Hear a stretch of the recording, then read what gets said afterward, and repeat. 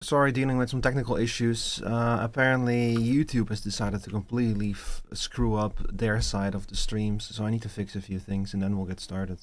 I am very sorry. I don't know why this is happening. None of this should be happening. I don't get it. I did the exact same thing I did last time and it just isn't working. Let's see. YouTube feels like it's been falling apart lately. Like, I think that maybe they're trying to fight AI slop, you know, and I feel like maybe their systems got fried by AI or something. Nothing seems to be working on this site properly anymore. I don't know what's going on. Maybe they leaned too much on AI. Who knows? Okay, let's see. Now everything should be working properly, I think. Let's see, Arknights Endfield, Arknights Endfield. Okay, both the horizontal and the vertical stream are now live.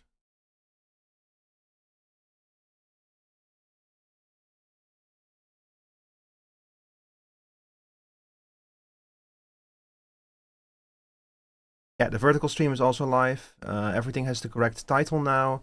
All right, we can get started. Hi, sorry about that. Sorry about the delays. I'm still new to streaming both horizontally and vertically, and sometimes things just break, and I don't know why. Hi, Slapper. Welcome in, welcome in. Good afternoon, everyone. Welcome back to Full Steam Saturday. So first of all, unfortunately, Chris is going to be out all day, so I am probably not going to be playing SnowRunner, unless someone like barges into my room and says, "Rico, we're going to play SnowRunner right now," and kidnaps me and locks me behind the wheel of a giant truck or something, you know. But not with Chris anyway. So what we're instead going to do is we're going to play some Endfield today because did you guys hear about the latest hotness in the field of gacha? Also, the music is a little bit on the loud side. I'm going to lower it just a little bit. The latest hotness on the field of gacha games and factory building games, Endfield, because a lot of the stuff that like the actual daily stuff and such is locked behind the main story, which I don't think is going to be super long. Probably, I'm not expecting like I don't know if it's going to be like Final Fantasy 14 levels of long or something.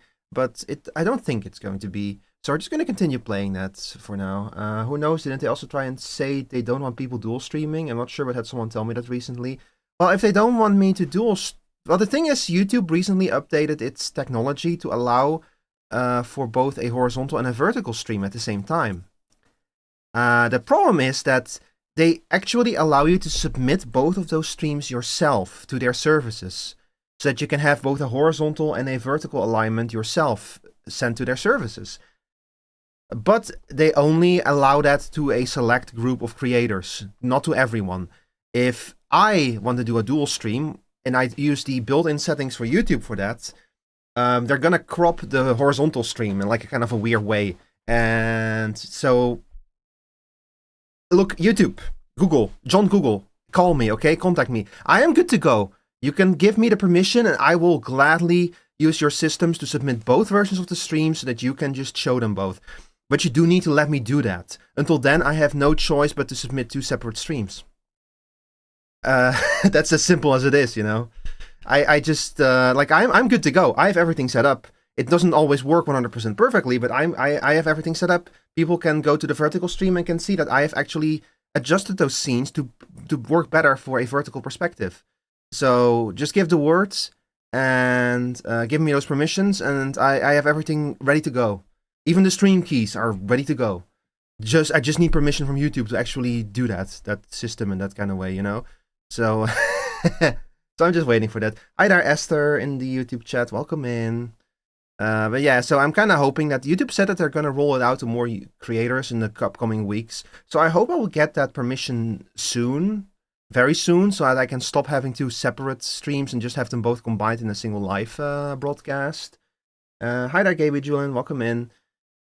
And then I don't need to have two separate live pages, basically. I don't need then it will all just be in a single page, and you should be able to swap between the two versions of the stream very easily. What am I doing? Well, today we're going to be playing Arknights Endfield, the latest in gacha in games and in factory games. And as you can see, I'm a bit of an engineer myself, so I like factory games. And I also really like Arknights, by the way. That is a very cool universe that I really wish that the games had less gacha in them. That's the one thing about it that I don't really like, everything that comes from that kind of decisions. But I really like the world itself and the characters and such.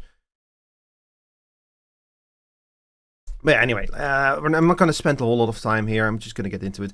So this is Full Steam Saturday. This is kind of a regular thing that I do on Saturdays, where I don't have a preset plan as I'm making the schedule, because I make my schedules usually on Sunday or Monday, and Saturday is quite far away. A lot can happen in a week. So usually I just kind of, by the time I approach Saturday, I usually have a good idea what we're going to do. The past few weeks it was SnowRunner with Chris, but Chris is going to be out all day today. So today we're going to be playing Endfield. Later in the day, we might swap to another game. I'll have to take a look if some people, for example, are interested in playing Hunt Showdown or something. Or we still have Whiskerwood to return to. We were on the brink of building steam engines in Whiskerwood when I just kind of stopped playing it. So we'll see. But for now, Endfield. So let me get the game launched. Hi there, 8nak NC3651. What a first message. Just a very loud, very blatant fuck.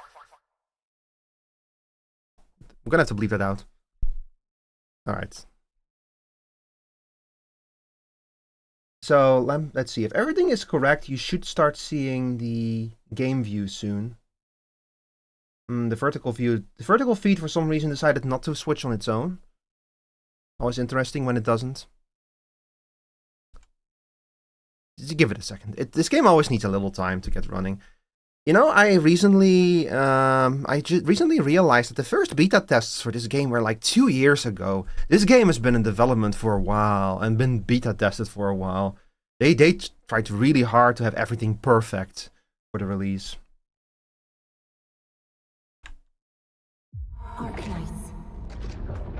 Arknights.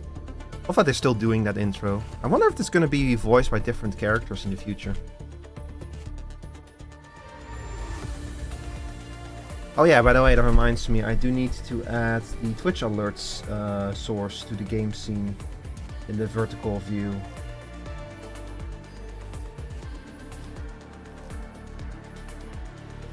There we go.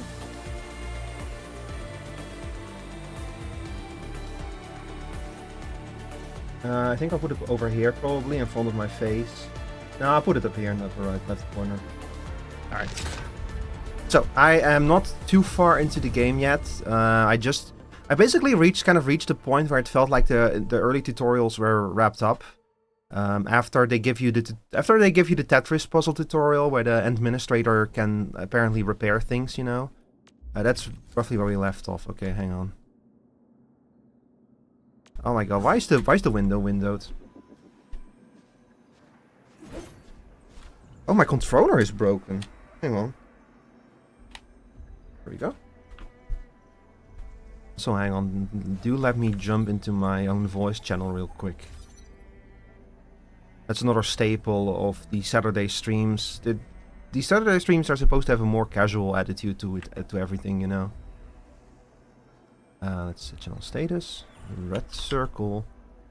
Live with a full Steam Saturday. Yeah, welcome in everyone. Everyone who's new, hi, I am Rico. Sorry, I keep saying that, it's my old name. I am Rico Rivermore. I'm a steampunk stoat. I love any game that lets you build stuff, and this is a game that lets you build stuff. Although I also play a lot of other games, I like playing Hunt Showdown. And that named himself. Yeah, I guess I did. Yeah, it's because the reason behind changing my name from Rico Test to Rico Rivermore is it's a very simple thing. It's because Rico Rivermore actually sounds like a name that a character in it sounds very steampunky kind of name, you know. That's why I went through the name change. And in the vertical stream, feed, you can see up at the top of the feed, you can see my new logo. Which it just has, Rivermore just has this, it sounds, well, I mean, it sounds riveting, you know. That's all we want to do here. We all want to rivet you. Okay, let's see. We have, of course, our usual daily shit. This is just... Yeah, when you play any kind of gacha game, you just have to accept that you're gonna have to deal with daily shit. Daily lock-in bonuses. Oh, we're getting, Eyjafjalla. Greetings, Administrator. The name's Ardelia, and I'm a geologist from Rhodes Island. My current focus is the correlations between geological disasters and... Wait, Rhodes Island still exists in this? I've heard about you for quite a while, Endman. And I have so many questions for you. Yeah, me too! Oh, there's something else. I have so many questions too. As my professor? What? Is this Eyjafjalla? Is this Eyjafjalla's granddaughter? Did they clone her? What's going on? I thought that, like, I didn't even know that Rhodes Island still existed in this time. I have so many questions, chat, about how this relates to Arknights.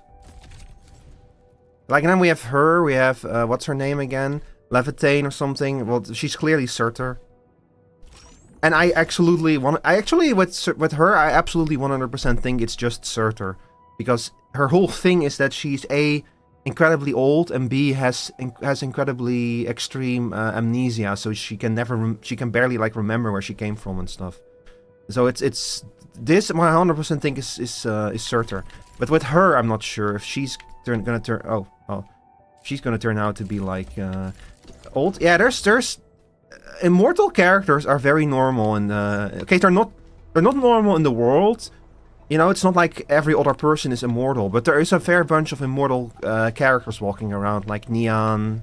And not just Neon, there's like 12, the Sui siblings, there's 12 of them. Neon is one of them, and they're all immortal because they're like the 12 fragments of a dragon soul. Look, this universe is very complicated, and it's explaining all of it is going to take a very long time. And most of it is not relevant anymore, because we're not on Terra anymore. We're on a different world now with its own rules. So one of the things I was not sure about is, you see those giant crystals that are like sticking out everywhere? That's Originium. It's this game's magical resource, and it's the pillar that all technology in this world is based on. All magic, all technology, it's their fuel, it's everything to them, to these people.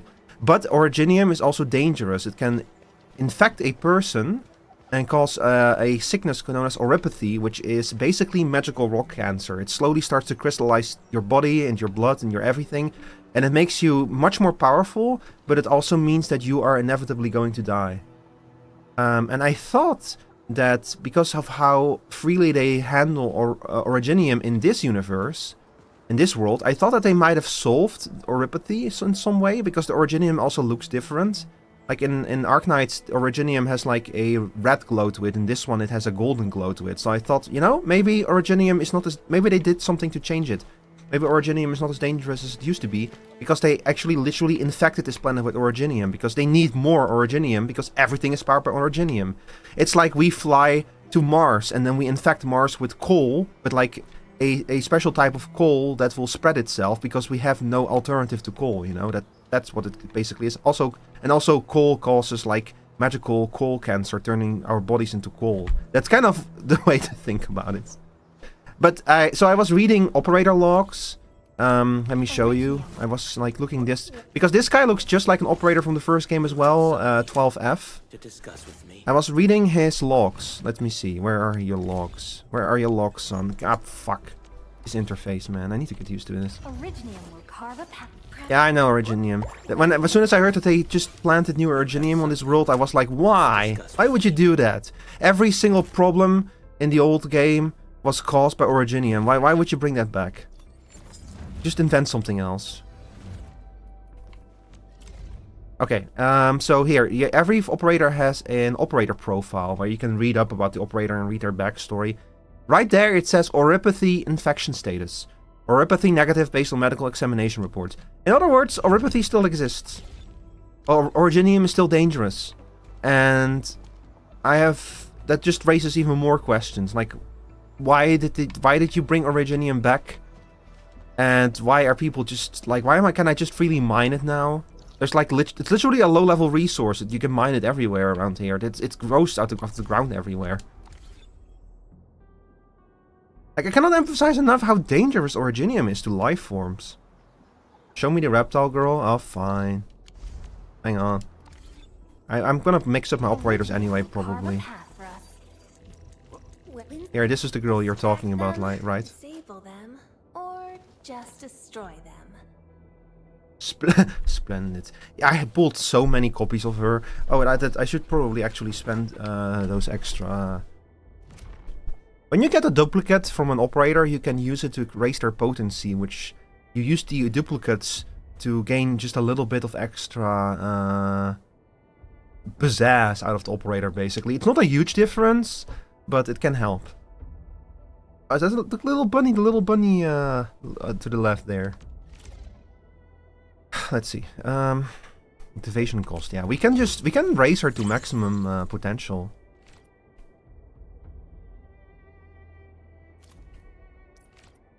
Oh god, are they gonna do this everywhere? Oh, and then you get her artwork. That's kind of cool. She's kind of neat. I can try her out if you want. Improve chance to ignore arch damage plus 10%. Wait, that's actually kind of good. That's not bad.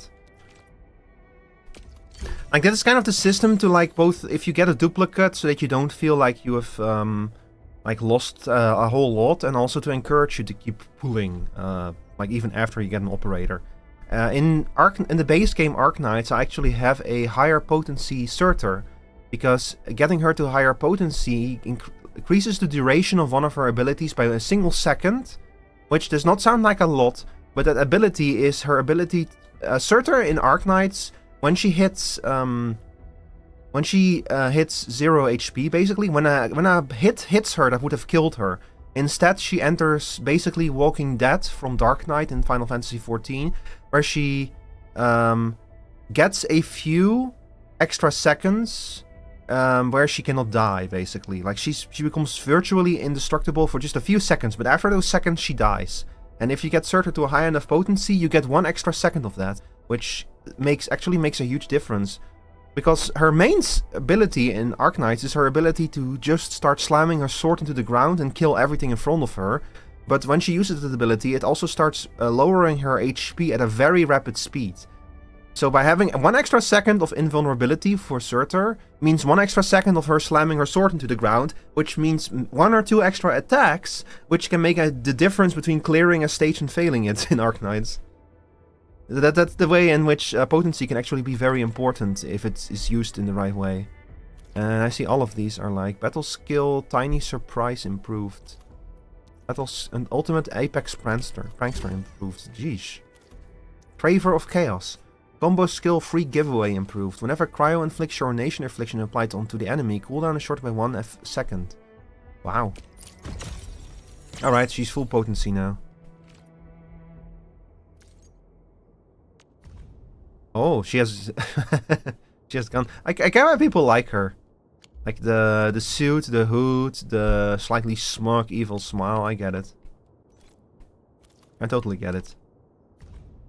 You shouldn't be eating bullets though. That's bad for your teeth. I should rebuild my team. Still waiting for something? Yeah, I want to rebuild my team. How do I do that? I think up tier. Here we go. Is it my turn already? Okay, let's see.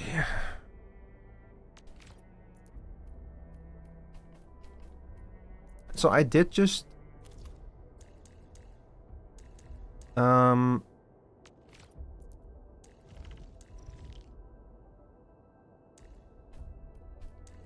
let's start over from the start, from scratch.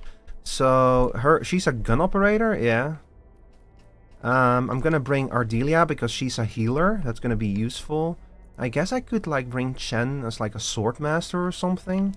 And I know that that Snake Girl has. So we just saw that she has an ability that gives her some kind of cooldown whenever a plant or a cryo effect is applied. So I think we're also gonna bring Alash. Oh, I just noticed they kept the class system. So we have vanguards, we have guards, we have casters. Striker's new. That's a new one, I think. And we have defenders. It might not be a bad idea to bring a defender, actually. I don't really know how defenders work in this game. Like in Arknights, they are your front line. You put the defenders up front and they will block enemies. Unless they're Mudrock, and then they're just as dangerous as any guard. But having a defender might not be a bad idea. Okay, hang on. I'm gonna have to check how to do this properly. I like that she has guns, but she's a caster. I guess they got rid of the sniper class, probably. Because sniper and caster is kind of the same in a game like this. And then as our fourth, we will bring... should we bring like a striker? I kind of want to like get electricity in there, or we could bring like our Akikuri and have some fire. We'll try this for a second. We got so Ice Bear is our defender, Snake Girl is our caster, Aya is our healer, and Shiba Inu is our fire lady. I don't know exactly what she's gonna do. I thought that she was like a red panda or something, but do you see the little tail that she has over there? The little curl tail, so it's very cute. Ah, shit! Fuck! You know what? Fuck it, we'll do it this order. I feel much safer when Professor's here with me. Oh, I should have probably like saved this team in a separate slot. I love that she has like the giant bear shoes.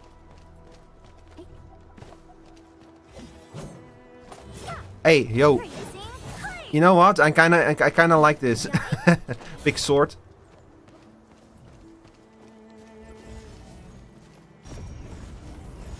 This game has like both elements of Dark Souls in it, with like being able to leave messages, and also elements from Death Stranding, with being able to build these zipline towers and shit.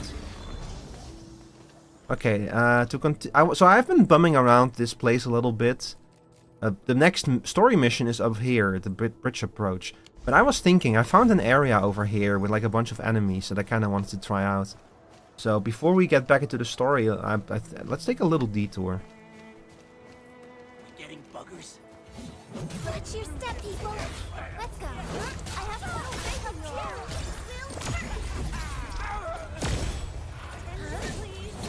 Oh, fuck.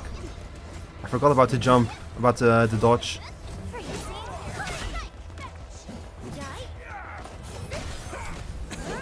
Yay. Hope you're not tired, Mr. Dally. We are getting there. She has a defensive skill. I've got to step up. I know that Ardelia has like heals. She can like leave behind the...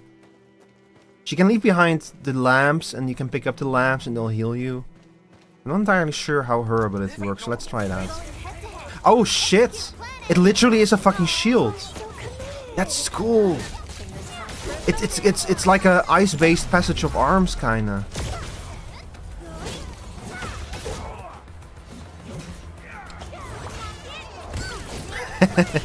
There's the bunny. So those bunnies, the lamps, they'll heal you if you walk through them, which is a really cool ability.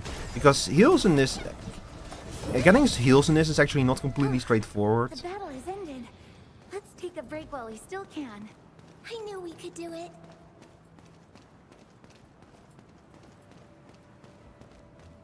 I need to get more defender operators. I really like the defender operators in Arknights. I had like a whole team of them at some point. I had Mudrock and Neon and Saria, which are like the best ones. Fingers crossed for a bonus. But I also like using the slightly weaker ones. Ow.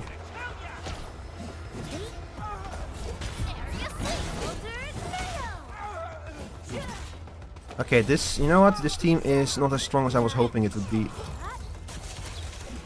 But I do like using heavy weapons in these kind of games. Yeah.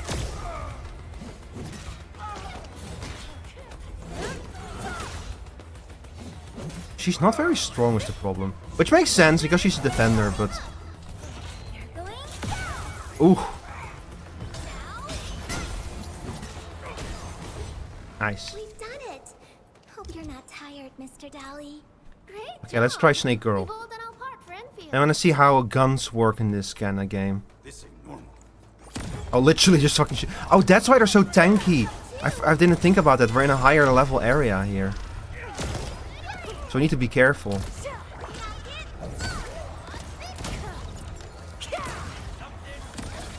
Everyone's chipping in. Attention, please.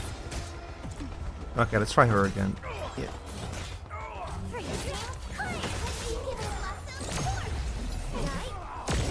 I do appreciate that, like, if you are careful with your abilities and such, you can easily take on enemies several levels higher than you.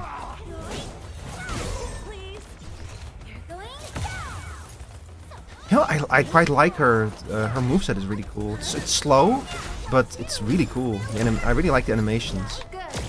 One less problem Chat, to worry about. this might not come as a surprise to you, but I main Arknights in Final Fantasy XIV.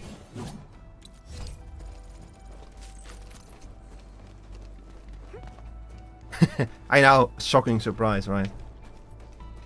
That I just love Target detected. giant swords. Ooh, back to my old gig, huh?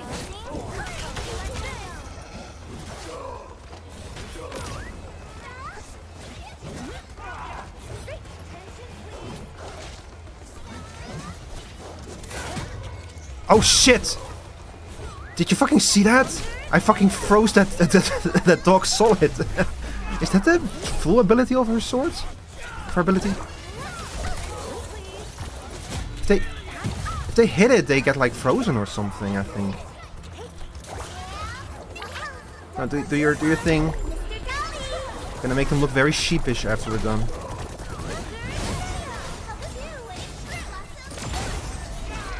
God, they did a great job making the combat in this game feel satisfying. I don't entirely know what's going on, I will admit, but it feels very satisfying to pull off.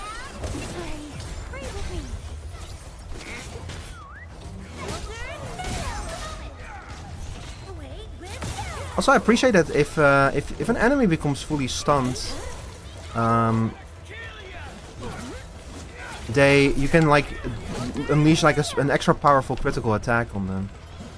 Oh, hi there, Dean. Welcome in, welcome in. Thanks for the hi, I appreciate it. Hope you have fun here. Yeah.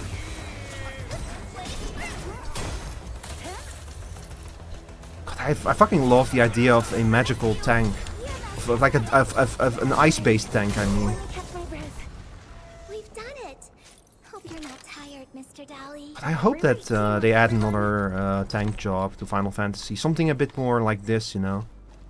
Like, imagine an ice-based magical tank in Final Fantasy XIV. That would be so cool. We getting buggers? A reward for Don't mind me. I'm just picking up and just stealing everything of you behind you. Oh, we're so Okay, let's see her special ability. Oh shit! Yo!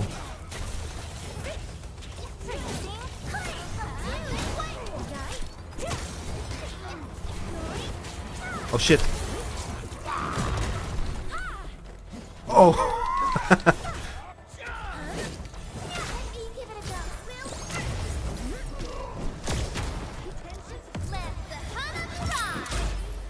I don't know what it did, but it looks good.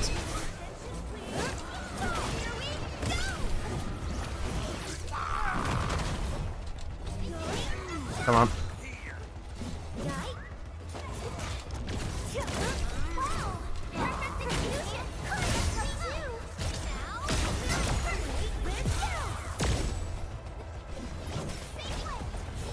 Whew. no hardship will stop us.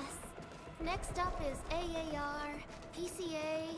But let's cheer for our victory first. Everyone's giving their all. Can I walk into the Step water? up too. Slowly drowning myself like I'm a trucker snow runner. Yeah, that's kind of interesting. Instead of just an invisible wall, you can drown yourself. Look, I'm a bear. Bears know how to deal with water. They just like run through it, you know. Especially polar bears. Polar bears know how to swim. Come on. Something ain't right. I missed. Going head to head. Something ain't right. He's like a bear girl smacked the ground in front of him.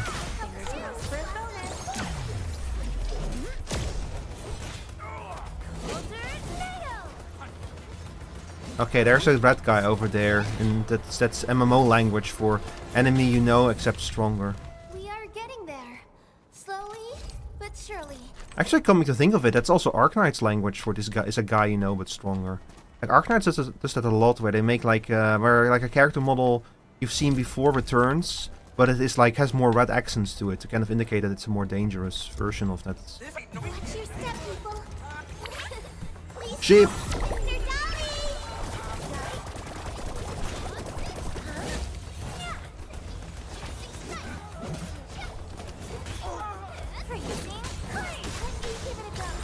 Come on. Ow. You bastard. You hit me.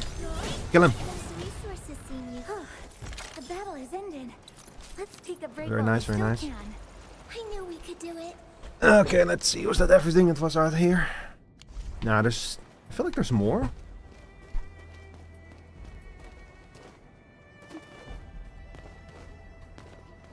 God, they've really managed to make this world look so vibrant and beautiful. They put a lot of effort in the visual presentation of this. Like the levels of details, the number of props everywhere. The fact that the game actually looks like the concept art from the first game. I'm consistently impressed with the visual style of this game. Like when you get up close, you can see that things are like not super high res, but honestly, I don't really care about that. It's never been about the resolution of objects. It's always been about, okay, but how does the total picture look, you know? And this game just, like, literally every time I stop and look around, I'm like, this could have been a background in Arknights, like with one of the visual novel backgrounds. They did such a good job of capturing that look and that feel of the first game. Keep out. Keep out of what? What is this? This feels like there's something... Yeah, there's something here. Some kind of dungeon entrance that I don't have access to yet. We're probably gonna come back here in the future, if I had to imagine. There's something here. If this were an MMO, that would be a dungeon entrance over there. It would have like the little, you know, the little circle, the little portal. Can I just walk through this? Kinda? I can kinda walk through it. Oh, no. Drowned. Bitch.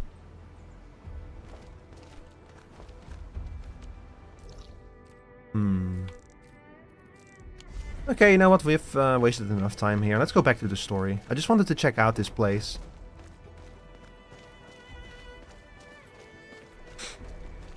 I'm kinda curious what kind of other defender types they're gonna introduce. I'm curious in general how often they're gonna add new operators.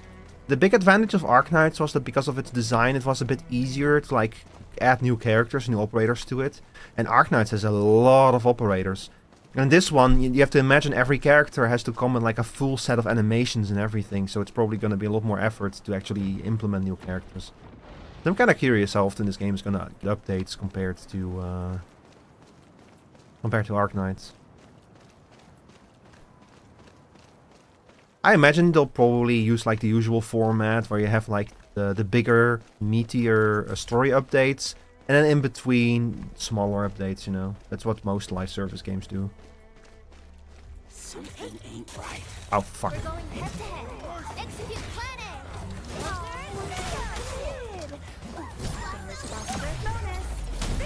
A. I need to upgrade all of these people.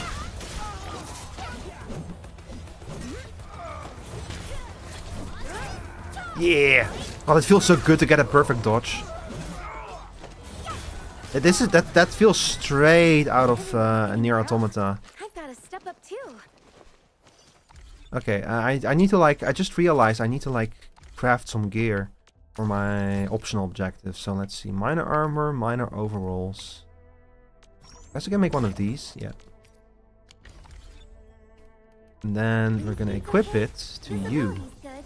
Perfect weather for snowboarding. The one who made this really gave it a lot of thought. And the healer, we're gonna have to protect the healer.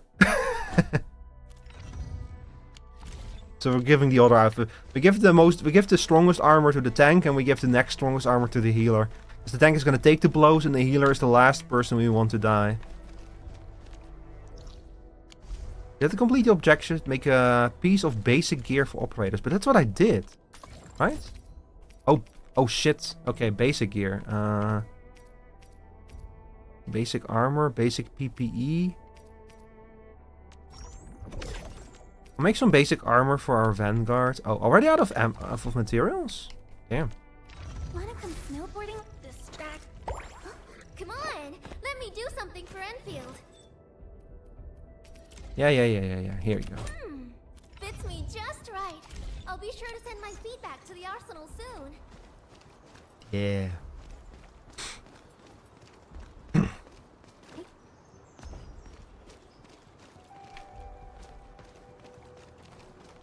Chat, I need to give Star Resonance a try. I've been kind of holding off on playing Star Resonance because I heard that they like massively time gated what little content they had at launch. But it's been a few weeks now, so the time gates are probably mostly gone. Mostly because I kind of like... When you look at the NPCs, you can tell that they have some kind of generic... They have some kind of generic character creation tool to quickly put together Arknights NPCs. Because Arknights NPCs are always just anime person with like animal ears and tails, you know? So they have like some kind of tool to quickly make those. And that kept making me think like, man, I would love to make like a custom character or something. But yeah, not in this game. But hey, that's what Star Resonance is for, right? You can make a custom character in that one. How is Star Resonance doing anyway? It's like based on the engine from Blue Protocol, but I think it's like a completely different. It's a different game built from the bones of Blue Protocol, I think. It seems to be doing okay, from what I saw. Good old DIY. Just like the bitter old days. Like, it seems to be doing okay. I assume it's probably just fine. Just trucking away in there, like most MMOs. There's a lot of MMOs out there, and that are just trucking away, just doing fine in their own little corner with their own little group of players, you know. Are these dogs enemies or friendly? Oh, they're enemies. Execute plan A. Oh, Cost for a bonus. I am not proud of doing this, chat, but these dogs are gonna kill me if I don't do something about No them. hardship will stop us. Let me at those boxes. Let me at them.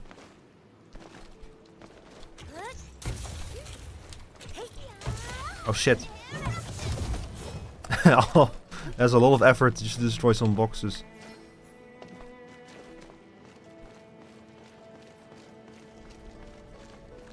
They did got the idea of like making cool explorable areas down very well. These areas are very nice to just like walk around in and explore and stuff, you know. I think I already solved these puzzles. Yep, I already did this.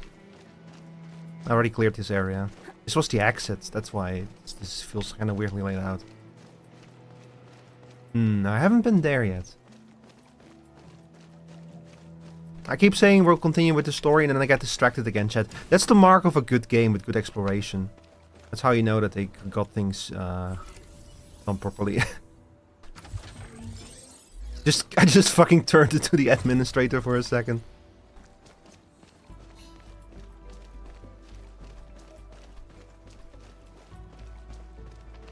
Okay, this is one of those chests that needs a bunch of keys hidden in the environment to open. Including, I see something that needs power. Fortunately, we have a power line right here. I just completely walked past this. The power line system is also kind of interesting. Like having to like link the machines up like this.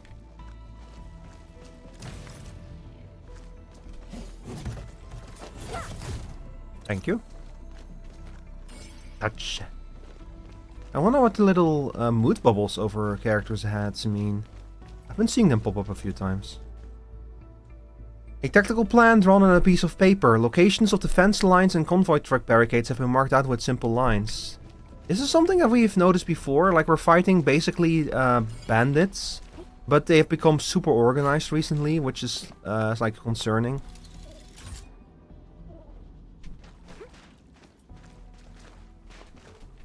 Like I went back to the Originium byproduct processing plant, and it was like full of reports of like an investigation team, which I found kind of an interesting little detail.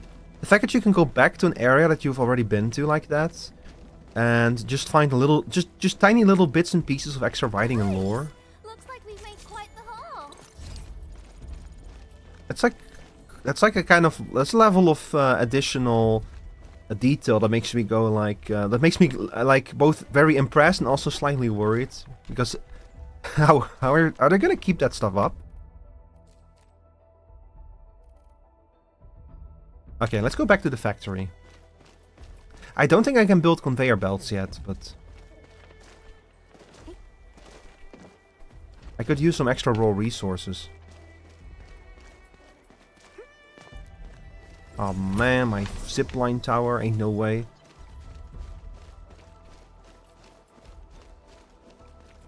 Alright.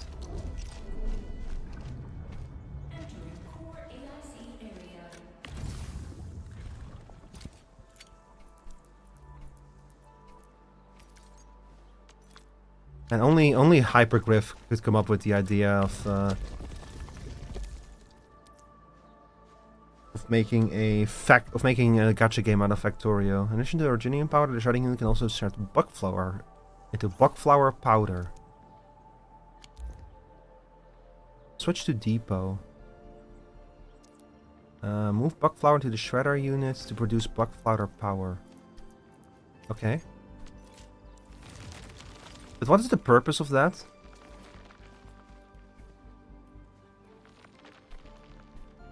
Stash modes. Wait, what? Huh. Maybe a system to more easily put items away in things. There's a lot of... excuse me, chat, I apologize. There's a lot of stuff in this game.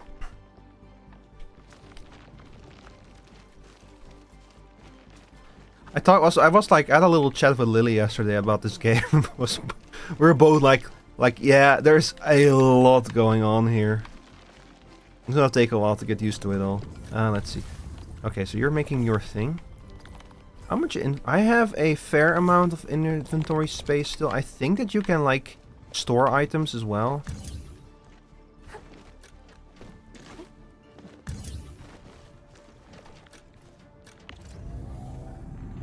Power output 200, power use 10. And we have 100k of power storage. I have not yet run into any kind of power issues, but it's probably going to become a problem in the future. Portable Uranium rig, and this is where we can make new components. And this is part of the reason why I think we're probably just going to have to keep playing this main story for now. Because we clearly are still missing a lot of stuff. Easy stash? What? Oh! Hey! That's cool.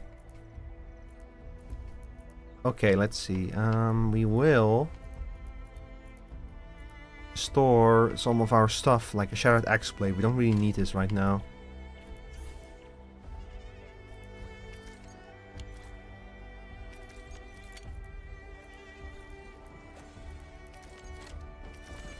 I guess just anything that looks like we probably...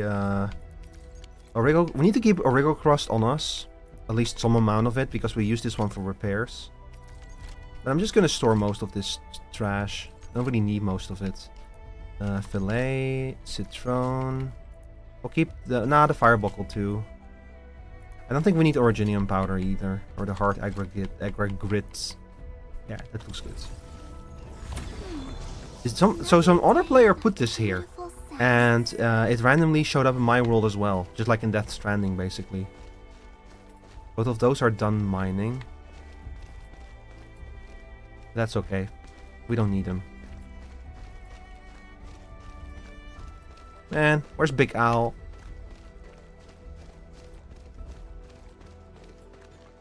I don't think I need to repair any of my own stuff. It's only stuff that appears in your world from other players that you need to like repair and fix and such to keep it operational. Upfront danger, yeah. That's true. Okay, so this is the next story step over here.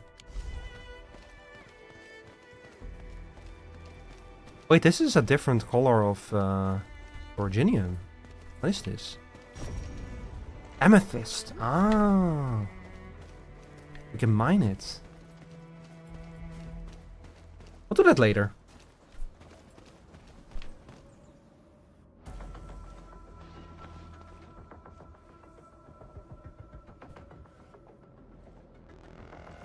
So many landbreakers.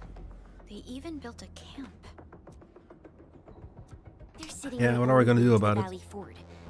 I think they're here to block reinforcements. Please don't kill me. Just give me a... Our rising clan does not need gutless cowards. The boss wants warriors. Disciplined warriors. Disobey and you die. Like this one. Enemies. Yeah, are you sure you're gonna be worried about us when you're killing your own buddies? Show them the power of the clan. I wonder what's up with those They're helmets. blocking our only way. Take them down, Chen. Chen is not even in this party.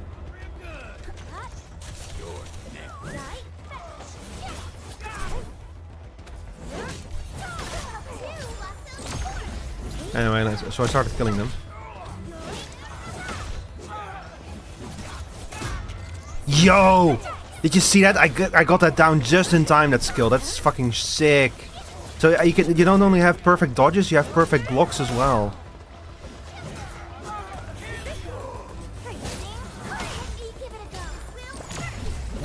Oh man, the more I learn about this combat system, the more I love it.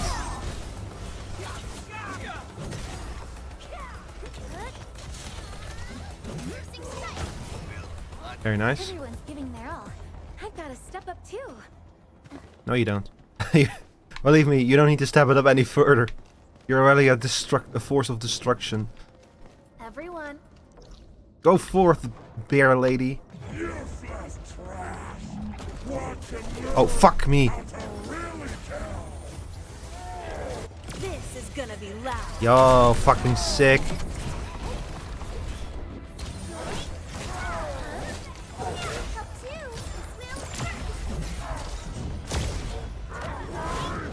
Oh my god, command grab. Oh, I don't know. I think that did something. Not sure. Not entirely sure about it.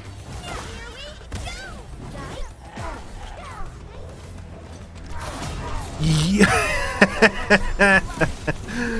Oh my god. That feels so good pulling that one off. There! Once again, perfect block.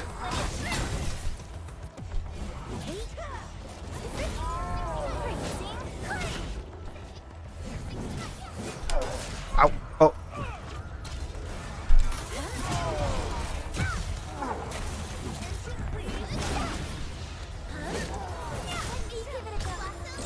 So if you get both cryo and fire on someone, I wonder if it does something special. Yeah, you can break the command grabs with by using skills. So I guess by using my defender skill near him, it breaks him out of his command grab as well. Damn! Ugh, more LBs? Careful, Perlica. These mobs are something else.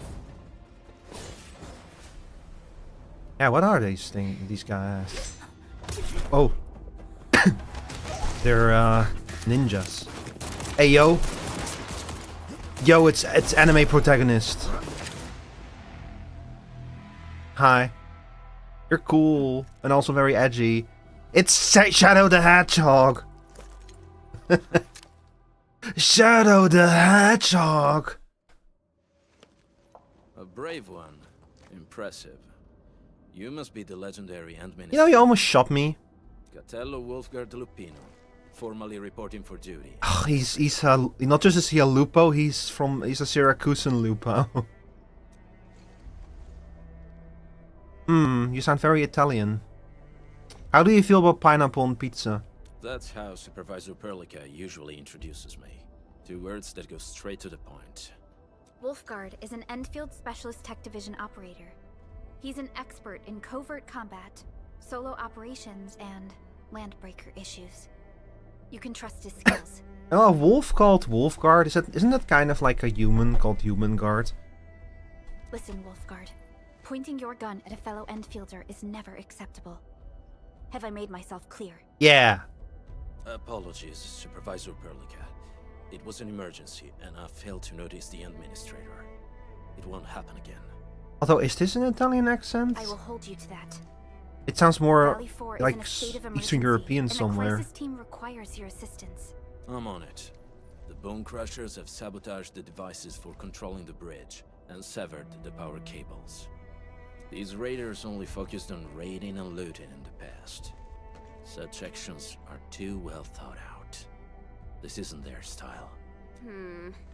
This control panel's busted. Those LBs might have stripped its parts off. The style of people who wear masks with tubes coming out of them. Power issue is something we can handle. The automation core will give us an easy fix. If only we had someone with the magical ability. If only we had someone with the magical ability to repair things magically, you know. Press X to open the headhunting screen. I know how to headhunt!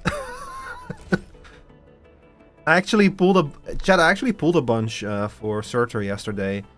I did not get her. Sadly. It's very tragic. Oh, that was easy. Okay, so now we need to connect a power line to this thing. Which basically just means we have to like draw a power line over here and then connect it by cable. Do I have any... oh, that's not what I wanted to do. I have no more relay towers left is the problem, so I'm gonna have to build another one. I'm gonna assume that you're gonna be building a... Wait, I can sprint in this? I didn't know that.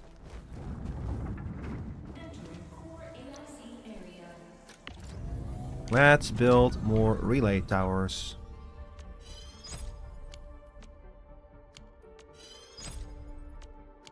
There we go.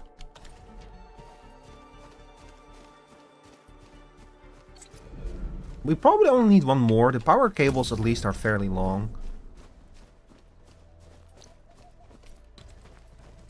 So what I usually do is I grab a power cable and then I just start walking. And I see how far I can get, basically, trying to like maximize the distance. So somewhere around here, I think. Yeah. Okay.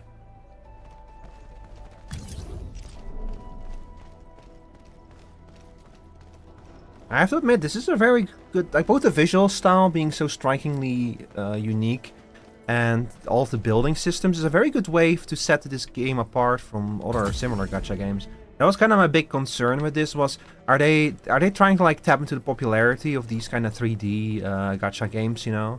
Because Arknights is kind of hard to get into because it's all 2D and tower defense and such. And that was that was definitely part of the intention with this game. But also, like, again, putting factory building into a gacha game, when factory building is, like, usually the furthest away from mass appeal. Like, it only appeals to people who are slightly crazy like I am, you know? It's exactly the kind of insanity that I've started to come to expect from Hypergriff.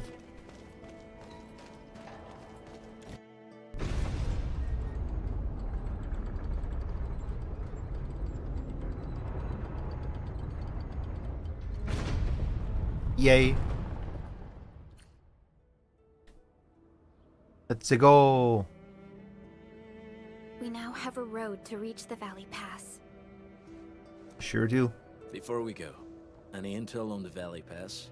Well, that's a valley, I Please assume. update us on the latest situation. Give me a moment. I'm sending you the algorithmic model.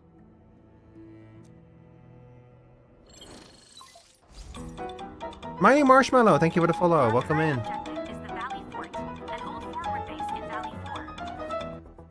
Did the alert work? Yeah, the alert worked in the virtuals in the vertical scene as well. Very nice. Valley Fort has a bridge that leads straight to the power plateau.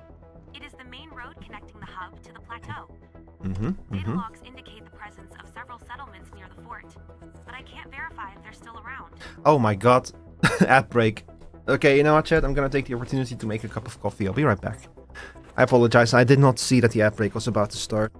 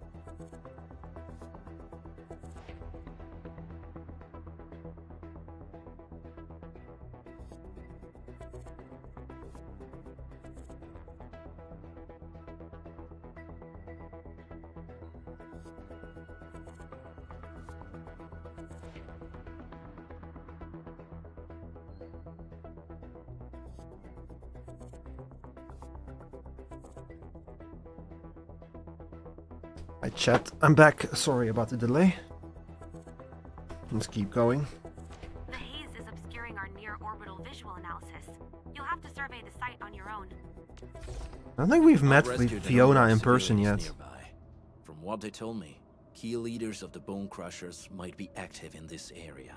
There are also tracks even I do not recognize, such as strange-looking flames illuminating the skies at night. They are using some power I am not familiar with. Hey Timber, I don't know if you're here, but this character kind of looks a little bit like your VTuber. Whatever they're up to, it's big. We better hurry. Operation manual system authority level has been unlocked. Press LT to open the system feature wheel. Operation manual. Oh my god. Activity notes include missions that can be completed. Yeah, this. I feel like I think I already explored this system at the start of during the last stream. Daily tasks. Ah. Complete these daily tasks to gain activity points and earn rewards. Press to fill tactic. Oh my god.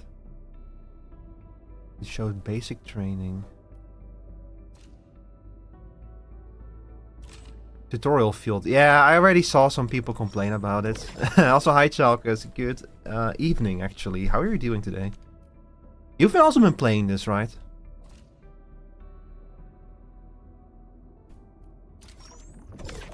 God, nah. This stuff is the same in Arknights. It's like full of daily and weekly and rewards and shit. Just the usual stuff. Training. Oh. Oh, actual practice of the combat elements? That's kind of cool. I'm gonna have to check these out at some point. Wolfguard, got a question for you, but it might sound inappropriate. If it's inappropriate, Oh wow, that's a big level increase just now. keep it to yourself. Ayo, come on! Ayo. Just heard we have a Landbreaker specialist, and that he's from a Landbreaker clan. Are you? My clan is called the Pack. Unlike the Bone Crushers, we are disciplined. We know when to dispense violence. Oh, so that means Bone Crushers are bandit raiders, while the Pack are the heroic Wildland Rangers?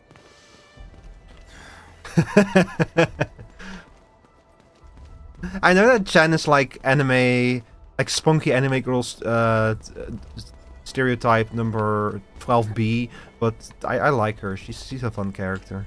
She's so different from Chen, from Arknights.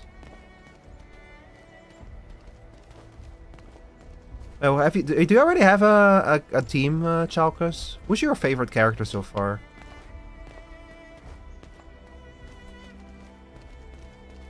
I really like this character for like unexplained reasons. Like why? Honestly, I have no idea why, but I really like her. You know, I really like her. Don't really know why I like her so much, but I really like her.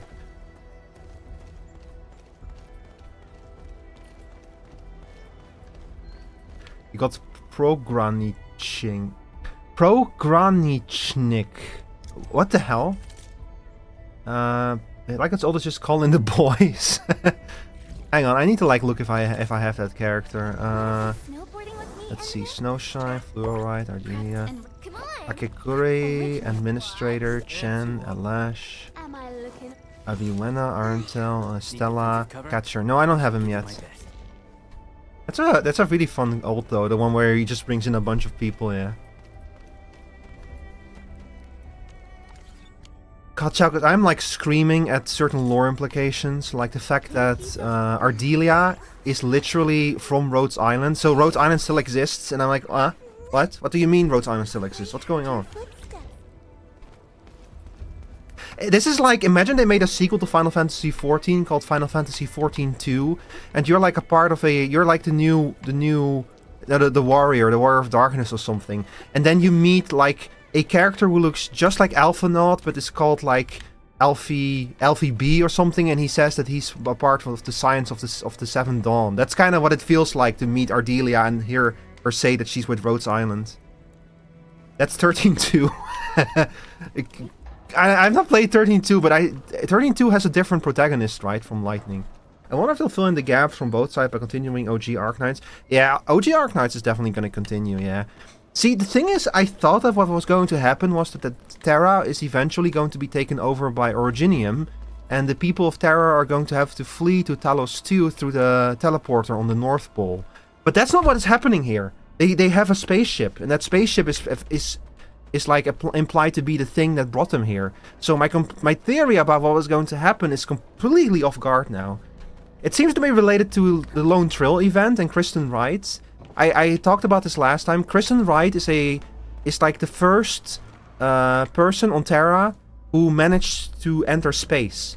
Because if you go too high up in the air, you get destroyed. The sky kills you. And she figured out how to prevent that by literally blowing a hole into the sky and escaping through it in a spaceship.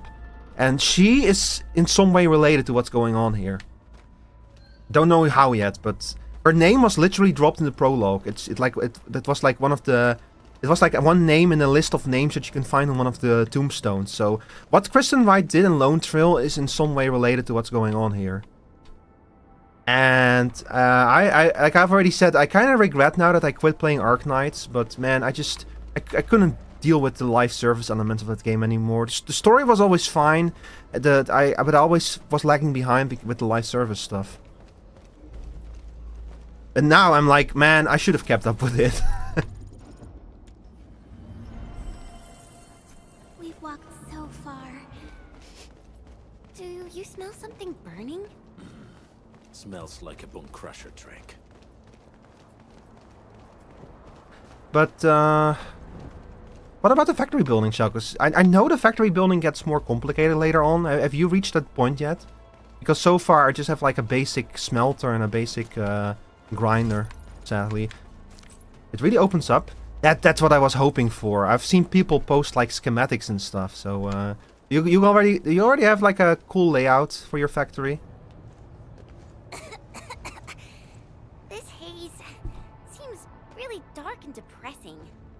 And what's that large thing way over there? Oh, this is ominous doom. A dense tech. This is pure aura that we're seeing here. What's a dense stack? Dense are structures that mark bone crusher territories. The other landbreaker clans also know them well. I need to refactor. I spent a lot of time just getting power upgraded. Oh, yeah, the power system has not really been super relevant for me yet, but the way that like everything has like a power meter and an internal power storage already like made me wonder if there was going to be something. So from the sound of it, you're going to have to build actual power infrastructure. And the fact that you need to refactor it is also... Oh, I'm very giddy about that. Chat, I love factory games. Sounds very good. Hang on, sorry chat, I got a... Yeah, I got a friend invite from a totally real person. A completely real person. Oh.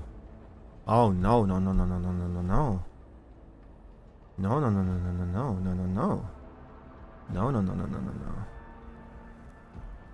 No, you're not getting in here.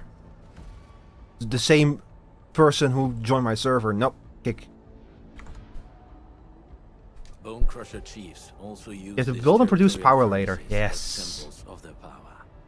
They would burn everything they can't pillage and leave their brutal mark upon them. Why is this... So they're just burning garbage, basically? Why is it, like, emitting pure doom? The evil pollution. We found the pollution mechanic. Dense stacks can consume almost everything. Bone crushers would use the haze to herald their invasion. Their rampage through the frontiers always leaves a trail of smoking ruins. Phew, wee. This haze better not be poisonous. It's not, right? It's aerosolized blight materials released by the dense stack. It messes with Originium devices. The bone crushers use it to hide their advances. It's part smokescreen, part weapon. But haze this dense and concentrated. It can definitely pose serious risks to the human body. Either energy is already uncontrollable. Looks like the bone crushers are getting more aggressive with their tactics. I don't know what ether is. And I don't know if that's something that was introduced in Arknights or not. But I think that's new. I think that might be something related to this new world. Like, Originium is absolutely from the first game, but ether might be something from this world. Blight? Ether? Energy? Sorry, I got hit on the head. Hazard caused by the ether. Their relationship is like lava to a volcano. Oh. What Wolfguard said is true. Blight is extremely destructive. It is also very hazardous to both people and Originium equipment. Oh, cool. We have two evils here, and we need one of those evils. We need to power our machines, and the other evil directly conflicts with the first evil. Great. So, what's the plan? Push through, or I can see why they settled this world. But honestly, Terrans, they're just not happy unless they live on a planet that is actively trying to kill them. We still don't know what's going on inside. I'll say we look for other options. I don't know if this world has oceans, but if they do, they probably are also trying to kill people. This seems like the only trail. Let's take it. The haze is spreading, and we've had no updates from the UWST. I'm concerned the Landbreakers are planning something. Can I literally not enter this place? Nope. We should avoid this Nope, haze cannot for enter now. it.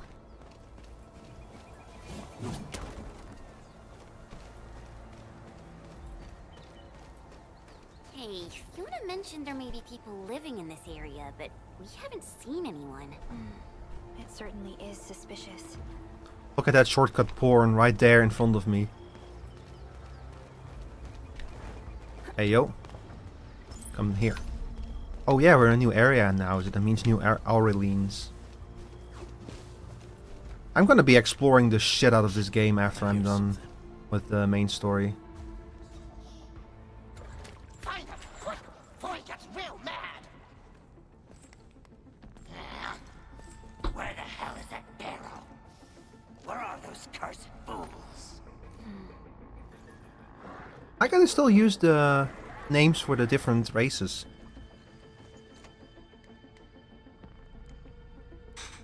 Like a Perro is a dog person and a Lupo is a wolf person. For some reason they're two separate races, but he is not a Perro. He's pretty obviously a Lupo, so they might be looking for someone else than him. The Landbreakers seem to be searching for the local residents. They won't have the chance to. Or what are you gonna do? Are you gonna etch on them? I've cut to completely different people.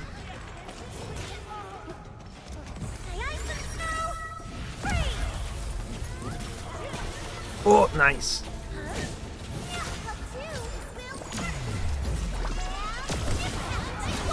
Ah. Fire? Was it just me, or did the fire melt the ice just now? I need to like fully understand the elemental connections. The enemy probably has more than one search party. I got a bad feeling about this. Like, I already know you have like the physical stuff, where if you lift an enemy it applies vulnerability stacks, and if you then like crush them, it consumes the vulnerability stacks and deals extra damage to them. And there's like a few things that chain together in ways. Over there. Here we go. Not an LB? Quick, after him! Quick, after him. I need to go into my Warudo settings and figure out if I can... Oh! Oh no! They got the bunny in bondage gear. Oh no. Oh, poor bunnies. I can just sit down. Yeah, guys, take 5. We'll save them in a little bit. I like how she's like... This is how you sit on like a park bench when you're not sure if it's clean or not, you know? Where you like try to absolutely minimize your contact between the bench and your ass. Also, I just noticed she has an infection monitor around her leg. Wait a second. Wanna come snowboarding with me, Enderman? Oh, okay, she's not actually infected. For a moment there I got worried. Chat, do you see around her left leg, you see like that glowing thing there? The little blue lines? That's an infection monitor. That's what is a machine invented by Rhodes Island. And it will tell people were infected with oripathy, it will like let them know how bad the infection is. So the fact that she had one around her leg made me a little bit worried that she might be infected with oripathy, but she isn't. Which is, I mean, it's kind of weird that she's wearing an infection monitor then. Maybe it's like intended as like a preventative measure, so that she does not expose... She might be working a lot in the environments with Originium. And honestly, when I see how much Originium is around these places, yeah, she's absolutely... I like the little detail that if you that your allies help you pick up items as well, you know. So many cute little details in this game. I kind of understand now why this game took like 3-4 years to come out. This first got announced in 2022. We got the first teaser trailers back then. Which, by the way, chat, when I'm gonna eat dinner later, I am going to show you all the first teasers that we got. We're gonna rewatch those really old trailers and teasers. Also, hang on, I want to try to find the shortcut that I just unlocked. It's kind of crazy how much this game has changed. Oh. A little bit too far back. I think.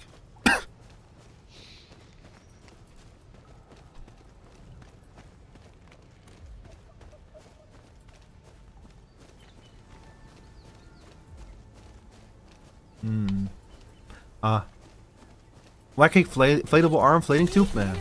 Are essential materials for Endfield. The mining is all the... There's mining nodes all the way over here. I'll sort and identify these materials in a bit. By the way, this is another cool thing that I like, Shell, because you remember those mining nodes from Satisfactory, where you find a patch of like material out in the wild and stuff? This is literally what that is, except except as part of the exploration in a gacha game. Okay, let's connect our wacky inflatable arm inflating tube man. Access authorization cannot be verified? What? Aww. Man. He said no. Norway. Oh no, that said no way. I thought Meep was here. Hey, stop! Jeez, how's he running so fast? The weak survive best by fearing and fleeing. Honestly. Hey, I see now I have the production formula for Ecatine power. Bro. You know that after all those years, the Arknights has a mechanic in it where you have to build up your facilities inside of Rhodes Island, inside the land ship, and that system to this day says that it's in beta. And I kind of wonder if maybe at some point they had like some kind of big, lofty ambitions for it, and they just like decided to like make those ambitions even more big and lofty and turn them into like a new game or something. Because what you do in the base building in Arknight is very limited. It's a little bit like XCOM, like the base building in XCOM, but way more limited and simple.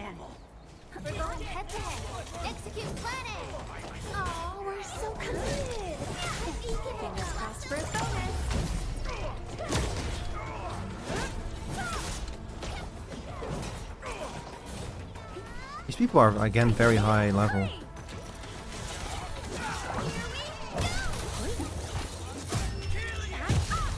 Yay! Yeah, so her ability is totally a counter ability, something that you're supposed to use. Something you're trying to like bait an attack and then you use it. So if I do this, there we go. Nice. It's basically the parry from Elden Ring. The riposte, I mean. It's a riposte, that's the word I'm looking for. Everyone's giving their all. I've got to step up too. Too bad. They almost... Hi. I would like an owl. Thank you. She was gonna say something smart, but then she didn't. Okay, let's activate the bridge first of all.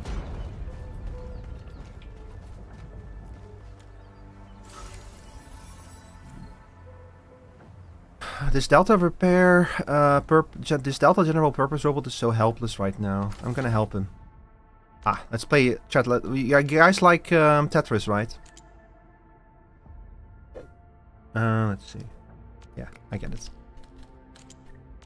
Did you do the trick? Mm-hmm.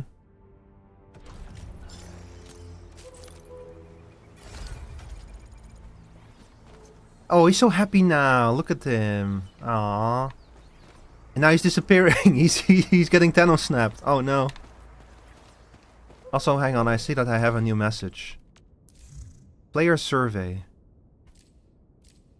I already did this. Oh, my Twitch drops are here. Oh, that reminds me, chat. Yeah, if you hang out in this chat, you'll get Twitch drops. You can watch any Endfield stream on Twitch and get Twitch drops.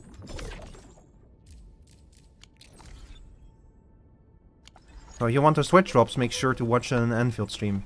You can either watch mine, or you can break my heart and go to another stream. It's okay, I understand. But my heart will be broken. Let's see. Oh, where else can we go? Abandoned trail. The big clouds is in the way. Something dangerous is up ahead. Something dangerous up ahead. Giant guy with a giant axe. Did the parrot just ran past all of them? This stink. I smell the pack. You know us? The pack says hello. The pack says hello. What accent is he trying to do, I wonder? Barking pets of the civilized. You are no land breaker. Then feel the fangs of the wolf. Feel the fangs of the wolf. He's so edgy. Ah, fuck, that was the wrong button. Guess you've lived long enough. Quick, Snake Girl, do your snake things. Yo! Fucking freeze all of them. Ow.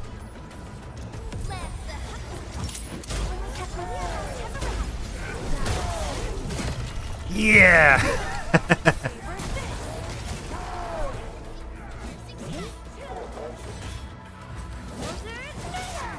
Oh, these characters are absolutely underleveled for this.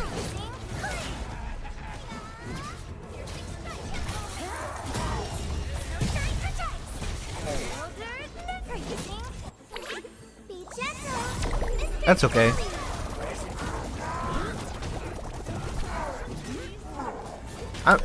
Honestly, having a healer in your team makes a lot of things so much easier.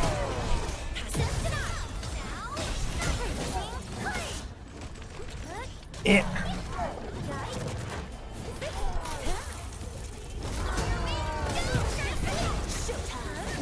Showtime!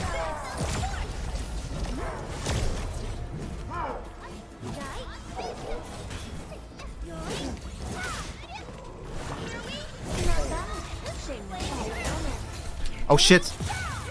He is weakened. He's been staggered. Kill him. Nice.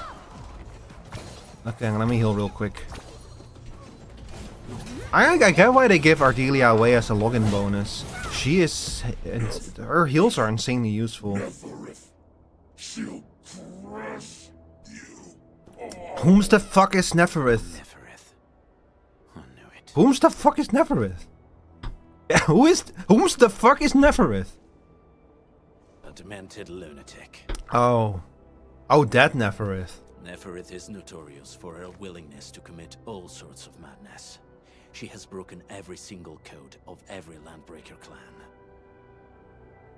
If it's gonna be W again, if it's gonna be Wishadel, I'm gonna shit myself. So she is the one. that does sound like Wishadel would do that. Bone Crushers were a mess constantly at war with themselves, but she managed to unite them all. This alone. Oh no, that's not Wishadel. She's not the uniting kind of person. She's the kind of person to throw you into a pool and then like tell you either sink or swim, throw you into a pool and then throw like a grenade after you just for good measure. The sudden appearance of Neferith is a mystery, but it is obvious that she has her own special skills and intellect. It's probably just a new character. There may be landbreaker traps around here. Better safe than sorry. I say we use incendiary weapons to burn this area clean. Wait! Please! Please don't! Doggo! I wanna pet him. I'm right here. I was just walking by. I don't know anything, and I certainly didn't hear anything. So you've got the guts to stroll past the pipe faces, but when it's us, you run and hide? Yeah, what's up with that? Cause this one looks like one of them. You got good eyes, boy. There's no need to be afraid. He's not like the others. You know, I've never seen someone in real life wear a jacket like that, you know, where it like looks like only the jacket's either too small or they cut like off half of it. I've never seen that in real life. I just realized he fucking looks like Dante. He's Wolf Dante. Do you live in this area? Have you heard anything about Endfield Industries? Industries? Factory people? You're from the UW. The UW? You look like no Wooster to me. The fuck is a Wooster? We're a trusted partner of the UWST. That means you're the good guys.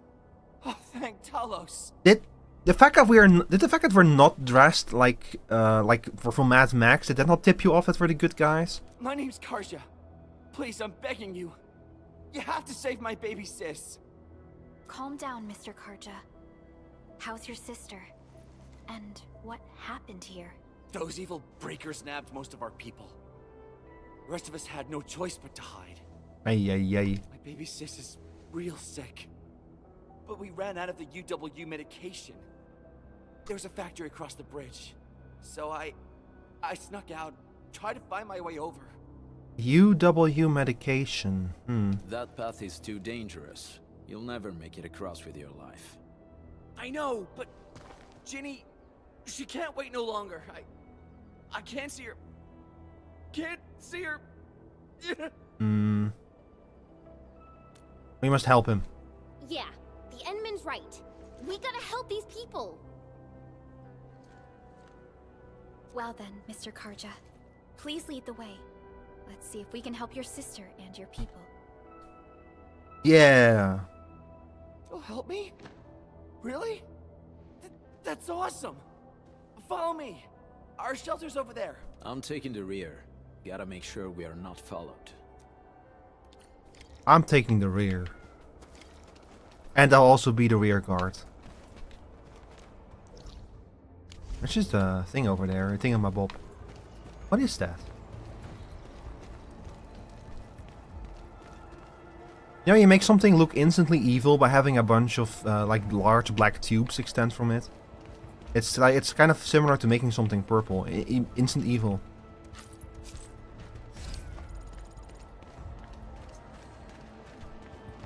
Hey, nice. How pretty.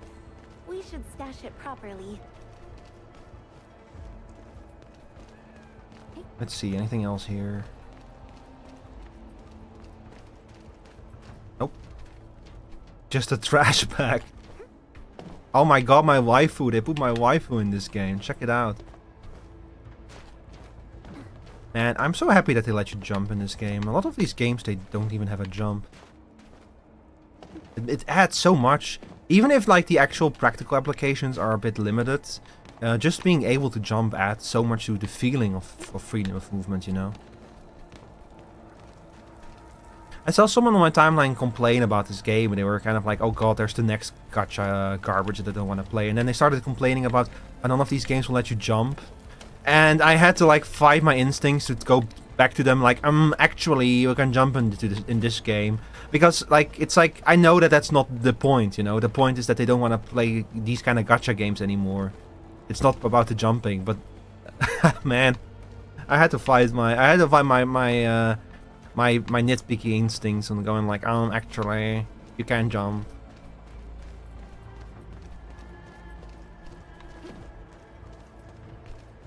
You can do a lot with a container if you decorate it a little bit. The trails here can be difficult to track. Yeah, the path to the cave is very well hidden. The breaker scum haven't found out about our place yet. They weren't here when I first came out. I don't know when and how they got so close. Chad, I've streamed the game Captain of Industry before, right? That's like one of those factory building games, except it's like a bit more zoomed out. And the lowest tier of living space, of residential space in that game is also people living in containers. That's what this reminds me of. Wow. Just have like a little industrial facility. Arja? Why did you run off again? It's Your sister's Steerman. sick and we got breakers crawling all over the place. Your place is here by her side, damn it. Soth. I mean, Mr. Soth. Who are these people behind you? You grew some nerves, Karja. You're not bringing every outsider you meet back to our place. Excuse me. I am an engineer. I solve No, practical Mr. Soth. problems. These are the good guys. They're here to help us. They even destroyed a band of breaker scum, I swear. They fought the breakers? And you brought them here? Oh, boy, you're gonna leave the breakers to us and they'll take revenge on us. A penguin is talking. Listen and learn. There's more than one story where that is actually true, Chalkos. Have you ever seen Emperor? That he's like a character in Arknights. Emperor is so fucking funny and cool.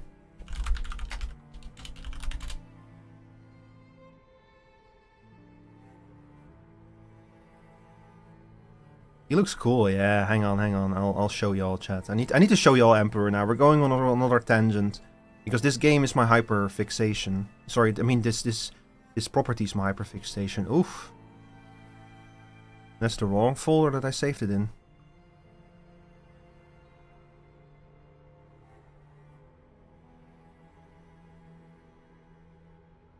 Okay, here we go. Alright, so chat, I see people call the Ant-Man a penguin. Oh, that's why. I thought that you were talking about this guy. Here, this is Emperor. Hang on, let me show him on the vertical stream as well. Ah, shit. Oh god, always with this fucking around with the fucking vertical scene. He's got the strap and the stacks. Yeah, hang on, vertical stream. I'll show you guys as well. Here, this is Emperor. He's a character in Arknights. He is a penguin. He is also a rapper. He makes hip-hop music. He's the leader of a delivery company that also XUCA and a few of the characters work for. Like, they frequently work together with Rhodes Island, even though they're technically like a subcontractor for Rhodes Island. And he is implied to be immortal. Like, he cannot die permanently. He just comes back, which is never really, as far as I know, is never really fully explained. It's just something that he can do. He can just come back after he gets killed. The guy that runs Penguin, Penguin Logistics is the name of the company, yeah, which is very funny. Yeah. Like, imagine I'm gonna found a logistics company. I'm gonna call it Human Logistics. But he's very cool because he like the way that he like talks in the game is very clearly inspired by Snoop Dogg. He essentially talks like Snoop Dogg. Let's talk like, alright. Yeah, you gotta drop it like it's hot, alright. You know, he's very funny. I love him. He has like a constant beef with like a underworld gang leader called the Rat King. He's like his mortal rival is the Rat King, and they had like a April Fool's event. It was essentially a rhythm game where you had to like stop enemies based on like a rhythm. He has his own music and stuff. I love Penguin. He's so fucking funny, and I think that like people even in the game, people call out the fact that he shouldn't be able to like wield a gun with flippers, and he does it anyway, and nobody understands how it works. But it doesn't matter. Karja, He's a penguin with sunglasses. that you? Ginny, I'm back, and I brought some extra hands. Oh no, it's adorable little daughter character. Mr. Soth, we're from Endfield Industries. Karja told us you might need some help. Endfield, you say? Huh. I'm in charge of this place, and I know you. Some of those UWST people mentioned your company. What is your purpose here? Easy there, old man. We're really the good guys. Karja, that girl's your baby sis, right? Also, hi Flashfire. Sorry, I I missed your message. I was I had to tell people about Emperor. We didn't know when the Oripathy got to She her. does have Oripathy. Oh We're out of no. meds. I don't know what to do.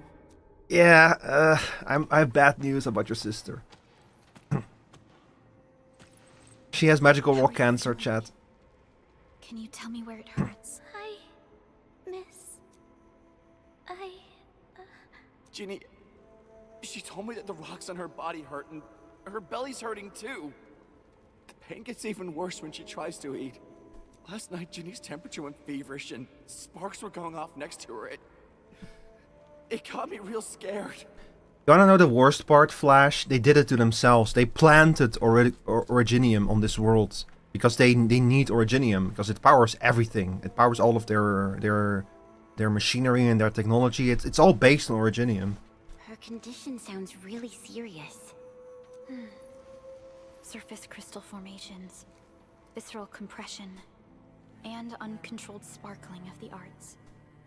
These are typical symptoms of Oripathy, but we still have time. Yeah, time to call Rhodes Island. How long? Now I get why Rhodes Island is still around. They still haven't cured Oripathy. Nearly 2 weeks. Oh no. We usually get our meds from the Woosters, but the Raiders' scum started attacking our place. Those of us who survived escaped to this shelter. Unfortunately, we ran out of meds. Ginny's health turned for the worse. Saving lives is our priority. I have a few doses of Oripathy suppressants. They should alleviate Ginny's symptoms. We need to save her. We need to save the little puppy girl. Give Ginny some medical attention. Oh, I just have to do it myself.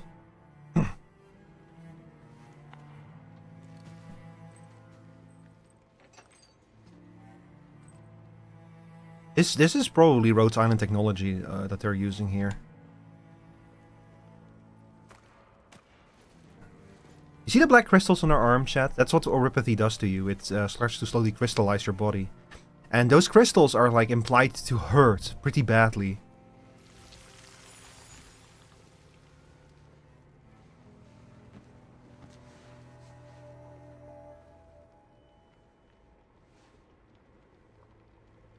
Ah, that's adorable. Thank you. Thank you so much.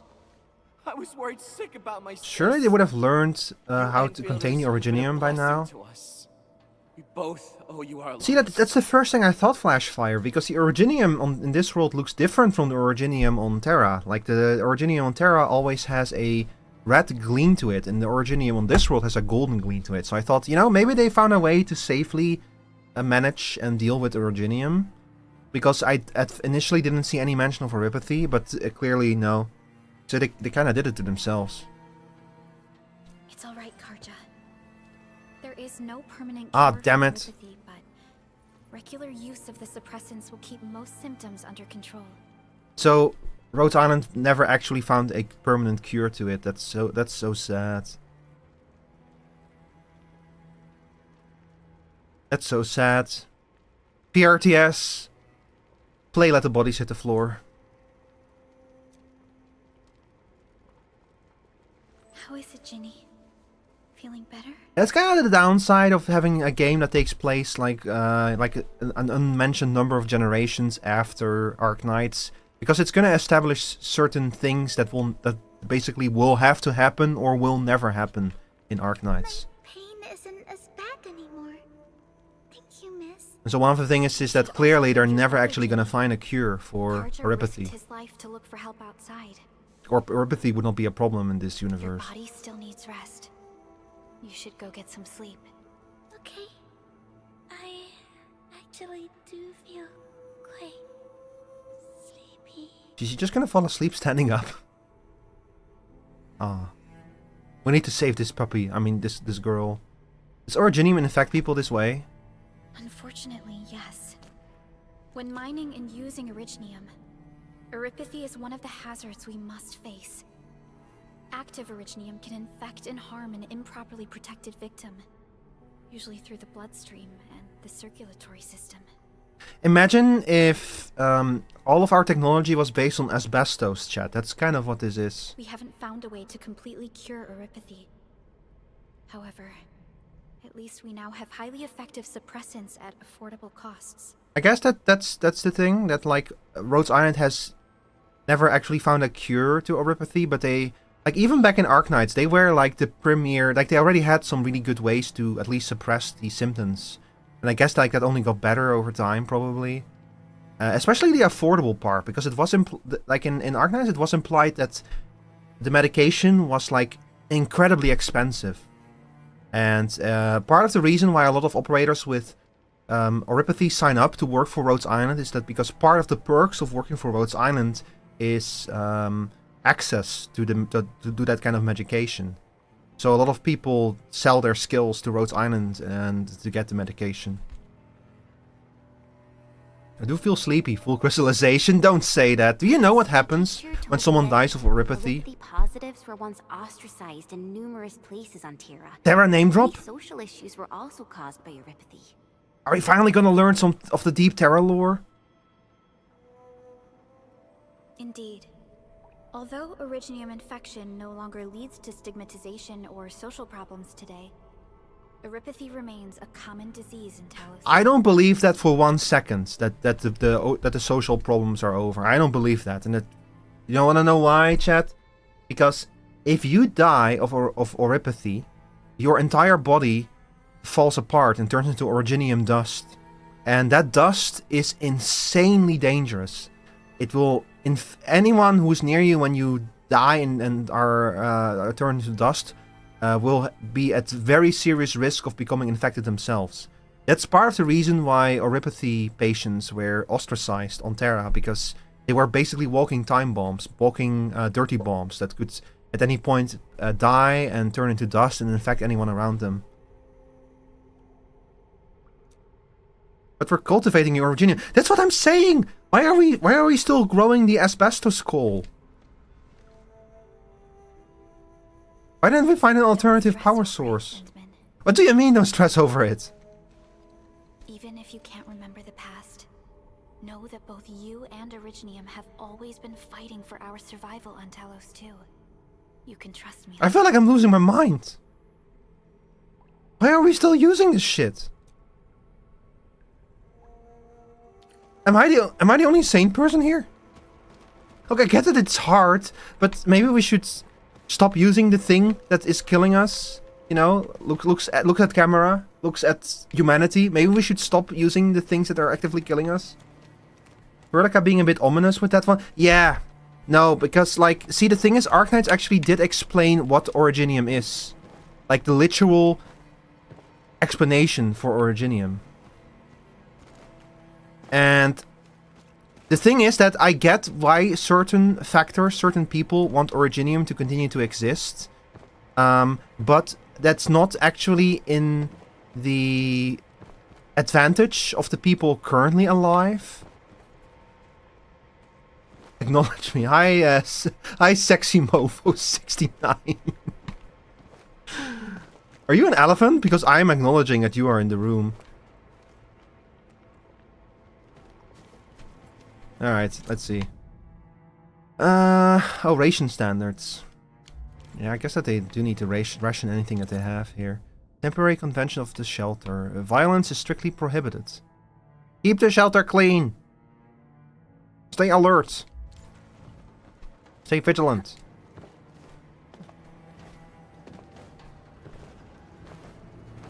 Let's see. I cannot go into this tunnel. This tunnel is sealed off. Okay. Eye. What is with the eye symbol? This is not the first time I've seen it. Bear with it. Imagine me walking up to a bear person, to an Ursus, and telling them bear with it. Can you bear with it, chat? Anyway, let's leave. Oh wait, no, I have to talk to you. I Soth. Apologies. I didn't mean to be so harsh towards you Enfielders. Thank you for saving Ginny's life. I'll do whatever I can to help you out. What did those breakers That do to anchor you? fell not too far from us. Those breaker scum started showing up all over the Valley Fort. Them Woosters didn't even have time to sound their alarms. They must have planned this attack ahead of time. They've taken over the entire Valley Fort. I can't even imagine what happened to the crewmates inside that place. How did you get here? Boosters built an auto meatpacking plant nearby. I used to work there. Some time ago, the plant was suddenly destroyed by a blight disaster. I left, spent a long while on the road, and, well, finally reached the nearest Wooster territory. We got people from other places as well. There's, forget it. Every one of us is the same now. You can't live in a cave forever, you know. You have to come outside and touch grass someday. You'll also have trouble getting more food and water. I know, but we don't have any other options. Everyone's exhausted. There's no way we can deal with that mob of breakers out there. So it's already been like a few weeks? Can you stay and protect us? I know it's too much to ask, but... We're on an important mission. We can't stop here. But we can't just leave these people behind. I have a feeling you got an idea. I have a plan, but we don't have enough information about this attack.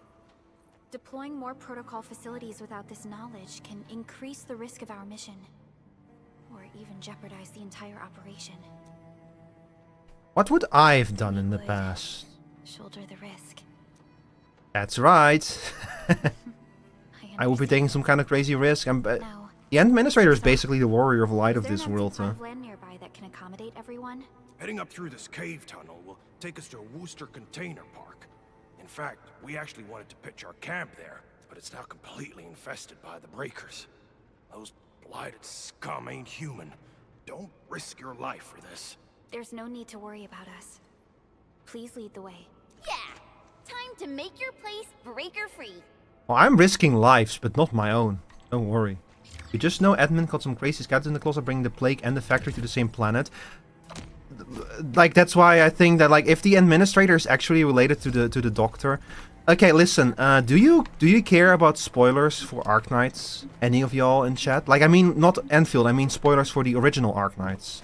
Because there's like some stuff that I can explain to y'all about what's going on in Arknights and Originium and such. And I don't know everything either, like, I just know some of the revelations that took place. You don't care about it? Yeah. Hang on. Let's just keep... I'm gonna keep moving for now. There's like another path over here. So because there's one thing that I can tell you that kind of will tell you everything that you need to know, basically.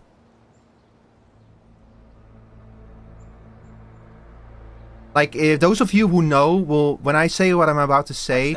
You will immediately, a lot of things will click into place for you. Scab eaters brought all of their blighted cousins with them. A sizable breaker band, bigger than a typical raiding party. They're building more of the smaller dance tags. Can we risk a direct engagement? Yes, we can. If we strike quickly enough, we'll be done before they realize what hit them. All right, let's make that happen. Okay, chat. So, here is the deal with Arknights. Arknights could... Shit, I didn't mean to do that. Arknights could literally take place in the Warhammer 40k universe. During the Dark Age of technology. That it's like not just implied, it's actually confirmed that Terra, in some distant past, there was a massive civilization spread throughout the galaxy who colonized planets, including Terra. But something terrible happened to that civilization, and Terra got cut off from the rest of the civilization. Like, it's even implied that, like, the whole civilization went dark, that it just no longer exists. And the people of Terra, they decided to enter into a cryosleep, basically waiting for, like, some day to come that they could, like, waken up. And the people who inhabit Terra now, the animal people, are implied to be like descendants of the assistants and the creatures that those people made. Like they're basically like descendants of artificial humans or something, or artificial creatures that have just taken over the world and started to live there instead. That was 10,000 years ago. The people that lived on Terra 10,000 years ago have, at the time of Arknights, still not waken up. And except for the Doctor is one of them. But the Doctor is also kind of a special case. The Doctor is implied to not only have a relation to Originium, but might have even invented Originium. And Originium itself is some kind of mixture between terraforming technology gone rampant and a type of mass storage of information and knowledge. And it's all kind of crazy, but like, so when you mentioned admin got crazy skeletons in the closet, the doctor, whatever skeletons the admin has in the closet, they cannot possibly be bigger skeletons than the doctor. Like, there's a reason why there's multiple characters in Arknights who hate the doctor's guts. And the doctor kind of has a similar situation as the admin going on, where you as the player of Arknights play the new doctor who lost their memories.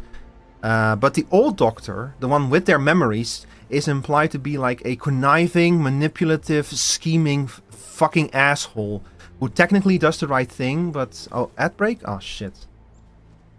Ah, hang on, I'll continue talking afterwards then. Sorry, chat, I didn't notice that we got snuck up on by the ad break. Stop asking me to switch the keyboard.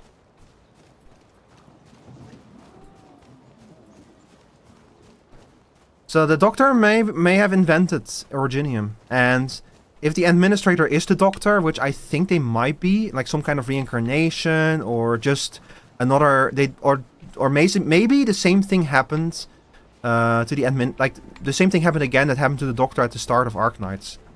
Like the doctor went into some kind of machine that cured them, healed them, but also reset their memories in some way, and something similar might have happened to the administrator. It could be that, it could be something else. It could be that the administrator, rather than being the doctor, is just a member of the same race as the doctors. Like those original ancient humans and stuff.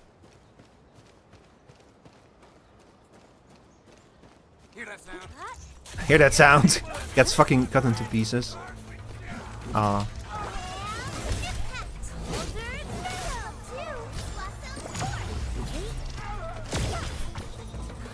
need to start leveling up these characters a bit more.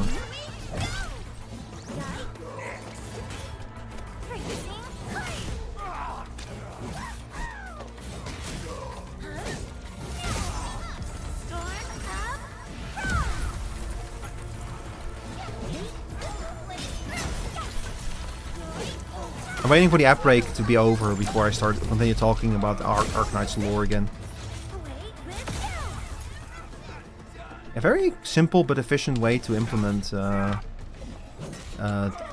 finishing moves. Just when the yellow bar is full, they get a little special marker, and you can press the attack button once, and it will automatically kill them.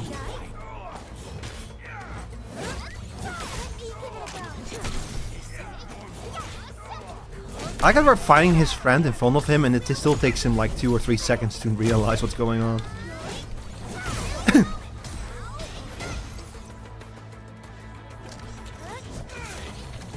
No, we're not doing that.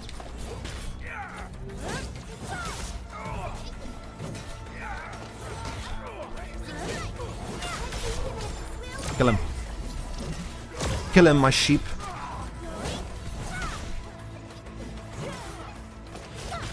Kill him, my sheepish girlfriend.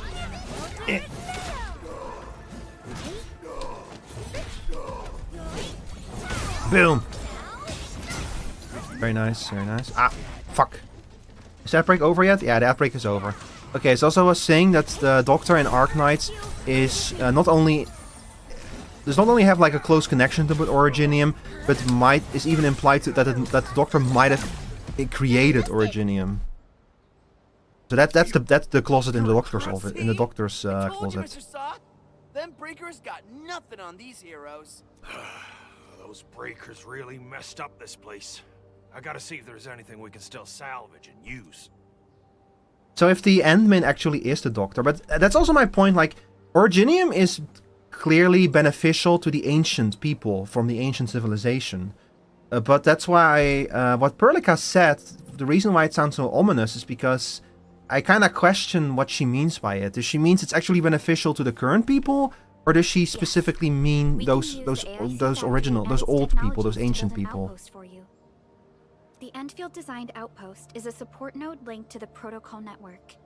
Since we have a protocol automation core, we can commence field deployment. And by the way, all of this, chat, what I just explained, is only one of the ancient things, the ancient problems that we have to deal with. There's also a type of creature in Arknights called a Farenmut, which is an ancient, some kind of other type of ancient creature that came to Terra from space, and there's a few of them walking around. They're immortal, they are insanely powerful, they are kind of poorly explained. Then there is whatever's going on in the water, and there is Sui, the giant dragon who tore his soul into 12 chunks so that he could walk amongst the humans. There's a lot. This location seems decent. Let's deploy a sub-PAC here.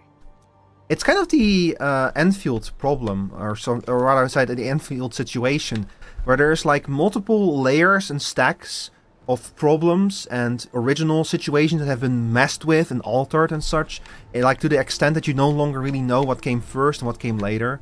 Like Originium was probably inflicted on Terra, but Terra already had its own things. And now we've inflicted Originium on this world, and this world has something called Ether, which does not exist on Terra. So this world also already had its own thing going on, and then we've added Originium to the mix. And now I don't understand what's going on anymore.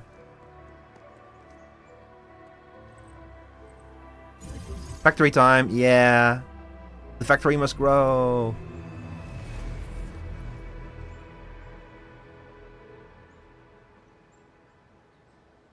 What type of arts is this? I just blinked and it appeared out of nowhere. This thing is huge.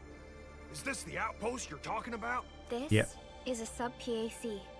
We can build another AIC factory around it and support the growth of the actual outpost. I've applied for an additional refining unit since we'll need plenty of processed ore to set up our outpost. Incredible, Perlica.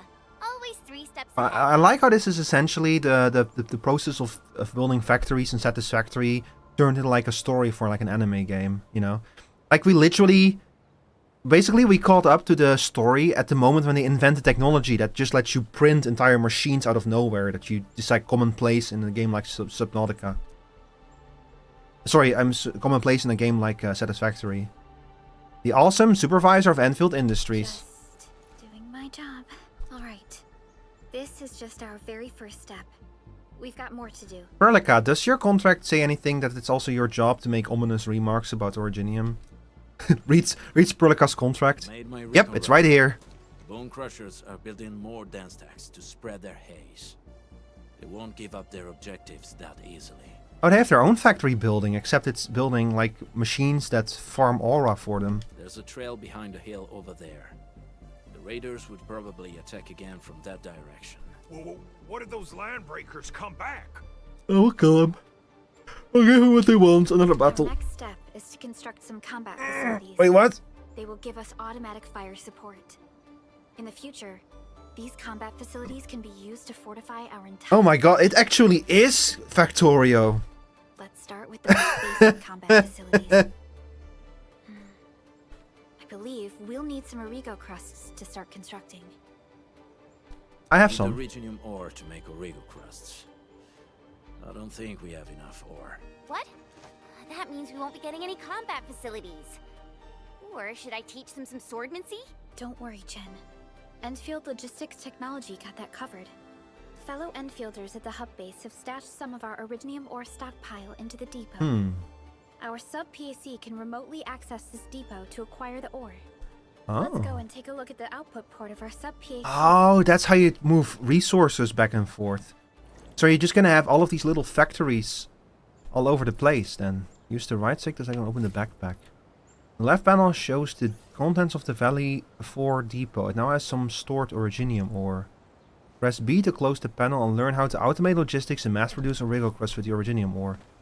Oh, we finally get to use conveyor belts. Chat, I hope you guys like spaghetti. I hope she made lots of spaghetti. Press output port 4, then press Y to open the panel.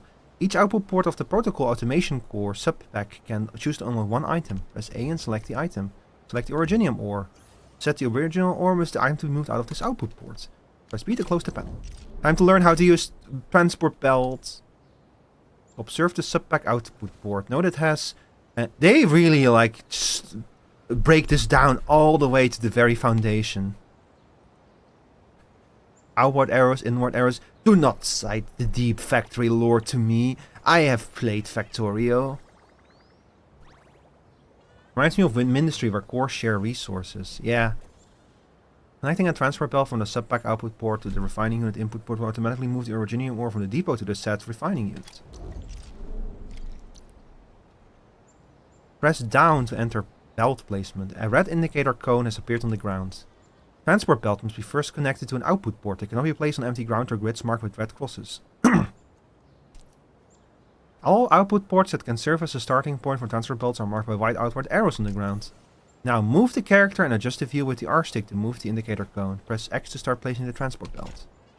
The subpack is selected and highlighted, indicating that the transport belt connection has begun at the subpack. The transport belt is directional. It must start from the item source and end at the item destination. Just wait until you see the region-specific tutorials. It's insane how much they tutorialize it. Watch another streamer play this and they hated the tutorialization of everything, lol.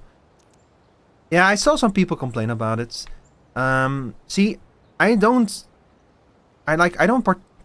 one hand, I'm not like a huge fan of like extensive tutorialization. On the other hand, like again, this is a factory game. And people who like there is definitely an overlap between people who play factory games and gacha games. Like you're looking at the overlap right here in this stream. But there is also a very big part of that Venn diagram or gacha players who have never touched a factory game. So for them it's very important that they to like learn how this kind of stuff works. Start placing the transfer belt and refining unit output. Look how many input ports this thing has, by the way. Yeah, you're really supposed to break up these factories in like tiny sub-factories and shit. Indicator cone is now at the refining unit output port. Press X to begin placing a belt. The refining unit is now white and highlighted. I get it. The Origo crusts are being moved back to the depot. Press start to exit transport belt placement mode and open the refining unit panel.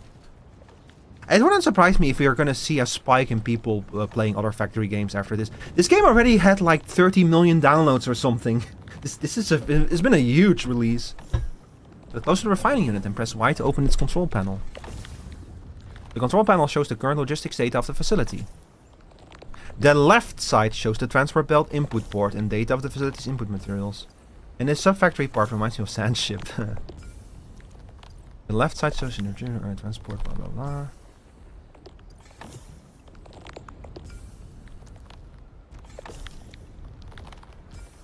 Very nice. I think most casual players will just step down, share blueprints. Genius. Yeah, that was very clever of them to have like people make it easy for people to like share this kind of stuff. There are now enough Origo crusts. The next step is to construct combat facilities.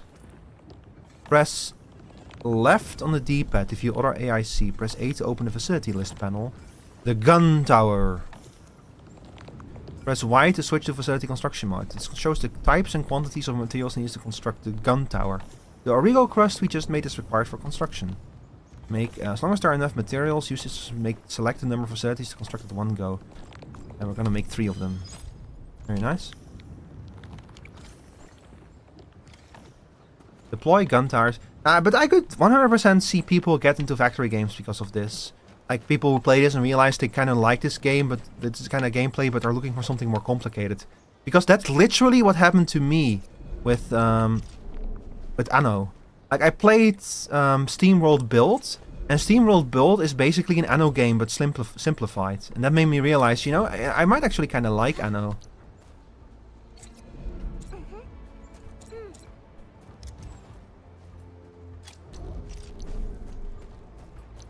We need to find a good, advantageous... Especially Factorio, since that also has you like build defenses for your base. The gun tower. This place looks pretty neat. And for Factorio, you can also like just get blueprints from other players as well. The gun tower is a combat facility. When operational, it automatically attacks enemy targets within its attack range. When placing a combat facility, the blue circle indicates its attack range. Combat facilities will automatically attack enemy targets within their attack range. The number of combat facilities that can be placed is limited by protocol capacity as well as separate combat facilities limits. Both restrictions will be displayed when placing combat facilities. But there's a limit to it. Building an outpost. Place an electric pylon. Power them. Hang on, that's wrong. Here we go. Transfer power from the sub-PAC to the electric pylon. Wait, what have I been placing? Relay tower, electric pylon. Oh yeah, these things emit a field of power around them. Yeah, now I get it. Okay, so now we need to connect power from the base to the pylon. At least you don't need to give these towers ammo. Yeah, that's kind of like made me wonder. Like, it would have been cool if you had to like actually produce ammo for them and connect them as well. But also, I totally get why they didn't do that. That would have been a bit too much probably for like a game like this. It would have been cool though. But I get it. I get why you didn't do that. Okay, so. Nicely done. We're gonna give those landbreakers a world of hurt. That's right. But we also need to teach Soth's people how to use them. Well, don't stand in front of them when they're firing. These are gun towers? They could rotate? Can these turrets really stop the LBs? Have you seen those guns? There's movement on the hills. They're coming. Also, I'm not entirely sure about putting a tower in front of one of the guns.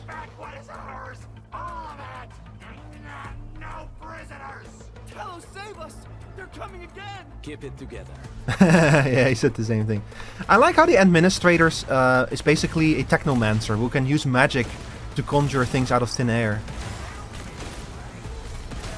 Stay away from my gun tower! Crazy people.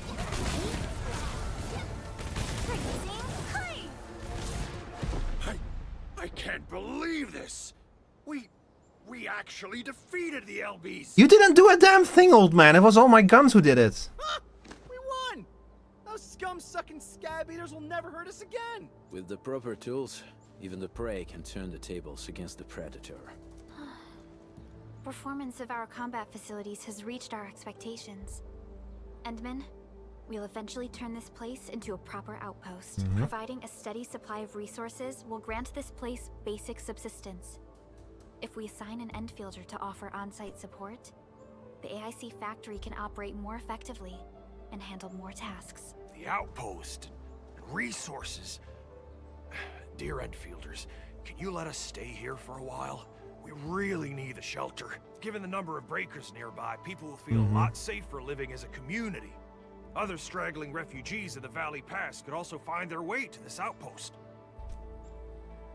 Of course you can. You're all free to come live in my factory. This is what we aimed for when we designed the outpost. Although the place isn't exactly the frontiers, our outposts should also serve as a reliable shelter when necessary. I like how heavily the focus in this story has been on building, you know, and rebuilding. Like both literally and figuratively. Like we are figuratively figuratively getting rid of these enemies. We're like building up bases and factories and helping people build towns. And we're also literally building factories for them. Mr. Soth. It's kind of like how in we need someone to help us monitor the outpost's conditions. It's a kind of how like in Dead Space you spend a significant most of your objectives in Dead Space are about doing what an engineer would do. Like you run around the Ishimura and repair systems and try to keep the get systems back operational in the Ishimura. You repair things, you fix problems. It's like this cool extra layer to it that really kind of emphasizes like the fact you fight with converted engineering tools, but Isaac is an engineer.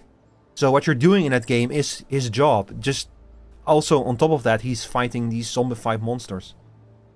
How about producing some more suppressant for that girl and every other orbitally afflicted individual in Talos? If they will let me build a factory that will mass produce oropathy medication, that would have been even sicker, you know. We can use the sub-PAC to offer you support. Just give us a list of what you need on a regular basis. Endfield will take care of the rest. Gotcha. It's like filling out a catalog order form in the cities. I got this. Why don't we give it a try right now? Sorry, Chad, I had to stretch. Press LT to open the system feature wheel. Use the R stick to open regional development. Oh lord. Oh my god.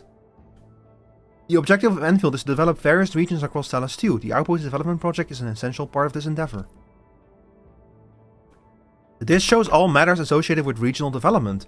The newly established Outpost management system can be accessed here. Stock bill savings. Valley stock... What the hell?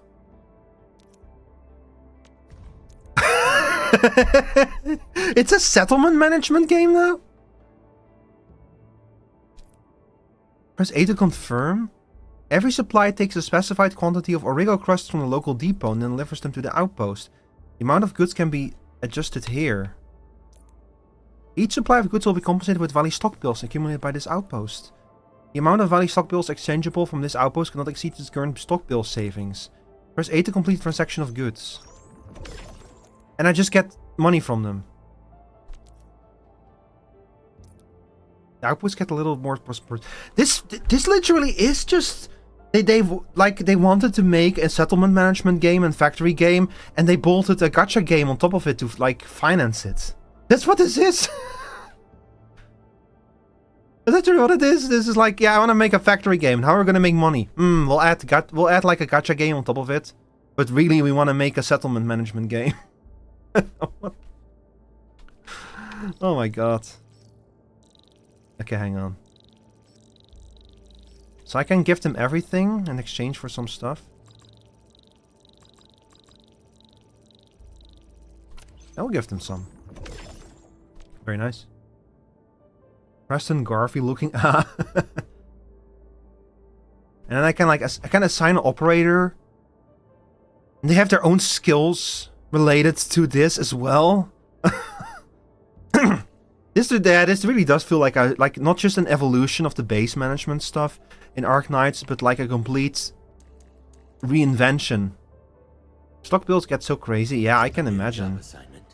I'll put Antolf here for now. Regional development. And it has its own milestone rewards. Including resources that you can spend on operators. In that you can spend. No wonder that everything gives gives such small rewards of headhunting currency, because there are so many different ways that you can earn the headhunting currency. Besides using the regional development system to manage the outpost, you can also talk to Outpost Manager Soth to open the outpost management screen.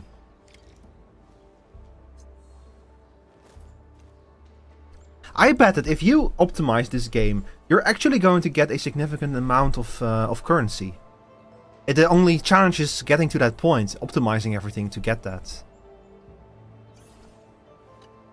Request successfully received.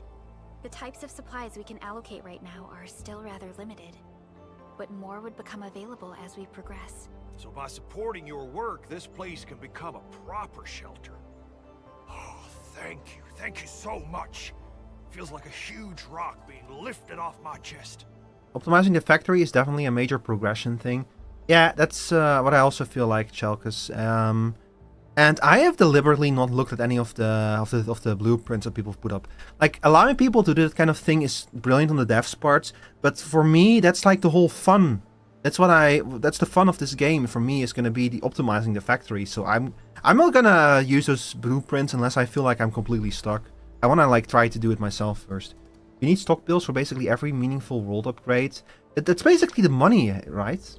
Stock bills are basically the money of this game. You should go play Satisfactory? Yes, you should go play Satisfactory right now. But we still have potential threats lurking around. You seem familiar with this area. Know any secret trail to get inside the Landbreaker camp? No. What? You're going to the Breaker's lair? We're on a mission. I want to play more Factorio again as well. I still haven't been to Glaba. I'm still bumming around on Volcanoes. I see. There's an underground they make it easy to manage your throughput since you can see your ratios in the pack submenus. Yeah, thank God. Me thinking about Satisfactory, I should call her. Daniel, run along and remove the barricade in the tunnel. Now we got some serious professionals on our side. Them pot faces better start praying for their lives. Alrighty, sir. Those blighted scum terrorized us for long enough. Time for us to give them a nasty surprise. Hell yeah. Oh yeah. Follow Daniel to the underground. Is he gonna wait for me? Okay. Chat, I'm gonna run downstairs real quick and grab some food. And I'll eat some dinner. And as mentioned, while I'm eating dinner, I'll show you guys the old trailers for Endfield, like how this game got announced 4 years ago. But I'll be right back. Hang on, give me 1 second. Can I like silence this game for a little bit?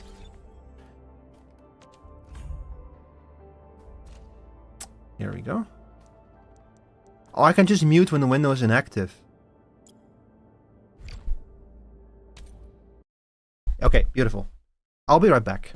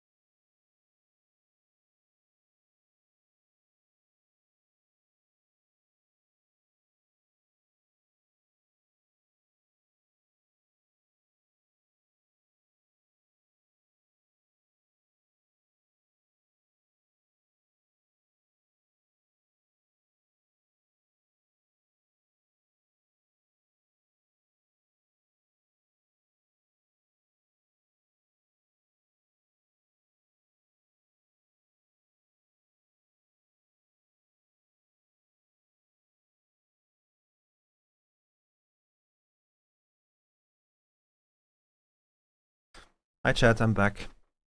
I got soup.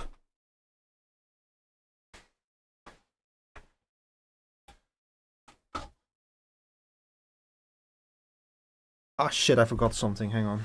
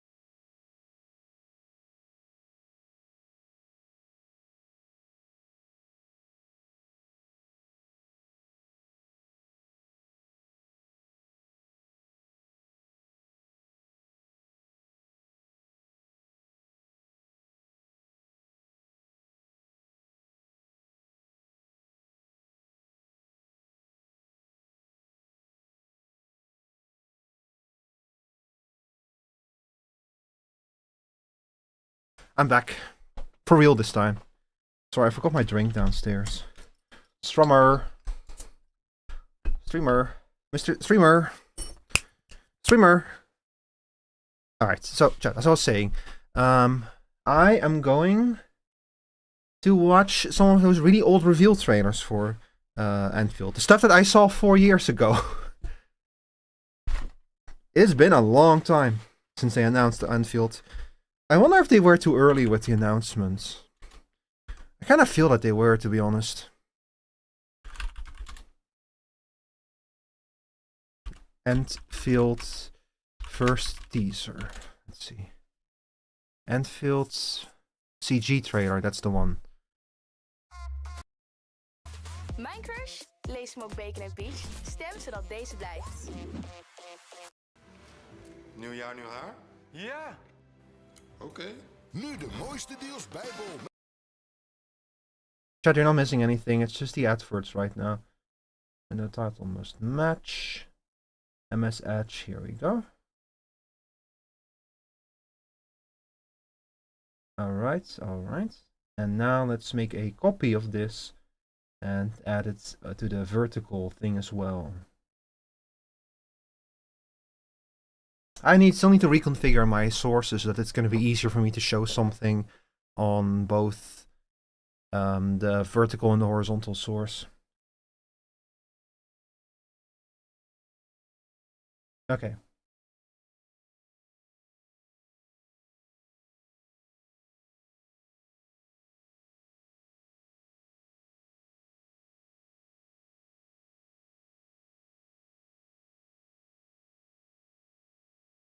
There we go. All right.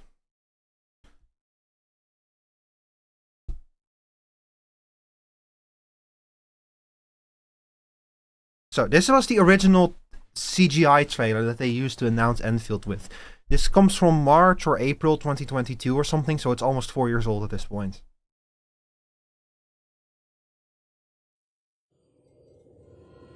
Welcome back, Administrator. Endfield guidance system at your service. Access granted. Transmission in progress. Deploying protocol anchor core. ETA 20. I don't know why the frame rate is so shit.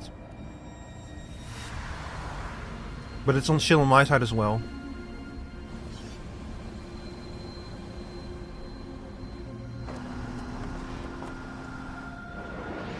You see those early designs for Wolfguard and Shen? The character designs is changed here and there. This was the first indication that, oh shit, wait a second. There's gonna be some kind of factory building in this game. This had me super excited. I was like, yes! Factory building. Be advised, the likelihood of hostile threats intensified.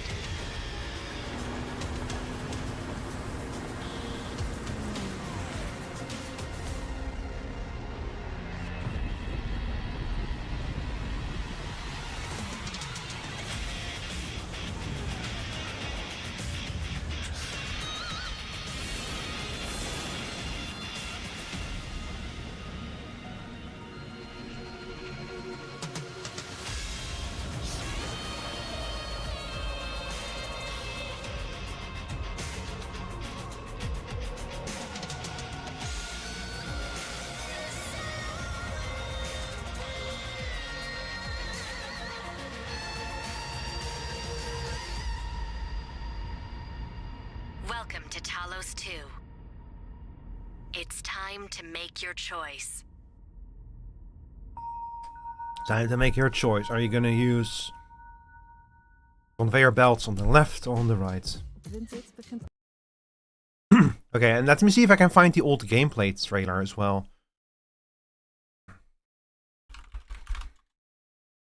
Because the old gameplay demo. Oh, this is the fucking difference is so big.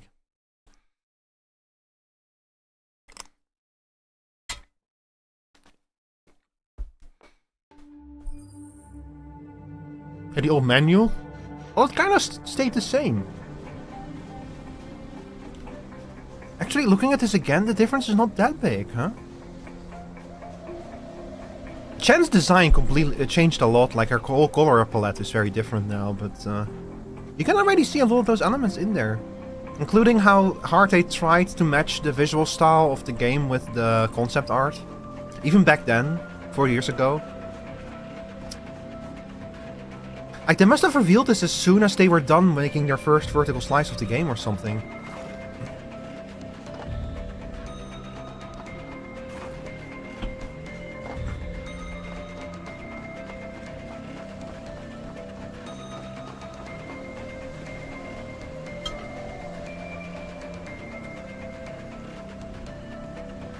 Four years, chat. 4 years. And the game already looked like this back then. Well, the vertical slice that they used to demonstrate it at least did, you know. So, come on, I'm trying to. Here we go. And so they revealed all of this stuff, and then they went radio silent for 2 years until they like started like doing the new teaser stuff. So I think then we had like the more recent trailers. Is this the Endfield gameplay demo 2? Let's start here. Endfield teaser trailer 1. This is from 2 years ago. This is more recent. Signature here. I think this is when they first revealed the administrator. An employment contract with Endfield? Seraph Directive? Who ordered this? You did. Oh. Can you talk? And her, not Cult Sits. That also took a while to find out what the hell was up with not Cult Sit. We've been attacked by the Angloid, and we only managed to keep things from completely falling apart. Is this still her with her... Angloid? With her old design, right? Her old color palette. Where did they come from? The Angloid were already here when the first humans arrived at Talos 2. You see how they made the game a little bit more saturated since this one? Like, it's a bit brighter now than it was in this trailer. This is the Blight. Or to put it in other words, this is how the Blight ruptures into the world. Many fear you, because your course of actions have them worried about their own fate. Some respect you, because your ultimate goal is to ensure that civilization survives and thrives.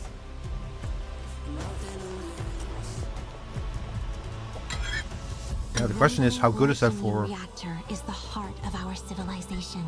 The automated industry complex will be key to everything. With it, we will ultimately turn the tide.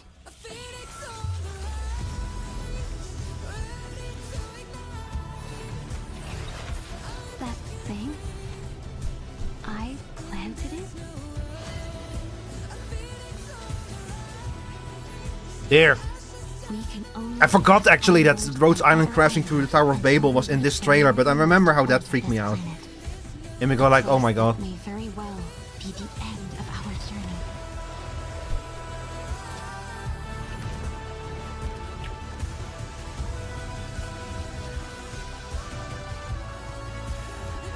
These factories can become huge, by the way, if that whole thing is like gonna be the factory. Operators, of course. Boost.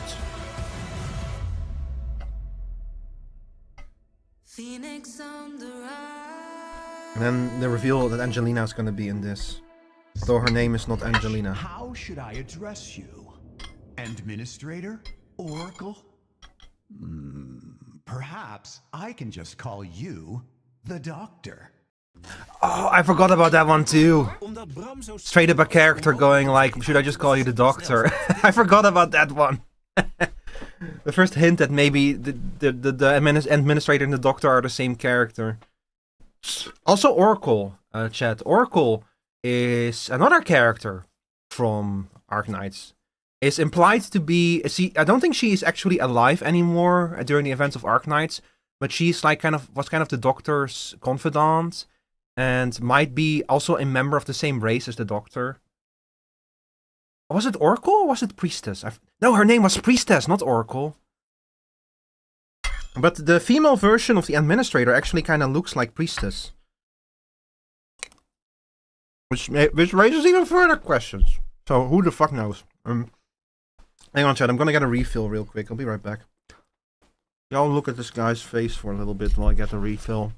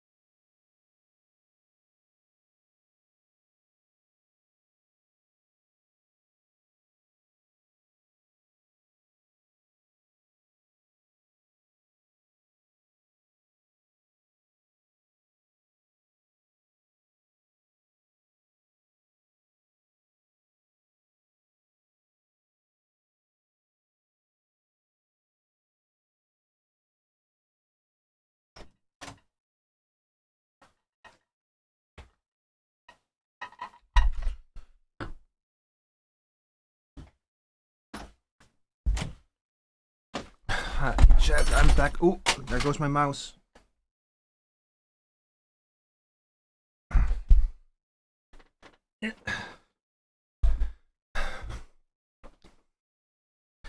Okay, teaser 2. Oh, gameplay demo 2, I guess. I mean, this is just the gameplay demo stuff that's in the game right now. 2 years ago, by the way, again. And again, you can see how, like, the map has definitely become more saturated since then. Oh, they're just... regular people are now living in these camps instead of, the Bone Crushers? Hmm. 做好准备，管理员会告诉我们如何行动。任务不会轻松，相信彼此。但愿能来点像样的对手。需要我先解决哪一边？我会尽量配合其他人的。要出任务吗？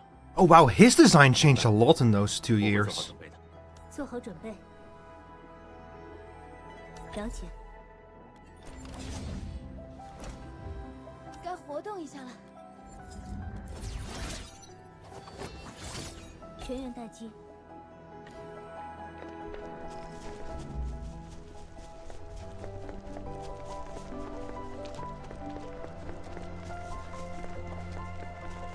集中力量，有情况，解决掉敌人。这招，这招。等等，击退他们。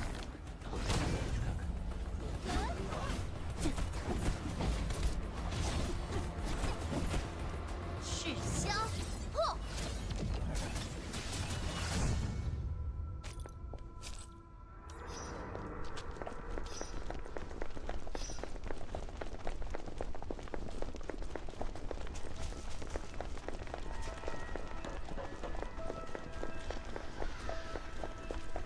like how there's just a big chain of power pools, by the way.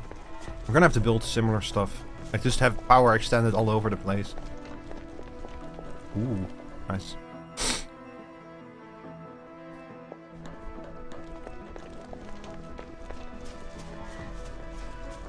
Yeah.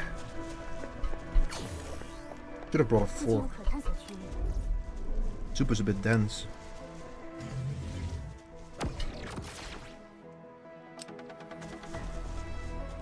Oh, and build like a... Ah. So we're actually going to be able to cross giant gaps like that in the future then, I hope.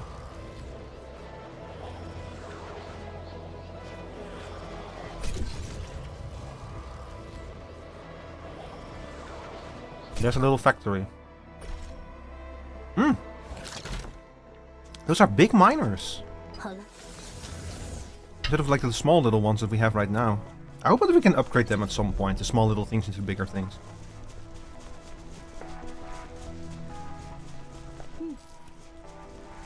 Those are grow beds? Oh, you can grow plants as well? God, how deep does the simulation run, I wonder?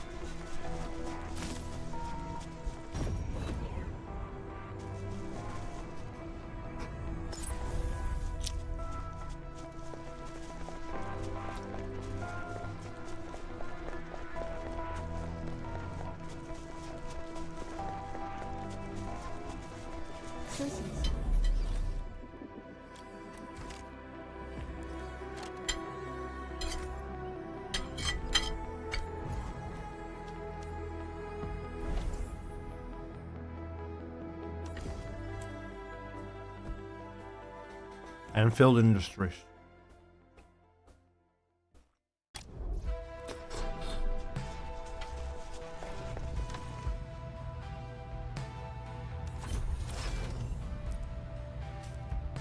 Can make like gear as well? Just automate it in there, or? I think that's a Rhodes Island logo on it, by the way. This is the start of the game, I guess, but like looks very different though.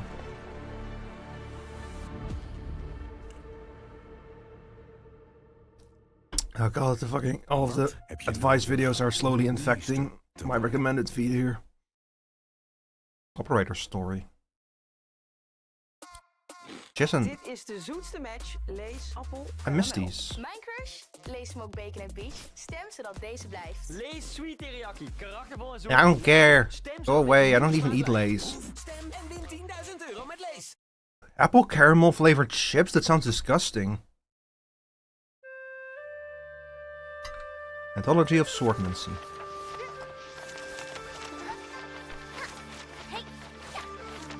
The sword. Sovereign of all arms. 3 feet in hand. Merely the mind's extension.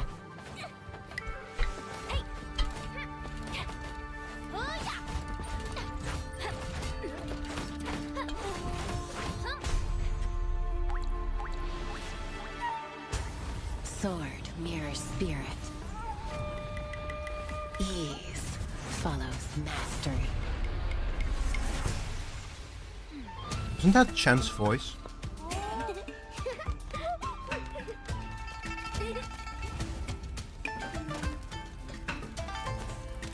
Should you be using your sword in that way, Chen? It's kind of dangerous, isn't it? Poke a sword into fire like that. Oh my god, she's just using her sword for everything.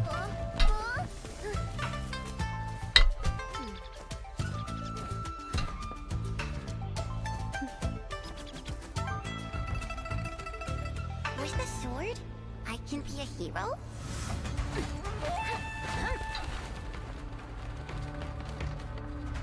Also, isn't this the same type of sword that Chen has? Like the special sword that can only be used in special circumstances?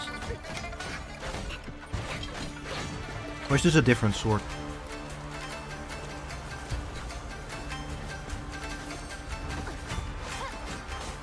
The hero's sword carries weight.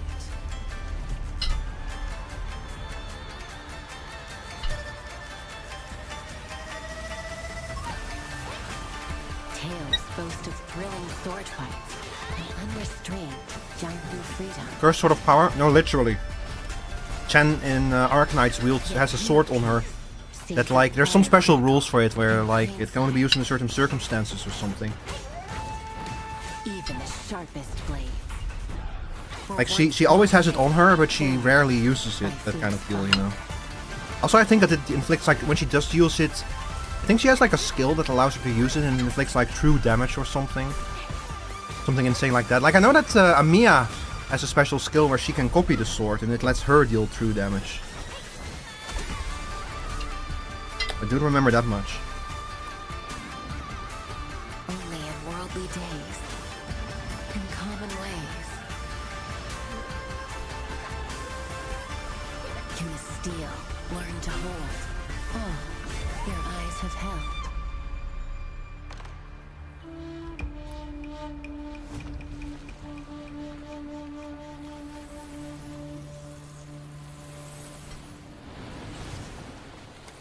I don't know, I don't remember anymore.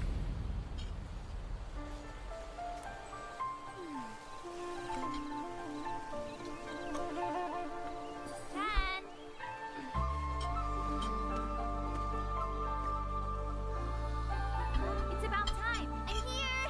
Be right down.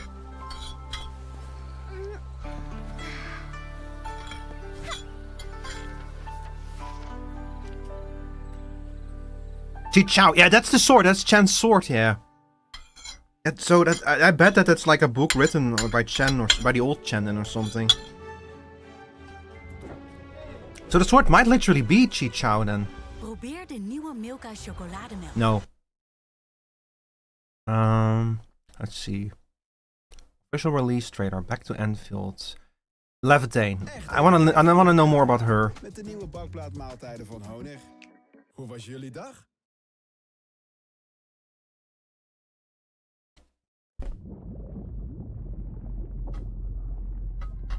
They say memories are the essence of who we are.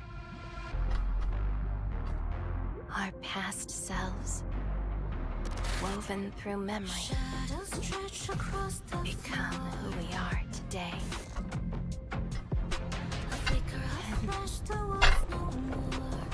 What about my memories? From what I remember, I have no childhood. From what I remember, I am the curse, the ruin, the nightmare.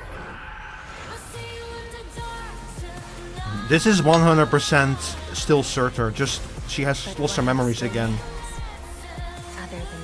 Like that thing behind her, that's her summon in Arknights. You can summon that thing and it'll help her in certain skills.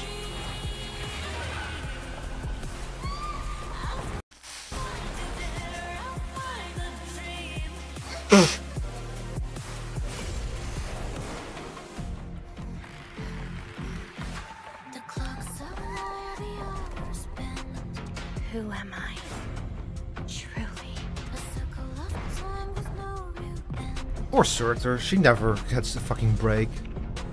So, have you found the answer?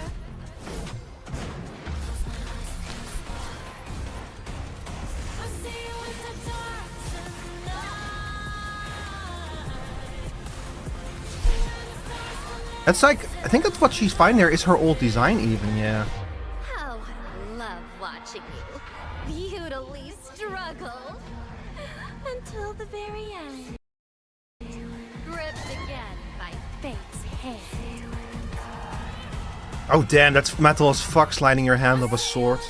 This isn't struggle. This is my awakening! If fate dares to grasp me, then I shall sever its hand. God, the CGI studio in Hypergriff is so good at their jobs. These trailers are always so amazing. By the way, she also has a cursed sword of power. Happens a lot in Arknights.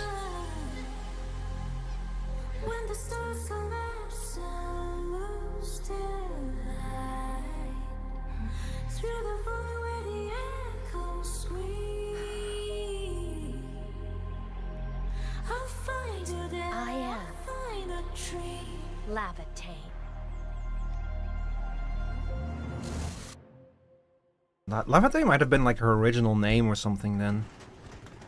No, shut up. Alright, chat, I'm done with eating my dinner, and we're also running out of trailers over here. So let me just quickly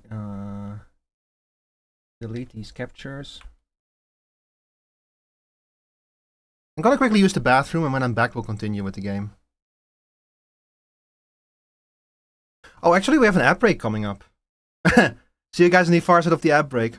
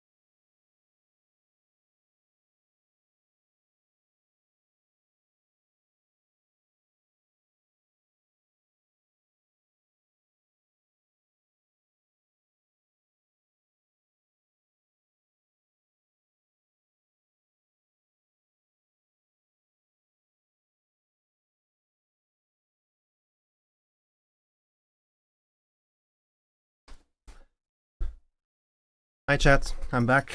Sorry about the delay once again. Let's continue. Right after I fix my monitor situation over here.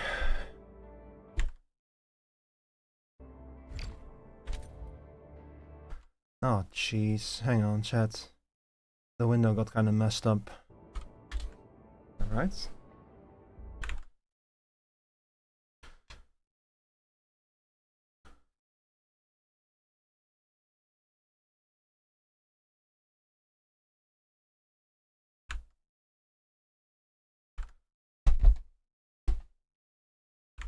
Huh? Oh god, fine, just switch it to mouse and keyboard for now. Okay, let's see. Mute Windows inactive. We're gonna turn that off for now. Alright. So, how are you guys all doing? Have any of y'all had dinner yet?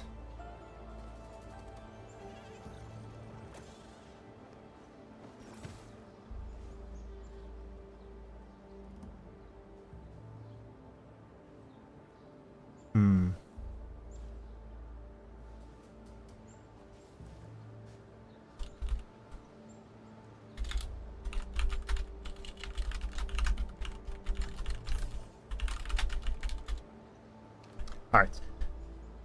Oh, she keeps like pulling out the little teddy bear. That's so cute. Aw.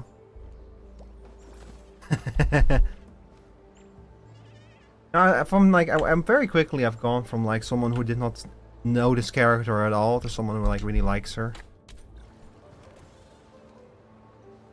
Although I still think it's weird to be a snowboarder and have most of your skin exposed. That's just a bad idea. On the other hand, she is an Ursus, and Ursus people are like implied to be like fucking superhumans. Like they're super strong. They have like super high resistances to everything. They drink alcohol almost religiously, and they are completely they'll get like stark raving drunk and everything, but they can handle huge volumes of alcohol. Would it surprise you to learn that the Ursus are like supposed to be the Russians of Terra? Although, like, I don't think that she has a Russian accent, so maybe she is not Russian herself. Sorry, I mean Ursus herself. There's this cute little detail in the crossover, the Arknights and Rainbow Six Siege crossover event, because Tachanka is Russian. And his logs mention that he very quickly was able to connect with the Ursus operators because the Ursus language is very similar to Russian. And they of course have like, the Ursus nation has like very similar vibes to Russia and such, and he immediately picked up on that kind of stuff. And he was also very disappointed to hear what's going on in Ursus, like the way that the rich and the powerful and the wealthy in Ursus oppress the Ursus people. Just a cute little detail. Electric power pylon. Did I extend a power? Oh my god, I extended power directly from this thing instead of from the hang on, I'll fix that. Oh no, you're not a I thought this was like a power pole, but this is a pylon that projects a field of energy around it. So what's the deal with the field around this factory? Is this everywhere I can build? Because the trailers had these huge sweeping fields of machines. So this cannot possibly be the only place, right? Where you can build like these kind of machines. Ah, damn it. Follow Daniel to the underground ventilation shaft. Let's do that first.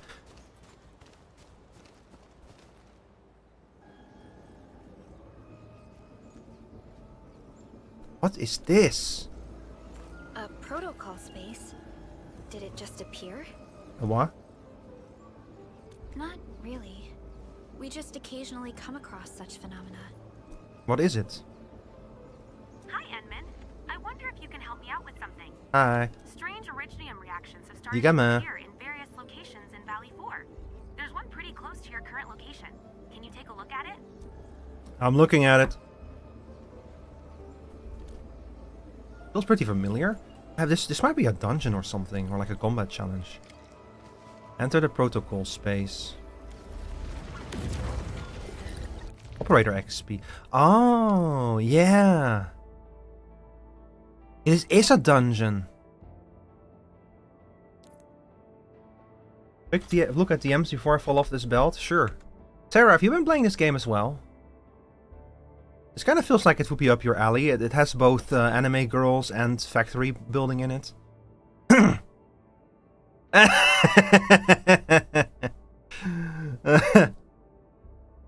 Yeah, ermines happen when you least expect it. Enemies that you can find, rewards that you can get. Yep, this is a mini... Oh, this is where you spend sanity. I see. Waiting for your orders, Administrator.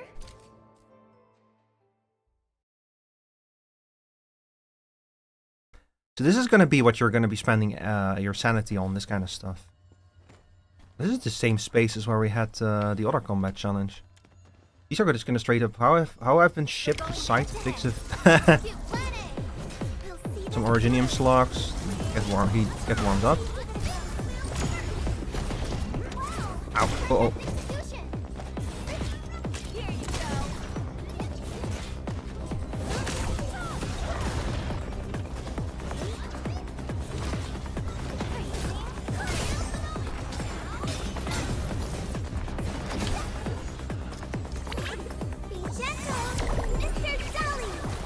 Big sheep.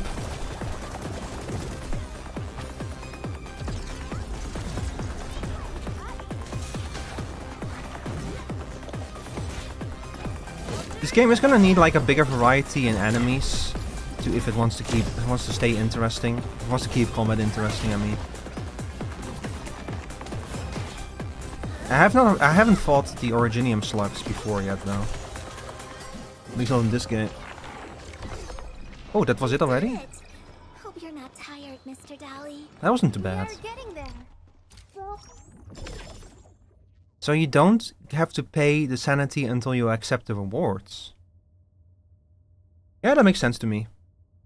That way you don't lose anything if you fail.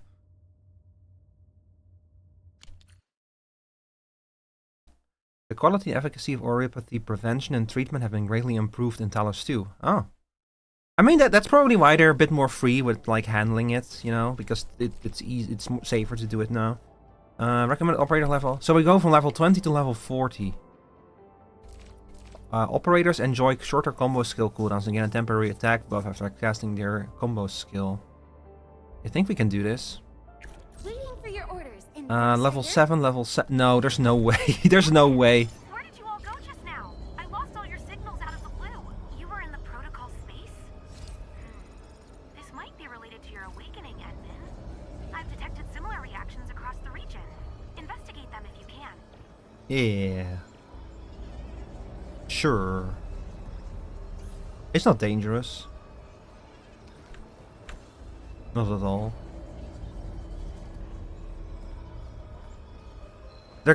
There's coming another Terraria update. Sorry, chat. I quickly checked my Discord and I saw a trailer for another Terraria update. They're gonna release another one? They're never finishing development on that game. They're just gonna keep updating it until the heat death of the universe. And even then, after the heat death of the universe, there will be one more Terraria update called really the last one. And then a bazillion infinite -1 years later, there will be yet another Terraria update, and that's like I'm sorry. Like I know that there is no more energy. I know that entropy has reached its ultimate status and everything, but here is yet another Terraria update anyway. The entropy update.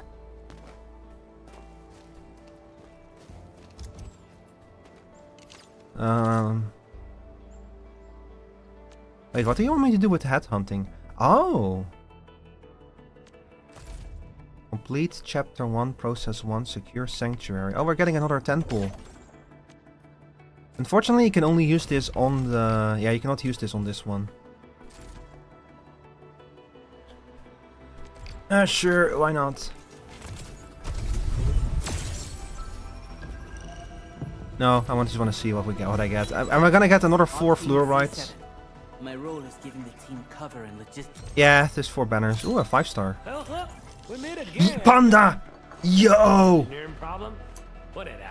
Yo, he used the chopstick to put on the glasses. It's Kung Fu Panda. It's that pan. Yo, it's that pan. I didn't know there was a panda in this game.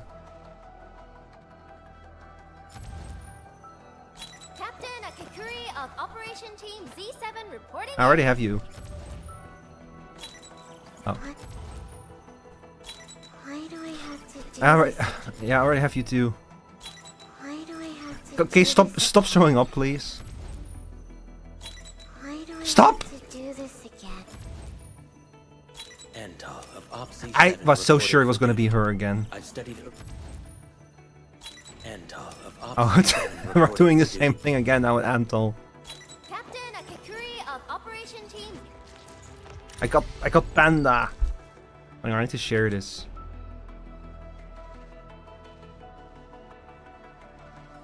I need to share this with Meep.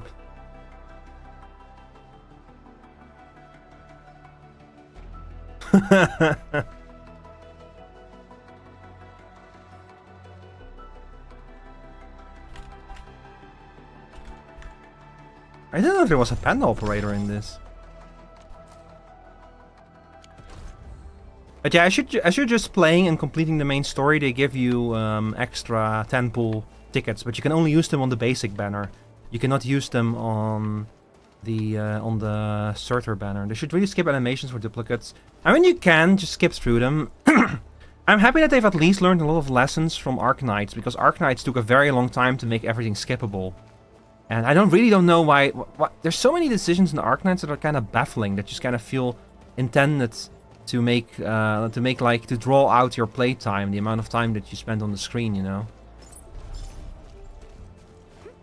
So I'm happy that they at least learned some lessons there when they were developing this game.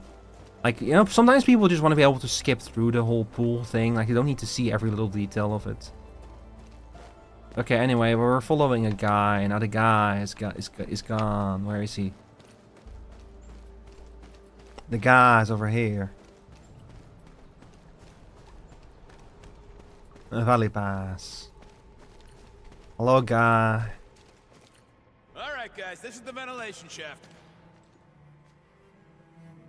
I know this place. Ginny and I used to play hide and seek. Hey, you lived here. When those breakers came, Soth had us block every path and trail. Don't want no raiders to sneak up on us. That explains why the whole entrance was like blocked off like that. I thought it was just like to indicate that this is the border of the map, but Central is up ahead, but I'm afraid we won't be much help beyond this point. don't worry, we'll just kill everything. Ginny? Aw, puppy girl. Is Perlica leaving?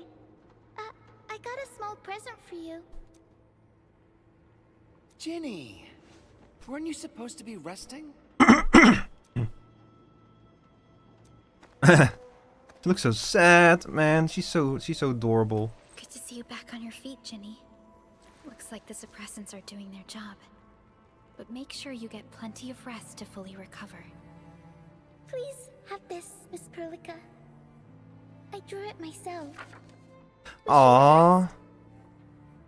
And she has the little mask on her own head. This is such a beautiful drawing. Thank you so much, Ginny. Take care of Ginny, Karja. Keep a close eye on her condition. I've left you a prescription and more medication. Ask Mr. Soth if there's anything you don't understand. Remember, boy, family is a treasure. Be a good brother to her. Yes, definitely. I'll keep that in mind. Thank you so much. Karja, did you find Uncle Mark? Not yet, Ginny. But we'll try our best to find him. Uncle Mark? You have an uncle? You didn't tell me? Mark was a good Wooster crewmate. He helped us escape to this place and carried Ginny the whole way. That's why she's so worried about him. So where did Mark go? Is he safe? Nope. I don't know. Mark helped us settle in, then headed out with the others. He never came back to the cave. Standing around guessing won't get us anywhere. We should try our luck in the Landbreakers' territory. And I hope we don't find Mark there. It's too risky for non-combatants. Let's move out ASAP, team. This was already 2 weeks ago or something. He's probably dead. I'm gonna be honest. I'm very sorry to say this, but he's dead. Oh, there's no way. I actually have to like... I have to actually wait for the thing to come down so I can pass through here. I hope Mark Ark and his crew are alright. But what if the LBs really did get... Thank Talos for this cave, it's just big enough for everyone. A kid managed to catch a long ear and is raising it as a pet. I hope we get rescued soon, before we have to kill that poor little thing for food. We're running out of food, meds, everything. What will happen to us when the supplies are gone? Landbreakers don't do hostages or ransom. I want to go home. I miss my desk and my chair and my bed with soft sheets, but it's turned into a wicked lair of prowling wildland beasts. I want to go home. I miss the hot warm soup over some crimson stove fire. But now a furnace stands there, roaring like a grim bloody beast. I want to go home. I miss the golden sunshine and breeze of evening time, but it's now filled with scalding smoke and seizes up our throats. No one wants to go home because the place is no longer our own. Okay, I believe they are still alive and well. Nope. I believe that you're just hopeful. This is just wishful thinking. Keep at. We got rocks blocking the path. Those simple explosives there should be able to blast apart the rocks. Thanks, Poindexter. There's something here. Nah.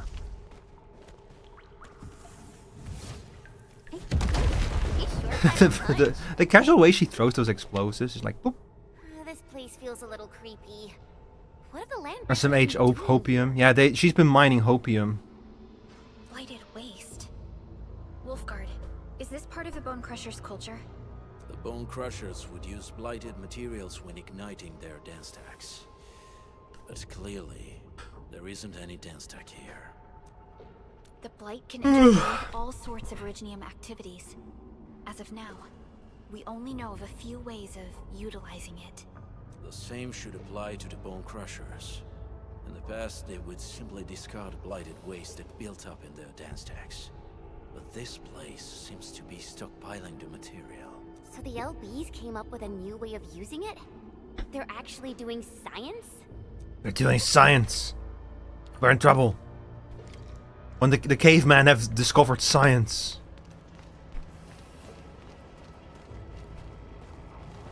It's kind of funny how like the biggest threat to an industrial civilization is the caveman discovering how to innovate. No sign of external injuries or struggle. There's residue in the respiratory tract and glyphs etched onto his hands. Embrace the abyss, gain new life. I believe that's what it means. Yeah, but what does it mean? I see marks of scraping on this blighted waste. Someone's been collecting the shavings. I can remember that, Blight is not related to Originium. At least as far as we know. They're trying to absorb the blight. Accidenti. I've never seen Accidenti. anything this crazy. Neferith has turned the Bone Crushers into something very different. Wolfguard, what does the Deep mean to the Bone Crushers? The Ether side. They have always worshipped the Ether. That's why they avoid using Originium. They would only use devices based on witchcraft, such as dance stacks. So they use the Blight and worship the Ether. And the Ether, I believe, is the originals. Out of ether. It is natural for them to worship the birthplace. It's like the natural state of this world, the Ether. The Originium is something that we introduced. This Landbreaker was trying to absorb the Blight. Could it be an attempt to embrace the Ether? The Landbreakers are never short on crazes, but the Ether isn't like Originium. It can't be used directly as a weapon, at least not that I know of. The Bone Crushers never did this before. Maybe we should stop treating them as a warlord faction of bandits. You don't seem to like them very much. Other Landbreakers probably hate the pack more, since we work with you, Endfield. But who cares? So he's like a member of a clan, I guess, but yeah, the clan that works together with Endfield, and the other clans out there don't like that, is what I'm gonna guess then. There's probably several different clans and stuff in this. I really wonder what the timeline looks like. Like, how long ago did they arrive here? How much time has... Like, there must have been at least like a generation or something of people already working on this planet. And who knows how long it took them to get here. Although, like, I think I saw something once that Talos is a gas giant in the same system as Terra. Which would mean that like the journey between the two is not terribly far, but I'm not entirely sure about that. If it's the same system or not. They sealed off this entire place with their haze. Fortunately, we still have the secret tunnel. Those smaller dance techs are used for powering the central furnace. Take them out to extinguish the giant dance tech and the haze, and give us a way to reach the valley. Yeah, got it. All right, time to demolish some stack. The land abandoned us. Huh? What was that? I love her little spunky standard response getting interrupted by the voices. Oh god. Don't be affected by her arts. Let's keep going. Neverith. Come forth, bone crushers. You were abandoned here to suffer and starve. They treat you as traitors, evildoers. Hey. Nice. Lunatics and Hang on, I'm gonna rest real quick. bandits.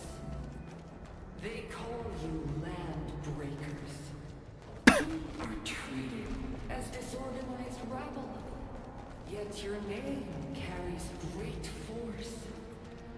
This name harkens back to your past. Or It is the burning brand of your resistance, of your fight against tyranny.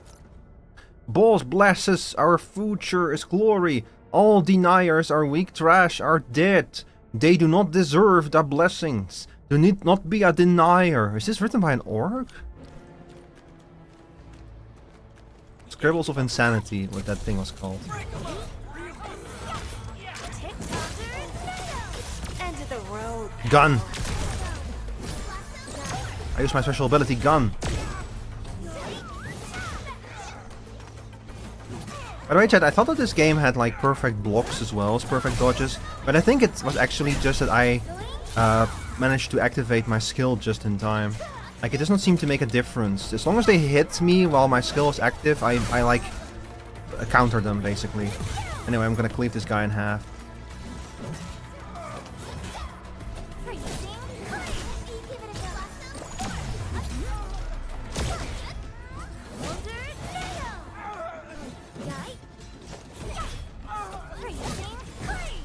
Good. One less problem to worry about. Good. Getting there. Slowly, but surely. Everyone's giving their all. I've got to step up too. This week.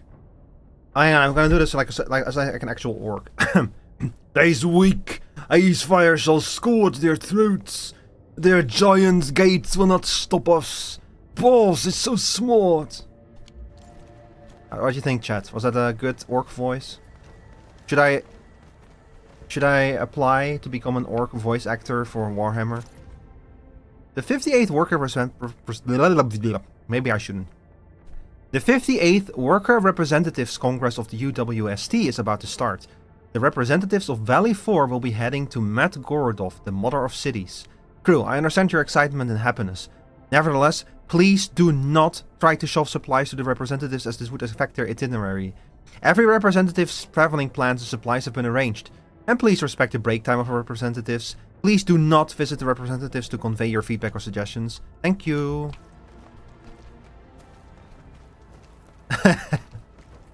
Okay. I cannot go in here. I like how you try to walk into it and it just cuts to black and shows you walking away. I think that they probably wanted to make absolutely sure that you could not like cheat your way into this. So they made it like the absolute most hardest no you're not getting in there as they could.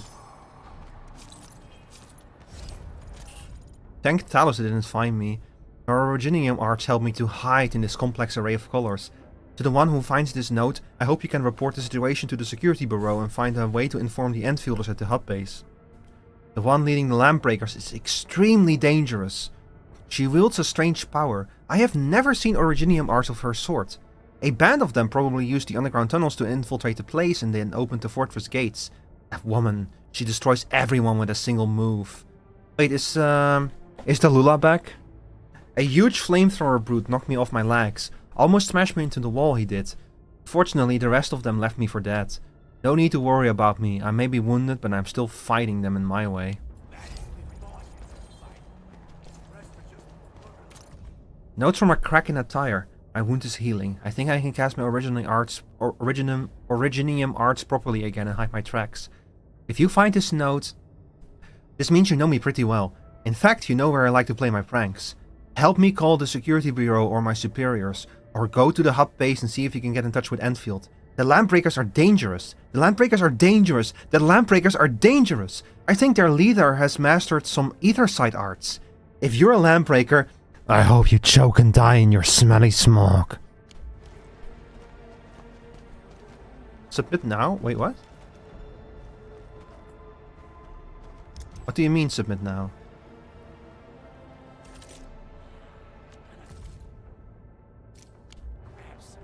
How do I submit that? Operation, backpack, baker, operator.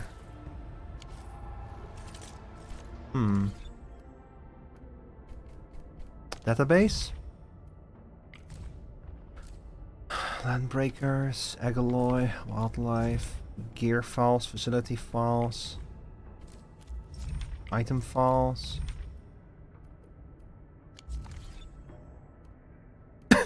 Archive?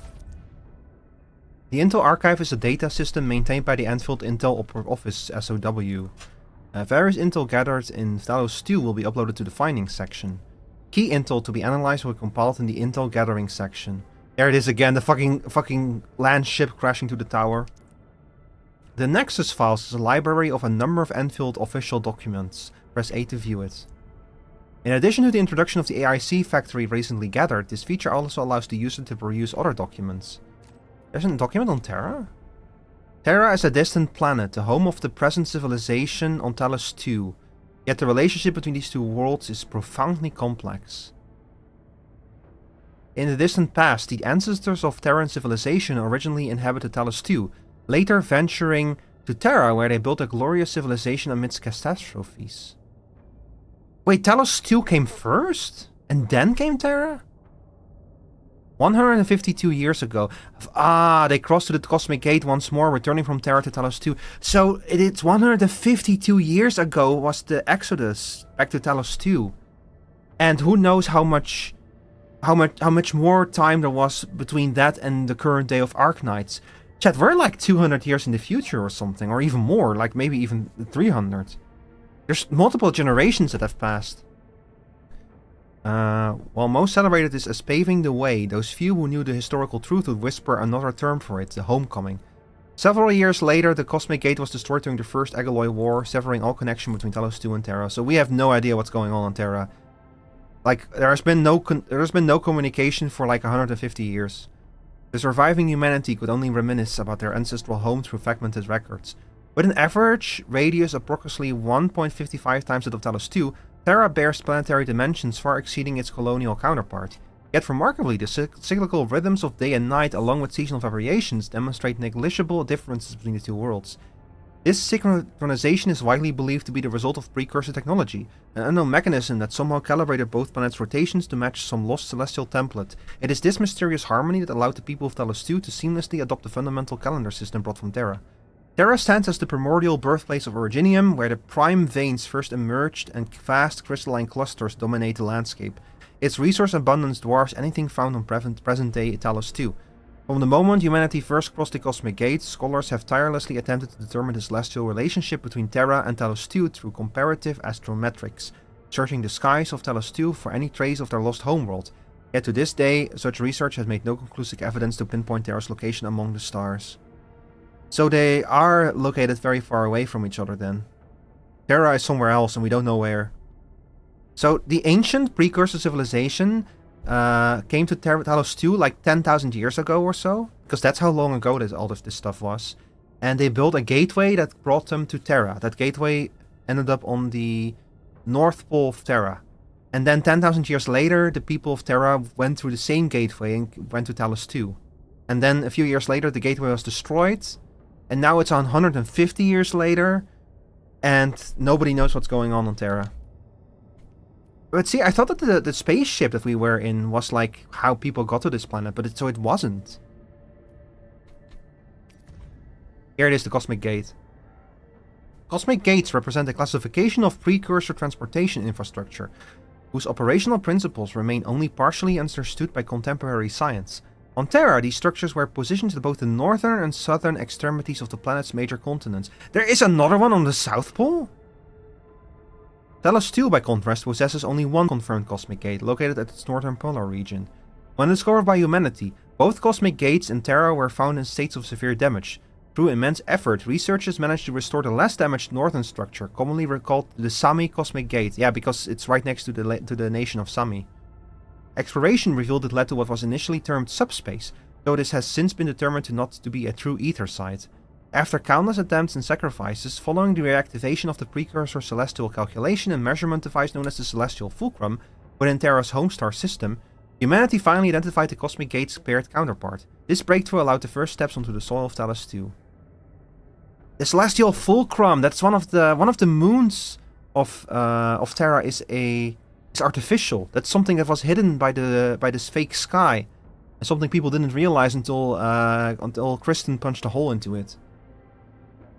During the colonization of Talos 2, humanity exercised deliberate caution by refraining from any modifications to the planet's Cosmic Gate. This prudent approach meant no additional Cosmic Gates were discovered in the process. However, scientists across the civilization band widely maintain that other Cosmic Gates must exist within Talos 2's star system. This vital passage between Terra and Talos 2 remained operational for 5 years until the outbreak of the First Egaloy War, when humanity lost access to the Talos 2 Cosmic Gate. Today, the Talos 2 Cosmic Gate lies shrouded beneath the aurora of Talos 2, beyond the reach of human activity. Its current condition, along with the status of Terra on the other side, has become inaccessible to human knowledge. 550 years. I wonder if the gate was taken, or like covered, or hidden away, it might still function. And there might be something terrible going on Terra. If it still works. Like, the gateway already was like a source of demons, I think. Like, demons were pouring forth from it even back on Terra, I think. Bro, my brain, I need time to process all of this, chat. This is a lot of lore. And I need some time to fit it into what I know about the Arknights lore. I'm gonna have to like probably replay some events or something, or play some events I missed. High risk target detected. Stay calm. This huge tower looks really imposing up close. The smoke's choking me. Let's shut it down quickly. This is how the Bone Crushers instill fear, by suffocating their prey. Oh, it's working. Oh. I thought I saw something up there. But I cannot tell if that's something where we can actually go, or... Alright, anyway, let's go fight. Let's go beat up some people. These smaller dance stacks supply energy to the larger one. Destroy them. It probably can't take 2 hits from my blade. It's made for burning blighted waves. Your blade won't even work. Produce explosives to blast away the connector between the base and the main part. That glowing sparkly part, right? Let's give it a good blast. Nice. Nice. Ooh, my god. I'm actually starting to get a little bit good at this system now, chat. Finally. Ooh. You know, they give you, I will say they give you a pretty big tolerance for it. It's not that your timing has to be perfect. It's that while the dodge animation is playing, someone has to try to attack you. That's when you get your things back.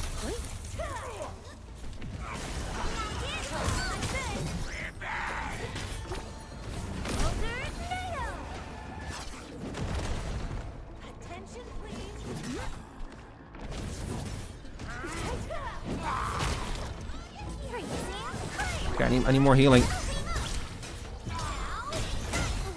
Yeah, I love the finishing move on this sword. Oh boy, mistakes were made.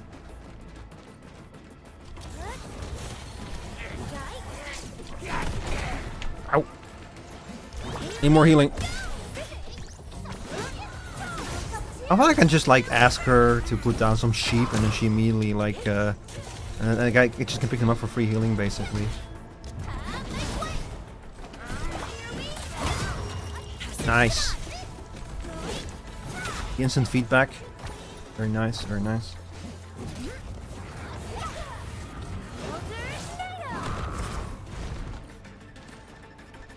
Oh, they don't give it. Where did he go? What the fuck? Oh, I missed.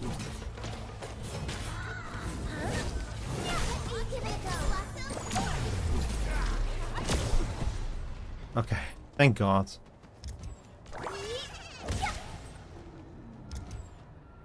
Are you not gonna like drop some sheep for me to heal? I guess not. Do you recover HP? No, it just stays down there. Okay, hang on.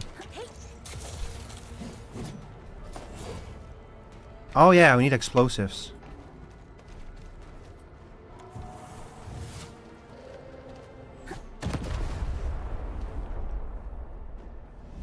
Off the way that she throws those explosives. Looks very up. To the next one. The crewmates aren't here. No bodies either. We should keep looking. Your ancestors hailed from the same homeland as theirs. You all descend from the pioneers who are great, yet destitute. Oh my God, he was waiting for me. I'd seen.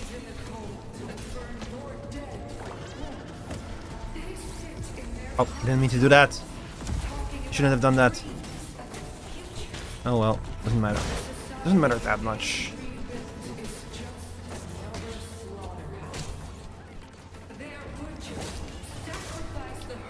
Oh, the healing sheep only pop up when she hits someone with the attack. Now I get it. Like my ears? Thank you. I'm quite proud of my ears. Neferit is whipping her underlings into a frenzy. Stay alert. Let's see. The representatives will be meeting at Simonch. I heard fellow crewmates from other production sites will be visiting Valley 4 once the meeting is over. They will be arriving at the Valley Pass first. Gotta come up with a proper introduction for this place. My fellow crewmates, welcome to Valley 4. We are now at the Valley Pass. It is the first stop for anyone entering the valley. It is an important supplies transfer hub for Valley 4. Despite the rather small and basic facilities, we have a comprehensive fleet of self-service amenities along the pavement. These are more than capable of providing meals, repair toolkits, weapons, and gear for every traveler. This intro is looking a little too long. Getting conflicted about this. Should I rewrite? Yeah, you want to grab people's attentions within the first 2 seconds. How are you doing today, Tsien?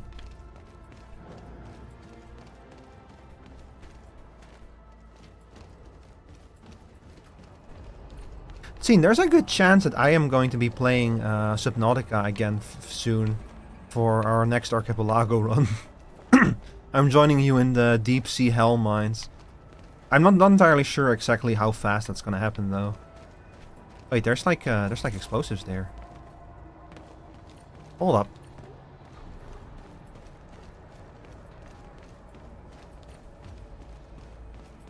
Let me just grab a bomb real quick. Bring a bomb with me. Rope? Bombs? I'm dealing with a little stick drift, by the way, on this controller. I really don't want to replace it though. But I might have to replace it soon. Wait a second, so we have a pathway that goes up there and... Oh. Interesting. Is that a drum kit?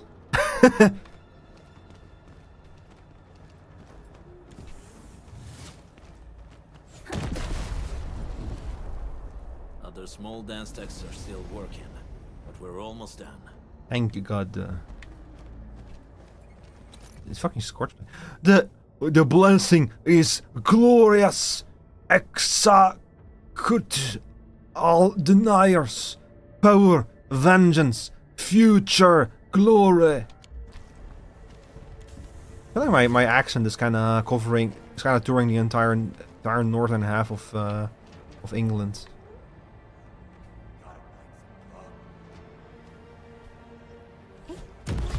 Oh my god, I didn't realize I could use those explosives on those guys as well.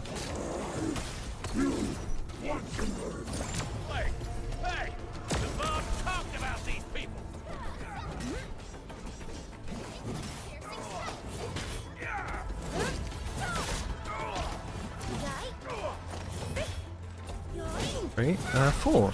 And 1. 1 and 2. 3 and 4. It's already over. Give me some healing. We've done it. Hope you're not tired, Mr. Dally. No hardship will stop us. I have like 3 different characters in my team that are all trying to do like the hopeful, cheerful, optimistic anime girl dialogue. I will do my best even more. Good. One less problem to worry about. Great job. We've all done our part for Endfield. We've all done our part.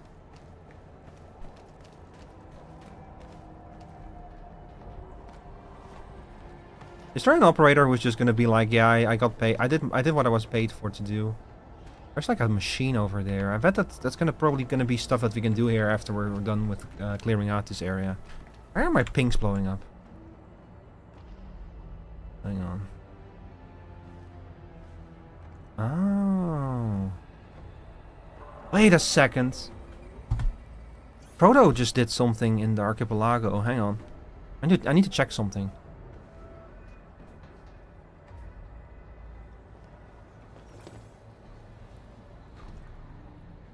So that means for me...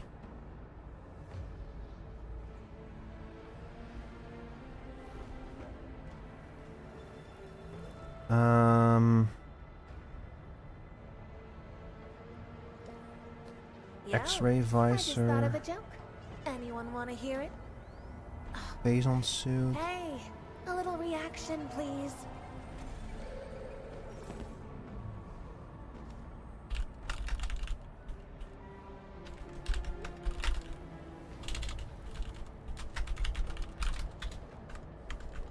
Okay, I don't think I proto-released my X-ray visor actually.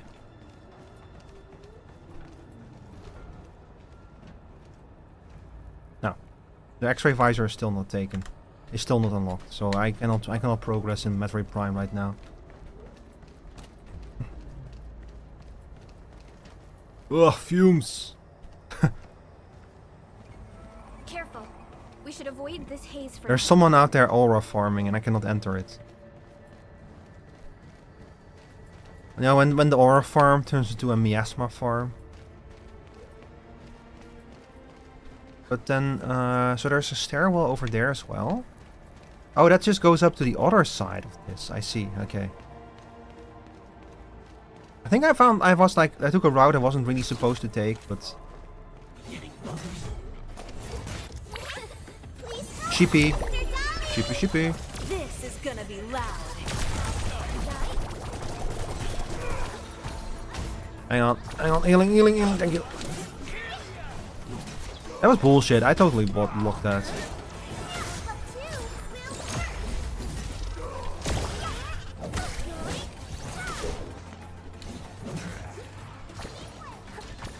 No. Give me health.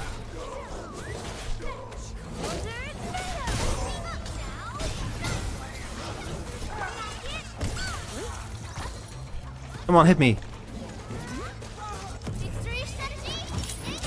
Her ability fills up fast. Yeah, nice. Give me a few more of these and I'll kill them.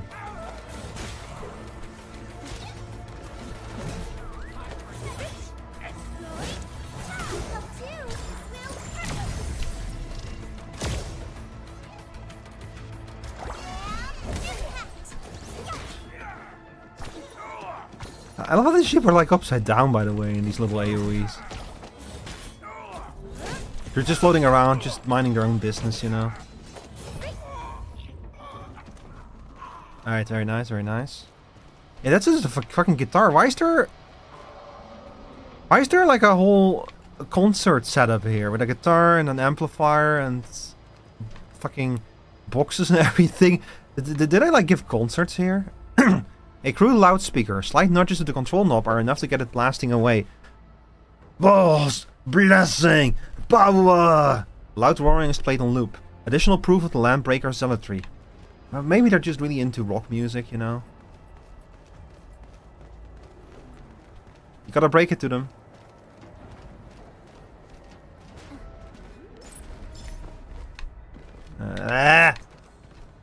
I'm fucking lost. Hey, item.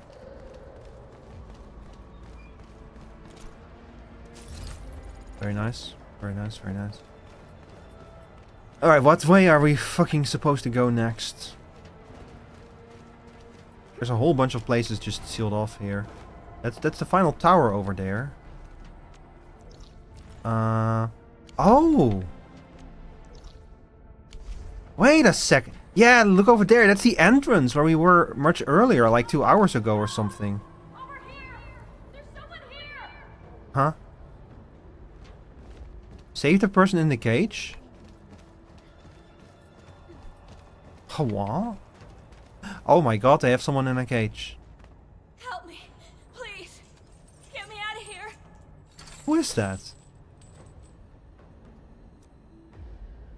Oh, it's just a stare. The fucking way that they were all just standing there staring, like, oh.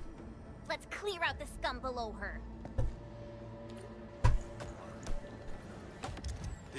So anyway.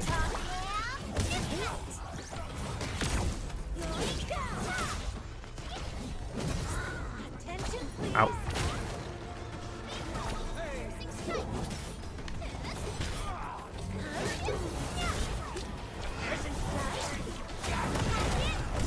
Ow.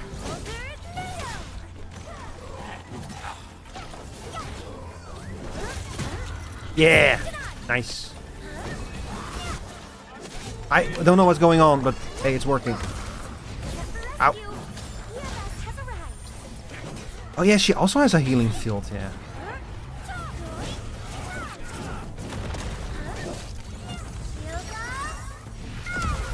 Nice.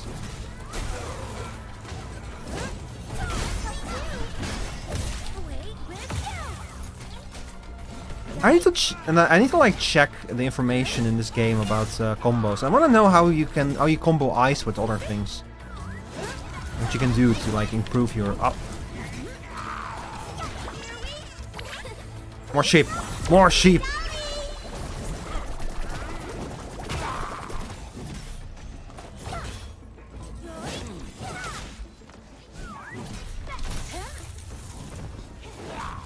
Ow. Okay, there we go. As long as I have skill points, I can use my shields to block him if I time it right.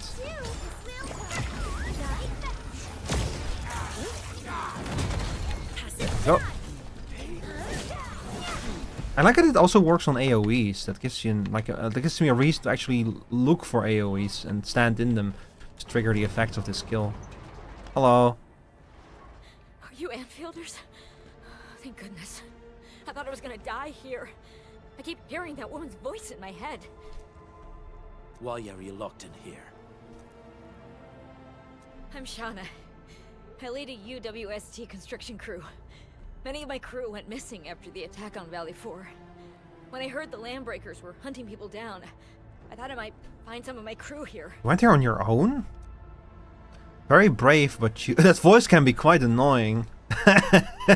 They have other lookouts beside the ones we just took out. There used to be more Landbreakers here, but then they got some kind of order and half of them went into the fort. I only dared scream for help when I saw you. I see. Any other people held here? We're looking for Mark. He was helping evacuate the refugees with his crewmates. Mark? Yeah, where's Mark? I saw him following the Landbreakers to the Valley Fort. Damn coward. Oh. Did he surrender? Damn. Surrendered. Your name is Shauna, right? Leave the fort to us. You should head back to the base. Damn. Okay. But I'm going to look for other survivors first. Then make my way back to the base. Good luck, you guys. No more delays. Let's head straight into the fort.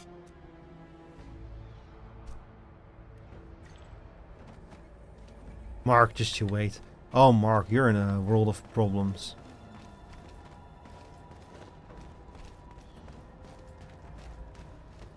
Anyway, or...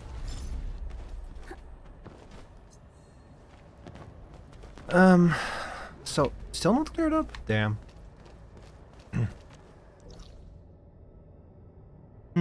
There's something over there.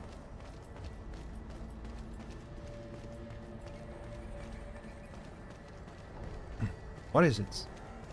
Hi, Zarisa. Oh, it's a shortcut. Did you see that over there? Oh, Can I can use this to go save real quick, yeah. Well, save to go rest real quick, yeah. How are you doing today, Zarisa? I am going the right way. I like Arknights. This game is great. I like the combat. I like I like that there's factory building in it. It keeps getting bigger and more complicated, by the way. There's a lot of depth. This really feels like they wanted to make like a settlements management game, and they decided to bolt a gacha game onto it to make money.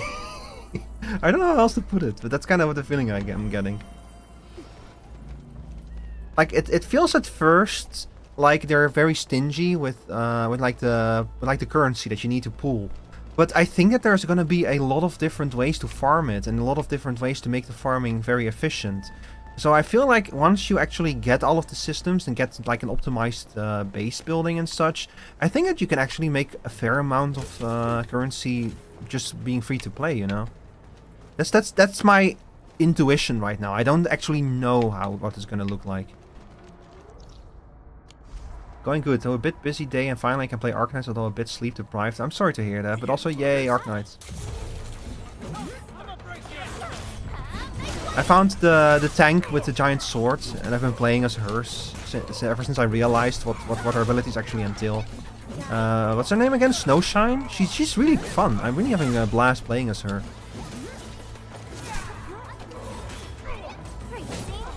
Here, check this out. Her special move. She just cuts them in half with the giant sword. Also, she has like a passage of arms kind of ability, like a bait ability. If I get hit by someone while that skill is active, I get like a counter strike against them and I freeze them in place. She's basically like a Dark Knight, except a Dark Knight with like ice-based moves, which is so cool.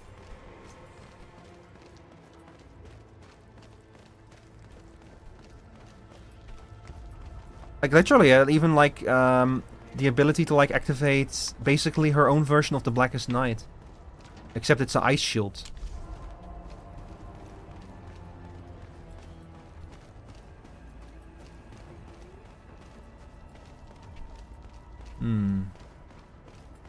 But yeah, have you already been able to play this game, Zarisa? Like, how far in are you right now? I'm not too far in yet, so. Played a lot on the phone? Ah, nice. Don't forget, there's one of the codes you can only redeem while you're on. One of the codes you can only redeem on PC. It's like Endfield for PC or something. The code. Okay, we need to destroy one more of these things. Very nice. By a lot, you mean a lot? Did you already finish the main storyline? You've entered a new region. Yeah, that's not a...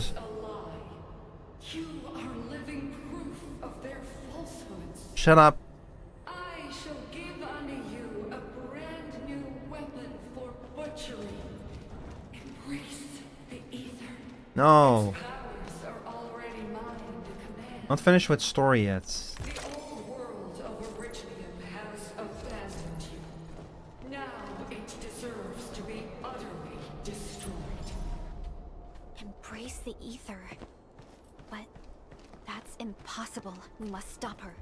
Quickly. You know this ether that they're talking about in the ether side? I wonder if that's like the alternate dimension, the parallel dimension of demons that first got revealed in in Herbst in Zwillingsstorm. Because that's also where the Witch King draws his power from, I think. It would kind of explain how things are like somewhat tied together. Although I don't understand the demon realm at all, or like how the Witch King does any of his shit. Anyway, let's bring our bomb with us, shall we? Let's blow something up. Oh, no blowing up for us.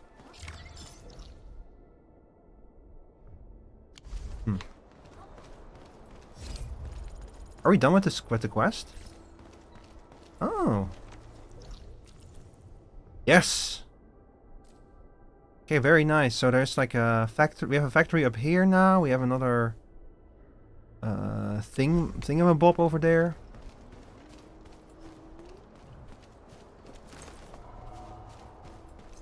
You're level 44? Damn. You're way further than me then. I'm like fighting level 14, 15 mobs, but my operators are like all level 7 or 8 or something. They're, let's see, what level are you? You're level 9! Oh, okay.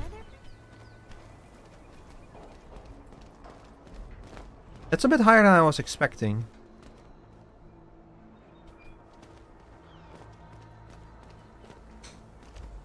Let's see, there's a whole bunch of shit over here. Let's just walk up to the next save point first before we do anything else. Not the 3D, not stereoscopic 3D. Yesterday you were building your factory for like 8 hours. See, that's the part that people keep telling me that like there's quite a lot of depth to the factory building in this, and I'm very excited to delve into that.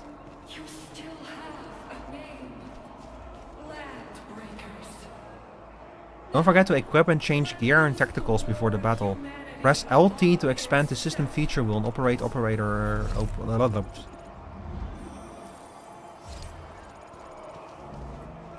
LT operator. Wanna come snowboarding with me, Enderman? Yeah, I need some better gear. Let's see, gloves. I have no gloves. Let's see. Let's go craft something, shall we?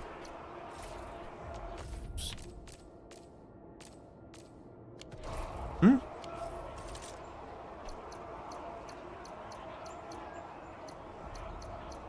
Wind speed's okay? Yeah. I love how every time I open the operator menu, she comes like skiing in. AIC heavy gear pack, huh? Gear set effects. 3-piece set effect. Wearer's HP plus 500. After the wearer... Holy shit, what? Huh? Set nonce. Oh, I see. Template lock. I need level. I need higher level. No, wait. No, I don't. Here. I can craft this. For money and for materials. AIC heavy. Strength. Agility. Final damage reduction. You know what? Fuck it. We'll craft one of these for Snowshine. Wanna come snowboarding with me, Enderman? Wait. No. Ah, so this is a kit. This really gave it a lot of thought. Okay. So we have the basic armor and the more advanced armor. Is there a way to quickly go from here to the crafting menu? I feel like that's something that this game could use. Easier way to like go back and forth between the crafting menu and the gear crafting manual, you know. Minor alpha gear. Oh, that needs... Oh, this all needs the aerogel.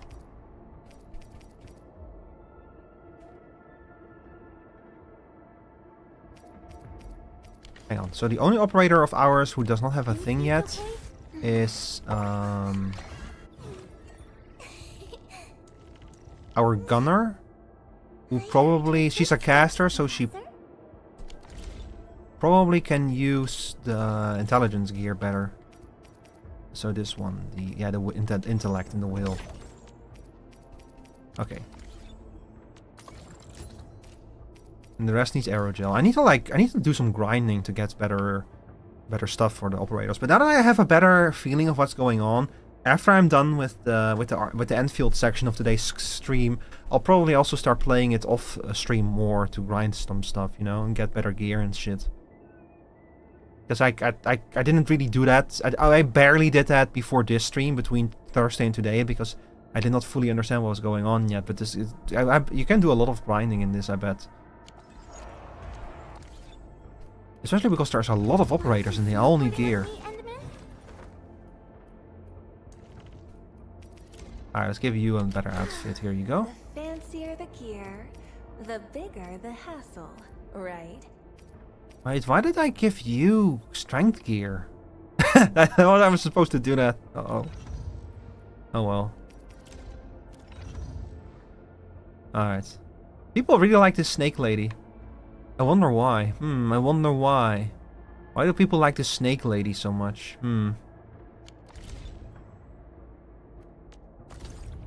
It makes a thing, doesn't it? Cosmic voice issued cert. What?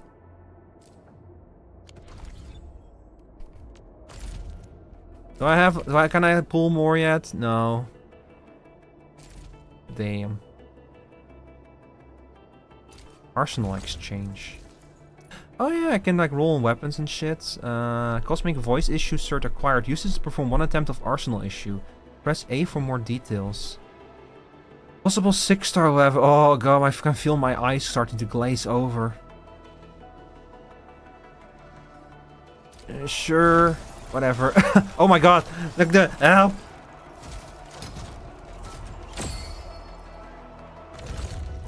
Five-star weapon. You know, I think it was probably a good idea of them to separate the weapon gacha from the operator gacha. Just make them two completely independent systems. I feel like that was a good decision. Because that means that you're not gonna be like lamed out by a weapon drop when you wanted another operator, you know. I'm so glad they did that. Yeah, I think that was their smartest decision. That feels like the kind of decision that might not necessarily be in the interest of like making more money, but a decision that's just like gonna be a layer of quality of life and is gonna help just, you know, deal with frustrations with like getting bad luck with your pools. I've seen Meep lose her mind over trying to get like particular operators already into gacha. And I'm also losing my mind. I still haven't gotten Surtur. I want Surtur. Fluorescent rock. Very nice. So we got the big red thing. Got a spear and a nude. Oh, I bet that the big sword is going to be useful for... I'm going to give the big sword to Snowshine. I want to keep calling her Aurora because she looks like Aurora. Visibility's good. Perfect weather for snowboarding. Let's see, switch. Yo, this is a guitar sword. What the hell? I didn't know that I had this. When did I get this? It has such a high base attack. What the fuck? Wonderful performance, and it's also usable in extreme environments. Yo. And I can like upgrade it.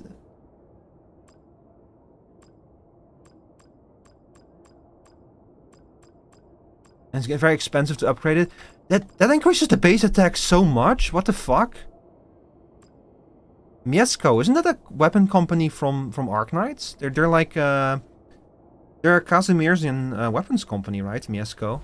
Like I'm pretty sure they sponsor knights in the Grand Knights tournament. Well, it does make you feel a bit unlucky, but lucky at times. If you get character early, then you don't have the pools to do for weapon. Like I got Surtur, I'm so happy, but I don't have any currency to pull her weapon. Nah, don't worry about it. You're gonna like, well, you get so many drops just for the regular banner, like for free, that you're pulling so many operators from that standard banner that you get a lot of currency from there to pull for her weapon, you know. Wait, how many of these do I have? Can I just go to the level cap? No, I have 45 of them. We'll go up to like level 10, I think. Or level 11, I guess. To like increase the base attack on this thing. She just became like 3 times as strong with her weapon. Okay, what about you? Can I give you a better weapon? Oh, you can equip this thing. Could you stand a little further, Professor? I don't want to hurt you by accident. By the way, Zarisa, I delved into the logs, and what I saw is that it's 152 years ago that people came to Talos 2. So there is at least 150. There's probably like 200 years between Arknights and this game. We're quite a while into the future.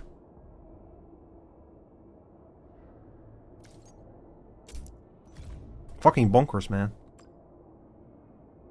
I'll spend a little bit. You actually don't need a lot of resources to get even like up like the basic level. Quite a bit, yeah.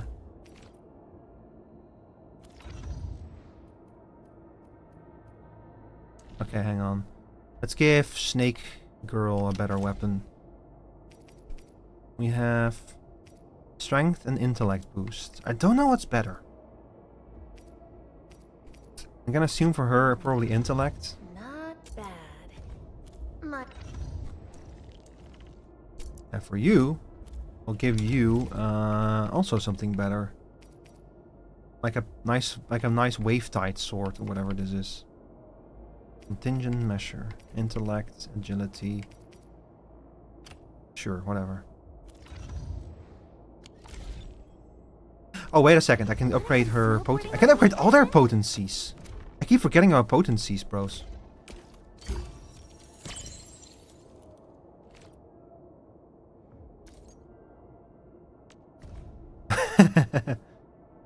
Ah, she's cute.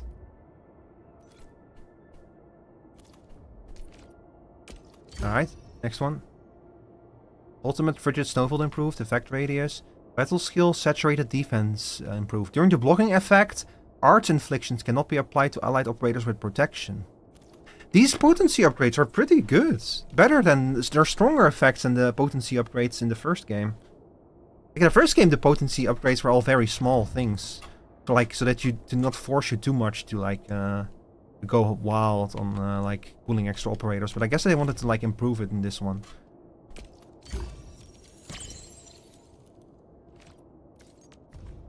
Ah, that's adorable.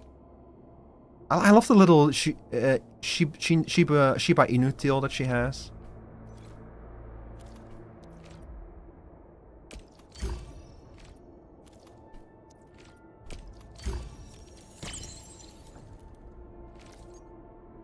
God, the artwork in this game is so cool.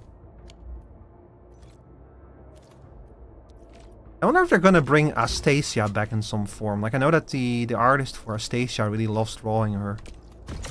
Both Astasia and Esjani, by the way. She draws both of them.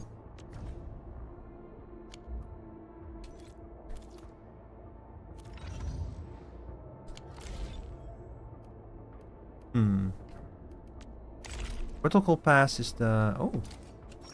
Give me. Yes, more. Give me more. I need more. I want more stuff. I want all the stuff. I want all the stuff. Oh yeah. Yeah, I don't have the Originium for this yet. I might end up buying the Originium supply battle pass. Even though like, well, oh, there's 32 Originium in there. It's actually... So you spend 29 and you get 32 back for it. Oh, it's one of those battle passes where as long as you complete the battle pass, you'll get back the resources that you put into it. Interesting. Get it all back. Yeah, if you finish the battle pass, you get it all back. If you play this game every day, you'll probably be able to do that. I think it's like how if you finish the battle pass in Fortnite, you get back enough V-Bucks to like buy the next battle pass or something. But man, with Fortnite, I've not felt motivated at all to buy into this battle pass. Like after the grind I had to go through to finish the Simpsons battle pass, I've not really seen anything as interesting.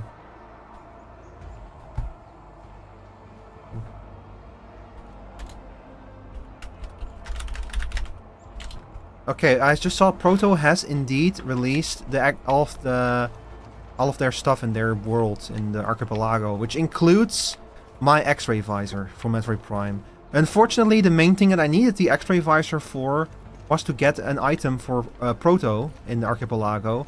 So I'm still Burger Kinged. I can like get one more item, but it's unfortunately not going to help us in any way in the archipelago. So we're gonna have to wait a little bit longer. Yeah, by the time that... so now it's kind of up to Sonia to get my Phazon suits. Which I think she should be able to get now that Proto has released.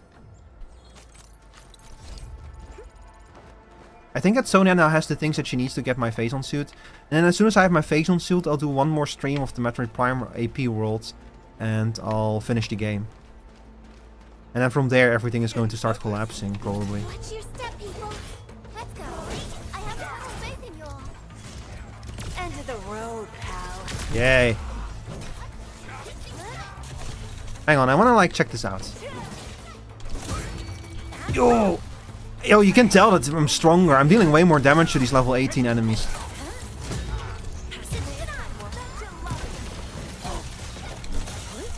Oh, a little bit too late.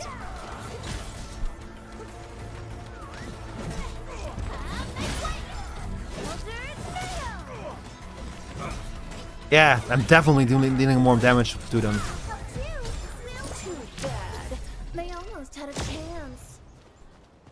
Yeah.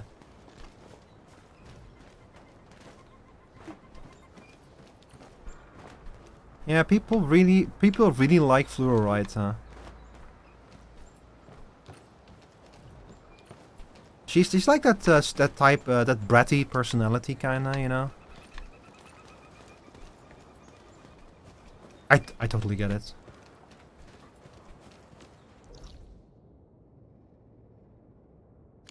There's a marker up on the map there that I want to check out what that is.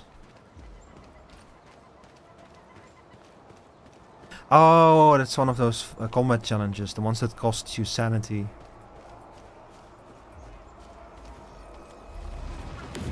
I should probably spend all of my sanity on doing these anyway, so we'll just do them as we run into them.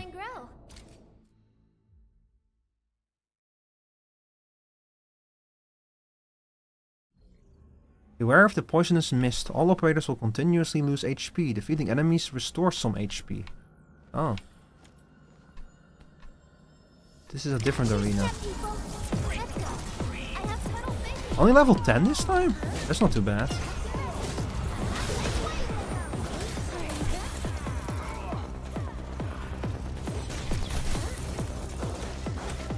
Oh my god.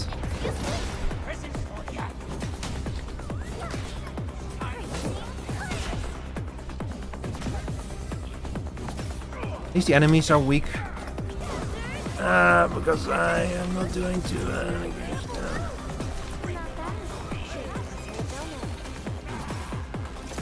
And I really appreciate that you can do jumping attacks in this game.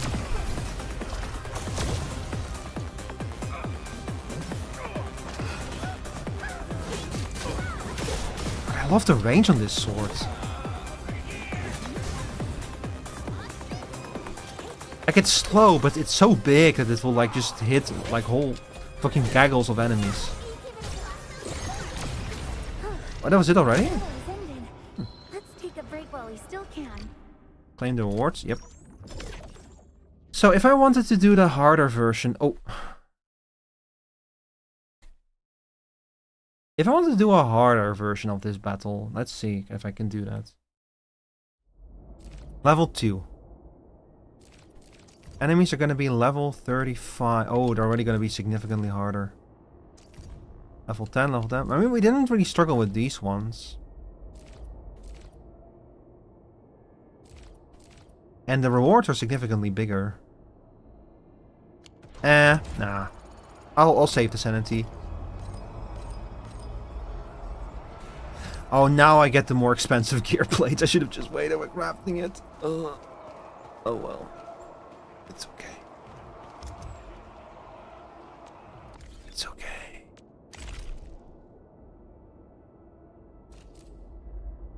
Claim all. Claim all. Operation manual. Oh god. It says the record of all the protocol spaces discovered so far, as well as the materials that might drop from them. It shows a list of protocol space. They can be directly accessed from here? You don't have to travel to them. Oh, so this is just how the... This is just the resource gathering stages from Arknights, except like you discover them in the world and then they become permanently accessible. That's very nice that they did just have the menu for them. So you can just go to the one that you want to do and just do it. You don't have to like travel back to it. The layers upon layers of quality of life in this game are bonkers. They really like... I wonder if most of those past few years were just spent like playtesting this kind of shit and going like, okay, we need to make this more accessible. This has to be easier to do. Operator guide.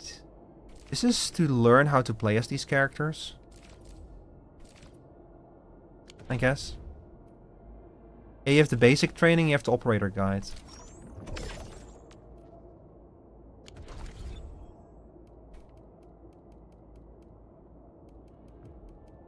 Okay. Sure. Let's go heal real quick. And by the way, Zarisa, I watched Surtur's, Levitane's intro video. The operators, they have like videos on the official YouTube channel that you can watch, like an introduction to them and such.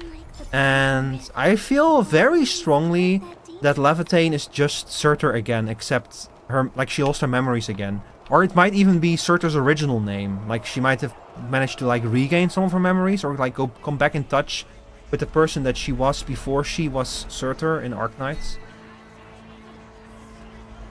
Something like that. There's something weird going on with it, but I do think that... Oh. Ma'am? Ma'am? Ma'am? Quiet. Ma'am? I'm pleased to see you alive. My patience almost ran out. What's it like waking up? Oh my god. Ma'am? My savior. If evil, why hot? If hot, why evil? Because Arknights continues its tradition of having the most insanely sexy villains. That make you go, okay, now I understand why people are like teaming up with them. Careful, I got this. If evil, why hot? Take good care of our guests. Rodagun. Fucking stumbled over his own name. Uh-oh.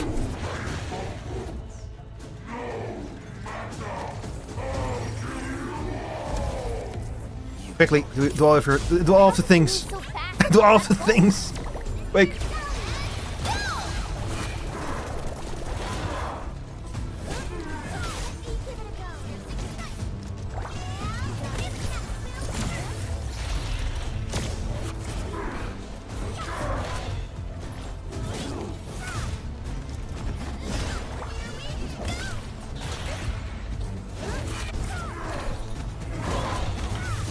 Oh my god.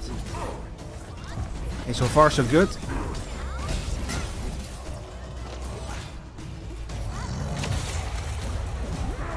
Oh! I tried to like jump through that. Didn't quite pull it off. God, I love the jumping attack. I don't know what kind of effect they actually have, but I love them. Yo, fucking double dodge through that.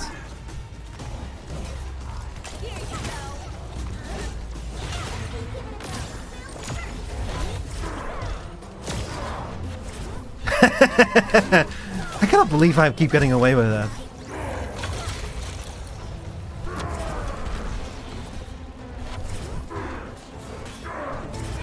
Oh my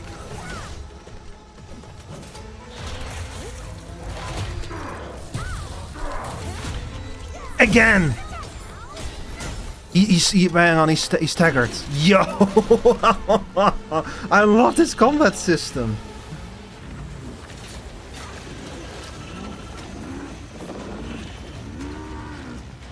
He's smoking. He's like going crazy.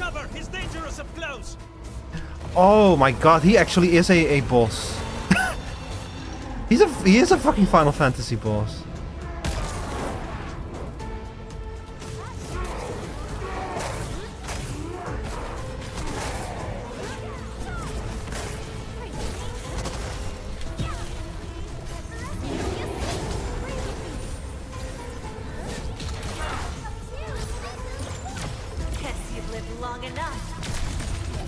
I really need to learn how the combos work in this game. I wanna do even more damage. Like if you're capable of doing this kind of stuff without fully understanding how the mechanics work, imagine what you can do in this game if you do have a full understanding of it.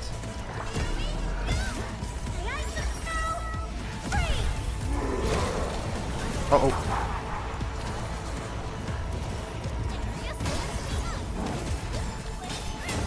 Keep going, keep going.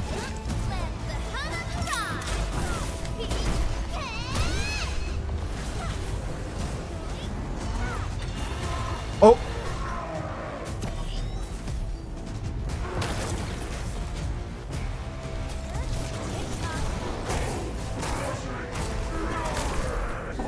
Yes, yes, yes. Okay. Woo!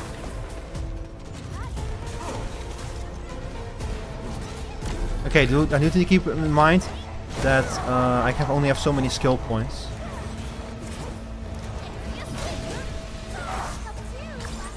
He's about to get stunned.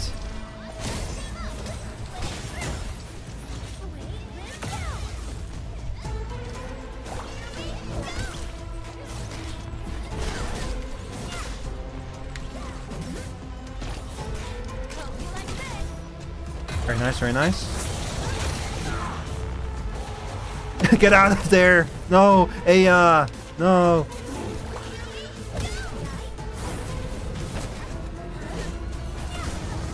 They do give me quite a lot of time. Oh! Oh! Oh! I pushed it too much there. I definitely pushed it way too far there. Ow! Ow! Thank God I spent some time upgrading my operators. This would have been much more painful otherwise.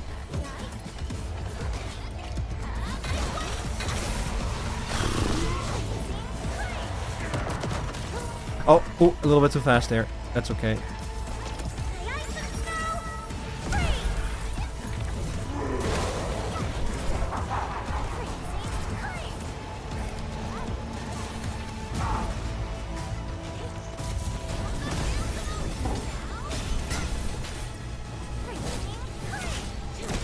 There we go. Again. More. Oh, ow, ow. Not so fast. Nice, nice, nice, nice. Whew. If all the boss battles are gonna be like that, this game is fucking sick. Oh, look who's gonna steal the kill. He really is just fucking Shadow the Hedgehog. Straight to the point. Nicely done. You have the admin to thank. His weakness was exposed.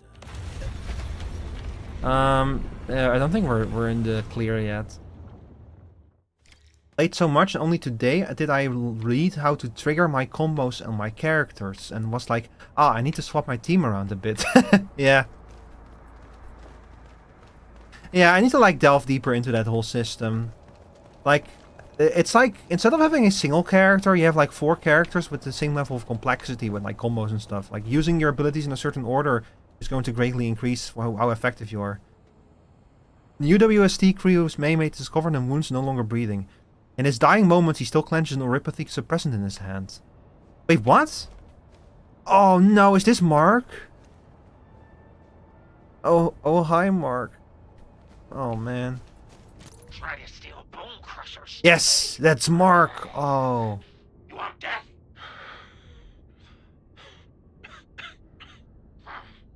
Boss want to give you a chance. How many of you are there at the plateau? Say it, and I'll let you live.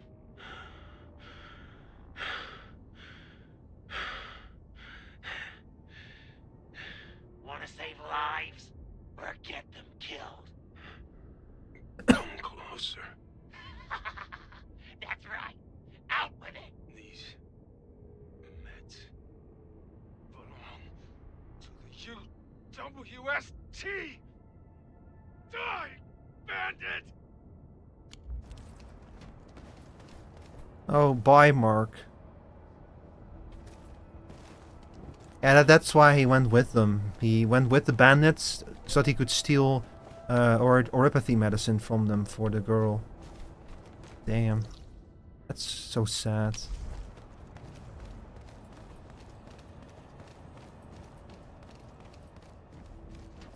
He just had a little room here to himself. There, not even any features in the room. He was just sitting there, waiting for like someone to enter the base so he could burst out.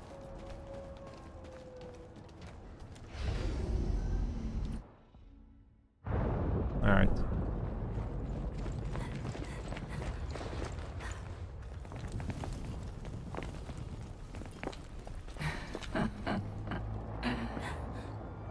Stellar performance. You deserve my sincere commendation. If evil, why hot? Your memories may be gone, but look at you. Still striving so hard to be a leader, a savior, and a tyrant. Yeah, so? Do you and I truly differ? Yeah.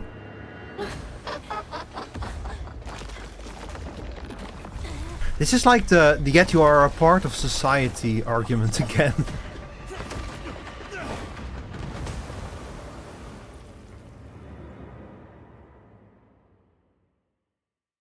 The road is completely out. The team has no choice but to return to the hub base and find a solution. Fucking cut to black and simple text.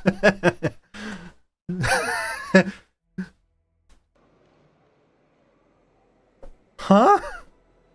I guess it's like effective. It's an effective way of going like, yeah. Supervisor Perlica, what happened at the Valley Fort? We just heard something. Hang on, it's strange. The chief of the Bone Crushers was at the Valley Fort. She blew up the bridge before she left. We were right behind her, but it was too late. Damn. That road is our shortest way to support the power plateau. Air support would be difficult, as our flying vehicles would be affected by the anchors. These people have made their goals quite clear. Fortunately, Wolfguard is after them. Wait, did he manage to break through? I hope he can stay safe. Getting your satisfactory fix? Heck yeah. Director Chin, is there any other way to reach the power plateau? We can reach the power plateau by going through the Originium Science Park, but that is the longer route, and the anchor fall triggered a huge landslide. Cleaning it up will be difficult. Andre, report. What's the situation in the field? Andre, report. What's the sitch? It's bad. The road is completely blocked by a significant buildup of rocks and rubble. Our surveyors just sent us the details. Take a look. Oh no. This was the road we took to reach the hub base. We barely escaped the landslide. Oh. We need large vehicles and lots of power to clear all this rubble away. But most machines on base have been destroyed. That's also what's going Getting on. hit from all sides. Stay positive, Chen. I say we assemble a landslide clearing team, stat. But first, the crew needs better protective equipment. We'll also require clearing machinery. Perhaps we can repair a UWST construction vehicle for the task. Mr. Andre, I believe the AIC factory can play a role in this endeavor. Ah, big industry. Very true. It's time to validate the design objectives of our factory. Let's meet up at the core AIC area. Supervisor Perlica, we are currently occupied with the hub base recovery. Organizing the landslide clearing team may take a while. Traces at the scene match the patterns. But how did Neferith... Supervisor Perlica? Oh, apologies. I was a little distracted. Please make haste with the preparations. The true objectives of our opponents must be identified quickly. I understand. These landbreakers are far beyond ordinary bandits. Director Chin, have we ever detected any individual in Valley 4 who is capable of manipulating the ether directly? What? No! Such abilities are not possible. The ether is simply too dangerous. Our attempts to study the ether are severely hampered by its lethality. No human individual can make direct contact with the ether safely. After all, The ether is the side opposing the origins of life, right? The demon. Yeah, I think it actually is the demon dimension. Yeah, demon world.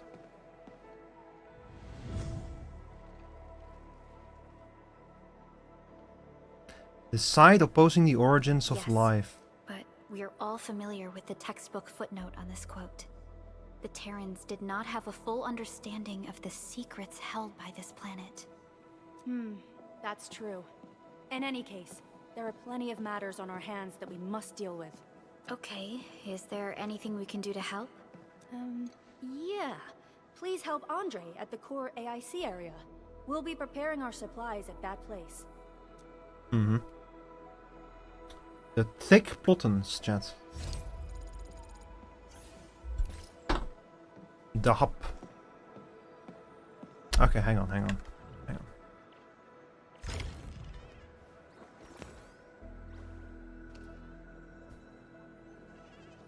Oh, we have another ad break coming up. That's actually perfect because your boy has to use the bathroom. Also, getting your satisfactory mix? Heck yeah, Flash. Are you actually playing it right now?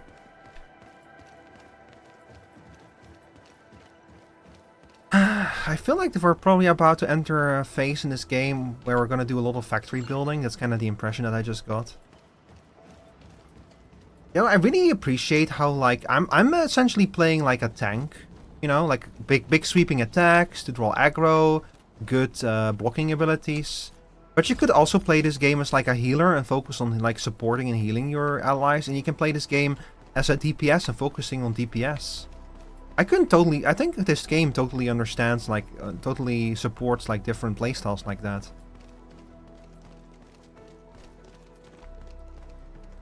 Because I'm used to tanking from MMOs, and this is basically a much more active form of that. You know, I wish that playing Dark Knight felt this active.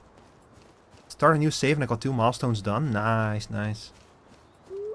Yeah, I also feel the itch, but if I wanted to play factory games, I would probably go back to... Wait, what am I doing? I can just teleport there. Because I really need to continue playing Factorio. Like, I need to wrap up on... on Volcanus, and I need to go to Glaba already. So that's probably what I might actually be playing that later tonight if I'm bored and have time left before I go to bed. Yo, it's Andre. Staring. Oh, ad break started. According to our grand development strategy, this AIC sector is still in its infancy. Alright, chat. I'll be back after the ad break.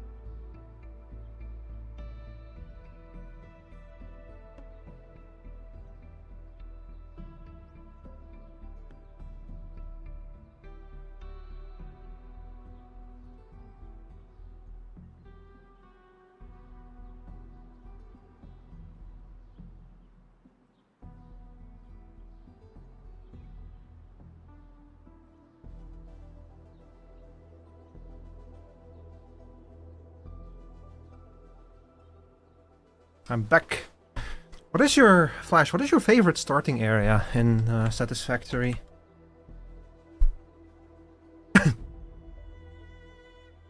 Hi, Rob. Good evening. Do I have your Rob? Do I have your friend code yet for this game? How are you doing, by the way? Usually production lines can't be built overnight, but technological advancements we made in Valley 4 can now speed things up. Well, things can be faster at this place at least. The other sites might not have our more conducive environment. You'll also need plenty of electricity and power to manufacture large machinery and equipment. Here it begins, industry. The landslide clearing crew will be assigned a multi-purpose drill. This big boy will need plenty of originium ore as fuel. We must boost our mineral mining efficiency. To do that, we should first research the right tech upgrades in our AIC factory plan. Oh no. There's a science tree in this as well? Oh no. Yo, hey, you like systems? Because we have got systems for day. Oh no, there's a tech tree. This really is just Hypergriff just wanted to make their own version of Factorio, and they decided to bolt a gacha system on top of it. But this is the real game, I think. I looked at. I know I'm saying oh no. It's actually the opposite. It's like, oh yes, this is where I shine. I love factory games. The AIC factory plan is divided into 3 phases. Progress through the main mission and acquire expansion cores to unlock the next phase. The AIC factory plan is also divided into different AIC technology series based on their functions. We have currently researched some basic AIC technologies in the AIC factory plan. Check what the AIC factory needs to choose the AIC technology to research next. Let's take a look at our next goals. Research the Mining 2 AIC technology lets us construct electric mining rigs. Press A to select it. Ah, here we go. This is the advanced miner. Mine higher tier minerals. In the wilderness, the rig can use belt-free transfer to move the mined materials from its cage to the depot directly. This is how you get your free resources. Reaching the AIC technology Mining 2 needs basic AIC index. Activate protocol data loggers to get more indices. Press B to return. We cannot research it yet? Okay. That little buddy over there is the protocol data logger. It helps with oh, that's what the wacky inflatable tube inflating arm inflating tube inflatable arm inflating inflatable. That's what they're for, those things. Hang on. Oh wait, I don't think I sent mine yet, did I? You might have, Teresa. I know that someone like sent me an invite whose name I don't recognize. Hang on, let's take a look. Aslak, no, you already invited me. Okay, hang on. No, and I was too lazy to manually type your code until now, so I have a request. Ah, jeez. Let's see, let's accept you. And then... Imagine if they just put a $60 price tag on the game that just gives all base characters and weapons. I would have fucking bought that shit day one, Flashfire, honestly. Like, I really like this idea of a factory game with such an engaging storyline through it, you know? That that's one thing that factory games often forget, that like having some goals, having a reason to do the factory building really helps. Like, for example, in Satisfactory, the current version of Satisfactory has this kind of, you know, you have like Ada, the robot voice, and there's like stuff about a corporation, but it kind of tries to avoid the usual meaningless mega corporation stuff. Instead, I kind of you have this AI who's like, I don't know, she's trying to accomplish something, and she's just using the corporation as a crutch to do that. Hi, Mickey. Thank you for the subscription. I appreciate it. Welcome in. Welcome in. Good evening. How are you doing today? But they kind of avoid that by having you, like, you come into touch with this alien hive mind, and Ada starts communicating with the alien hive mind directly. And so the two of them kind of like, you have like a supercomputer and an alien hive mind talking to each other, and you're just kind of there as a third party. That's what makes Satisfactory interesting. And Factorio has like even less story. Factorio is purely about someone who's stranded on a computer on like a remote planet and is trying to build an interstellar spaceship to get out, basically. I gotta say, the building and stuff is kind of fun so far. Just don't like how intrusive the tutorials are. Yeah, the tutorials are a little bit annoying, but like I get that they had to like tutorialize every step of this in detail for people who've never played a factory game before, you know? I kind of get it. So I'm not super mad about it. I just, yeah, for people like us who like have played these kind of games before, it gets a bit annoying. So let's talk to the wacky inflatable arm inflating tube man. It's fair, but why do I need 3 separate tutorials for using the explosives? Yeah. Like when they started like explaining, when they started repeating the smelting tutorial for the grinder, I was like, yes, I get it. I know how this thing works. Hi, Pocus. Let me introduce myself. I am Technician Pocus from the Endfield Engineering Division. I'm also a technical ops for the AIC. Is your sister called Hocus? As you can see, I've deployed plenty of protocol data loggers in this area. Once enough data has been gathered, they'll behave like this. It's a special signal to retrieve the data. Just added a wacky inflatable tube flaming arm man. This particular data logger is ready for interaction and retrieval. Go ahead and try it out. In more complex environments, a single data logger might generate multiple AIC index points at once. So basically just another thing to collect. In this case, these give you research points. Alright, Edmund. Let's start with our electric mining rig. No, he died. He's dead. Press LT to open the system feature wheel. And open AIC factory plan. So now we buy the electric miner.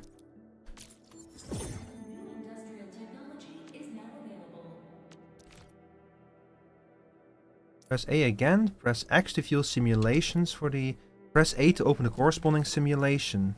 Entering the simulation and completing its goals provides a better understanding of using the electric mining rig. Oh my god, is this more tutorialization?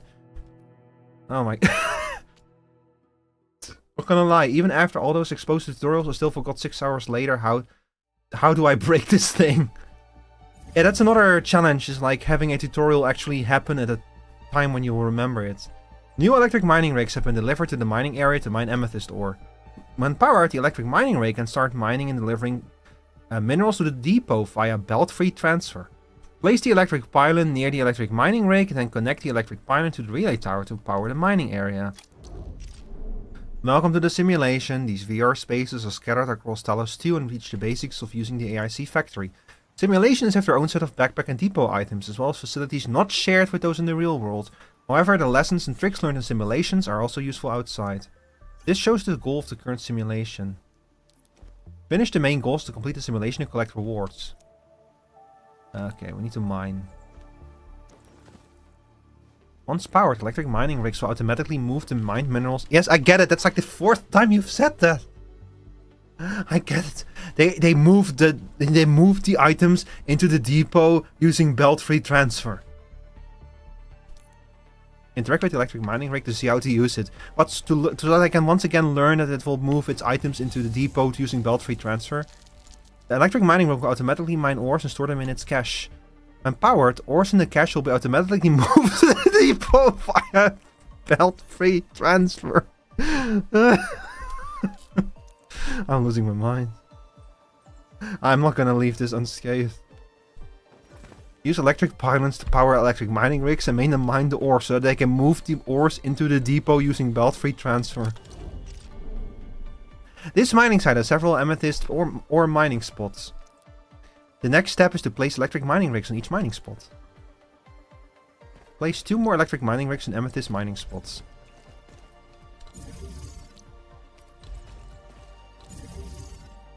Placing electric pylon. Note, electric pylons placed outside the core AIC area cannot supply power to other facilities immediately. Go to the relay tower and select transmission to start pulling it with power transmission cable. Then go to the electric pylon and select the plug transmission cable to complete the power transmission and connect it to the power grid.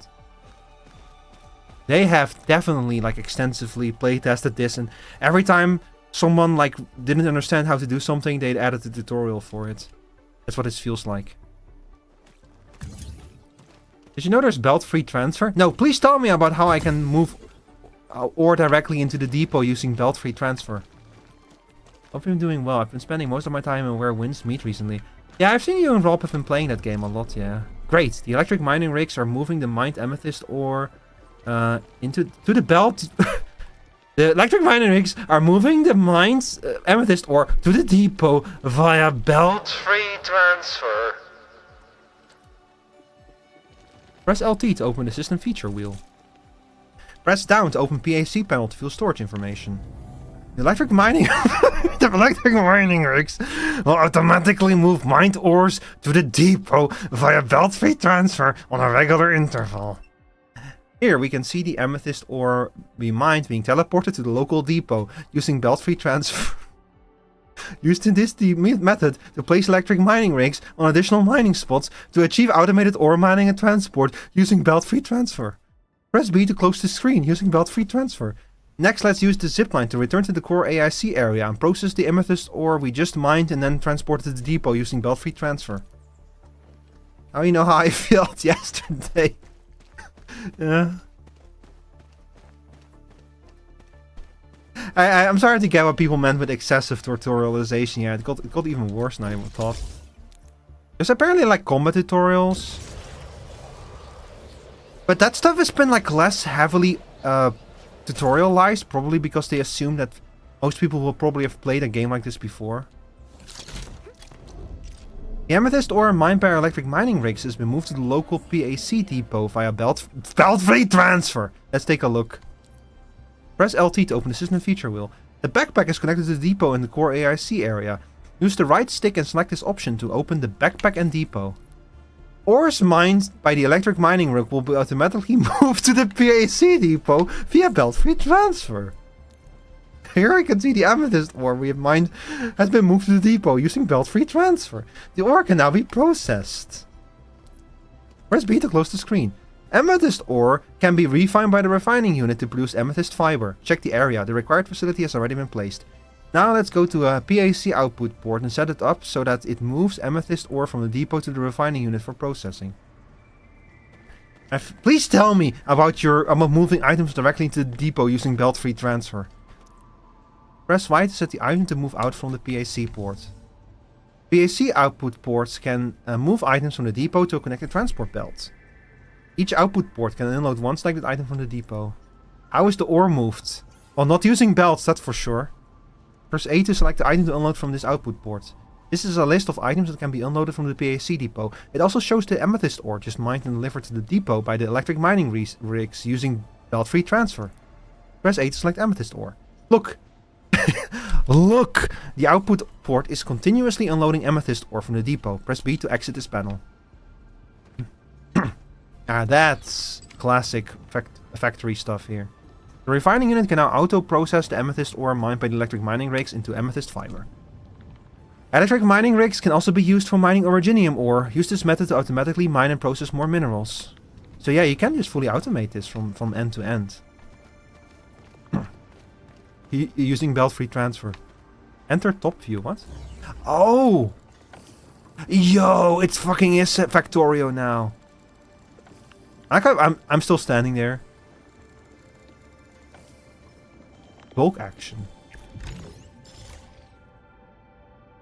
And you get headhunting currency for it. Using belt-free transfer.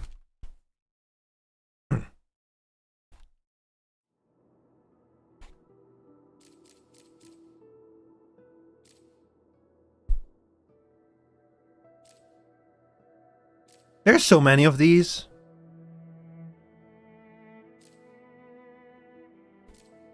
And they all give rewards. This one gives 2 blueprints. What the hell? First clear reward, blueprints. Belt-free transfer has its own tutorial. I'm gonna lose my mind.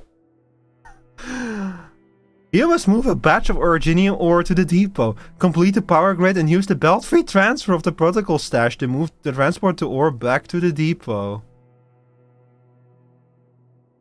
Move 1500 units of originium ore from the protocol stash to the depot via belt-free transfer. Place electric mining rigs on the amethyst ore mining spots and power them up. I'm gonna need some of them first. I don't already have them, do I? No, I do have... Yeah, I have a whole bunch of them.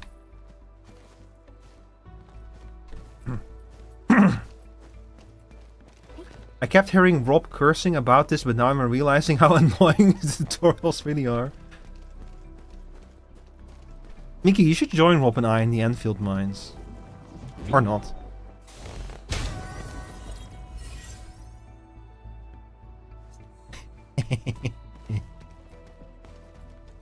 Oh, hang on.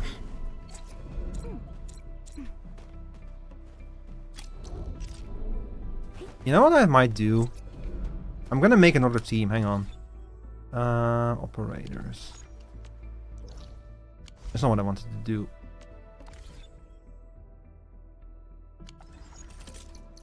Endman, you're here. Edit team. Edit team.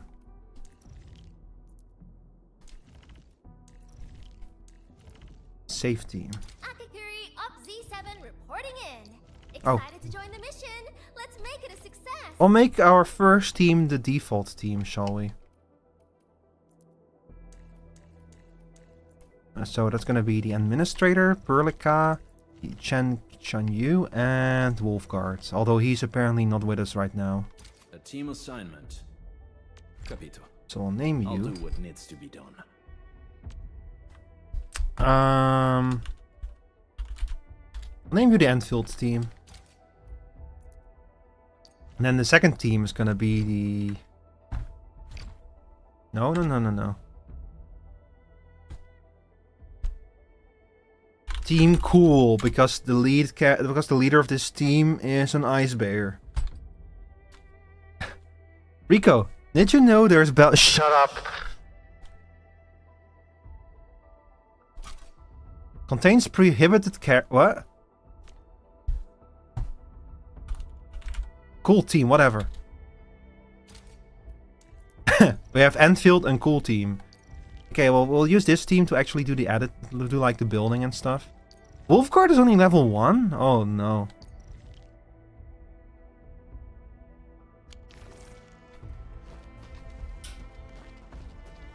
Okay, anyway.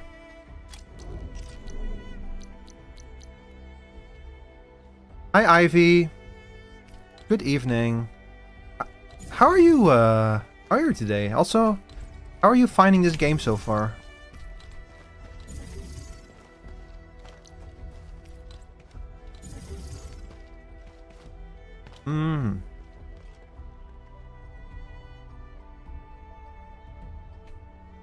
Good, haven't tried the game, so watching to decide if I want to try. Well, it depends on how much you can stand factory games. Although, Ivy, I am like, how much? 5 hours into this stream, although 1 hour of that was basically not much. And I think that I streamed like 4 hours on... I'm gonna tell you, you're gonna have to do like a bunch of chapters, or you're gonna have to do a few hours of story before... Like, they'll like introduce you to elements of the factory building throughout the story. But I've only now reached the point where the factory building is really starting to like ramp up. So you have a bunch of hours of story ahead of you before you reach the factory building stuff. It's good story though, I quite like it. It's interesting, it's intriguing. There's like a bunch of like logs that kind of explain the connection between this game and Terra and the old game and stuff. Oh boy, lots of reading, my favorite. No, it's voice acted. So it's okay. It's actually a lot. It's a lot better than an Arknights. Just by sheer virtue of most of it being voice acted, that already helps a ton.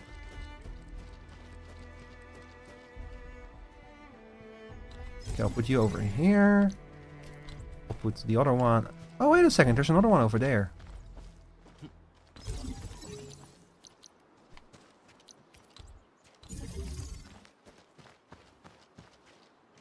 You stop being able to follow the Arknights plot after every chapter became a novel. Same. That's part of the reason why I fell in love with it. Like, it was a combination of just being kind of tired of the... I got a bit tired of like the live service element of like having to like log into the game and every day and stuff and like wait, especially the waiting for the auto deploy to like finish. Got very annoying after a while.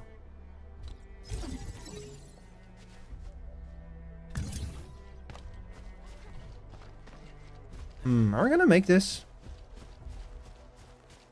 It might be too far. No, we can make this, yeah. No, we cannot make this. But there is a bunch of interesting implications in between this game and the first game.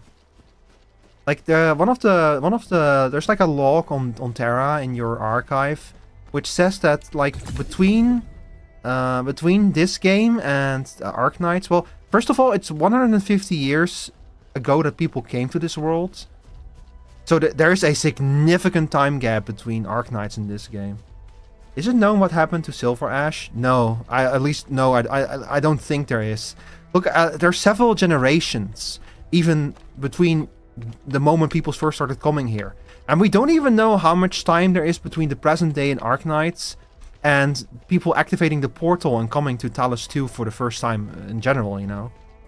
Like, before people even were able to use the portal to come here, a lot of time and effort was spent, basically. So, it could easily be 300 years or something. There could be 4 or 5 generations between this game and the first game.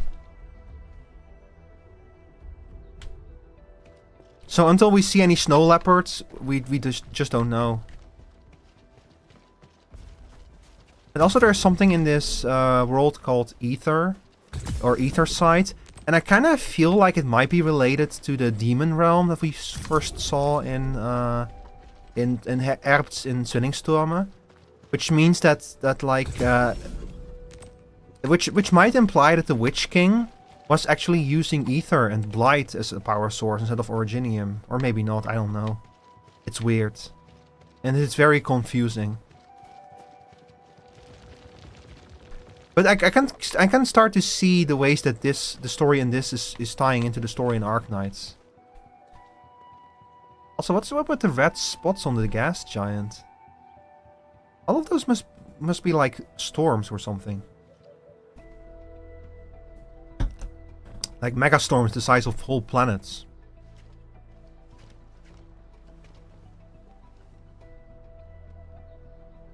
I love the skybox, by the way. Like the gas giant and the giant ring around it. It looks so cool. It feels so alien too. Anyway, we got our electric mining rigs, which are now transporting ore into the depot using belt-free transfer. So I guess that we should place electric mining rigs on the originium spots. Oh, I was only supposed to do 2 of them. I might have gone a little overboard with that.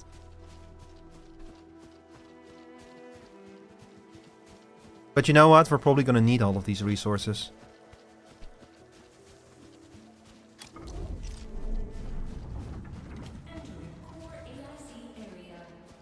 All of them, yeah.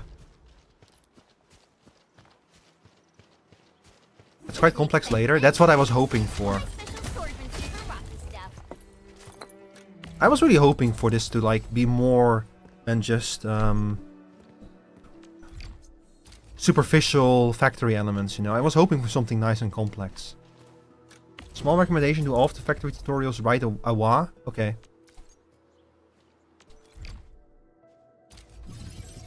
Yeah, probably not a bad idea.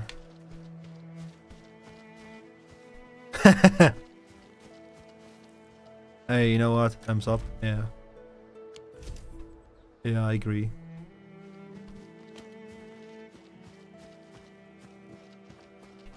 Actually, yeah, might not be a bad idea.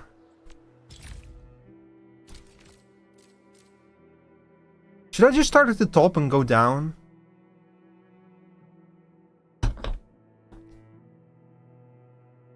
Okay, we'll do these then.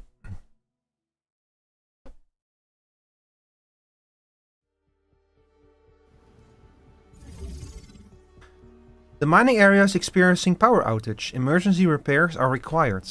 We found the cause of the power outage. The relay tower is down. Repair this facility to restore power. Use the refining and shredding units to produce the material needed to repair the relay tower. The simulation has experienced a mining site power outage as the relay tower is broken. We must fix the relay tower to restore power to the place. Go to the relay tower and interact with it to view its damages.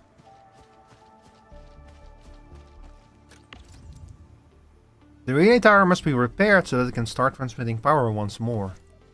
This shows that repairing the relay tower requires 3 units of Origo crust and 3 units of Originium powder. These materials can be acquired by processing Originium ore with the right AIC facilities. Press RS to view details of the item. Origo crust is a common type of factory. You've tutorialized Origo crust before. This is not the first time. It's a processed unit product made by placing Originium ore in a refining unit. Look! There are some Originium ore formations nearby. Attack and break them up into gatherable bits. Now let's gather some Originium ore for raw materials. Where should we go next? Yeah, if this actually leads to like a surge in automation mechanics in other games, I wouldn't mind that. Seems dangerous. Yeah, see, Ivy, when I immediately told me like they planted Originium on this world, my first reaction was, why for the ever-loving fuck would you do that? Why would you bring Originium back to a new world?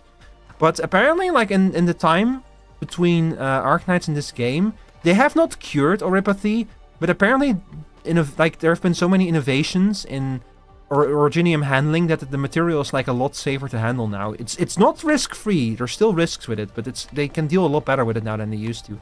I'll stick this over here. This is a Tetra Force over here. This is my favorite type of truck.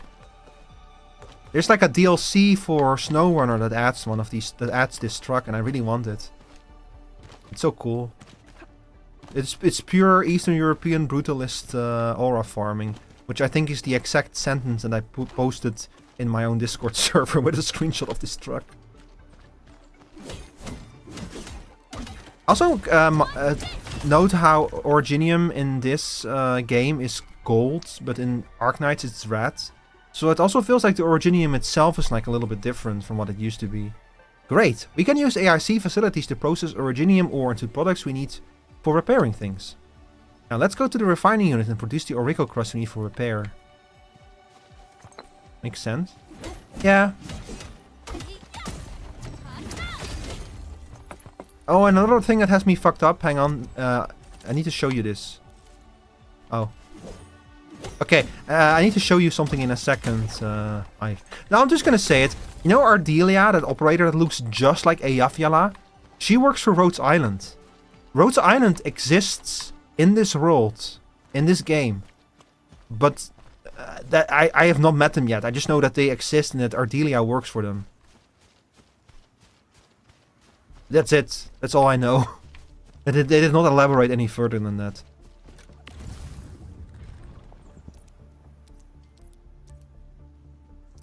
I'm just skipping through this. I know how this works.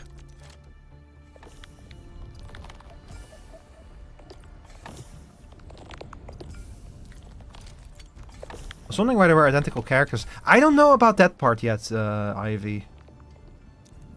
Like, they could be descendants, but it's weird because there's like a new Chen, but she like looks a little bit like the old Chen, but she looks different enough where it's actually believable that she's a descendant of Chen, you know? But those other characters look like identical copies of the old characters. Like Ardelia looks exactly like Eyjafjalla. She even can summon Dolly. The new,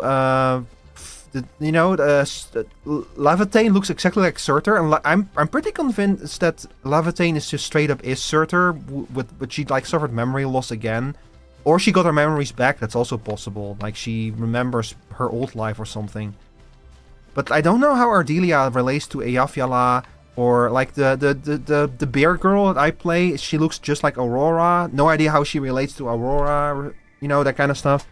So I don't know if they just keep doing the descendant thing, but they decided to make those other operators look even closer to like their originals or something. It's weird. It's really weird.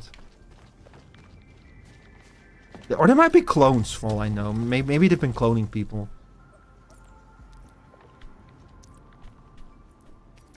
Who knows, maybe Rhodes Island has just been cloning some of their most successful operators. Who knows? Wait, I did not...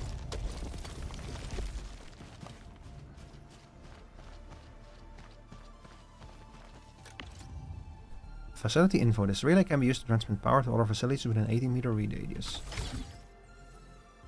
Radar tower repaired, simulation goals completed. The mining area now has power and can move ore into the depot using belt-free transfer.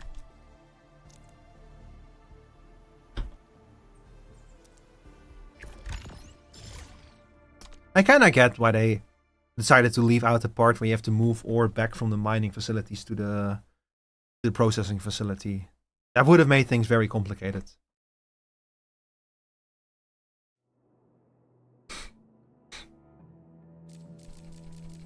Okay, logistics connections. A batch of materials must be delivered to AIC facilities for processing and the products must be sent back to the depot. Connect the current facility layout with the transport belts to create a logistics line. Start sim.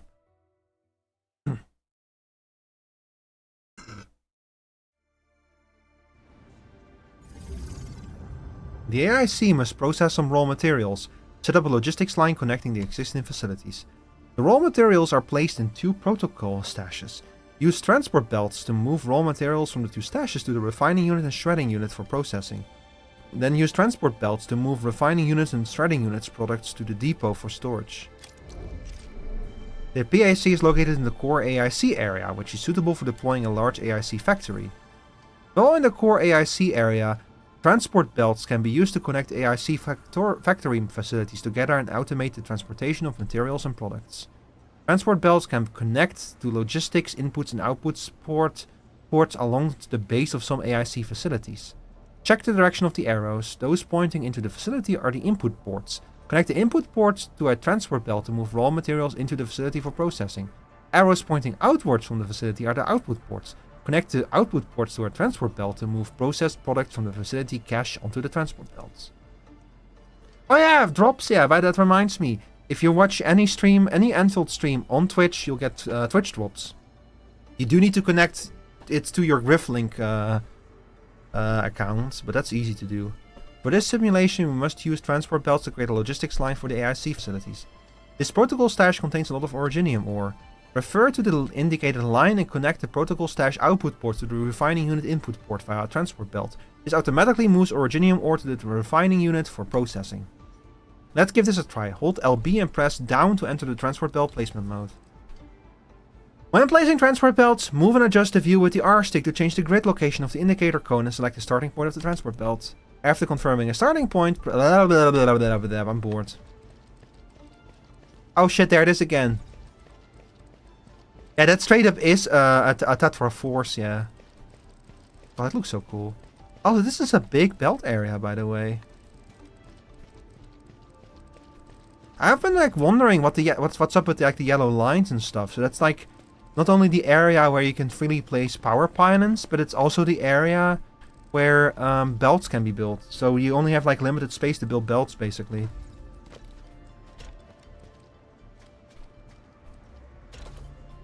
Excellent. Now the transport belt can move originium ore from the protocol stash to the refining unit. To create a complete automated transport loop, we must move the origo crust made by the refining unit to the PAC depot. The transport belt must be connected to the blah blah blah blah blah.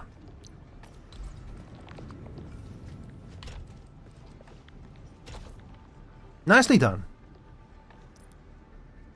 We now have a complete production line.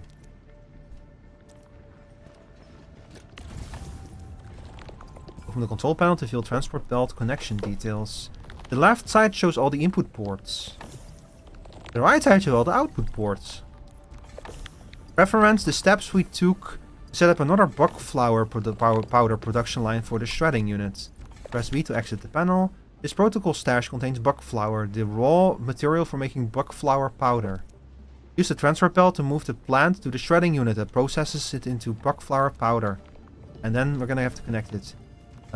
Use connect transfer belts to in this order. Protocol stash, shredding unit, and PAC.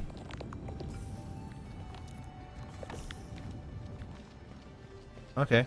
Is that still Pocus giving me this information?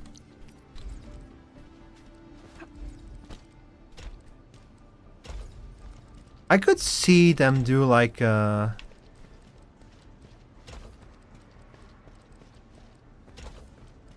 crossover event with like Satisfactory at some point, honestly. Congratulations for mastering the technique of laying down logistics connections. Wait for the buck flour powder to be produced and delivered to the depot. I don't really like the way that the belts look in this.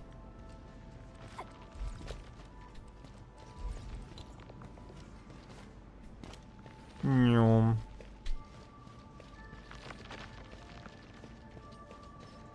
Nyom.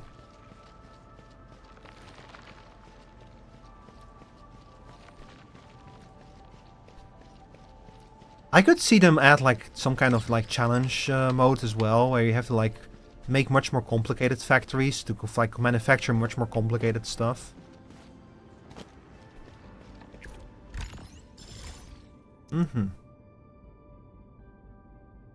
Production line blueprints for Origo crust and amethyst fiber acquired. Progress through the main mission to unlock the blueprint feature to quickly set up various production lines. Oh. Yeah, these are the blueprints that people have been sharing on the internet.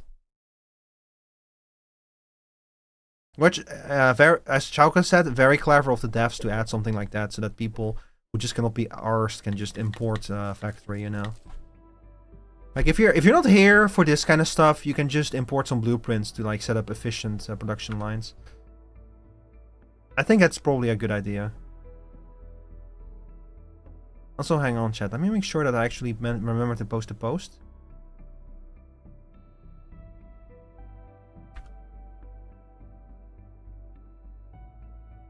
Okay, I did remember to post a post. I forgot to set my status on... Damn it, I keep forgetting to set my status on Blue Sky to online when I'm streaming.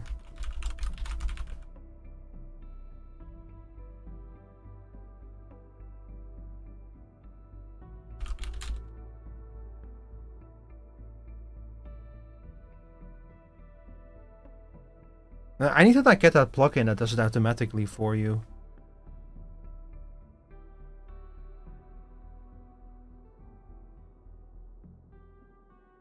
Who the fuck?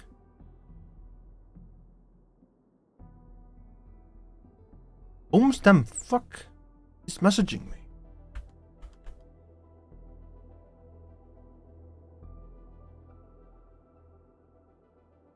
Who's the tough?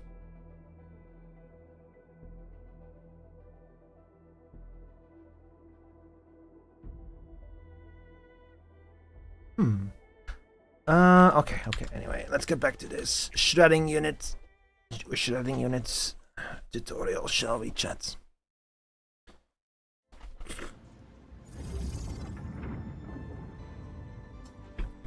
Work at the shredding unit has been interrupted. Use transport belts to create logistics connections and get the production line working again.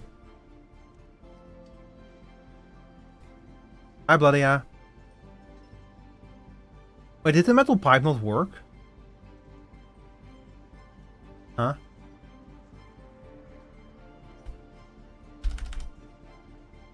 Okay, hang on. You're actually right. The metal pipe's not working. Why is that?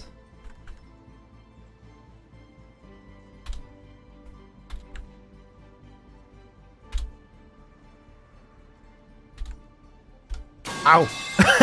Okay, it's working again. Right, they brought the live streaming red circle thing out of beta. Yeah. At least I have access to it, yeah. It's a bit weird, like because you cannot do it automatically. You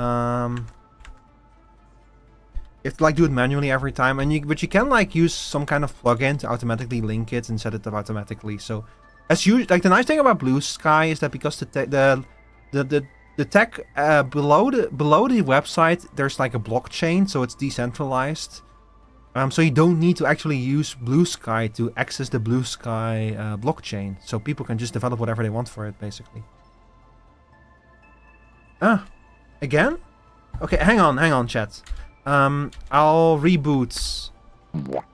I'll reboot Varudo real quick. Is there something here is not going properly? Just give me a second. And if that doesn't work, I'll reboot Streamer Bot to see if that works.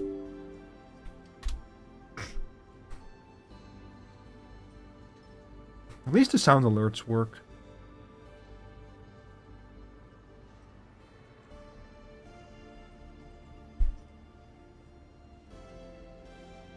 Give it a second.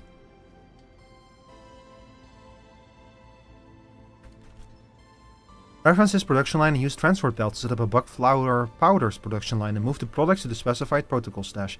This protocol stash is connected to the stash, can directly send its contacts to the depot via belt-free transfer.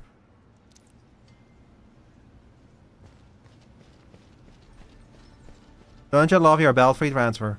I like how they just like set up a wall here so that you don't notice that this is like actually just a tiny little part of like a big facility. Someone was able to like fulfill their dream of making a lot of industrial themed assets.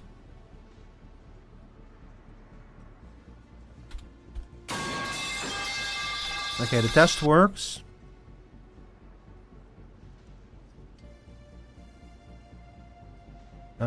Where's the metal pipe?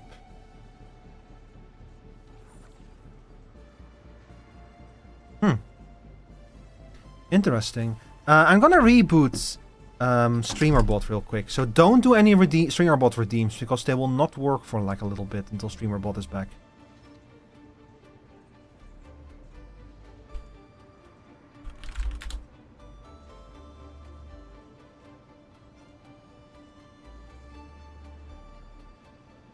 Oh, come on. Hurry up a little bit.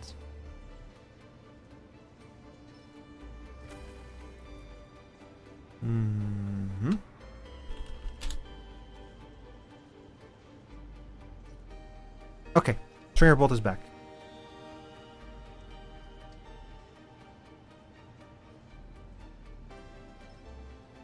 Give it a second.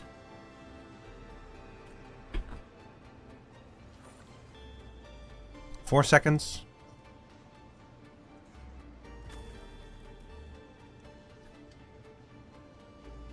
Damn it! Okay, I'm sorry, Chad. I don't know what's going on. I think I think I fixed it. Wait, is it running two metal pipes? It's running twice every time. Okay, something here broke. Something here is not going the way that it should be going. Hang on.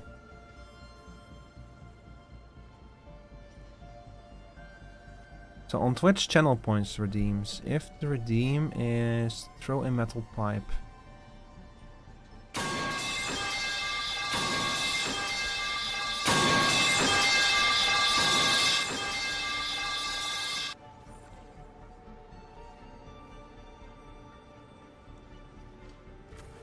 Okay, let me see what happens if I fire off the redeem.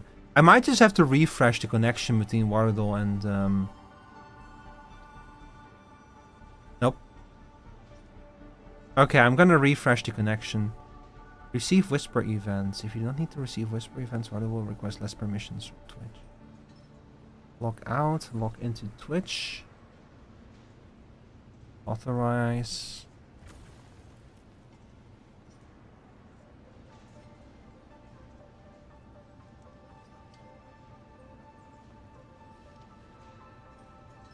Okay. I've refreshed the connection between Wardle and Twitch. So hopefully it will work.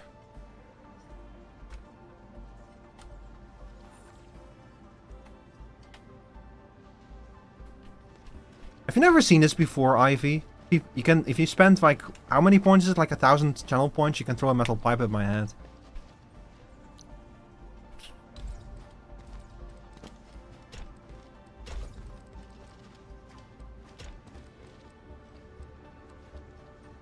Oh, damn it. I'm sorry, y'all. I don't know why it's not working. I'll do it manually.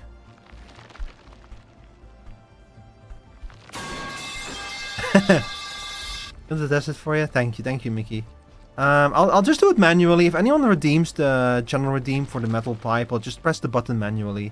I literally have it bound to F9, so I can just press it at any time. Buckflower powder production line completed. You can now head to area 2 to set up the Origo Crust powder production line. They literally, that's why there's a gate there. Production raw materials, originium ore are stored in this protocol stash. Okay, so they're making it a little more complicated. Plan and deploy the logistics route to set up the Origo crust powder production line while moving the products to the target protocol stash. I love that it just opened the door here as well. Ow. Oh shit, it's working! Rico has a brain damage, yeah. That's what happens when I keep transferring items to the depot using belt-free transfer.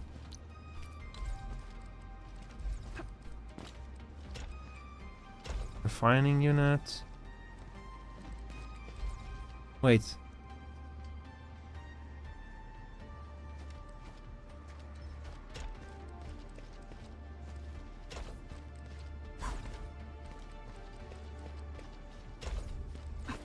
You need like...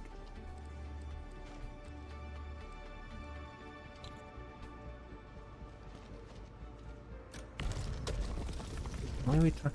Oh!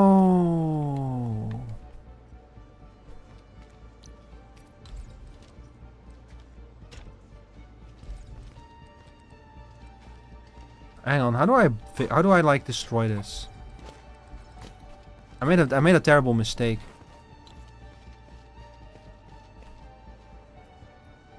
Stash mode, that's the one.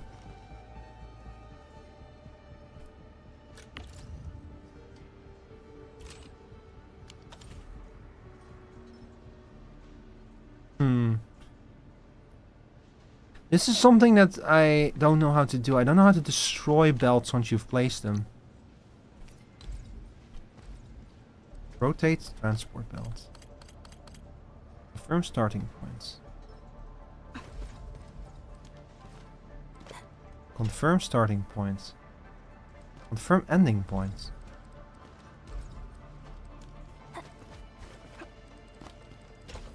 Ah, shit. Quick action. Stash entire product line. Ah, here we go. Okay, okay. So we're gonna start once again with the production line. Do it like this. We'll connect like this, and then we go. So we first need to make the originium things out of it, and then we put those in here.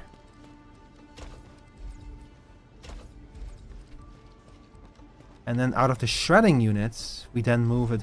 So you have to like refine the ore into the Origo crust, and only then can you turn it into powder.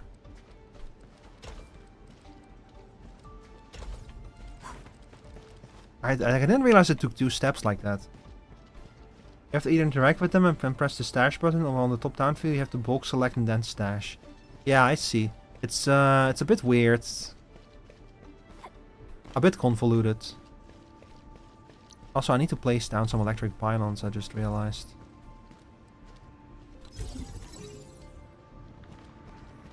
In phase 2, place only 1 electric pylon to power... Oh, it's a bonus goal. Huh. Oh, I think that this is supposed to teach you that you don't need to... if you're like exporting resources from a protocol stash, you don't need to power it.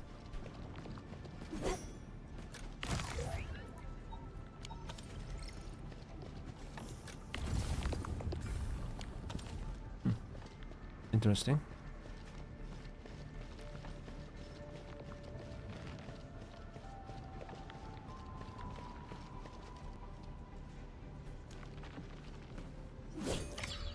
There we go.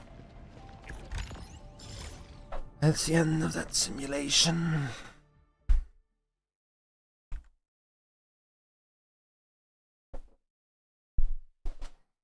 Is the pipe still working? No, it's no longer working.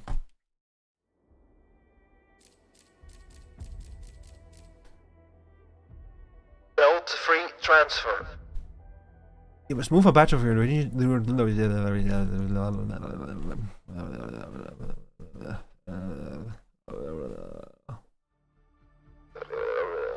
belt-free transfer.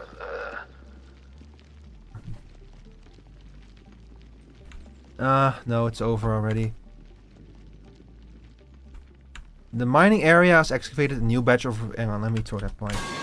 Has excavated a new batch of originium ore and stored it in the protocol stash.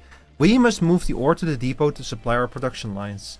Connect the protocol stash to the power grid to activate its belt-free transfer that moves stash's contents directly to the depot. I'm gonna, like, at the end of this game, I'm gonna have, like, you know, like that 6-7 brain rot, but it's with the words belt-free transfer. Hang on, let me make sure that that my tracking is fixed as well.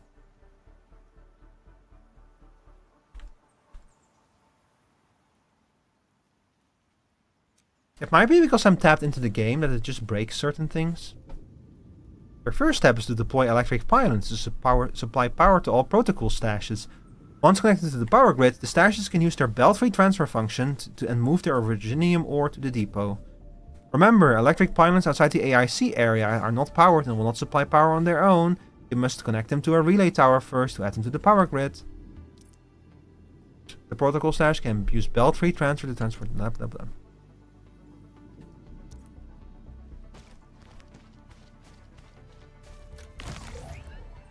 Protocol stash can be used for storing items. Here we can see that the stash is filled with originium ore. This shows the current operational status of the protocol stash. In storage mode, the protocol stash will hold onto its content instead of transferring it to the depot. Press start to expand. Press A to switch to belt-free transfer. In belt-free transfer mode, the powered protocol stash will teleport its contents to the PAC depot. Belt-free transfer is automatically performed at regular intervals. This shows the countdown to the next transfer. Once the countdown ends, all items in the protocol stash will be teleported directly to the depot via belt-free transfer. Press B to exit the blah blah. Press LT to open the blah blah. Press down to open the protocol automation core panel. After belt-free transfer is switched on, the transfer will automatically move its content to the depot after a fixed item. It actually shows you how much you get.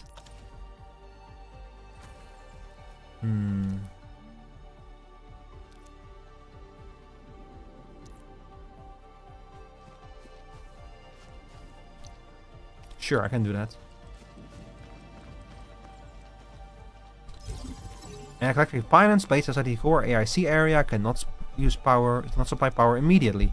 Go to the relay tower and select Start Transmission to start pulling a power transmission cable. Then go to the electric pylon, then select the plug transmission cable to complete the power transmission and connect it to the power grid.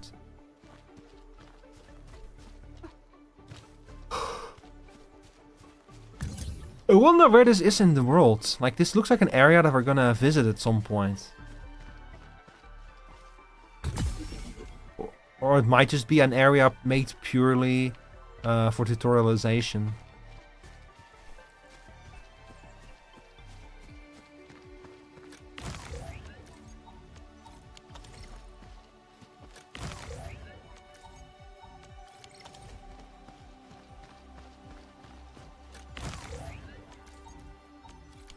Collect originium ore from the portable originium rig. Ah, shit. And transport them back to the depot.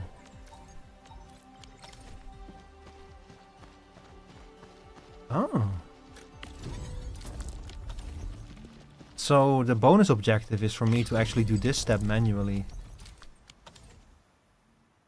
You have moved all originium ore to the warehouse. Simulation goal completed. I'm not done yet. But I'm not done yet! The bonus goal will not affect the completion of the simulation, but completing it gives bonus goals afterwards. To move more originium ore to the depot, originium ore must be manually moved to the portable originium rig to the backpack. Next, interact with a powered protocol stash and move the originium ore from the backpack to the stash for free belt transfer. Interested? Give it a try.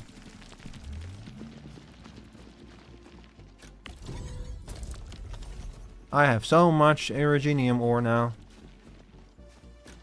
So now I move this in there.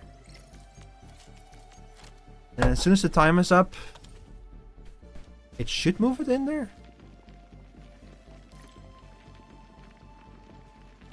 Yay! Oh, heck yeah, ad break. I'm gonna use the time to very quickly use the bathroom once again.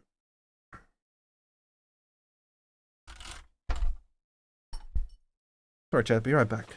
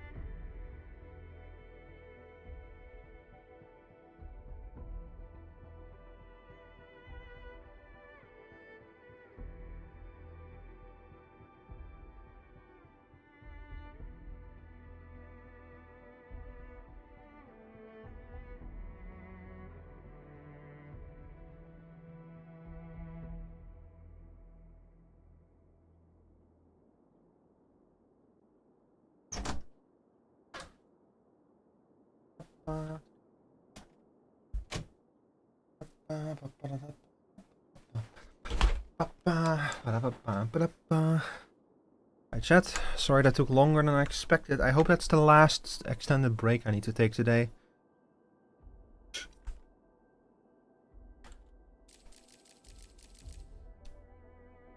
Let's see about some Mets production, shall we? Thank you, Zarisa.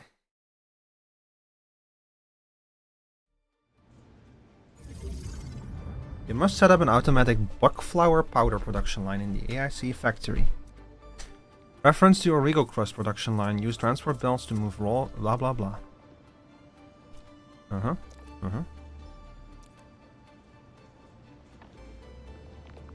Upgrade the Origo crust.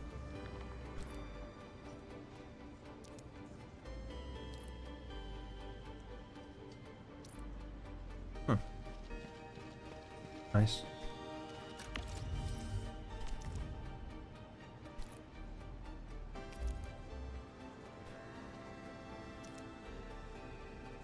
You must use a transport belt.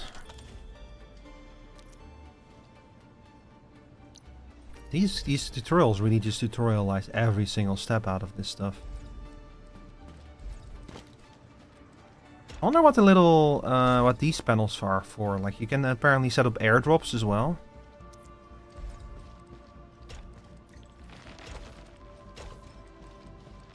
There we go.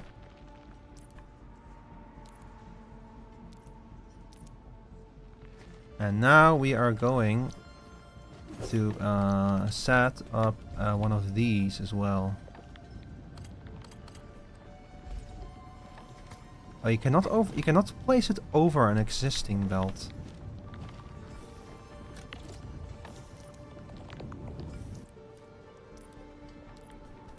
Blah blah blah blah. I know how to do it. I was already halfway there.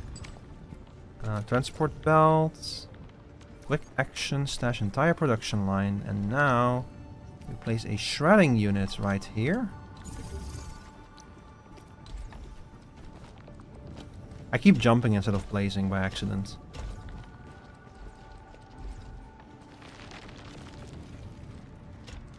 And then we simply do it like this. Ta-da!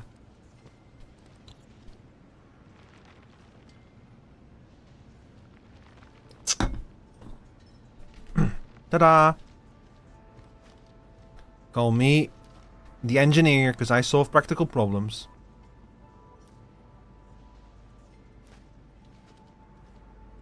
Very nice, very nice.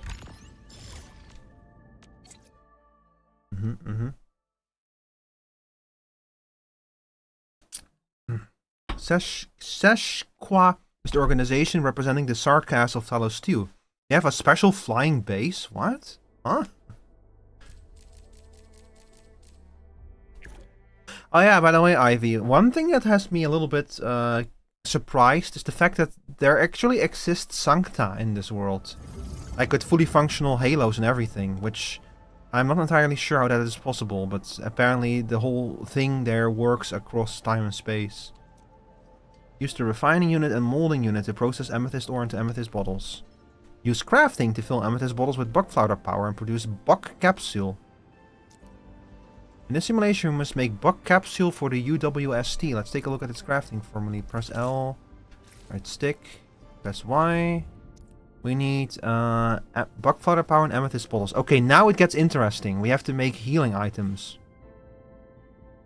which require us to combine several half fabricates, or like several already crafted products.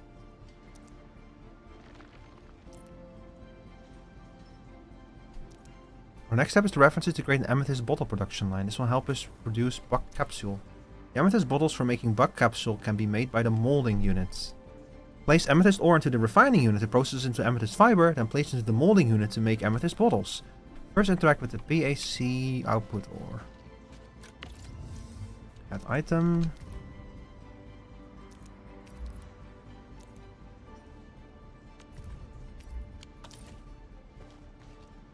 And we place a refining unit.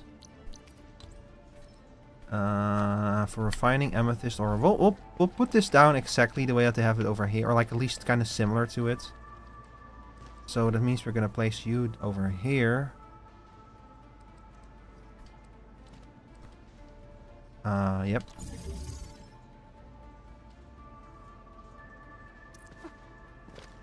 Place a molding unit to produce amethyst fiber produced by the refining unit into amethyst bottles. Huh? So like over here?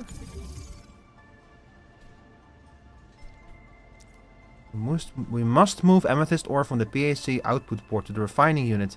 Then moves the amethyst fibers from the refining unit to the molding unit for processing. Oh, okay. Hang on. I am going to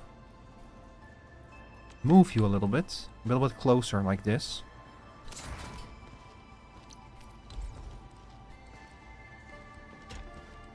This. This.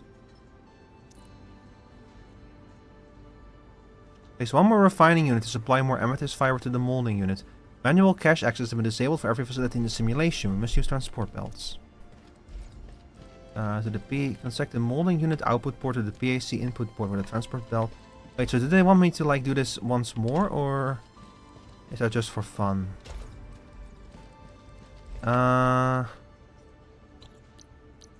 can probably place another one. This.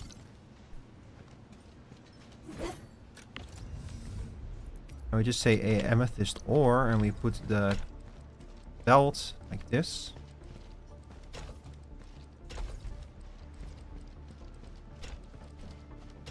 Yeah. And we place a electric pylon over. Let's put it over here, shall we? Yeah. There's 2 refining units to supply amethyst fiber to the molding unit. Already did that.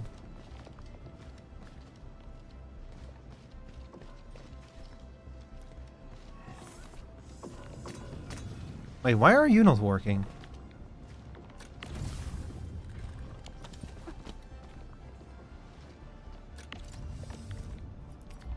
Did that get unselected by accident? Oops. Okay. Finally place an electric pylon. Use crafting to produce buck capsules. So I need to like interact with this thing then, or...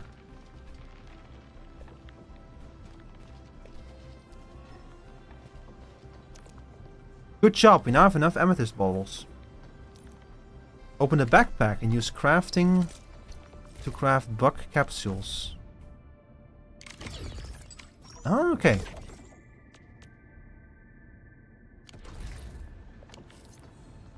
And I bet that at some point we can do this ourselves.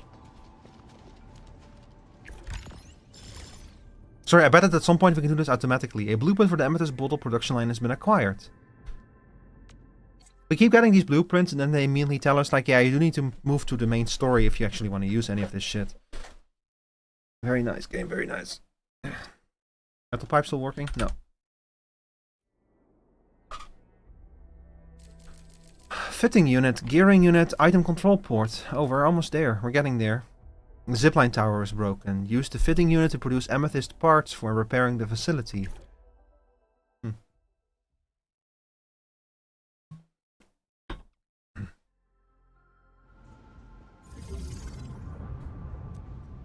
You need amethyst parts to repair the zipline tower. The parts can be produced using the fitting unit.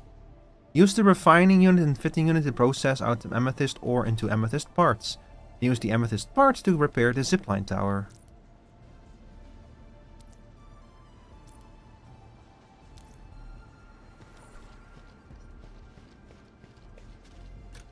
So we need amethyst fiber. We now need to set up an amethyst fiber production line and connect it to a fitting unit to produce amethyst parts. Let's give it a go. First, interact with the PAC output. I already see what they want to do, what they want me to do here. So we set you to amethyst ore.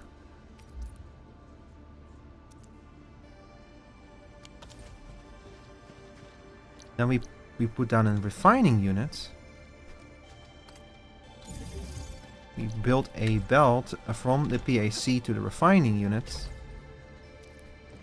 And then we connect the refining unit to the outfitter.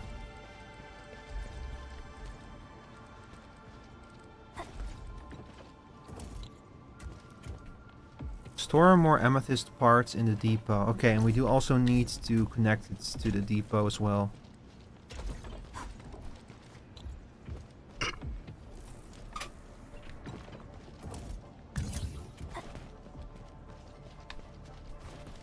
Ah, let's go.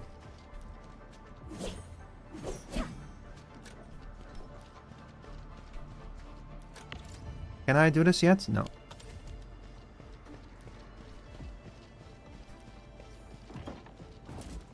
I might have to like protocol management, amethyst fiber, amethyst part.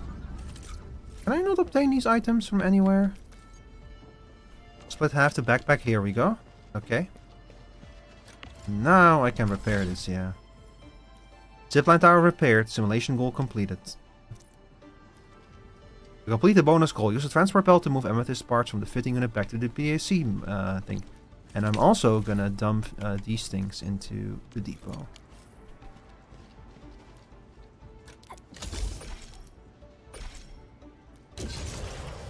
Yippee! Yippee! Wahoo! I'm kind of amazed that this worked. I didn't expect you to actually be able to leave the mission area like this. I guess this is to give you something to do.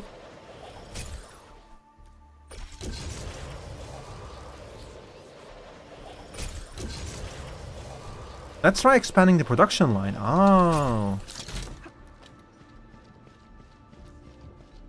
Use multiple fitting units. Does this take like several seconds then? We need like, when you don't need just multiple fitting units, you also are going to need more than one refinery to do this.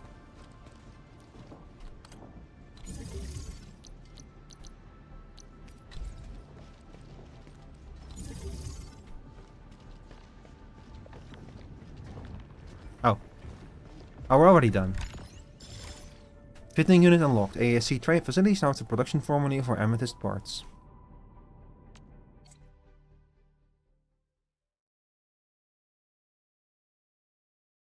Endfield Industries.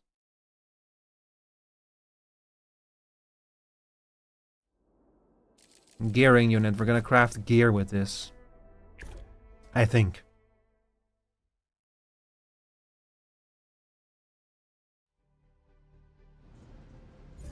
The AIC factory has introduced a gearing unit to make gear assembly materials. Again with the amethyst. Interact with the gearing unit to view the amethyst component production formula. This shows we need 2 materials for producing amethyst components. Ooh. We need both Origo crust and amethyst fiber. We must move these 2 types of materials to the gearing unit so that the facility can produce amethyst components. Or Virginium ore and amethyst ore can be processed by refining units to make Origo crust and amethyst fiber respectively. The refining unit for producing these types of products is already placed in the core AC area. Interact with PAC output port 1. And then do the rest. Go forth and set up the PAC output port.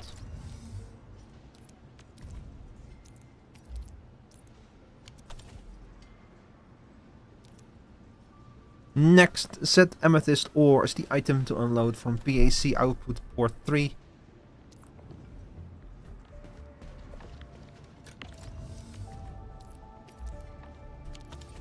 His output port is now unloading amethyst ore out of the depot.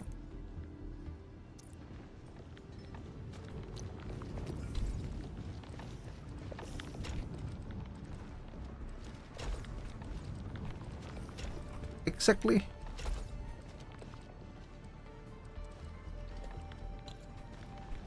And now we have a machine that can combine 2 materials into 1.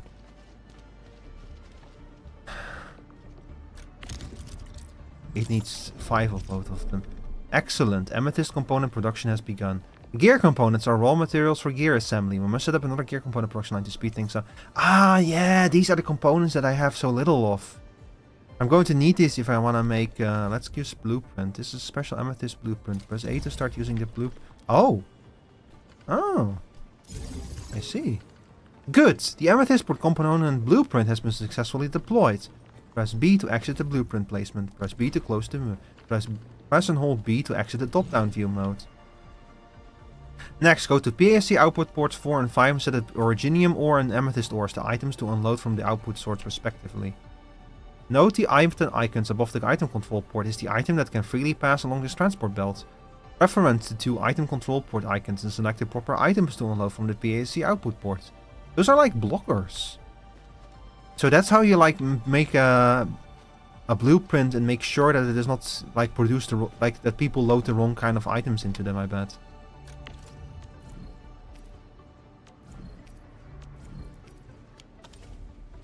Originium ore.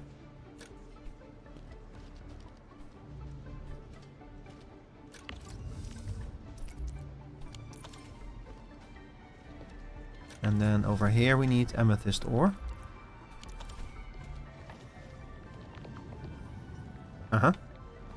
And now it starts producing here as well.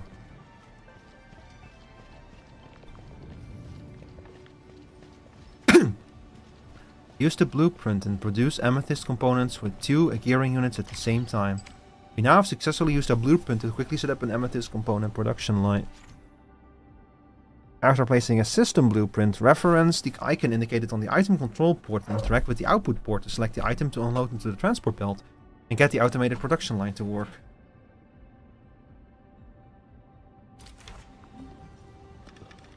I get it. Gearing unit unlocked. And now we got the blueprint as well.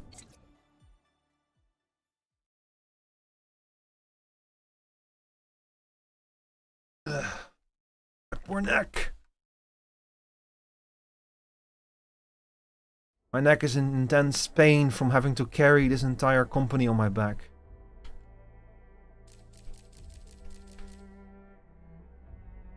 Item control ports only allow the passage of a selected item and can also control the quantity that is allowed to pass through. Those are used for flow control then.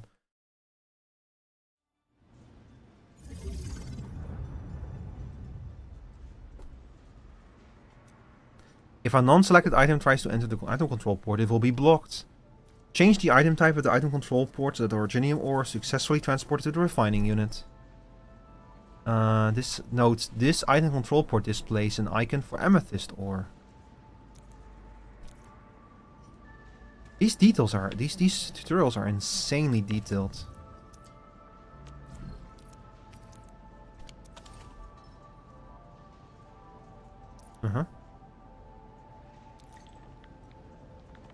These items are being blocked. Yeah, what's up with that? An adjustable belt logistics unit. This item control port also has a quantity limit function. The quantity limit of this item control port has been set to 1. Once 1 unit of originium ore passes through, the rest will be blocked. Press and hold the start button to switch it off. Press B to close the menu.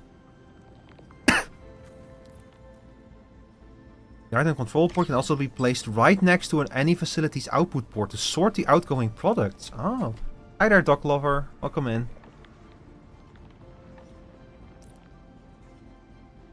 Oh. The stash will thus unload items according to the item limit set by the item control ports.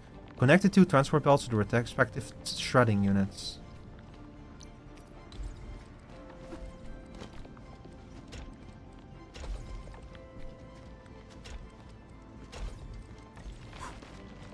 So that's how you sort these output items on a protocol stash. That's kind of weird. Like, why can you not just set the items directly on the output filters? On the output slots, I mean, like you can with the PAC. Oh well. Who cares?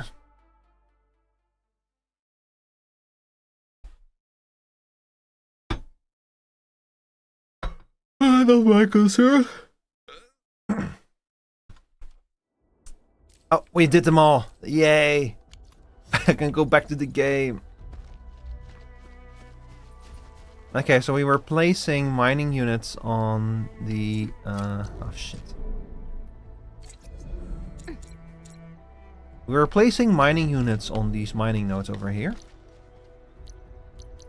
Electric mining rig. We'll put them over here.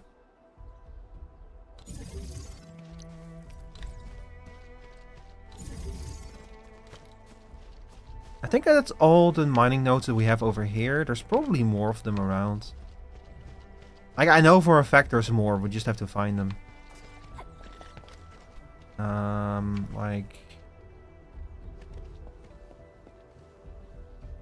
Doesn't matter right now. We probably don't need that much anyway yet. I went completely overboard with the amethyst mining. And now we have to place you over here.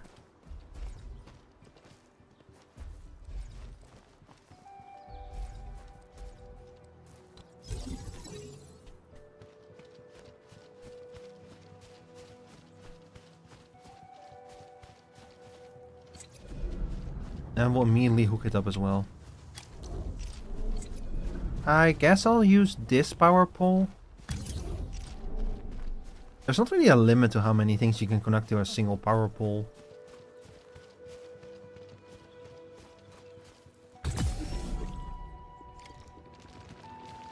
Place the amethyst or move to the depot in the backpack. Ah shit, that's not what I wanted to do.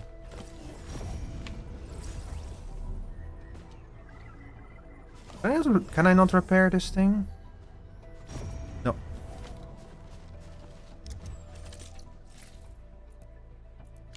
Oh, I need to actually stand in the area around the depot to do that. Protocol automation core is the heart of the facility.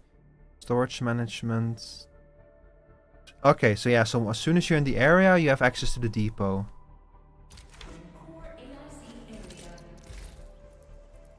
We already have 4.61k. we were working so long on those tutorials that we made 4.6k.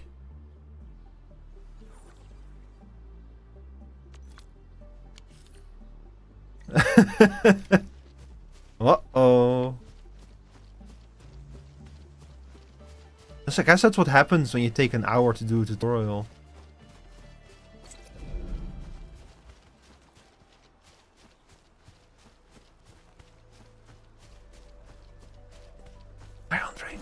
Oops. I didn't mean to kill you. Do we have the required originium ore and amethyst ore? Take these mineral ores. Nicely done!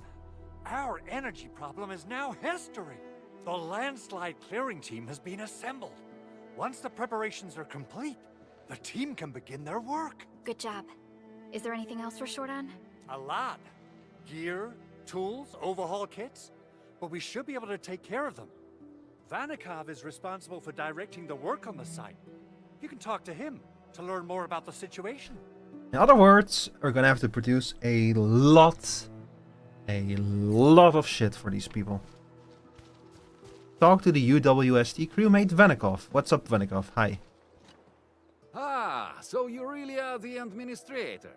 Thank you so much for helping our crewmates out there. Everyone's ready to get some work done, but we got a small problem. There is no need for such formalities here. Given the urgency of our situation, just go ahead and tell us what Yeah, you chop chop. Tell me what you need. I'll provide it. Mr. Andre insists that we keep ether counters during work. The issue is these devices have quite a heavy load, and we haven't had time to modify our standard coveralls. I understand Mr. Andre's concerns. Mr. Vanikov, if modifying your standard crew coveralls is a problem, we can produce new protective suits for your crew. You see the lighting behind her just completely changed? What? But I don't think we can just build a garment factory right now. Oh yes, we can. That's what the AIC factory is for. A comprehensive plan for precision manufacturing, centered around our protocol automation core. We can get started on it right away. Gear assembly. Use the AIC to assemble various kinds of gears to improve the operator's combat performance. Press to set non-set gear assembly. Select minor overalls. This shows the stats of this type of gear. We need Valley stock bills and amethyst components.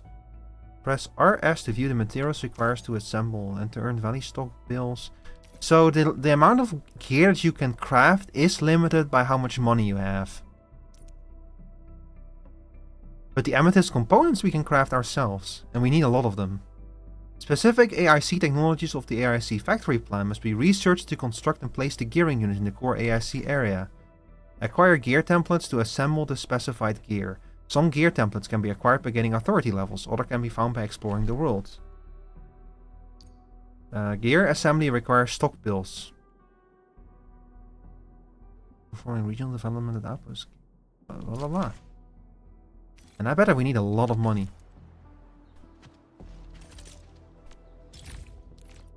The AIC technology gearing tech must be researched to produce gear assembly components. Press A to select it.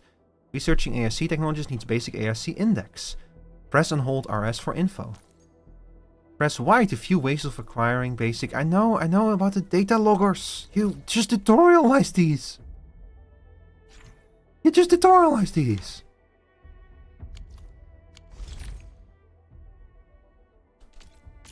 Hi, Alter Time. Press A again to select the AIC. Field simulations. Press A to open. I already did this one. I'm not doing that again. I just did that one.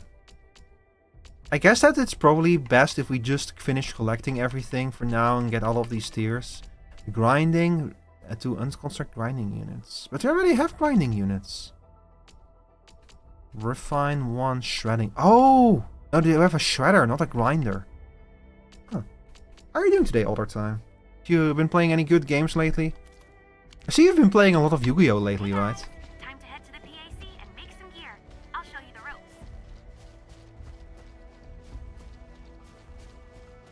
This game is great, but they do tutorialize a bit much. I get that this is to make sure that everyone knows what they're doing in this game, but...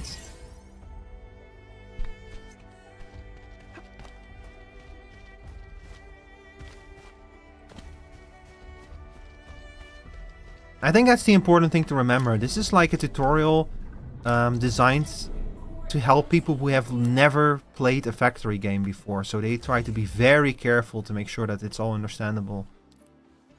The Start Construction button opens up a list of various facilities below to construct in place.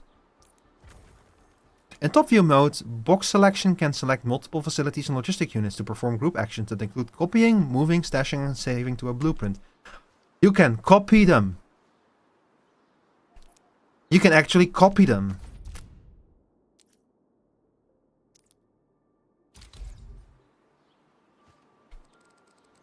That's something that not even Satisfactory will let you do.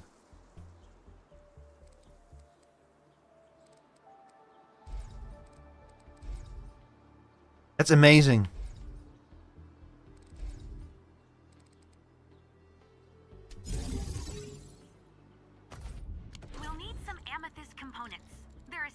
You know what? I'm gonna build a second one. We need a lot of amethyst components. Due to the lack of facilities, a set of unconstructed facilities have been placed. Click on the yellowed facilities in the unconstructed set to view their details. So B, keep B pressed.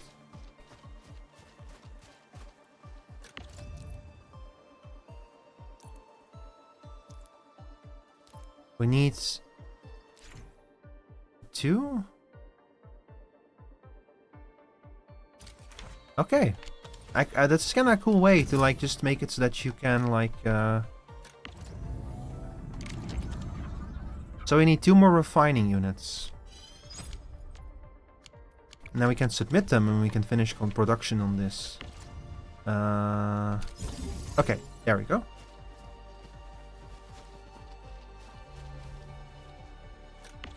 PAC output needs originium ore. This one needs amethyst ore, which we have 5k of now. Jesus Christ. amethyst ore, and you need originium ore.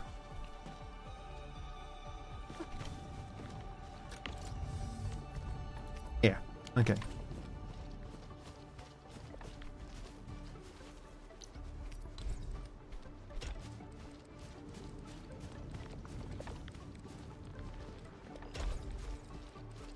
And then we just hook them up to the base like this.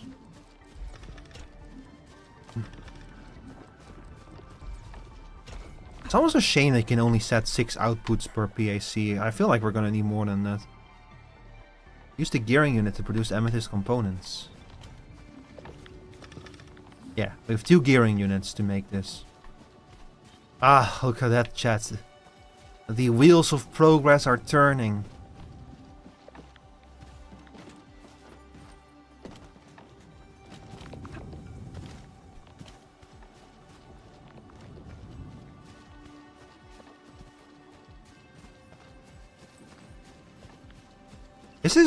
This is gonna revolutionize industry, yeah. I kind of like how much emphasis they put on that, like the fact that the technology to put down entire production lines has only just been invented. So everyone is still kind of like amazed like that you can just put down new production lines for stuff out of nowhere now, you know.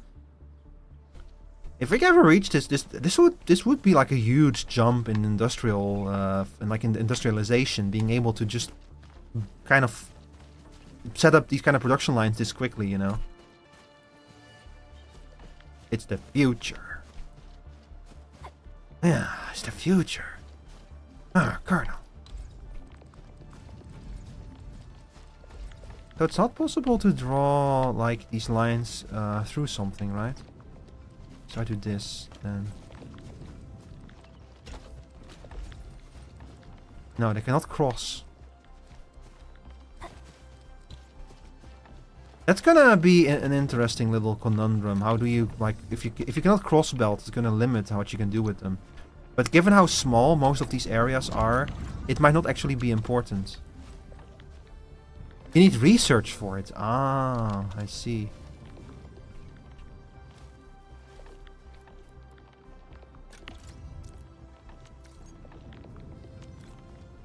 Ah, damn it.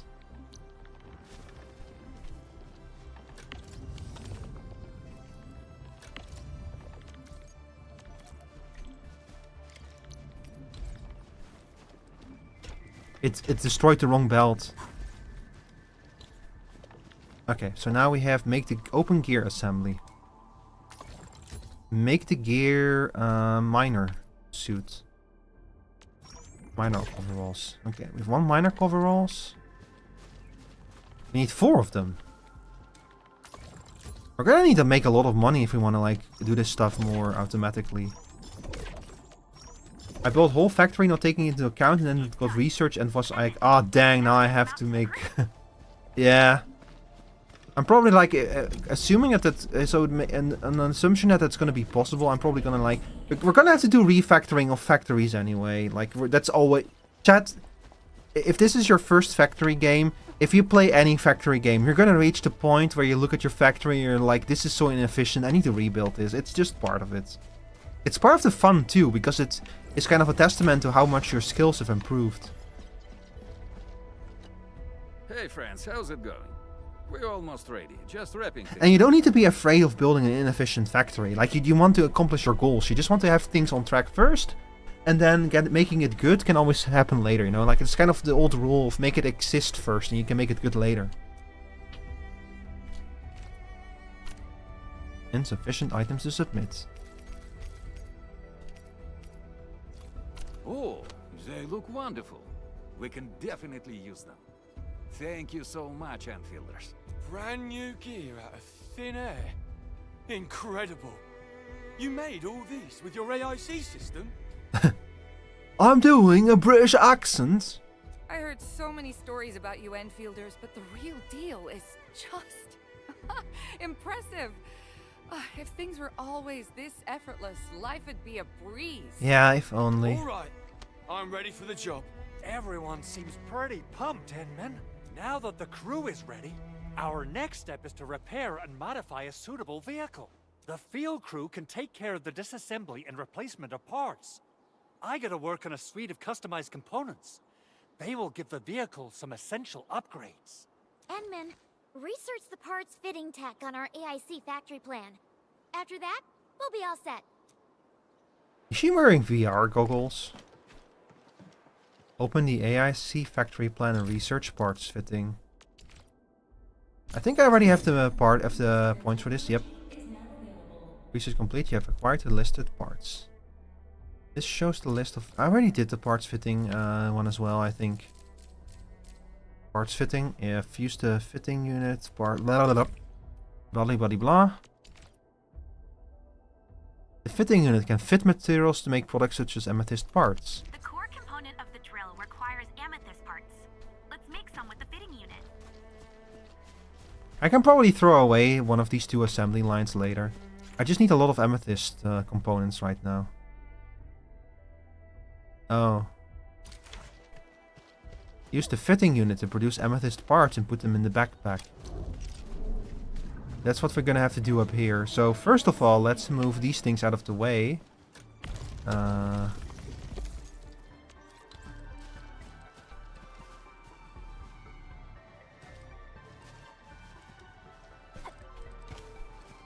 These are my kind of like in the moment machines, you know?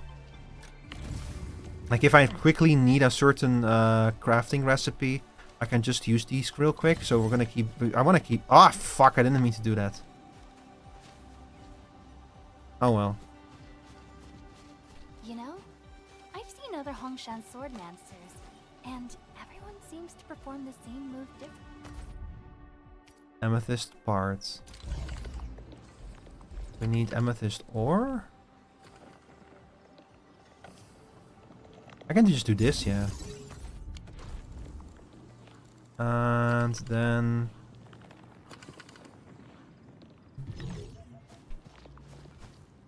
I'm kind of happy that we're like mining so much amethyst ore now. Because we're already out of originium ore. We're not mining enough originium ore. I need to put up more miners, I think.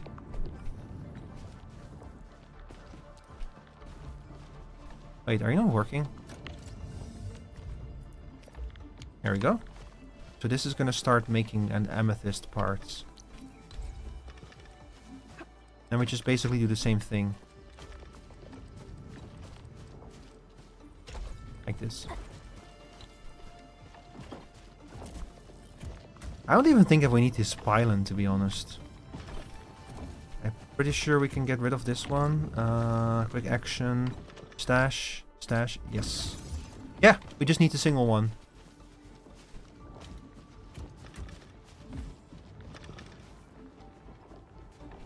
What do you mean clogged? Oh, you don't... Yeah, without more ore, this is not gonna work. We're gonna have to make more, gonna mine more originium ore. I know where we can get some.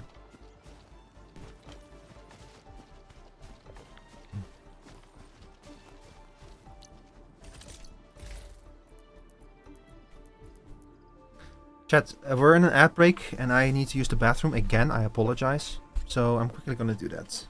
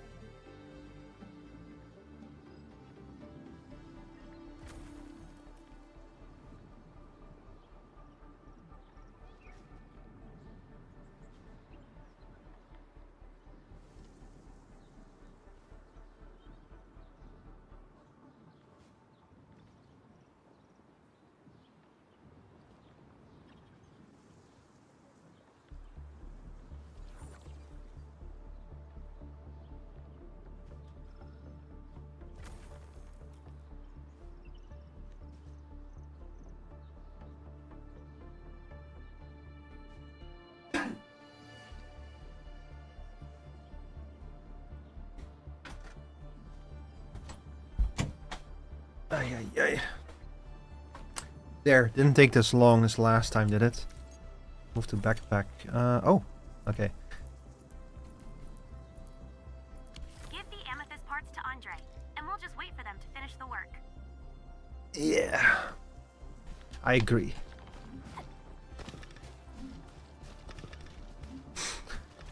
After we give this to Andre, I might go look for more mining nodes. I'm probably gonna have to power them as well, though, so I'm gonna have to set up. When I first received this mission, then when I saw the actual Endman, I was like, you know, so wowed and amazed. I'm So wowed and amazed. standing right here, you know. I would say that you're more mysterious than what the stories claim. What is going on with the Totally clouds? what I meant.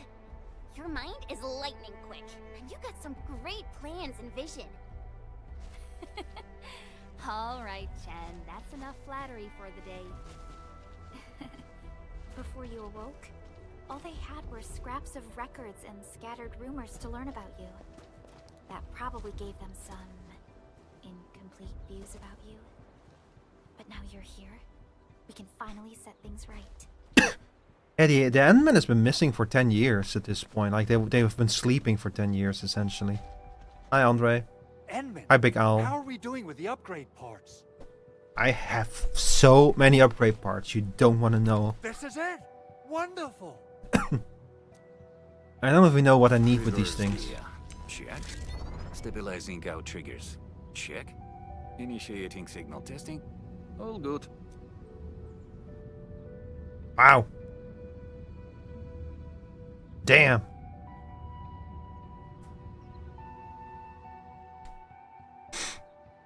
Construction vehicle upgrades are complete. All the moving parts are in place. This efficiency is miraculous. It's like a dream. A dream that's coming true! The AIC factory is working far better than I expected. We gotta expand our mass production plans. The factory must grow. Make sure you give me the new budget as soon as you have it. Endfield has constructed many large industrial machines, but this is our first time using the AIC to build one on the fly. Mm-hmm. This is a first step towards our grand vision. Endman, just imagine how many lives we can improve with our construction capacity. Prep work seems to be going well. We finally have some good news for a change. With this kind of technology, you can build an utopia. If you can just... If there's a need and you can set up a production line for it very efficiently and fully automate it, like, you can build a world where people don't have to do the hard work anymore. You could, like, actually build a utopia with it. Lari suffered significant damage. We received multiple distress calls from the crews there. We've dispatched a rescue team, but it was hastily prepared. They might not be able to cover all scenarios. I hope you can check the area if you have the time to spare, Endman. Our preparations seem complete, but... But? No, sorry. It was nothing. In any case, we should make sure all preparation work is carried out accordingly. Pogus and I are ready to help if you have questions about the AIC factory. If you want to add more features to our AIC, you can use this expansion core. It will provide a more advanced factory development plan. There are many things we can do. Expand our AIC factory, help crewmates in the other areas, and much more. The decision is yours, Administrator.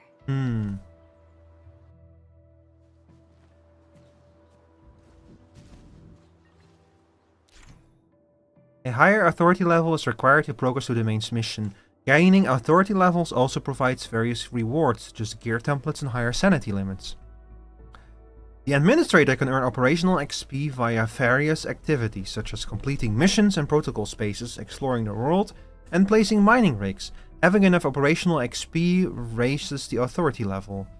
Open the Protocol Synchronizer, Proto-Sync menu, to open the authority level screen and see rewards at various authority levels. The what?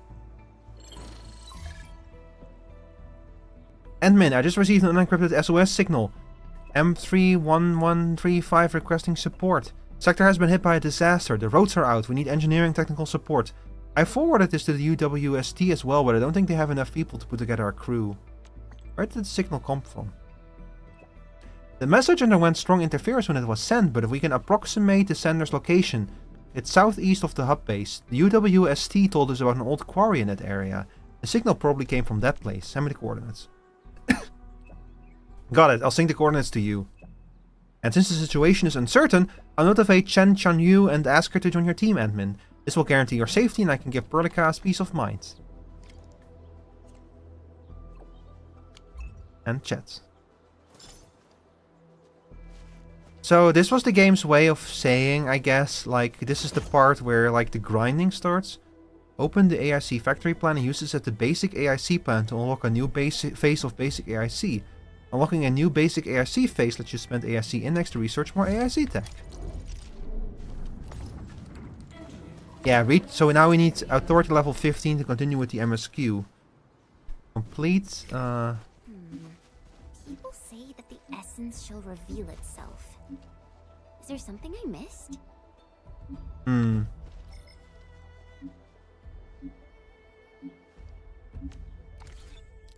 I think that we're finally done with the tutorial, chat.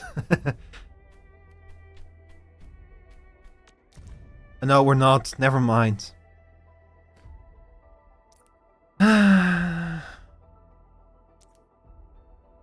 Use this to switch to the power-related data. So this is our power production, and this is our resource production. So we actually also use more amethyst than if we produce. I want these two at the top.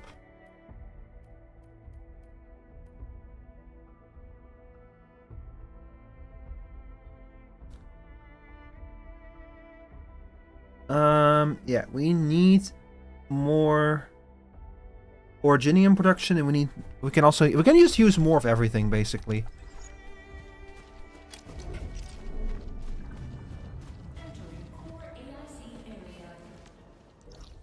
But I think that there should be some more ore. There's ore over here and there's ore over there. They even have purity levels?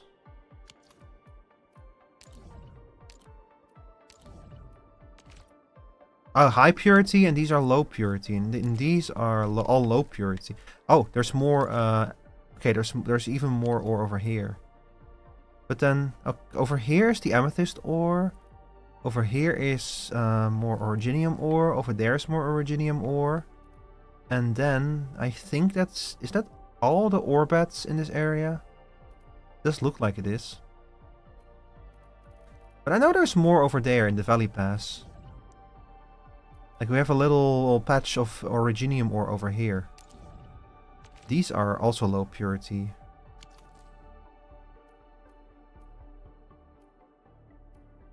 But furthermore, the more we develop the region, the more we unlock here. But how do we get more region development?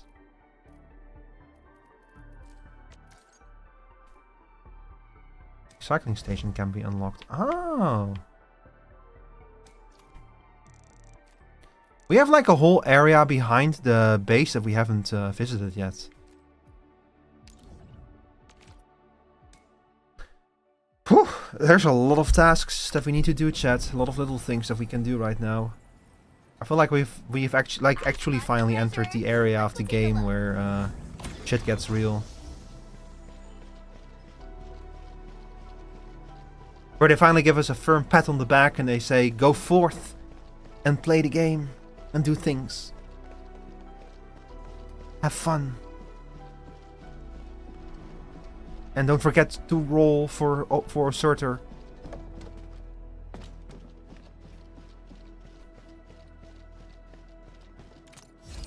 Exploring every little nook and cranny of every map is going to be quite some time. It's going to take quite some time, though.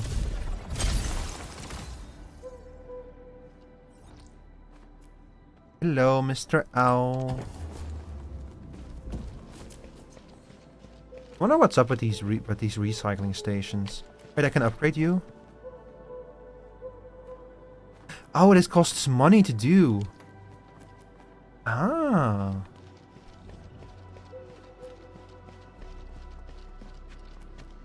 Is that an elevator? Yep. That's an elevator. And, oh.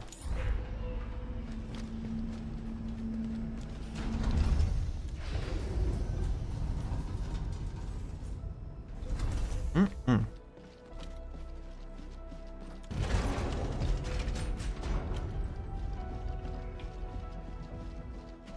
I guess we did not thoroughly explore this area when we were here last. This is like where the first area of the game takes place. Where they like teach you the very foundations.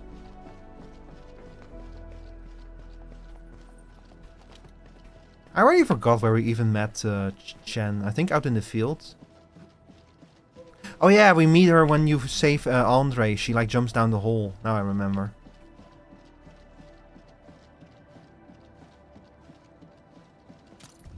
Just as usual, its numbers can't be more different than those recorded at Terra. But what happened to the Originium? Yeah, that's what I'm wondering too. Something on this planet is messing with the Originium, is changing it. That's why it's gold here. That might also be why it's less dangerous.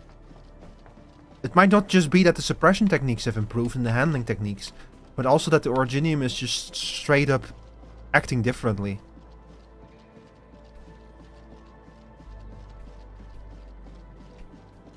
Wait a second.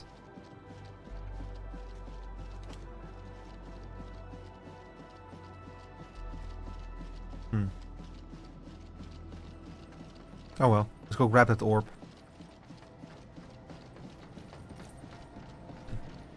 Alright.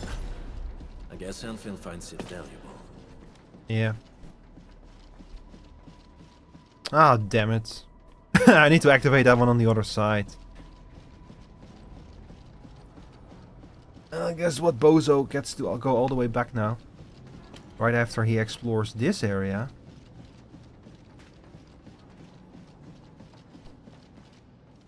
Huh? Is this also a one-way area? Unbelievable.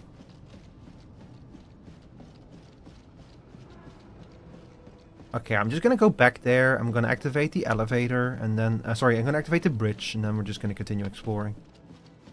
This is the part to look at every little nook and cranny. Anyway, chat, I actually... Yesterday when I played the finale of Metroid Prime 4, I was talking about how the game made me like wonder. Like, I was wondering, how does this game have like so many good decisions, but then also a few just completely baffling decisions? And then Slapper mentioned that there had been a... like recently there had been like an interview with like about the game with like a lot of details about it. And I haven't read the interview yet, but what I did see was that the producer of the game, Tabitha or something, that he has apparently like said a few things about the development. And correct me if I'm wrong, but it's the same person who made Metroid Other M, right? The creator of Metroid, who was the producer on this game, right? If I'm not mistaken.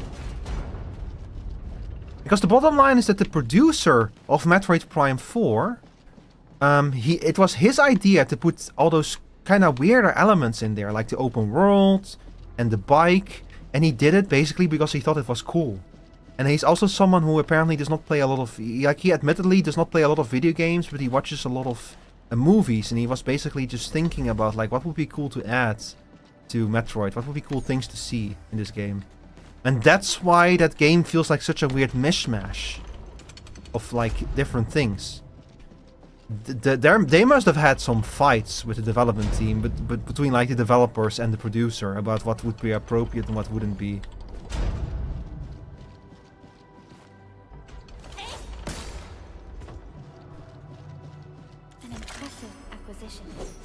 Thank you.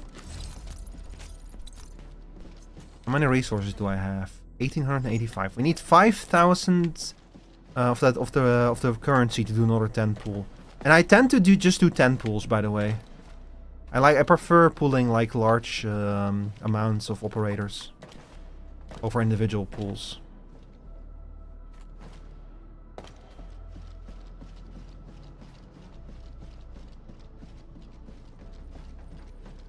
And also, after my next 10 pool, I get like another 10 pool for free immediately afterwards. On the Surtur banner, that is. And anyway, don't we have like... speaking of 10 pools, don't we have like... Yes, we do. We get another 10 pool on the regular one. Complete Chapter 1, Process 2, Paving the Way.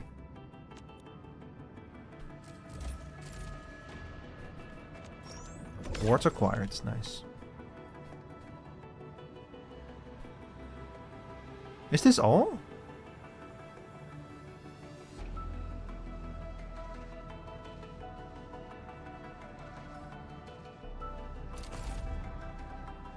Okay, I do have the ticket, yeah.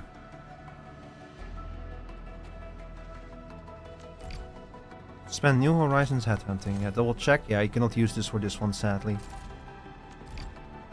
Alright, let's do it.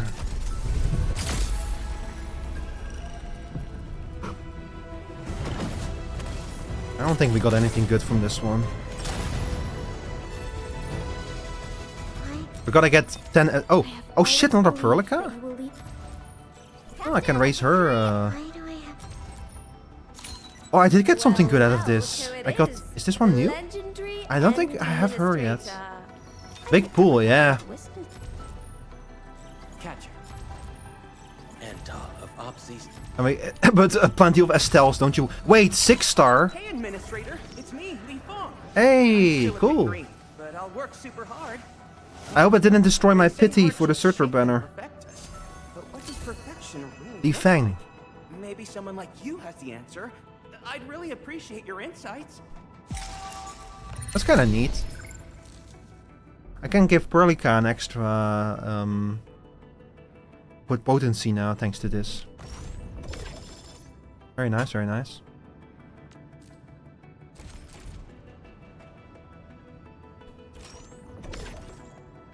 New Horizons weapon supply. Oh. Select one weapon to exchange. Are all of these 6-star weapons? No, I don't think that they are. Sundart's Prince.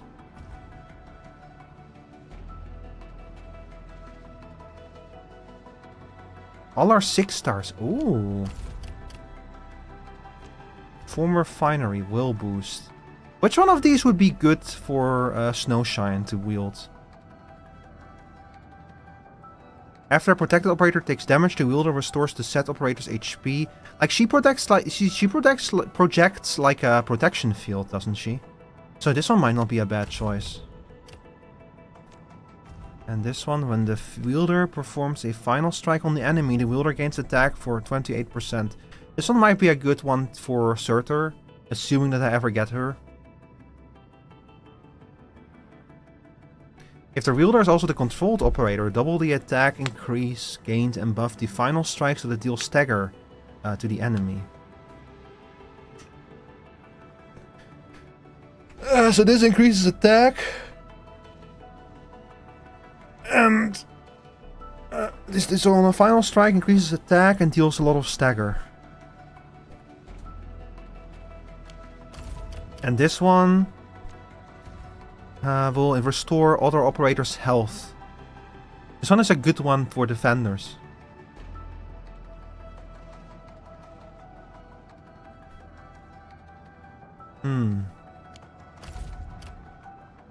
Then we have Thermite Cutter over here. After the wielder's skill recovers SP or grants a link state, the entire team gains attack plus 14 for 20 seconds. Oh lord. All of these weapon abilities and stats are gonna make this complicated.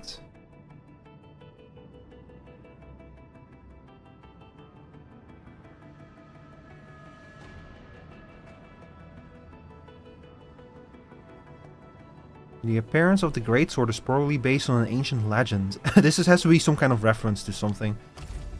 I think I'm gonna go with this one. And give it to Snowshine. Still waiting for something? Wind speed's okay? Visibility's good. Perfect weather for snowboarding. Here we go. Wonderful performance. Wow, that's a big sword. Also usable in extreme environments. Let's also level it up.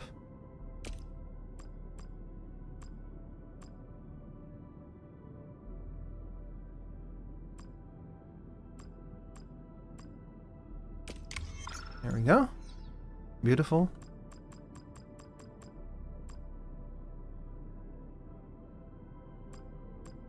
It's a shame I cannot bring it up to maximum level.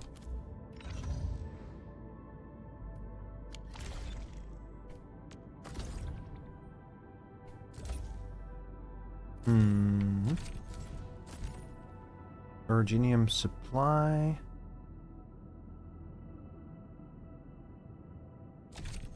Firewalker sign in.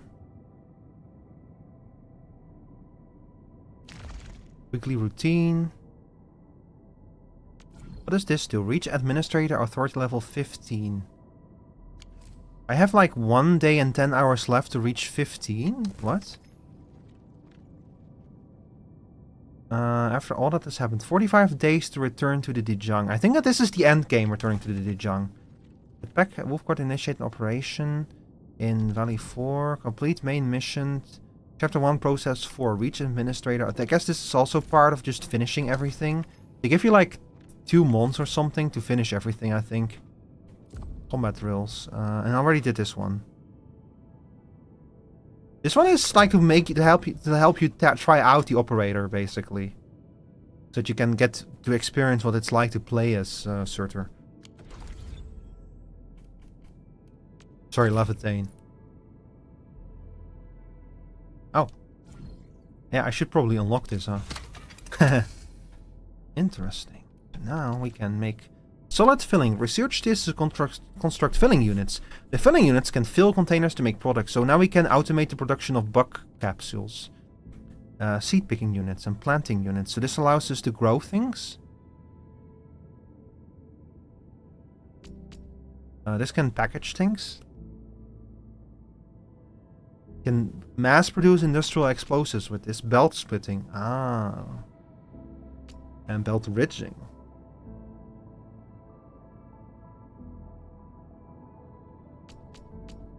Now we have extra power, thermal banks that consume originium ore or batteries to generate power. Researchers to unlock the power transmission feature of electric pylons. Now we can use pylons to transmit power. Depot bus upgrades. It lets you utilize the depot bus for moving items in and out of the depot and construct depot loaders, unloaders. Area denial. Hostile control. This is weapons. This unlocks the things that you can place out in the fields. I see. Oh, so far we were unable to make zipline pylons. I didn't even realize that. And then further down we have stuff like relay distribution. Research this to unlock the area power supply feature. So like to supply power directly to an area? Oh no, to make relay towers able to power things around them. I get it. So basically this makes, with these 2 upgrades, relay powers and relay pylons become kind of interchangeable. Now you have the grinder. Belt converging. And mining 3. You can use belt free transfer to deliver ore directly to the depot. Ferrium ore. And so this is so far as what everything is. I bet that in the future they're going to add new tiers below this for like more rarer materials and stuff. Wait, I have a... Oh no. Oh no.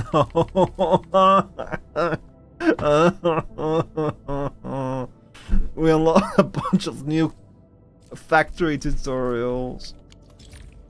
I'm not doing those right now. Welcome. No. You cannot make me do these right now.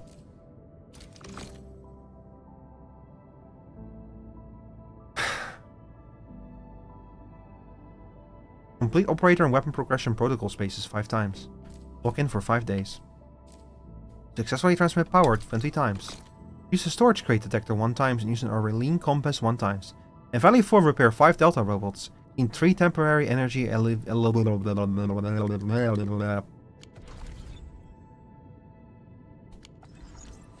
Sure, whatever. Let's keep going. Welcome to tutorial hell. I'm just gonna play a little exploration. I guess kind of the advantage of this game is that when you're like tired of building, you can go explore a little bit, and when you're tired of exploring, you can go back to factory building. That kind of like dig to me, and like that separation in a game where you have something that you can like go to when you're tired of one aspect is actually a really effective way to like keep the They keep like the secondary or tertiary gameplay loop of a game going, you know. For example, Persona. Alternating between going to dungeons and like doing stuff with like people, or like Danganronpa, alternating between free time and story and such. It's a good way to keep a game interesting, especially if the different parts of the game link into each other, which they do in this way, because the resources that the factory produces we can use to make better gear for our operators, and the items and upgrades that we find while exploring we can use to improve the factory. Please let me up, please, please, for the Lord, Harry, thank you.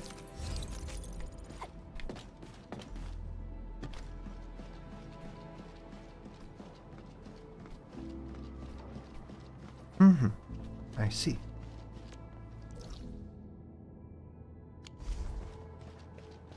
This place is so nice when it's not on fire.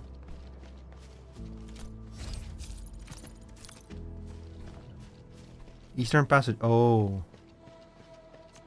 I see. Yeah. Yeah, we're not going to be passing through here anytime soon.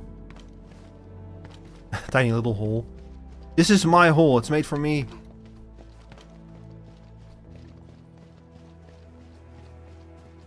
Kind of funny that they have like two entrances like this.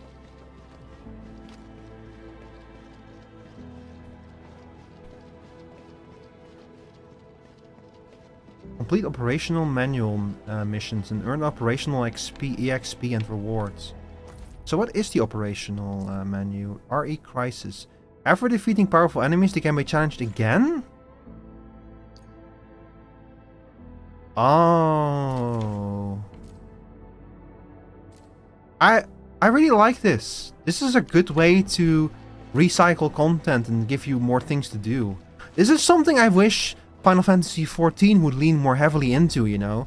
Like the whole Mythic Plus system in World of Warcraft, where you can like re-challenge a dungeon with like higher difficulty and like modifiers and stuff. That kind of stuff. I wish Final Fantasy XIV would do more of that kind of stuff. Because it's such a good way to recycle content and to give you like more stuff to do, basically, and to also challenge yourself with higher difficulties. So they're like making harder versions of boss battles, for example. Very good idea. What I appreciate about this game is that a lot of it feels like they've looked very closely to what other games in similar genres have done, and they've tried to learn the lessons from that. That is kind of my biggest criticism of Metroid Prime 4.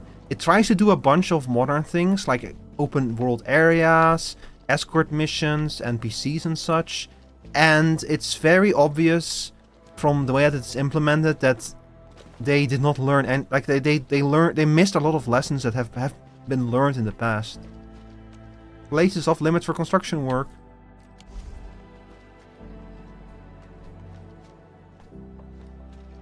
I wonder if they mean that literally. If like this might become like an area in the future that we can explore in a future update.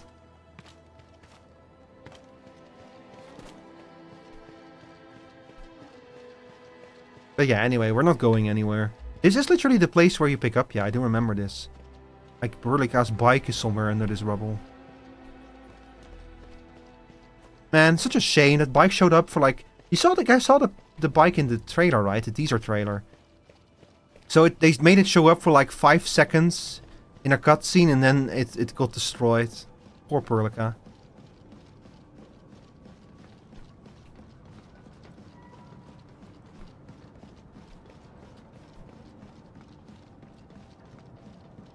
Oh well. It cannot be helped. I'm just gonna like scrape this whole place real quick. Although this is the part that we've done before. This is like the intro sequence, the prologue. No, not even the prologue. This is like just the prologue is the dream sequence. This is like the basic, the very foundational tutorial area where they teach you the very basics of the game.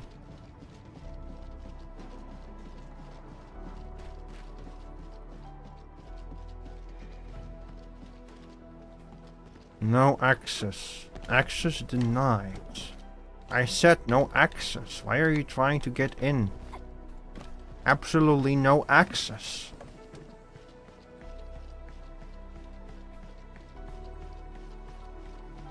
Hey, very carefully seal this off. To make absolutely sure that you cannot fall through anything. Is this the... I think that this is normally where you fall into the hydroponics area. Perhaps, maybe. I'm not sure. Oh my god, there's an invisible wall here. This is the first invisible wall I've encountered in this game.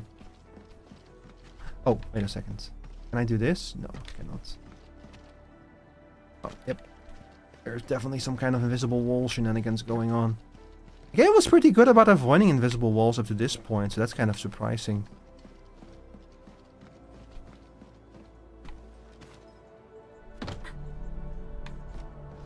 Never mind. It's not important.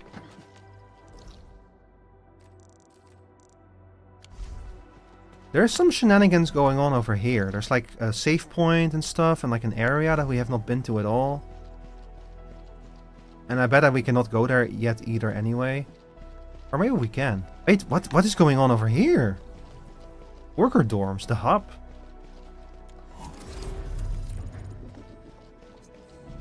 There's some shenanigans going on over here. Is this a shopping district? Hey, yo.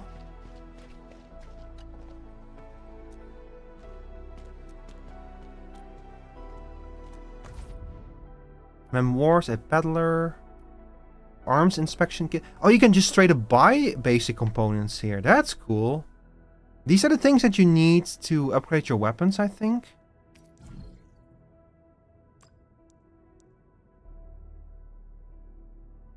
I'm just gonna buy them.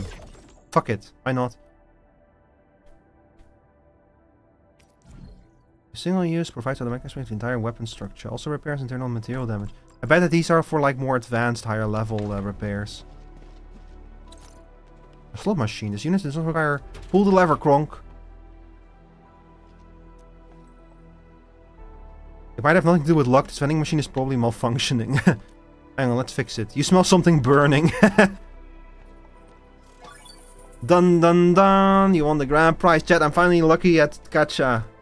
The strange burning smell got stronger. A sheet of paper with weird stuff written all over it came out. Congratulations! Please take this repair order to the EFED and pay the repair fees up front. Thick smoke emanates from the slot machine. What the hell? I got carbon powder from that. Rude? Hang on, I'm gonna steal this guy's stuff. Hi, mister. Welcome to my little garden. I have some... holy natural health products. Interested? Here they are. Elementary combat record, intermediate combat record, proto disc, proto prism, pink bolets, Calcodendra, F&M, meaty buckflower stew. Man, I thought that you were gonna have wheat or something. This is just regular food. What were you so careful about?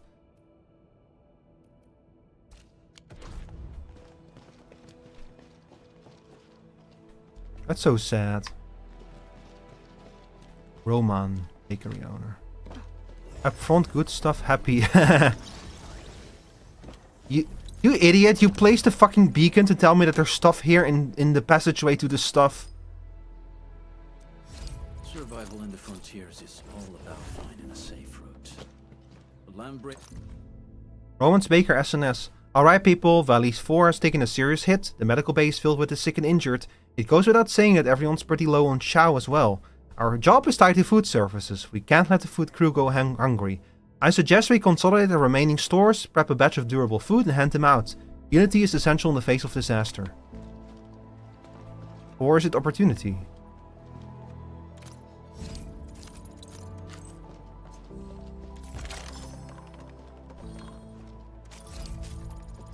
Thank you. The fuck is a protoprism anyway? I keep finding those, but I have no idea what they are. Oh look, that's the Sancta.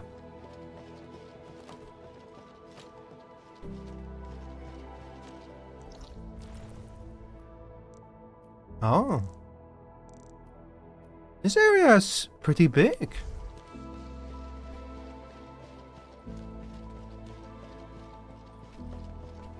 Snowboard vendor. Yo. Well, we know where, what's her name? We're going to know where Snowshine got her stuff from. The crew of the UWST Joint Polar Exploration Mission should have reached Moros Polis already. I don't think they need the snowboards or visors. Better move them back to the storage depot. I'll then hand out the pneumatic drills, axes and hard hats. I don't know why my heart skipped a beat yesterday. Feels like a bad omen to me. Is something going to happen to this place? Yep.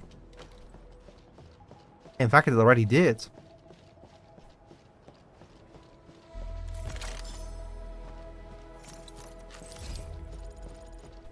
I like that we're getting authority levels from this.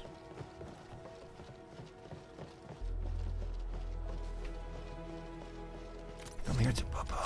Thank you. I appreciate the materials. Woo woo woo woo woo woo. Woo woo woo woo woo woo. Director Chin, the state of our injured personnel is not looking very good. We're running low on medical supplies. I know this will only make work more difficult for you, but I need more meds and medical equipment.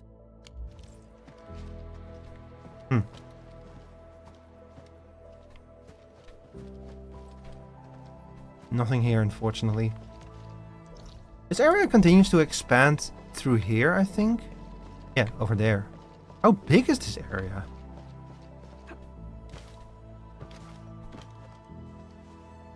Man. Endfield has a lot of facilities.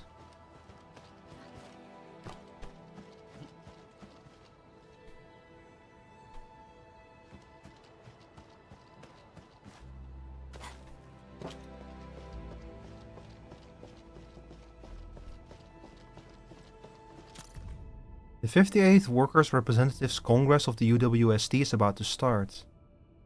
We got a partnership with Endfield and ran quite a few tests at the power plateau.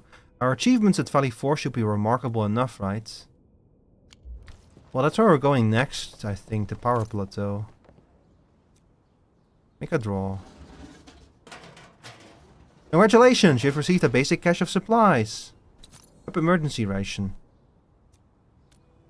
Machine under maintenance. We only got one. Ah, look at this. There's like a little valley behind here. Mountainside trail. Aberray Quarry. Oh, this is the area where the thing went to. You know, the thing.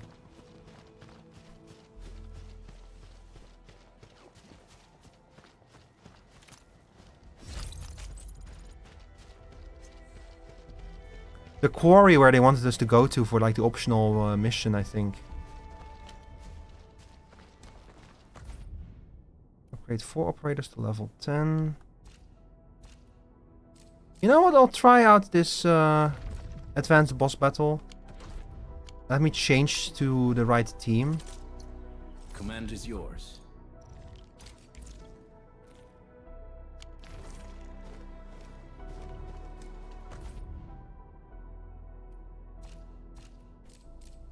So, Recrisis, level 1. Complete. Oh, we need to complete this one.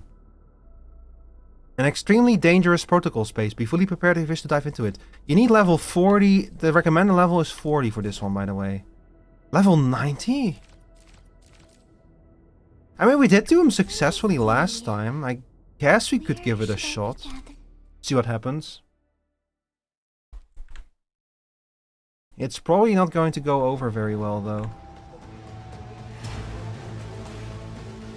Why am I getting a ping?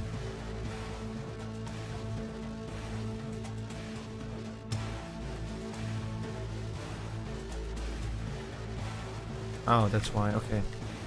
Come here. Oh, damn it.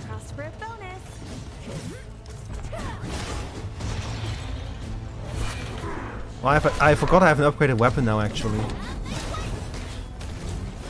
Oh, this should be doable, yeah. Like, it's not gonna be easy. Ow. Oh, that's a lot of damage. Thank God we have such good healing this time. Ow!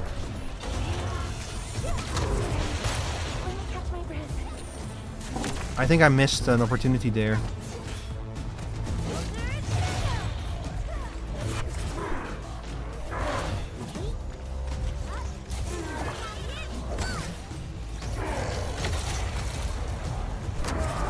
Ooh.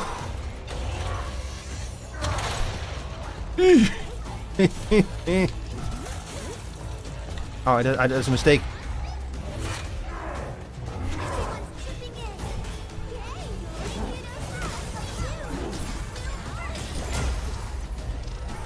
Yeah.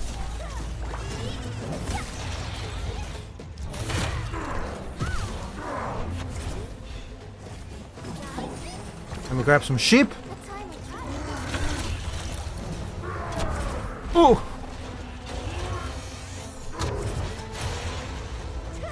Okay, my fellow operators are taking a lot of damage. It's slightly concerning. Nice, nice, nice. Oh, fuck. Hang on, can I heal you? Can I... Snake Girl's taking a lot of damage.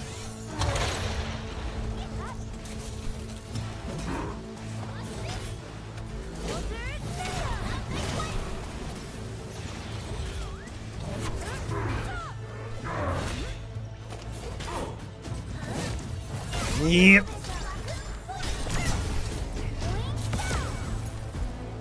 Okay, we got him staggered now, so this is my opportunity to use my ability.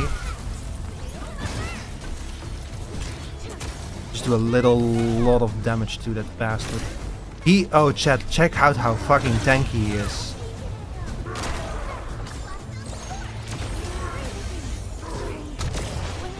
Oh, this is gonna be rough. We can do it, but it's gonna be a grind.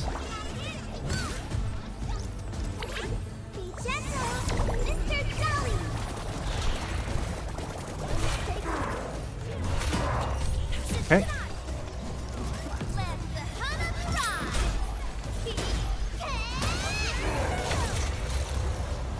Whew. I got this, thank you. I hope I do.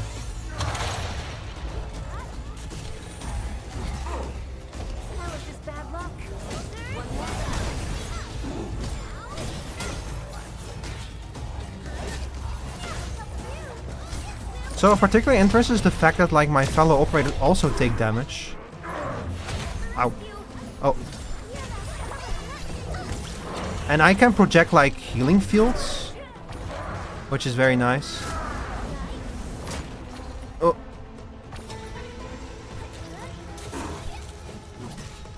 Okay, no, he's not stunned yet.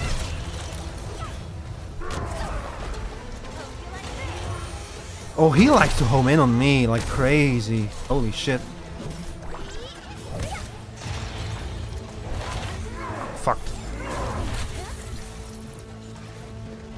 Okay, he's oh, he can cross a lot of damage. Okay, hang on, let's do a little healing.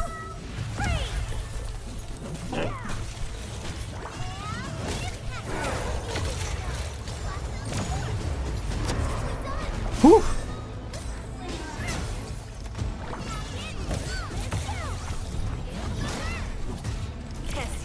Okay, come on, come on, come on. This is our chance to do a lot of damage to him. That's not what I wanted to do. Oh well.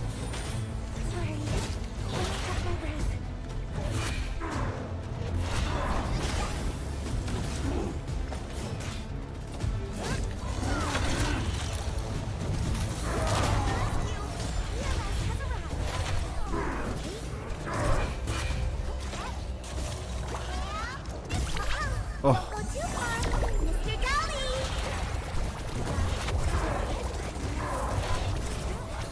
I need more healing.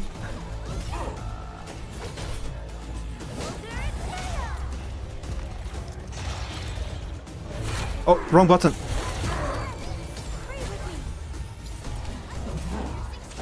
Okay, I'm healing, I'm healing, I'm healing. Wait, did fucking Aya died? Oh no. The healer's down.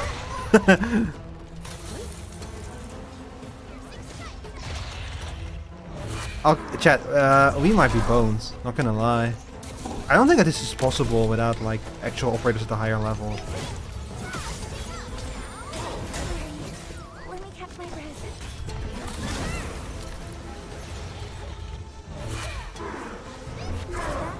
Shame no one's here to film it.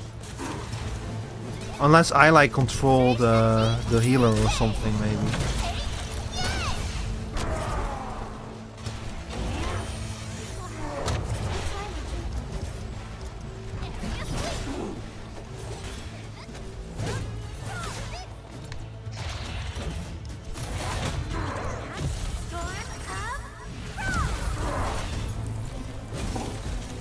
Okay. Even without a healer, we can still do this.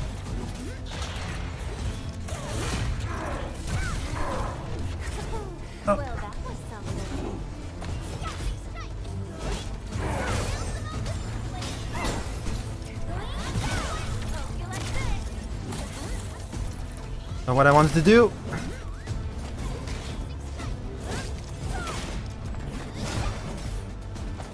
That's okay.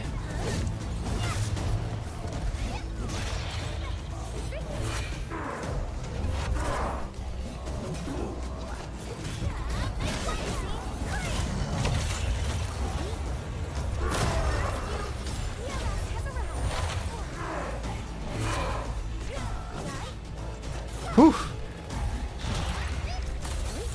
I mean, the fact that I can, like, project healing fields myself really helps here. Because otherwise we would be truly boned if I couldn't do it, something like that.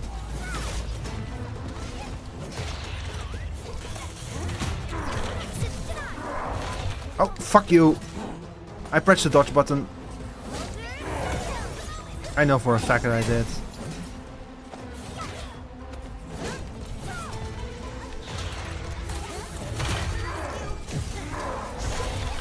Oh! Why did my skill not go off a second time? What the hell? Weird. Oh well.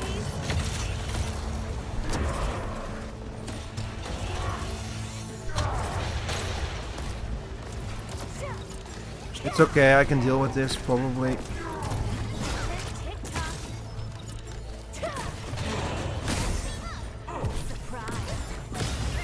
There we go.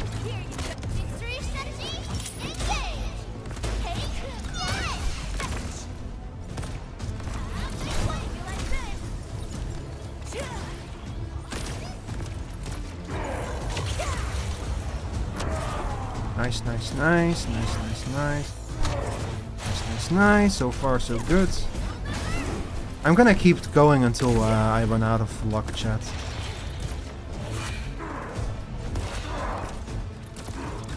I mean, having guns is kind of advantageous against a melee enemy, you know.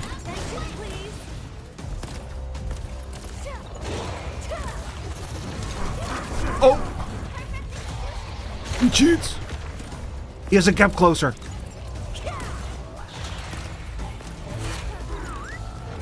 Oh, I hope that little doggo can hang in there.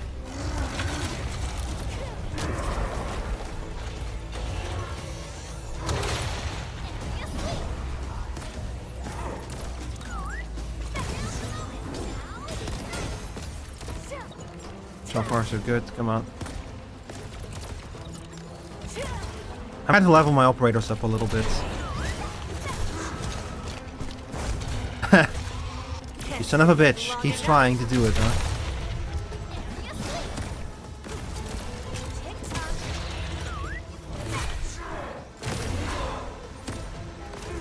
I'm applying a lot of effects to him.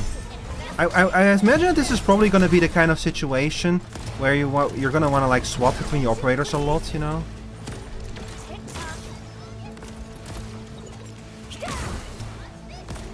In like actual combat to use their abilities appropriately. Oh, here we go. Phase change.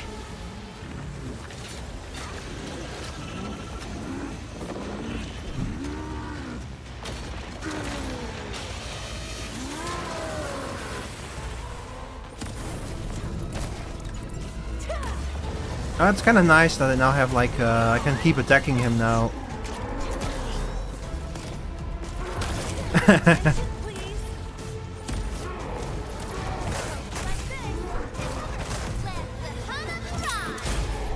Oh fuck!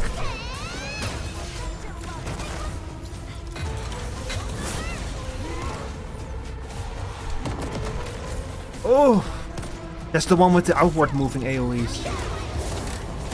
Oh! Oh shit! I'm the last one left. Come on.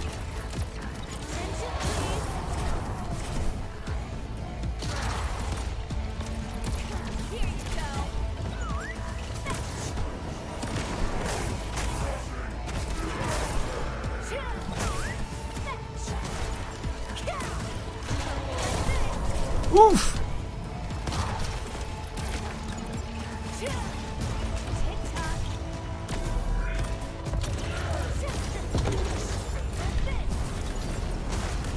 I'm just gonna keep trying, chat.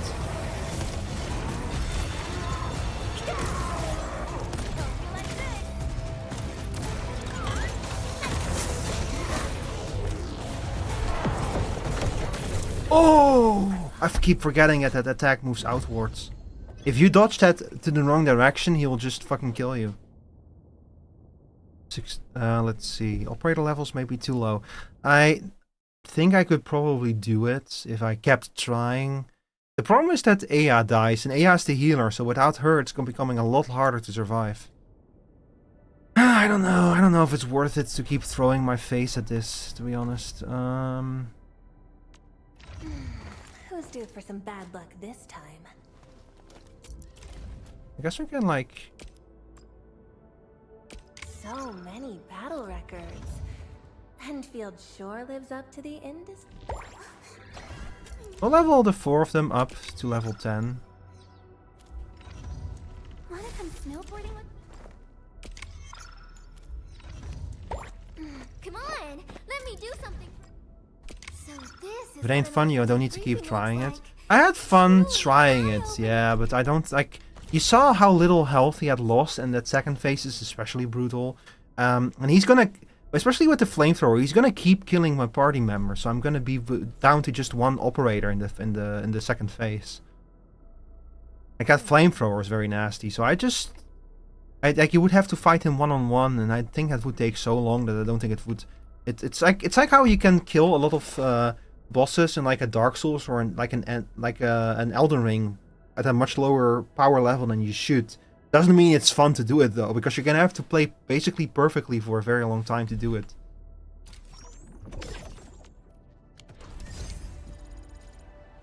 Okay.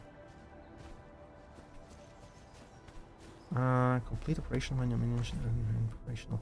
So all of these are basically operational. Yeah.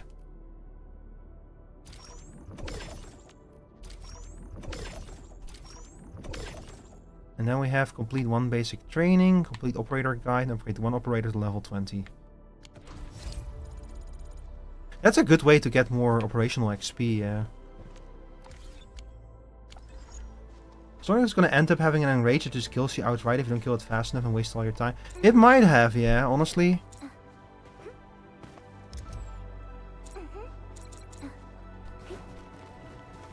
I'm gonna put it past them to add something like that.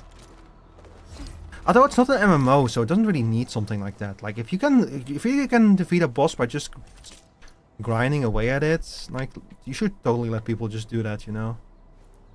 Like it's their choice. I could have made some resurrection materials. I could probably do it with some resurrection materials, but nah. We'll come back to it later. It's not that important right now. I need to find my quest log. I have no idea where the quest log is. Regional development?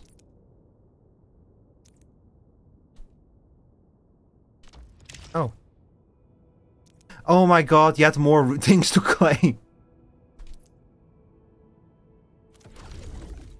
Press Y to view records of bill spending.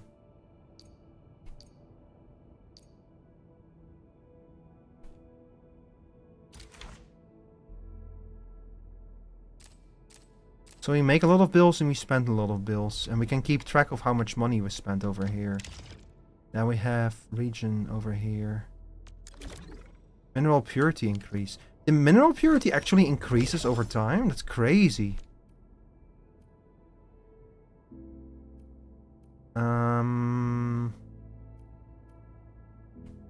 Oh my god, we can like Up to level 12.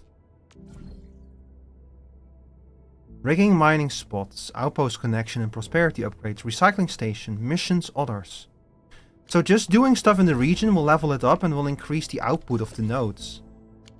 So you're like very encouraged to just play like crazy basically. And just like do stuff in the world, do more stuff, do even more stuff. I'm gonna have to find some explosives, by the way. I don't know if I can craft explosives. I might have to do it at the core AIC area. How many miners do I have? I have 5 of them. You know what, chat? I am going to do a little development of this area. I'm gonna go back to the factory and I'm gonna go mine some more because we actually get points for mining nodes, for like breaking them up with miners for the first time.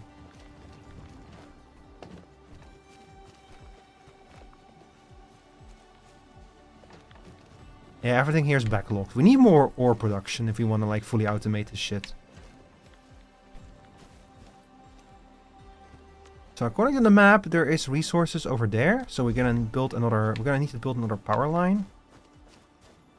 We can probably use one of our existing power lines, like this one over here.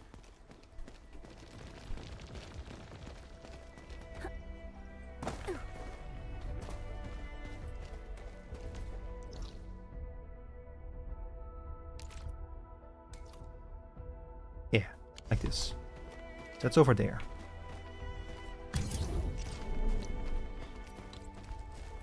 So just like last time, we are going to see how far we get with extending this power line, and then at the very end of it, we're going to plop down a pylon.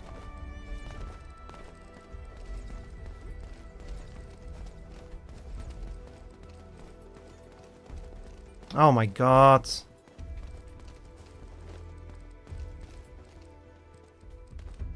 The only downside of this approach is that you sometimes get what you see here, where there's like a little curve in it.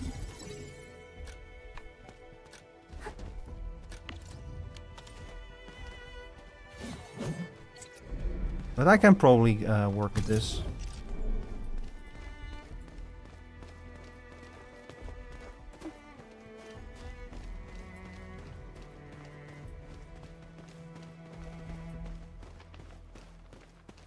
You know what? Good enough. Good enough. I don't care.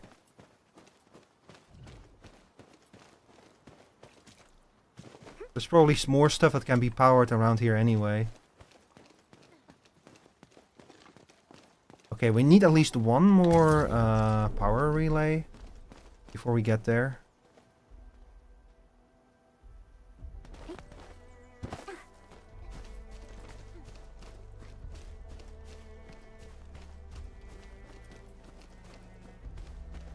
So I guess we'll just put it up on like as efficient a spot as possible. Like somewhere around here, maybe?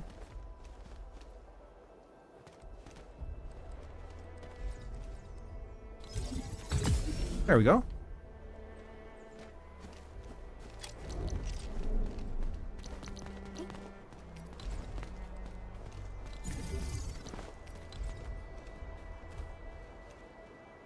Cannot place mining rig. Mineral veins not formed yet. Oh, that must be part of the region development then, that more nodes will open up. That's kind of interesting. That you actually not only will increase the yield, but it will also increase the number of nodes available to you. Alright, so let's set up some power pylons. So we're not going to be able to fit all of them in a single pylon. In fact, we're just straight up not able to... Okay, hang on. I'll put a power pylon over here.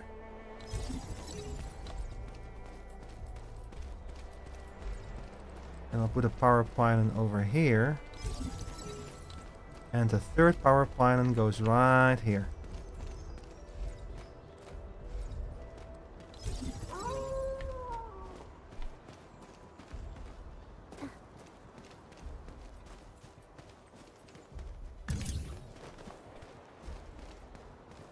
It is an interesting way to do this kind of stuff.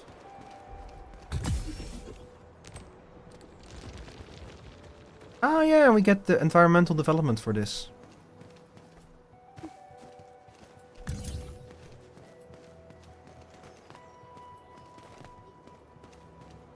Also, welcome back from the ad break chat. I apologize for not warning you. I also snuck up on me.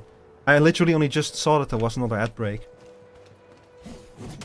Ah shit. Good old DIY.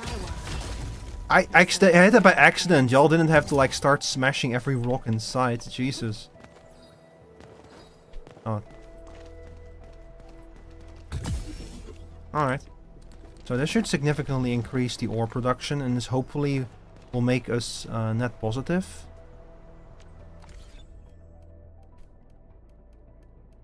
Let's see. So now we have 80 yield, 90 usage? Still not enough? Sheesh. You need a lot of ore.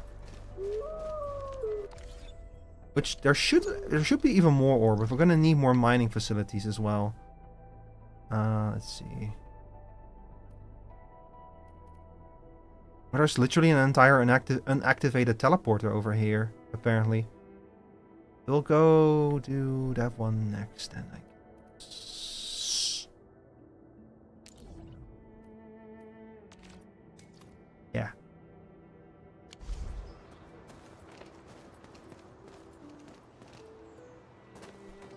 That should earn us some resources. Also, I actually only recently learned this, but if you dodge, you sprint afterwards. So that's a way to move faster. Uh-oh.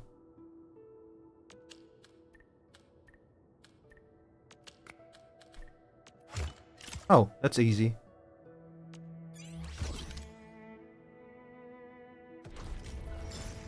Thank you. That's another way to earn some quick resources. I think that we've already had this one. Yep. We do have the memo beacon over here, but I remember this one is also like for level 40 operators or something. Level 35, yeah. We're not going to be able to do that one yet. I feel like a lot of the stuff in the open world is probably not really going to open up to you until you hit like level 40 or something. What is this? Careful, admin. There's an energy alluvium spilling out of control nearby. What? Please collect this energy alluvium. What? What is this?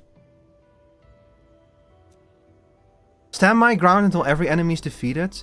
Try to use the combat facilities that our operators have placed. What?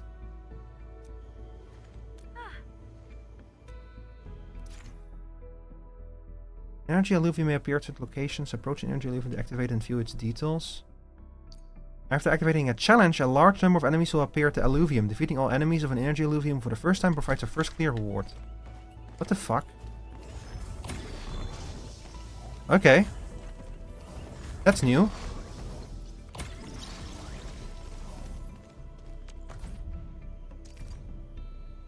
Level 20. I think that we can probably do this. I'm just gonna try it. Oh yeah, these things are not very strong.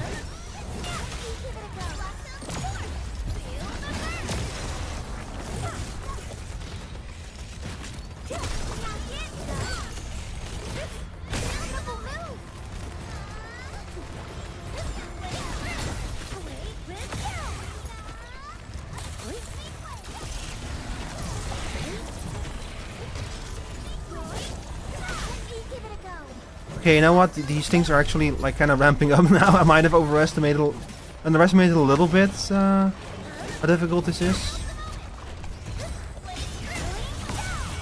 Oh well, doesn't matter that much. These slugs are fucking made out of paper though. Oh, this one is going to explode. What do you think you are? Fucking the slug from that one event in Arknights. Uh-oh.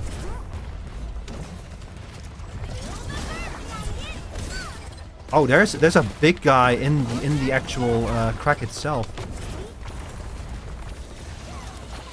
Hold on.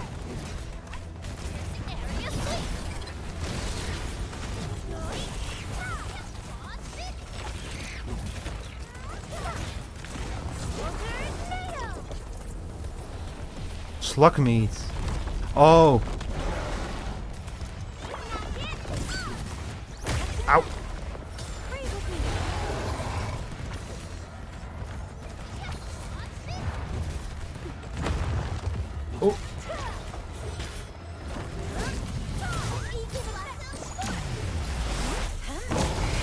Thank you.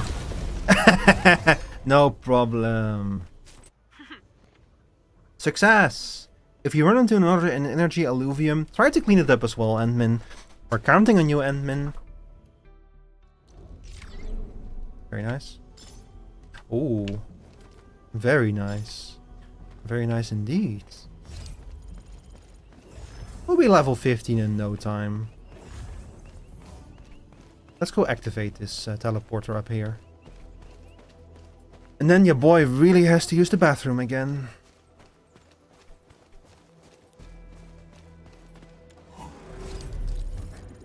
I cannot believe I missed this thing. It's like right next to the tower. So far. Everyone must be tired. Good call on the break. Didn't walk that far. We are back, chat.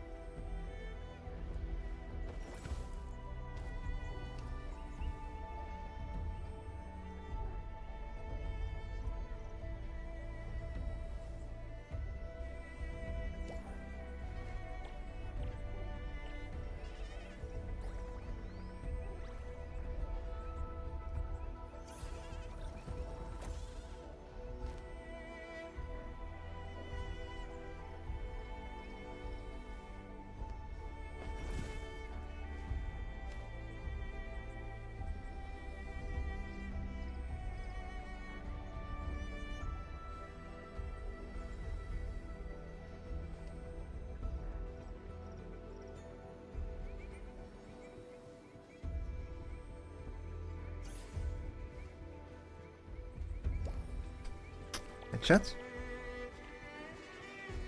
You know what? I completely forgot that I actually have to submit all of the Aureline that I find. Yo, 20 pieces. Oops. Oh. That's a lot of stuff. Yo, that's a lot of stamina too. Uh-huh. We're halfway to level 15. Quinn Janshi sent a new message. Admin, our stock redistributor just got back in touch with the hub base. As a key logistics officer, she can provide multifaceted support for operations in Valley 4. She's already on standby at the worker dorms. If you have time now, I recommend discussing the next steps with her as soon as possible. This is probably going to be related in some way to restart area stock distribution. Yeah, this is going to require us to like deliver goods to this facility. To this area. Similar to how we provide supplies to like the base, I think. We getting buggers? Back to my old gig, huh? I have total faith in you. Thank you.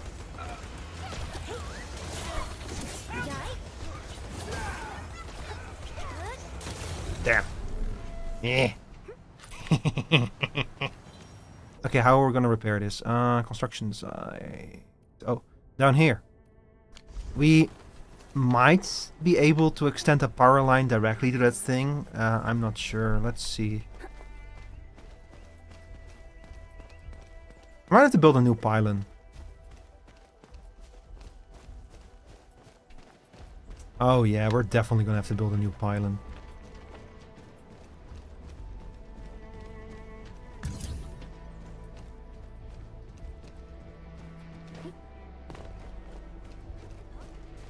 Well.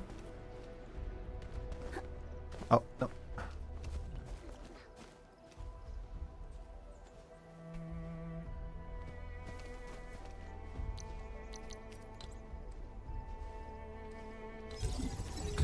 There we go.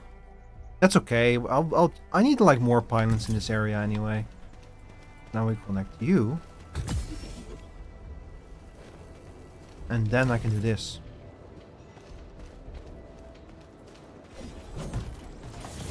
Quite amazing, all of these machines we have to power on so that we can then power things off. Makes you think, doesn't it? Doesn't it, chat?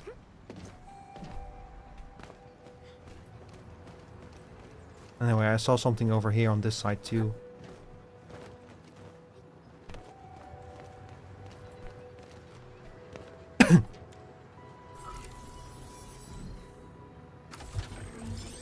Very nice.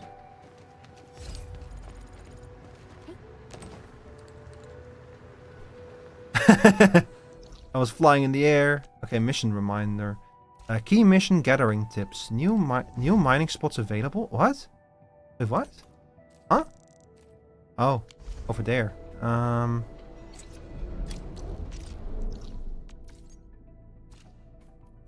Some rare growths are full. Some recycling stations are full. Recycling station upgrade available. Yeah, I'm aware about the upgrade, yeah.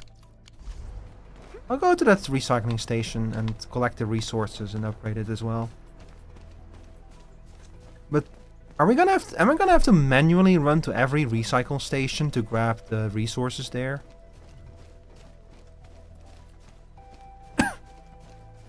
Because I can see that getting kinda old.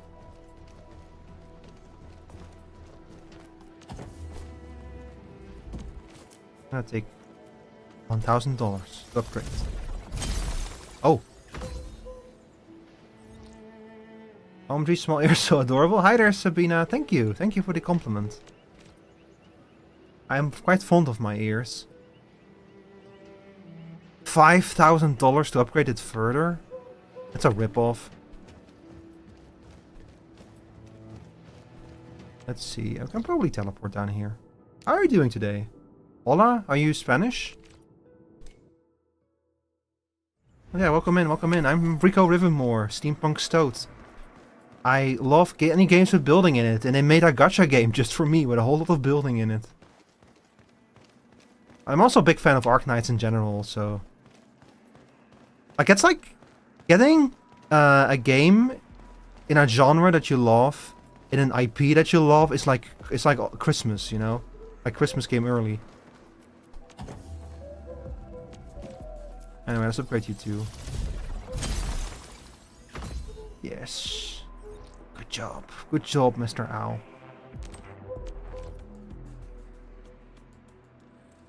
I guess we have to make more money. I'm actually Romanian. Ah, I see.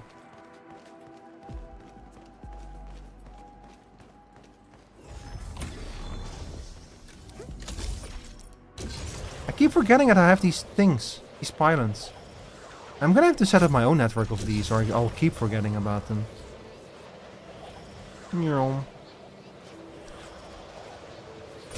what? Hear that sound?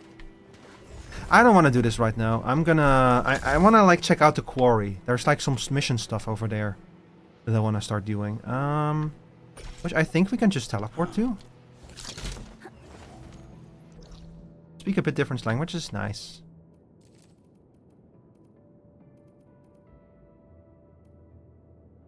And we also need to talk to the NPC at the worker dorms as well.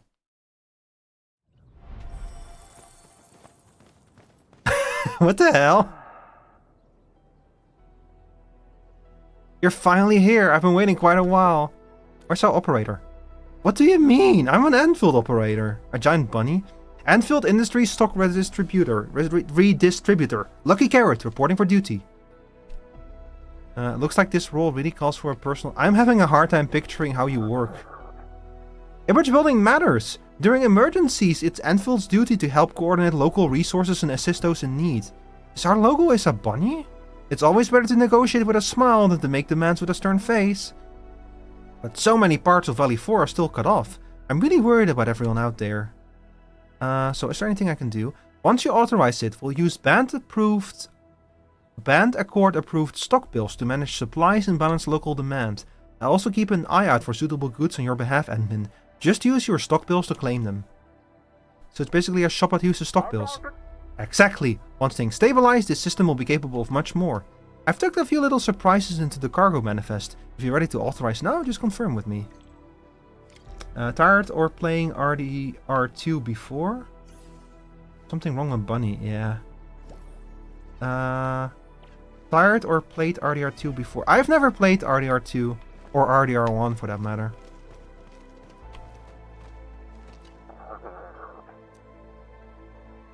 Authorization granted to activate the stock redistribution system. What does this do? Costs 5. Oh my god, I just fucking spent my money. I don't have a... Damn it. I have no money. That's okay. We'll just go over here to the temporary shelter. I can teleport here, right? Yes.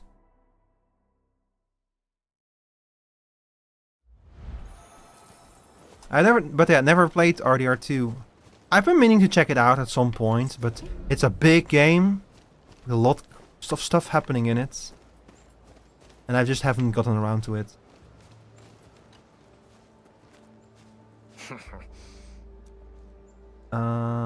Mark is gone. Is that so? I'll let the others know. Everyone here owes him their lives. Actually, it's not just him. Every UWST crewmate who helped also deserves our gratitude. I'll never forget them. If there's ever a way we could help, please tell me. How's the new place working out? We now have basic supplies. I'd call that a huge improvement compared to the cave hideout. Conditions are not perfect, but we'll do our best and try to fix a few of our problems. Sure, thank you. Outpost residents will work, slowly earn stock bills and deposit them here as reserves. Supply the outpost with the goods it needs to earn these stock bills. An outpost with 0 stock bills reserves can no longer trade. Wait for the outpost. So they slowly regain their...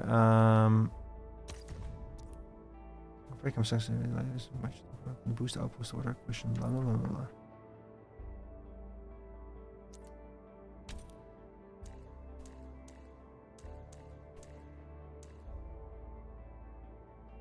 I can just like assign any of them basically.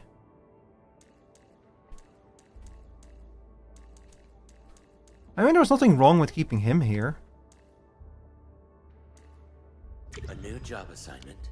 Affirmative. So they slowly build up how much money they have. And then I can buy that money from them by trading things with them.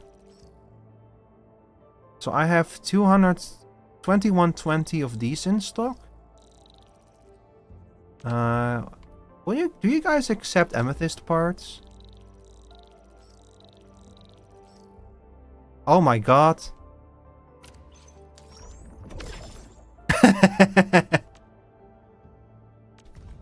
I can just sell them a whole bunch of stuff.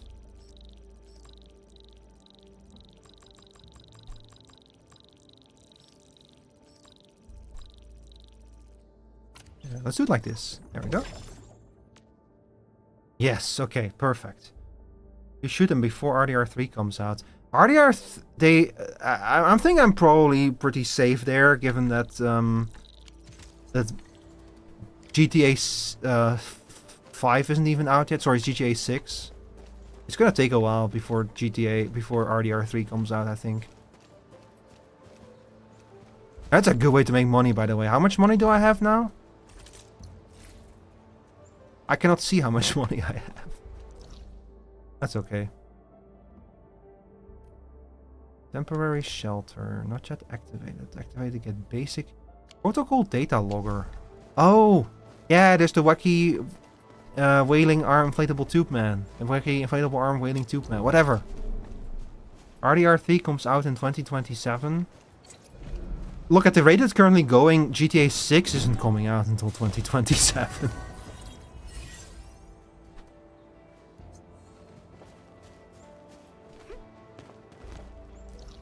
Uh-huh. There's a few more down there. I guess I could build a power line now and connect these miners over these mining nodes over here, and there's a few more mining nodes here as well. So I guess power line over here, probably. And we might have to branch it off over here. What is this? Either way, we're gonna need a few more power lines. Oh, it's here, but man, the time passed fast. Yeah. I mean, I just don't have a lot of... RDR2 does not have a very high priority for me. It looks like a cool game, though, I will say. Maybe I shouldn't have sold so much of my resources. I actually need quite a lot. Let's see. Oh, yes, I need quite a lot of this. Is this the only facility where we make this? I might have to set up a few more of these then.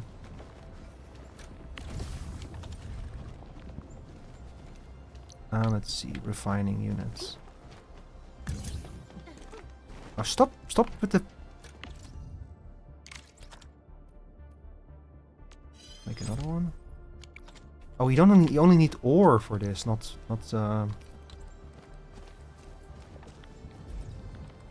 I know why like the production of this only just started to like come back online because I spent so much of my I ran out of originium ore basically. That's why it's so delayed now. Let's see, do it like this. This. A more casual question. Favorite singer or music type?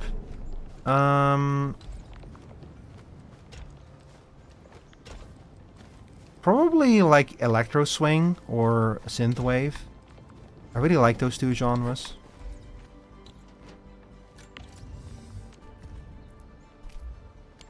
Here. More, you use more ore. Oh my god, we're already out of ore again. Okay, let's build...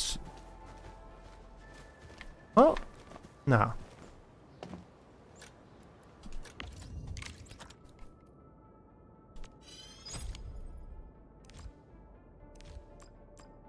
Make a few of these, and then we'll make a few more of these.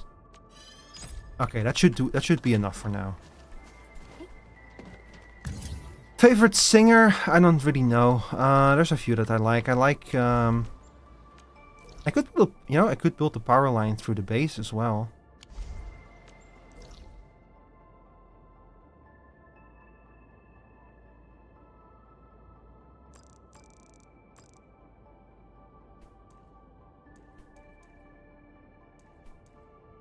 The underground, maybe? Nah. We'll just build it over here.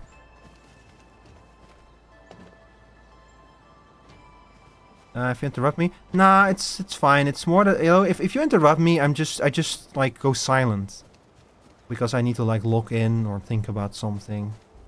But I don't really have like a favorite singer as such. There's a few people whose voices I quite like, but not really a favorite as such.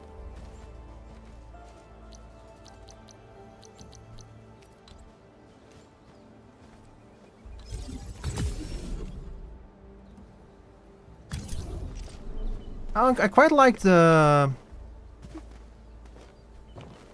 singer of Gunship. He has a nice voice. He has like a nice warmth to his voice. Gunship is one of my favorite bands.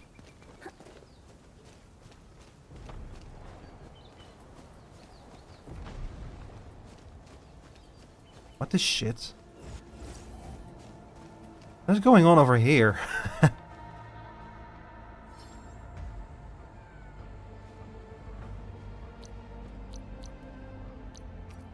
Let's see.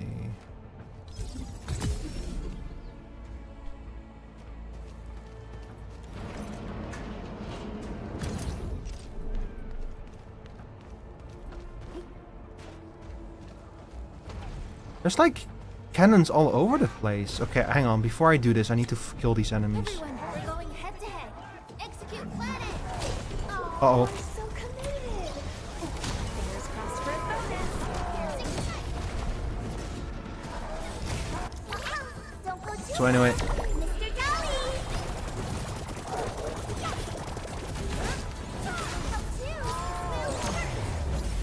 have you ever heard Gunship? What kind of music is your favorite, Sabina? Leave my healer alone! Die! What's the current time at you? Right now it's almost 1 AM here.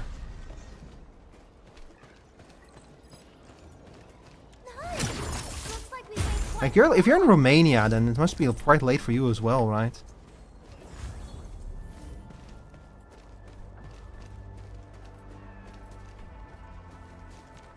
Hmm.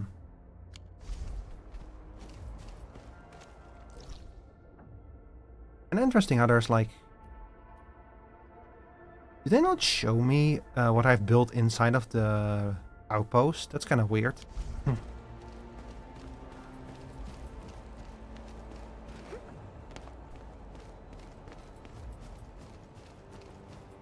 Well, anyway.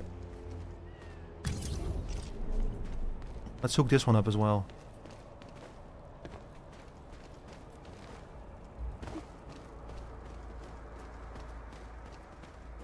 We should be approaching the ore soon, I think. Yeah. I put down another one over here. Beautiful. Yeah, like... yeah, it looks good. Like a lot of music types because you've grown with a big variety. It mostly can say rock, R&B and pop. Very nice.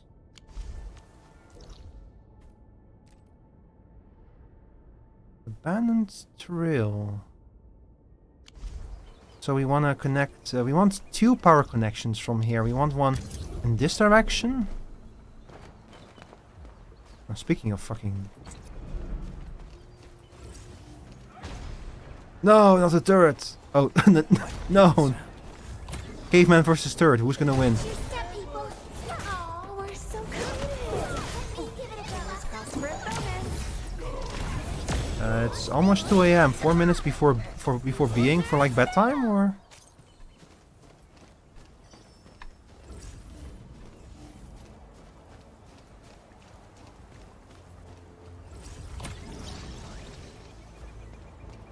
Damn it. Danger water cliff. You know, very true. I'll fix that one. Yeah, falling down there is death. Yep, don't want to fall down there. There's a fucking Tetra down there? How did that get down there? Who the fuck threw a Tetra down there? What the hell?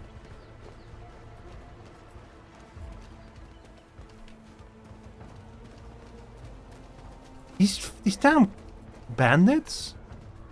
No respect.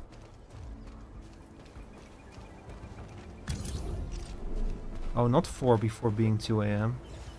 What's 3 minutes before 2 AM then, I guess. I think you're like an hour ahead of me.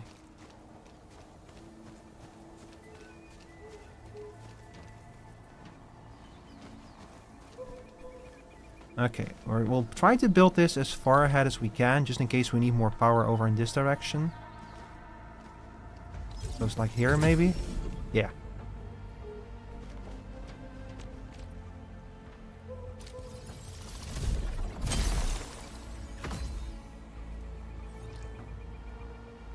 I thought that this was a line, like a line to slide up, by the way. I didn't... Oh, it's over there.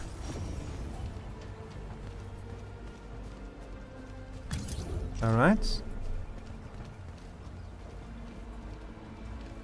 I hope I can go up with this thing in my hands. Yeah, I can. Okay, beautiful. And the actual ore is over there? I think I'm gonna need to do a little bit more exploring before I'm gonna find this ore. Hey.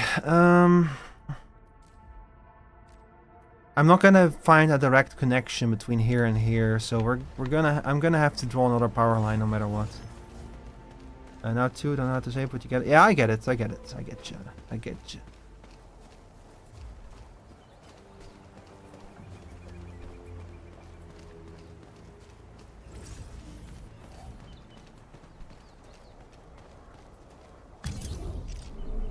Let's build.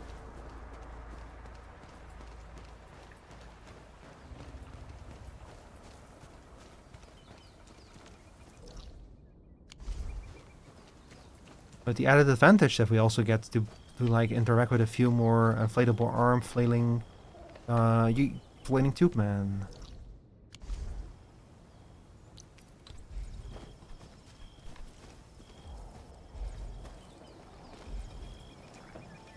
Oh. Ta-da! Ow. No, not the tree! I didn't mean to destroy the tree. Fucking shoots the tree with the gun. Having any pets? No, I don't have a pet, no. Do you have one? Let's see.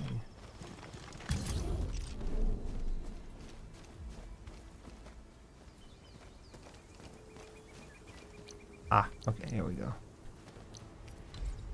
I think we can probably cover all of these nodes with a single projector. Yeah, this should be fine. Well, this one might not be covered by that, but that's a problem we'll solve some other time.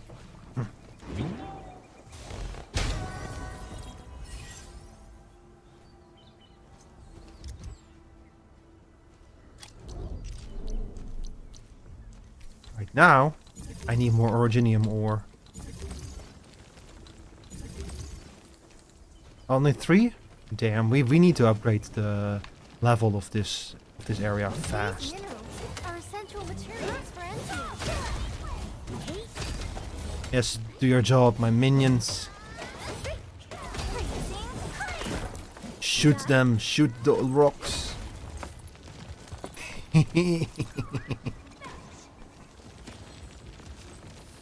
I have my up-level neighbors until now is alright.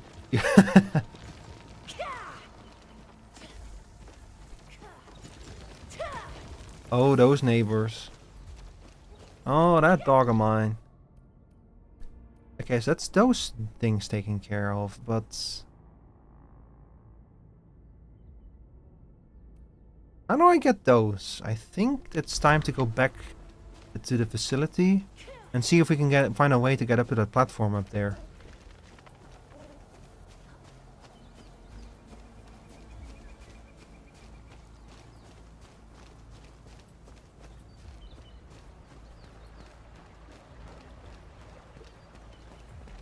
Originium, crystal of possibilities. Man, they really just had to fucking plant Originium everywhere. Complete disregard for the dangers of Originium.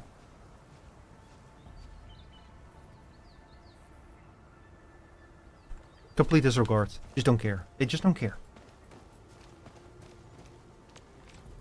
Can I get you further? Oh, yeah, I need to save some of my money.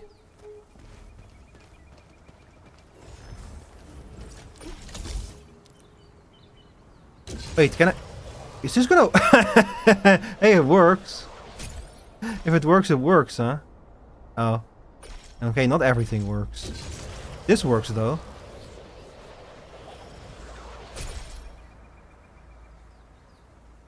Well, they will just about stop you from, like, moving through solid walls with some of these objects.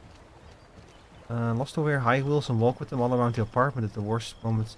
I know someone like that as well. That's like that's my neighbor too. She likes to walk around on high heels in her apartment, in like her house, at like in the middle of the night. It's very annoying. I don't even know why. Like, take them off, girl. We getting buggers? We're going head to head. Execute planet. Oh, we're so committed. Fingers crossed for a go.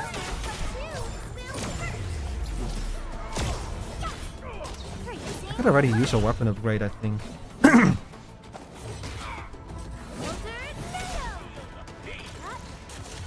Oh fuck.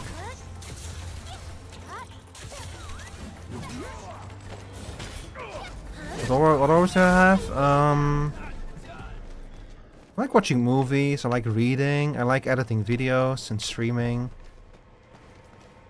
That kind of stuff, you know? Things related to content creation and creative stuff, basically. I'm trying to get into music making, but I'm not very good at it. Watch your step, people. Let's go. I have a couple things too. But it's like everything. The more you do it, the more you get good at it. I think you do videos chat or some shit. Oh, that's true. She might be like something like that, yeah.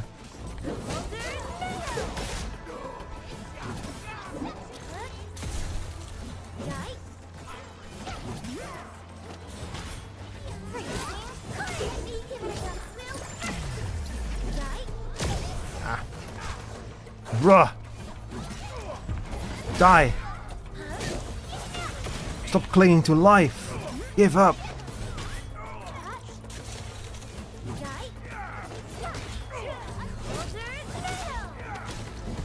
God, I hope there is an advantage doing aerial attacks, because I love doing jumping attacks. Reading what? Manga? A little bit of everything. Like, I like reading books. I actually got, I got, what was it called again? I got Roadside Picnic a little while ago, but I haven't gotten around to reading it yet, but I want to do it.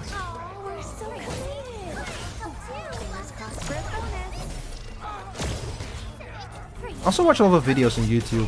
Like, I like watching longer videos, where I got like, you know, like informative videos, like everything on Defunctland, for example. That's why I want to become better at video editing myself. I want to make cool videos and post them on YouTube. And I actually have made some cool videos and posted them on YouTube, and barely anyone has watched them. But that's not gonna stop me. I'll keep making videos. It's just taking a while. It's actually quite a lot of work to edit the video, you know. I'm absolute maximum respect to any editors out there. It is a lot of work to make a video.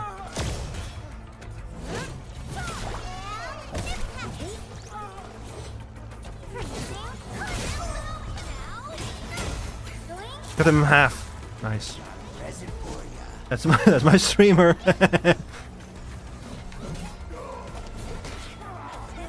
That's a step for everyone, you know. Like you do it for the love of the art at first, and then maybe one day you'll have like success with it and stuff, you know.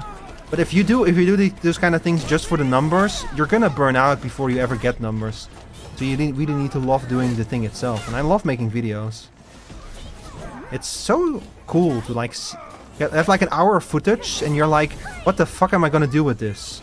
And then you like you may get maybe 5 minutes out of it. But, you know, 5 minutes, those 5 minutes are 5 minutes, and they're really good.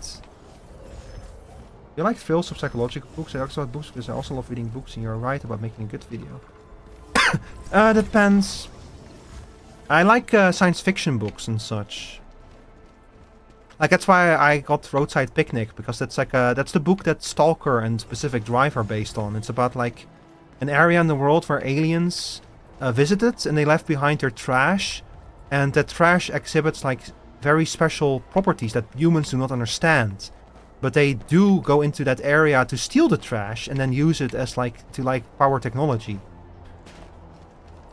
So it's like this area full of like weird shit happening and crazy things. And it's just neat, you know. I'm gonna have to connect another power connector here, I think.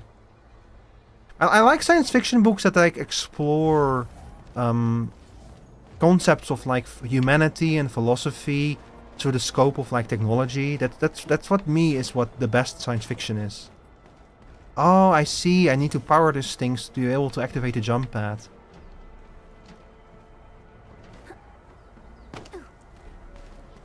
Unlike the Blight and Rifts, Orleans aren't that dangerous.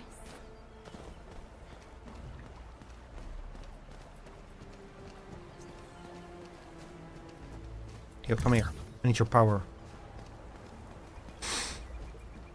I need your power. In me power.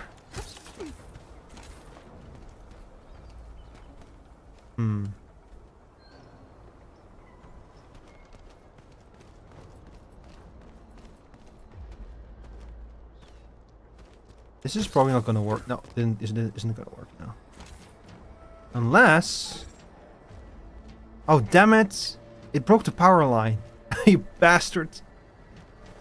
God, if that rope had been at this side, it would have worked. But I'm gonna have to plop down another power pylon.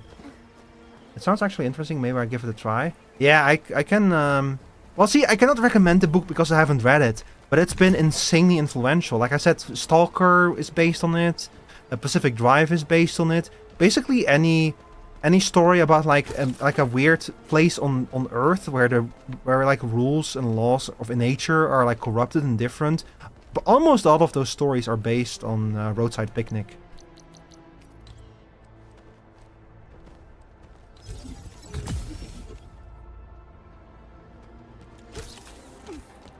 Can I access you from up here? No, that would have been too cool.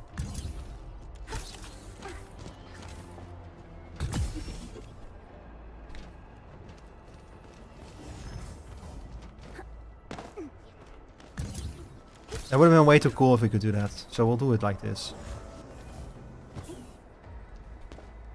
Oh, more amethyst. That's actually not the thing I need, but I'll take it. I won't sneeze at some extra amethyst, you know.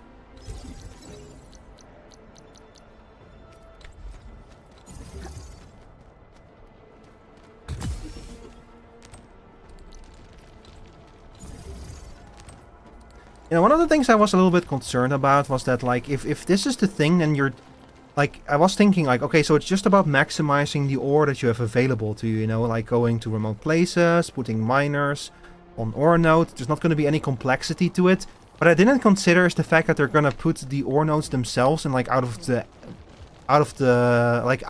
out of their places. This kind of turns the ore, the resource gathering, from resource gathering in like more check marks that you want to hit on the list of explorable things, you know. I don't know what point I'm trying to make, chat. Never mind.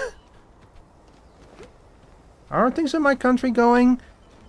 Oh boy. Oh lord. Well, our last government fell again, and now we had new elections and stuff. I don't want to bore people in here with Dutch politics, but like things are going okay, but Jesus Christ, man.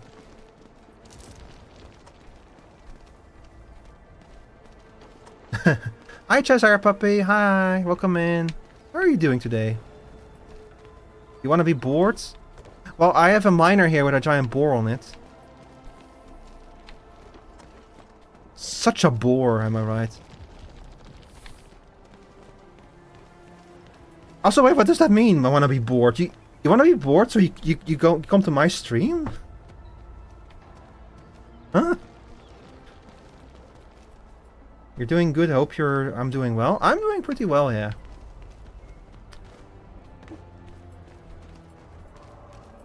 I finally said proper goodbye to my last job. So now I'm looking for a new job. But it sounds bad, but believe me when I say it's actually a really good thing. I've not felt this motivated and excited in a very long time. Tell me about the Dutch politics you find boring. Oh, I get it. Here everyone got crazy or stuff. Well,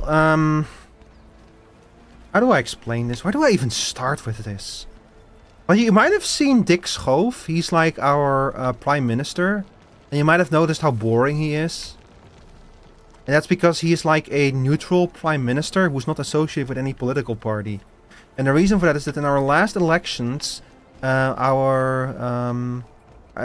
like two far-right parties in the Netherlands. I think actually right now we have like 4 different far-right parties or something. But the oldest, the most successful one of them won the last elections. Like, I say won, but that means is they got more seats than anyone. But Dutch politics are so segmented in so many small parties that no party gets a significant amount of the seats, you know. So coalitions have to be formed between like 4 or even 5 parties, which is to get a majority, which is a... If you have that many parties in a coalition, it's going to be very difficult to form a coalition. So they did manage to build a government for finding enough parties to make a coalition. But after 2 years, they pulled out the plug from that coalition. They just said, yeah, we're no longer governing. And that's something that they have done before. And my reaction to that was kind of like, yeah, what were you expecting? That this party just does that kind of stuff. If they don't like the way that things are going, they blow up the government. Like, figuratively. They just pull out the plug, you know. So I'm very annoyed at that. And then the most recent elections, again, lots of spread out votes, lots of small parties with just a handful of seats. So now it's been completely impossible to form a new coalition. So they're gonna form what they call a minority coalition, which the coalition of governing parties does not have a majority in the government. And that means that every time they want to pass a law or make a decision or do anything, they're gonna have to specifically go look for help. Which is an interesting way of governing. It's going to make it much harder for them to get anything done. But if they are able to find like support for individual decisions, it for example means that if they want to do something that appeals to left-wing parties, they can go look for left-wing support. If they want to do something that appeals to right-wing parties, they can go look for right-wing support. It's a lot more complicated in practice, but... Oh shit, just reset the government if it lagged. It's, yeah, I don't know. Again, like I don't really like talking about... It's not that I care deeply about politics, and I'll talk a lot about it in private to people. It's more so I don't really like talking about it on stream, because people often go to streams to escape politics, you know? So that's why I'm always a bit reserved with politics on stream. But that said... Dutch politics mostly just frustrate me greatly because it's like it's always that kind of stuff, you know, like just it's messy. Dutch politics are very messy. Get everyone got crazy. Looking what kind of job? A development job. I'm trying to. I worked in policy. I'm security. I work in cybersecurity, and. My last job I was mostly in a policy making job. Like I used ISO 27001. I wrote like policies. I wrote work instructions. I did a little bit of development here and there, but nothing really what I wanted. Even though that was like the area that I found the most fun to do. So I'm trying to pivot now to development. But right now it's very hard to find a development job because there's almost no entry level jobs. And a lot of companies are trying to move development to AI, so they are in general a little bit hesitant to hire people for development jobs. I picked the worst possible moment to make that kind of career change, to be honest. But I'm not too worried, honestly. Like I'll find in this field you always find work, and I have, thanks to like cybersecurity especially, there'll always be work for it, you know? It's just that I'm trying to find the job that I want, not the job that I can do. If that makes sense. But if I cannot find the job I want, I'll go back to doing the job that I can do. Oh, hi Tsin! Hi everyone, welcome in, welcome in. I was just talking about my hopes and dreams for the future. Hi everyone, how was your stream? How was Minecraft? Anyway, hi everyone, welcome in, welcome in. I am Rico Rivenmore, the Steampunk Stoat. I love playing games with building, and as it so happens, they just made a gacha game with building in it. And also, I am a very big fan of Arknights in general. I played the old Arknights game for like 2 or 3 years before I finally stopped playing it. You got blown up so many times? Good, that's how you're supposed to play That's how you're supposed to play Minecraft. Can you tell that I've been live for like 9 hours? I keep garbling up my words. Intact weapons would be forcibly taken apart and reassembled by the Lampbreakers to create other weapons. The LBs only need weapons that work. If the Cobalt gun could not be fired, they would just swing it as a thing. This game is great, by the way. I don't know if you don't like gacha games, I would maybe stay away from it. But there's so much more than just a gacha. Like there's like pretty in-depth factory building. There's like you see all of these lines here. These are power poles that I've had to put down just to be able to like put down miners and mine for ore and stuff. It's pretty great. Also looks very pretty. There's like a thing here. What is this? Oh, rare growths. Never mind. I don't care. Bro, why did you put all of these lines over there and then not over here? This game has some elements from... but, Tsing, you were playing Cobblemon, right? Did you catch any good mons? What is your team like right now? I think I'll go up there and I'll see if I can... Oh, wait a second. Oh my god. Sorry, chat. I don't know where that came from. You caught a chimchar. Hell yeah. Monkey. Monkey. I love monkey.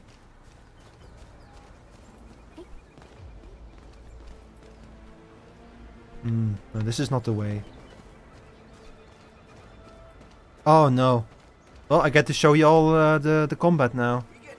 These are like slightly higher level, by the way.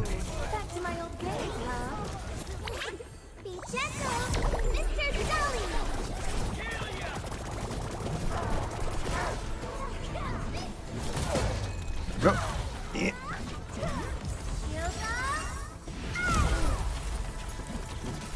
But yeah, this game is like, if you like... so this game is part...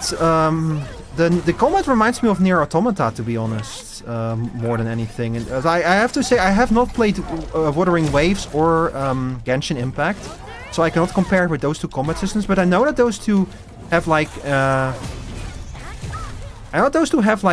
combat systems in them where people's elemental abilities and skills chain together a lot, you know. And this game has that too. This is very similar to Genshin's fighting. Yeah, probably. See, the thing is that, so they took a combat system like Genshin then, in that case, if that's the case, and they combined it with Factorio. And Factorio just so happens to be one of my favorite games of all time. I love factory games, so they made like the perfect game for me. Although I haven't played Genshin, but I do like these kind of combat systems. Thank you. My healer almost died in that fight. But this game also greatly confuses me, because this is Arknights Endfield. It's technically a sequel to Arknights, although it takes place... so what I find out is this game takes place in the distant future of Arknights. It's a different planet, but different rules, different things. Certain concepts from Arknights make their return, but anything that you need to know is explained. And anything that like someone like me, an old hat, might care about is somewhere in a log, you know? Like 150 years ago, people came to this planet from the world of Arknights. Within a few years, they lost the teleporter that took them here, and so ever since they've been cut off. So nobody knows what's going on in the original world, and it's been 150 years.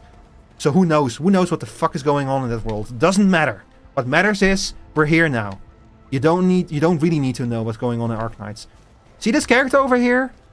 This is Ardelia. She looks like a carbon copy of Eyjafjalla, a character in Arknights. No idea why there's a new character who looks just like Eyjafjalla, but has a different name. We don't know, doesn't matter, she's here now. And this is still nice as hell, like all the people following you. Yeah. That is true, yeah. It's a pretty great name. It's a pretty cool game. So far. We should stash it properly. And all of the factory building aspects, by the way, are tutorialized like crazy. So if you have never played a factory game before, give this one a shot, I would say. Maybe this is the one that gets you into factory games. And if it doesn't, they give you a lot of like blueprints and stuff.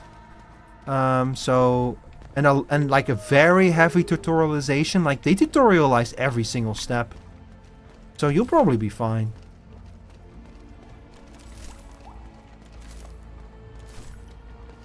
I wish I had ice cream to eat, but I don't have and cannot take right now from anywhere, so I'll just take ice cubes and some fruits and munch them in the same time.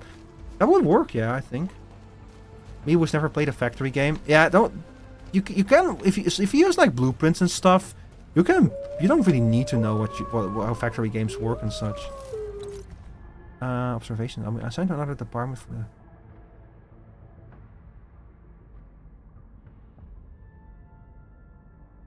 I'm not reading all of this. The apparent magnitude of the system's star has not changed, but the apparent magnitude of the gas giant Talos has dropped by 0.27 during the evening, constituting an abnormal and significant change that goes beyond the cycle average. Maybe we should call this a random event. Correlating the brightness of celestial entities to anchor fall frequencies feels like science fiction to me. I've monitored 60 observation cycles and no new anchors appeared in this region. It's so boring out here. See, a correlation does not imply causation. So they're implying that the gas giant Talos is related in some way to anchorfall. Put the ice in a bowl on this bottom, salt over it, another ball on top of ice, and smash and mix fruit around to make cheap sorbet. Wow. You got those instructions, Sabina? Put the ice in a bowl on the bottom, salt over it, another bowl on top of ice, and smash and mix fruit around to make cheap sorbet. I've never heard of that, but that sounds great. I need to try that. I unfortunately don't have any ice cubes. Yeah, so I suppose I should give a bit more backstory, probably, about what's going on in this game. Ooh! I can... Oh, okay. Talos is not visible right now in the sky. I'll do it later. Look, bunny houses! The bunnies live here! Aww. I love the bunnies. Oh, my neighbor. The upper neighbor is doing something I wish I couldn't hear. Is he... Is he like... You know, is he like giving some self-care to himself or something? If you catch my drift. Okay, so we extended this over here.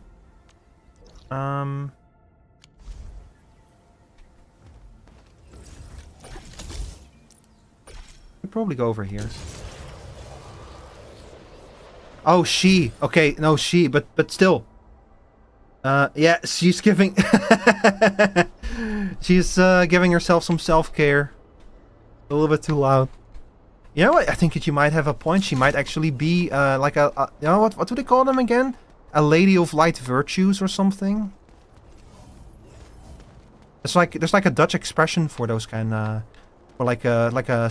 I'll just say it the way it is. There's like a Dutch expression for a sex worker called like a lady of light virtues or something.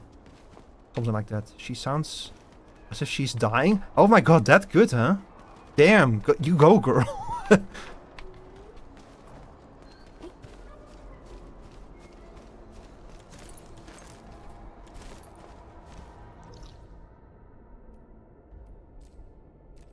Let's see, we cannot progress in this direction right now, but there is something there. What is this? This is rare ores. Huh? Oh, this is in the underground mines, yeah, the underground tunnels. I'm not a fan of this kind of concert. Yeah, it's very awkward when it's like someone else. Oh, there's a few more wacky inflatable arm flailing tube men over here. I think I'll go back here. No, I need to go back here before I spend more money and lose the ability to pay the money to the bunny.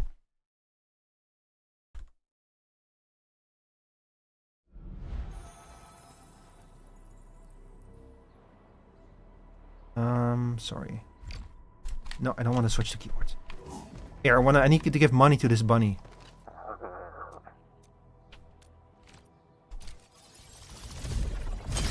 Yo! Stock 3 distributor is connected to this system. So what does this do? Press LT to open the system features, using the R stick to open regional development. Stock redistribution system is unlocked. Oh. Stock redistribution allows the purchasing of various goods with money at various discounts. The system can eventually add more stock redistributors or upgrade existing stock redistributors. These actions will unlock more goods purchasing. So stock redistributors as a present for you. Oh. Oh, that's so cute. Like little golden bunny. Mr. Ramu. And a sword.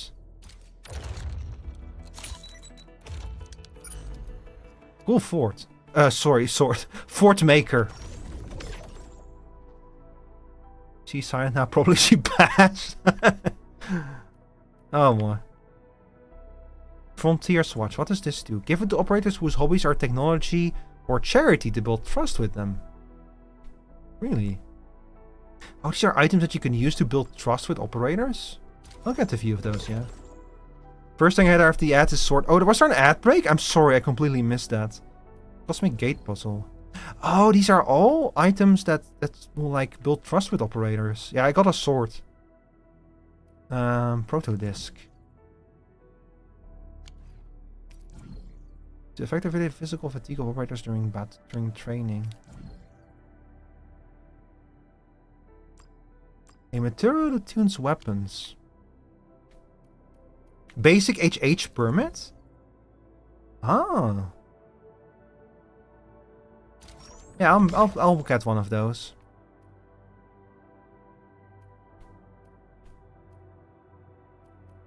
And to cook a sweet, but here in Romani we cook it when someone passed away, named Koleva, made by boiled hay sugar and more stuff. It's actually so good. Sounds really good, yeah.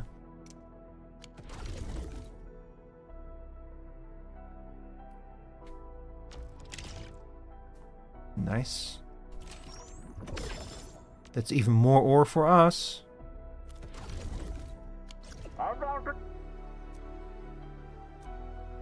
We're using stock bills instead of T-crats now. Well, this is just a coordination tool. It won't disrupt normal economic activity. If anyone tries to exploit this to hoard and manipulate prices, that's another matter entirely. If you see it happening, please be sure to tell me. Okay, understood. Also, you can invest more stock bills to upgrade the stock redistribution system in this area.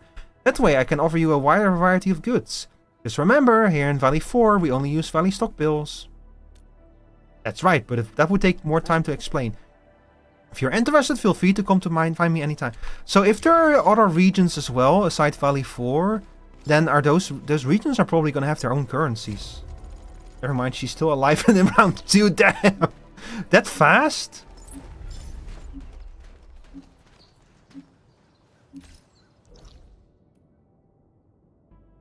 Yeah, I know that there's like a new ore node active. Produce mineral and produce industrial... Wow, that's a lot of new missions. What the hell happened? Is that because of what I just activated? High-risk target detected. Stay calm. We've trained for this. Oh. Watch your step, people. Oh, we're so committed. Ow. Fingers crossed for a bonus. I should have been more careful. Okay, there we go. That's more like it. Oh. Sorry. Let me catch my breath.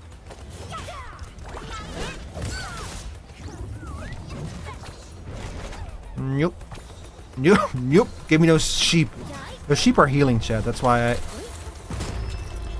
And if he hits me while I have my shield up, he takes like... He becomes frozen. Or like he acquires a frozen status effect. Wow.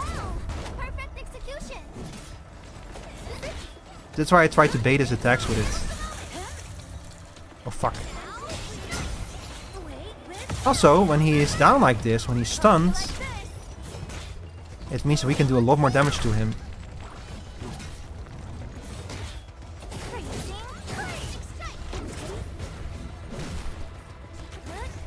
She is the Romanian one, probably she's Moldavian. Mm-hmm. Oh.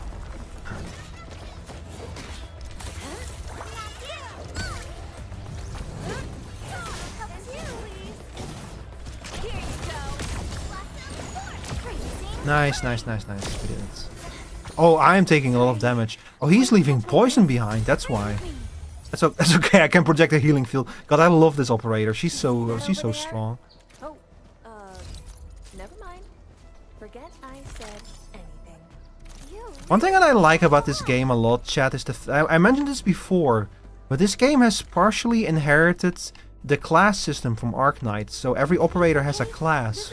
For example, Snowshine is a defender, which in Arknights used to be, well, the tank class. Like you would, the defenders had, in Arknights had big shields, and you would put them on the front line. And they would be able to mostly incur a lot of damage, block a lot of enemies, and like basically hold the front line so that other operators have an easier time picking off the enemy. But in this case, she attacks a bit slower, but she has a lot of abilities to heal herself and others, and she has abilities to block attacks. And as you just saw, she can still go completely bonkers with her damage. So I'm having a blast playing as her. But I feel like you could probably, depending on what kind of role you like playing, you could totally pick like an operator that fits what you like the most. Because I'm used to playing tanks from MMOs. Like I like playing tanks in MMOs, so this kind of character feels very natural to me. But for example, Ardelia over here is a healer. And also like a caster and a healer, so she can keep allies healed, but she can also do a lot of damage herself. And then Fluoride is a gunner. Well, she's technically a caster, but she uses guns to like basically she uses magical guns, so she has like a bit more ranged attacks. And then Kikuri over here is a vanguard, so she's a melee fighter, so she gets up in there and close. And the fact that she's a vanguard probably means that she she has higher agility, if I had to guess. I haven't played as her, so I'm not entirely sure, but she probably has a higher agility. Because vanguards in Arknights used to be kind of your first operators that you would deploy. Like you would start with vanguards because they're quick and fast to deploy, and they would allow you to buy some time to build up deployment points to deploy like more expensive operators, basically. Like the original game is a tower defense game, just for the record. It's very different from this game. Same universe, but very different gameplay. I'm gonna lurk and then probably fall asleep later. Alright, have a good one, Zarisa.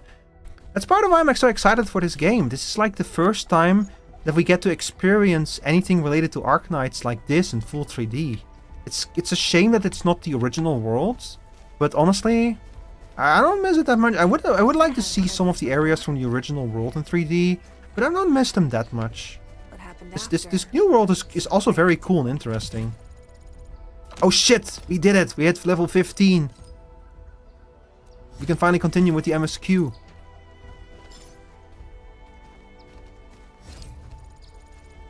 Heck yeah.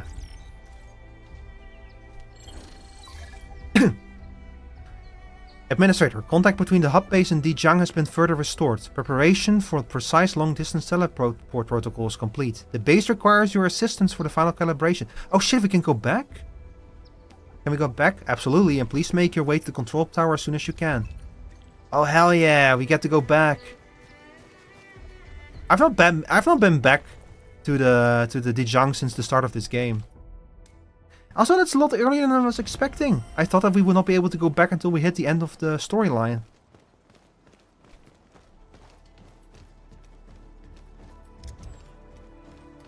Hang on. Hold on. What if When we go back to like story stuff, I do like to switch back to the story NPC team. This is the administrator. They're like the one in charge. This is like your traveler or your I don't know what the characters in those other games are called. You know, like the main characters basically. That's this character.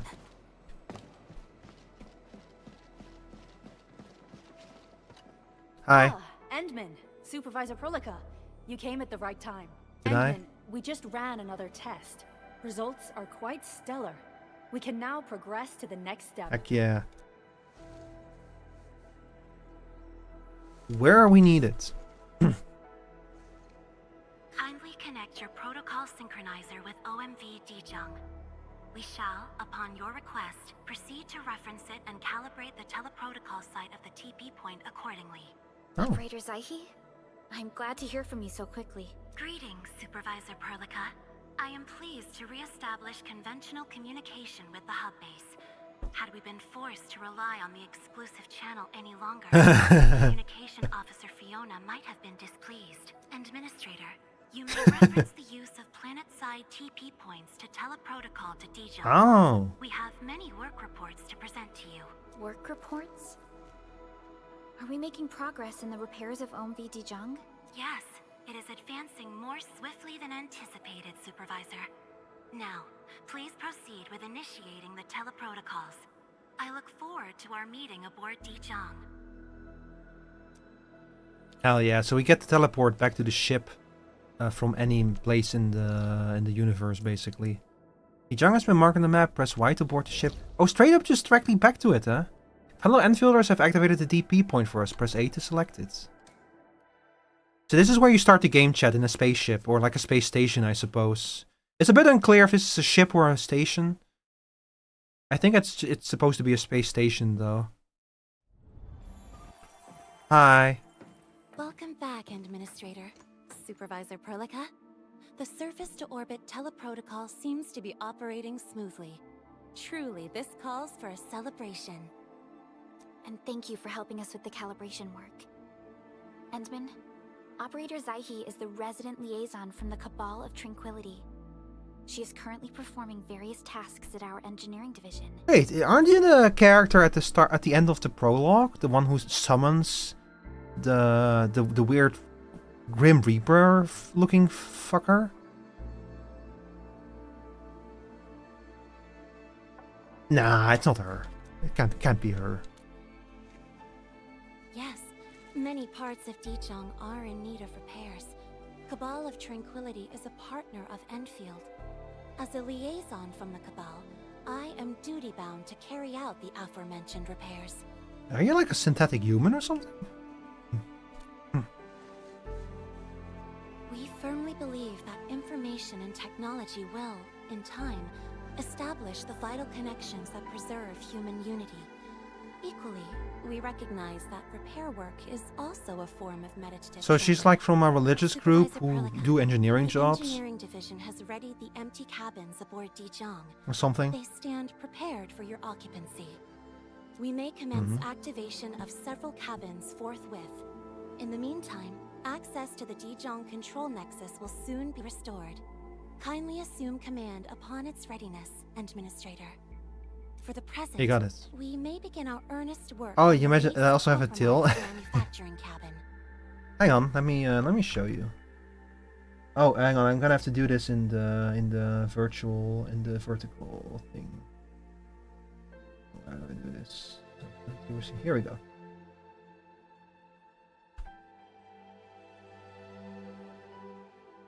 Okay, this is the full model.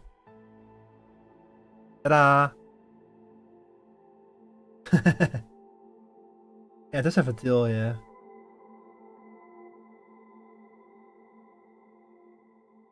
Like this, I thought it was something. Yeah.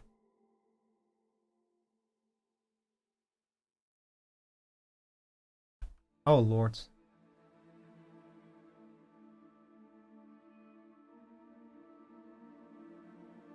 I think it was like this or something.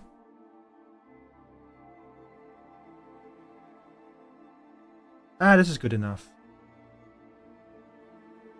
Of the colors of it, thank you, thank you. My design of this character is based on a stoat, like a stoat with a winter coat. So that's why the tail has like a green tip to it, and why the ears are like rounded and stuff. Have I gone back to the way I was before? I'm actually not entirely sure. I would have to check my... Hang on, I can check this quite easily, I think. Let me go back to the channel. Yeah, that looks about right, yeah.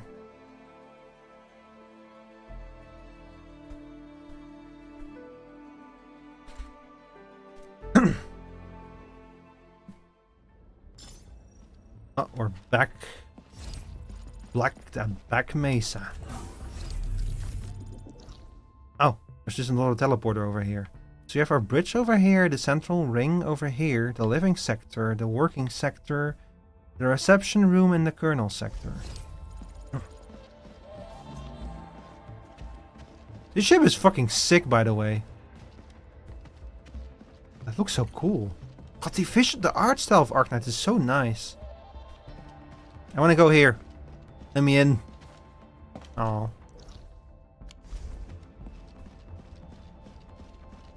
I actually like it a lot because most of other people I saw having horns or being wolves or cats. Yeah, I know that wolves or cats are like fairly popular as well, yeah. We may begin our earnest work from the least compromised manufacturing cabin. The least compromised. So it's... You're not saying uncompromised. This place is still damaged then. Oh, we can construct various functional cabins aboard Dijang to support our exploration of Talos 2. The manufacturing cabin can produce important operator progression materials to give operators a steady source of... It's the fucking base building again from Arknights. You literally build this kind of stuff inside of Rhodes Island in Arknights. These are the materials needed to construct the manufacturing cabin. That's what we need aerospace materials for. Yeah, sure, build it. Chop chop, build it.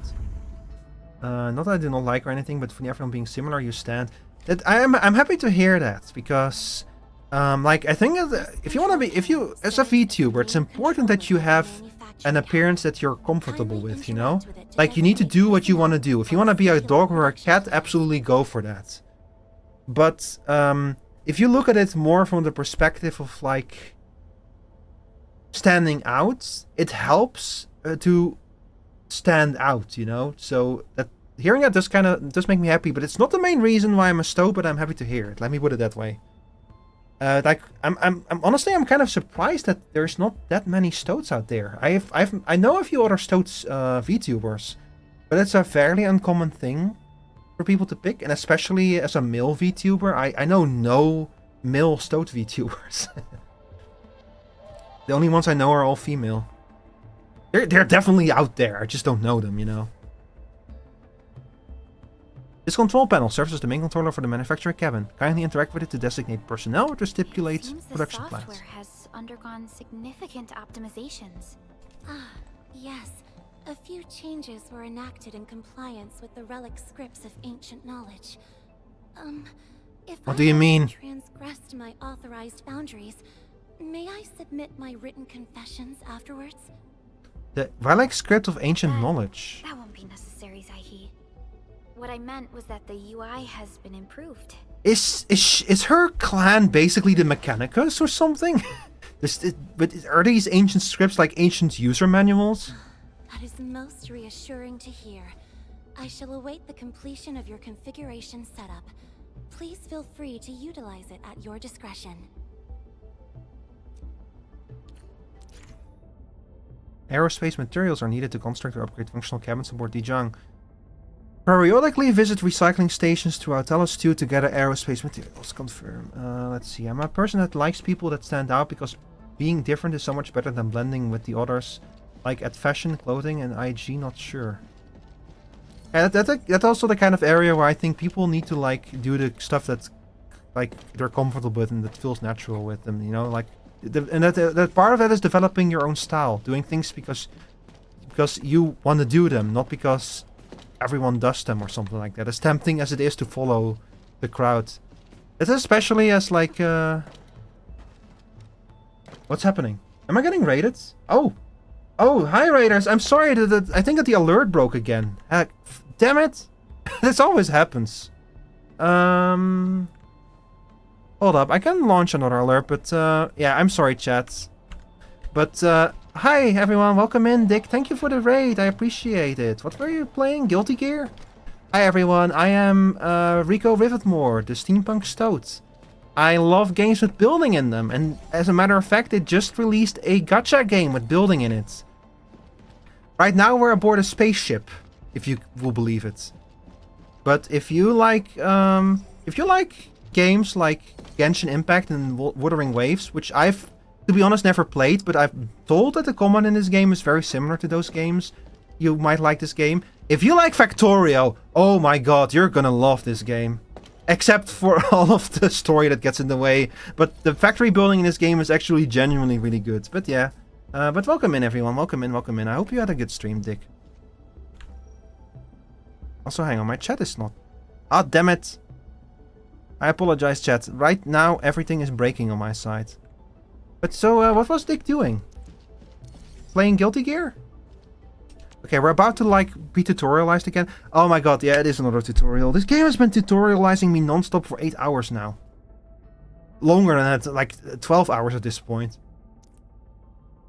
The left side of the screen shows the current operator assignment of the manufacturing cabin. Note that functional cabins must have at least blah blah blah blah blah. The right side of the screen shows the manufacturing status. I don't care. Press X to change the operator. You can assign operators available to Dijang to acquire various bonuses and effects. Every operator assigned to the manufacturing cabin will raise its productivity and shorten the time needed to manufacture the progression materials. Short on people here too. So this is going to passively create resources for me.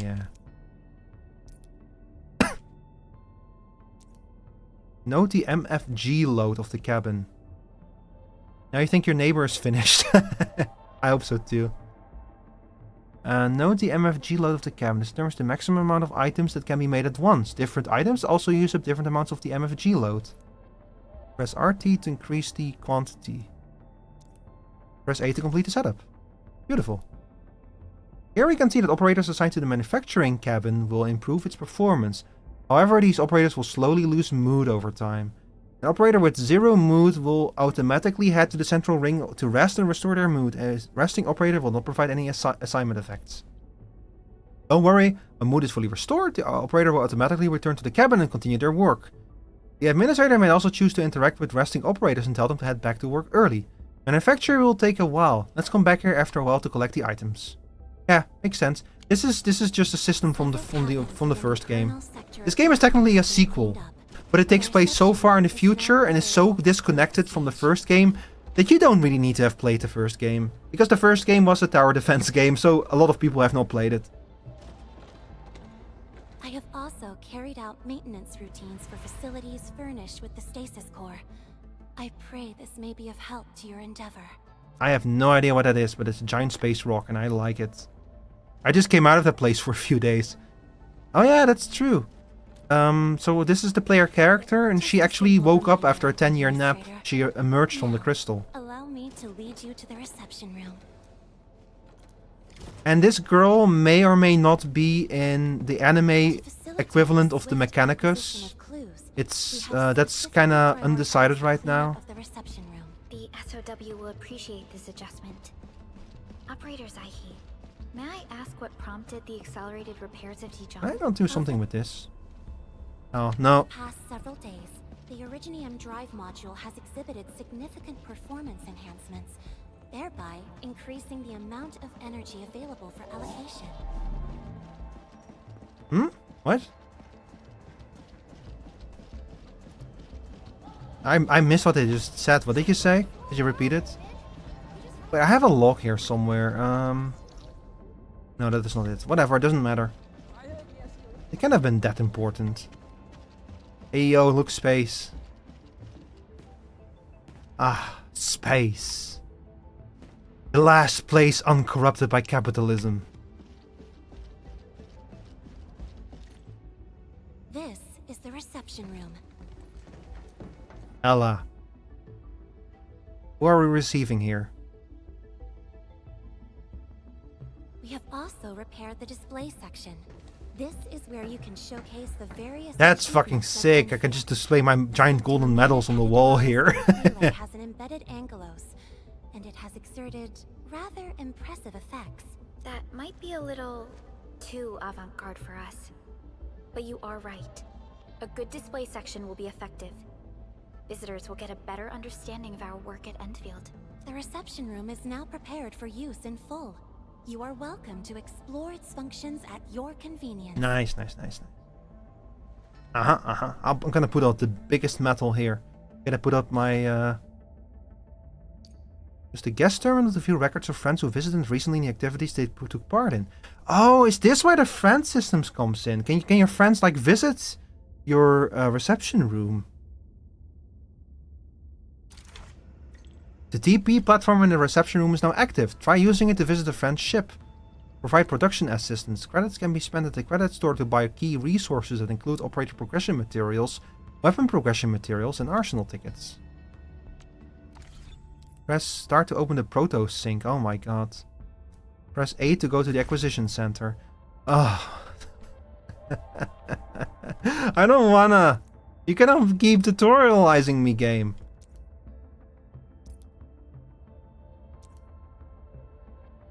Use the refresh now button to manually refresh the items.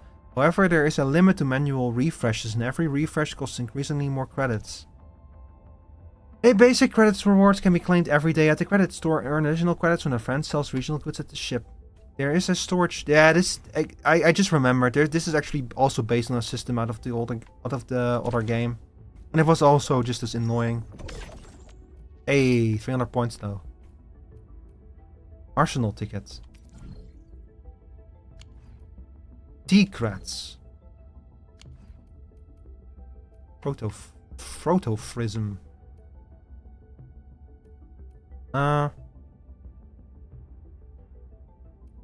I don't really wanna, like... I guess I'll just buy... I don't know if... They've never explained to me what I need T-crats for. Wait, I have 228,000 T-crats? I don't need fucking T-crats. I'm a fucking 10k billionaire. 100k, 200k billionaire, in fact. I don't really need any of this shit, I think. I don't know, why would I see you having a dog or even a snake pet? I have a snake pet. Still waiting for... Here she is. Bad luck this time. This character is actually based on a snake.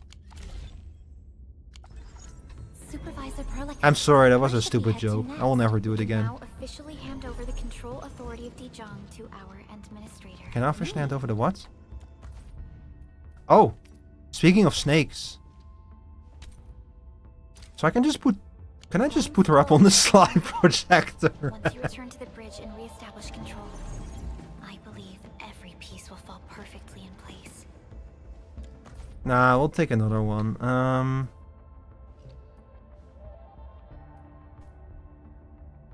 I really like this one. I'm gonna go with this one. Oh, I can just... Oh yeah, it rotates through them. We'll do it like this then. So it should flip through them now, I think. Yeah. Oh, that's cool. This is the customization elements of this game. Where they give you like an area that you can customize. Wait, is this my office? Wow.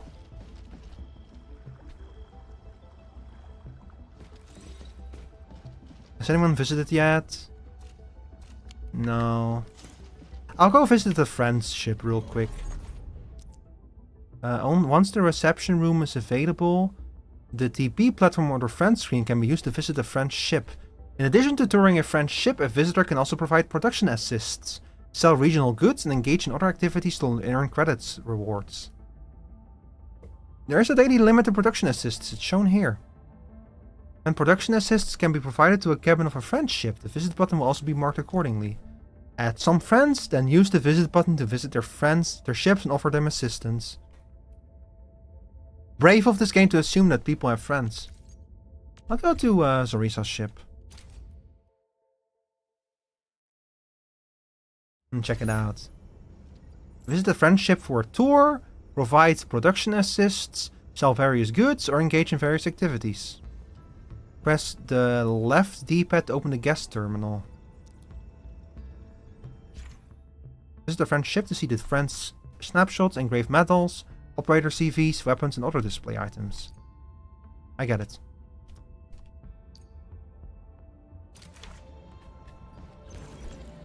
So, system still... What do you mean system is still locked? You just tutorialized it to me. This game keeps doing this. They, like, teach me how to do something, and then they just tell me, like, oh yeah, by the way, you cannot do this yet.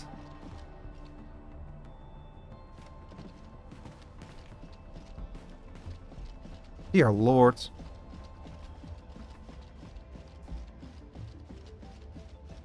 Oh well, anyway.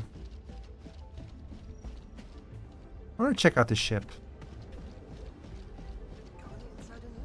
So they say provide production assistance, which I think I go over to the room and help or something.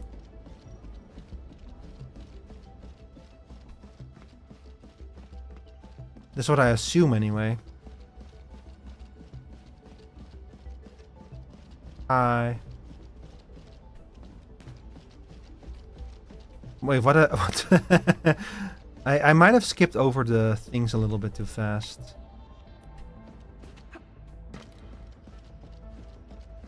How do I assist? Sarisa, are you still alive? How do I assist you? I skipped the tutorial.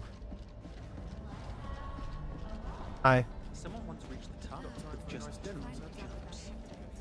Operator Arknight, right? I saw him do that too. Can you actually climb this with jumps? No, you can't. That's so sad. Well, I don't know how to do this. I don't know how to provide assists. Maybe I went here too fast or something. Also, where is the... Oh, it's over here. This shows everything. So this shows the operators. The best one. Oh, damn it. I forgot, Sarisa. You already have Levitain. Man, I'm so jealous. Yeah, this game is at the end of the day a gacha game. So at some point you're gonna have to pull the gacha. And get cool things. Use the TP platform or main screen of the visitor system to open this screen and leave the friend's ship.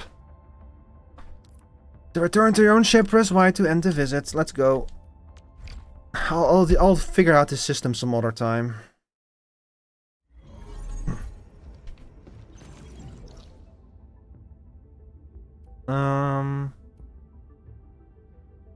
We need to go back to the bridge now.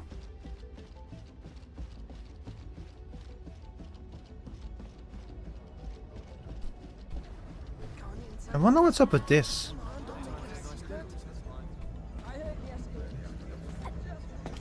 Yeah, what's up with this? Why is it just a whole bunch of shit moving up and down here? This Y-axis transport belt was designed by Mr. Andre himself. Oh, it's just a transport belt. No, nothing to worry about. Hi, Chai. Control nexus is just ahead. Strange. It was reconfigured just a short while ago. What is it? The Sarkas from the General Technological Committee seeks my presence. Please allow my temporary absence. That's all right, Operator Zaihi. You are always free to work on your mission. So are the Sarkas like highly technical people now or something? The Cable of Tranquility seems like a close partner of ours. You once shared numerous critical data with the Cabal of Tranquility. Their technological achievements are directly tied to your actions. This is why we could share a number of key technical projects with them. Sow the seeds of trust, and reap a harvest of friendship. This is how Endfield and the other factions of the Civilization Band have supported each other to this day. The Control Nexus is before us. Let's go.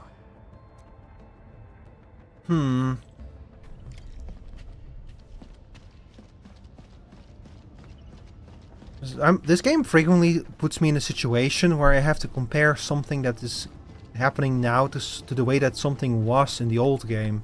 And that lady, the Horned Lady, she's part of a race called the Sarkas. And the Sarkas in the old game, they were like deeply distrusted by all other races. Like they were, other races were always highly suspicious of them. They always had like weird kinds of magic and such. But they were actually in tune with like the world and the magic in a way that other races just couldn't understand. And so I guess that in this world, they are like much more trusted with technology and such. They have a much closer relation to technology, I guess. Only you can truly command Dijong. This ship has waited 10 years for this very moment. Yeah. My ship. Can I really do it? My ship. Have faith in yourself, Endman. You were the one who built this ship. There is no changing this fact.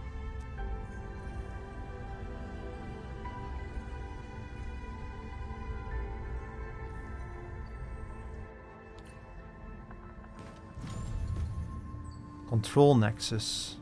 I can upgrade it? Oh. Let's see. Use the central dashboard of the Control Nexus to get an overview of Dijong and manage operator assignment of various cabins. So this is just the overview. The Control Nexus can be upgraded in the future to unlock more functional cabins aboard Dijong. The Control Nexus is responsible for managing the entirety of Dijong. Assign operators here to build their trust in the administrator. Even if the administrator is not aboard the Dijong, trust will continue to build up. Accumulated trust will be added when the administrator visits Dijong again. Before leaving the ship, Don't forget to assign idle operators to the control nexus to build up their trust. Operators assigned to the control nexus will also slowly lose mood over time. An operator with 0 mood will automatically head to the central wing to rest. Operators will slowly regain their mood while resting. Yeah, this system is once again inherited from the old game. I guess I'll put you over here. No, not you. I'm looking forward to it. I really am. Hey, you. We'll put you over here. Oh, damn it. Not a problem.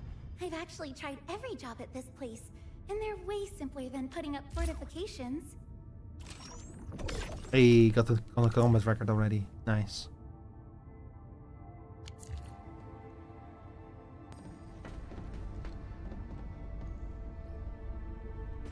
Heck yeah. The Ground Control Authority level has been successfully activated. You can now monitor the entire operations of Dijong at this very place. Why would I build a ship that only I can control, though? That sounds like a terrible idea. Endfielders, the next step of our expansion and growth shall be directed from the bridge. All upgrades shall be carried out right here. Look at all of these animal people. They all put their faith in me, and I have no idea what I'm doing. My memory loss seems bad for many of our missions. Am I qualified to lead your provision? This comes at quite a surprise. I'm gonna say the top one. Yeah, should I be doing this? I don't remember a damn thing. I don't even know why I'm here. I'm sorry, there must be a huge weight on your shoulders.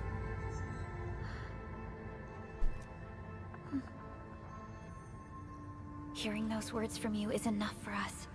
They prove that we're no longer chasing after a shadow. In recent years, the one in the sarcophagus has gradually faded from people's memory, along with those legends. I was afraid of forgetting who you really are. So it is a sarcophagus then?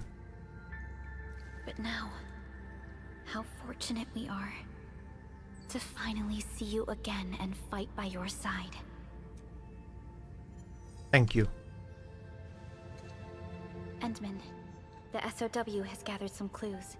I was hoping that before your memory recovers, you would learn about this world through experience rather than my faint words. But given the provisions of the Zeroth Directive, I must now simply share the essential information. Yeah, what is up with this Zeroth Directive, by the way? Please, follow me. Oh, we're about to get some secrets.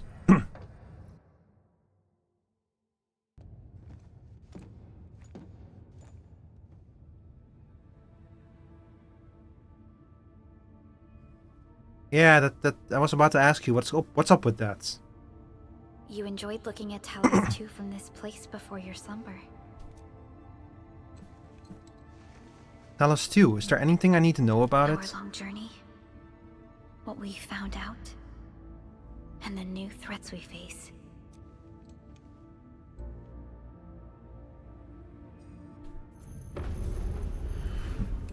The Ether Side, an aberrant dimension, forbidden to life.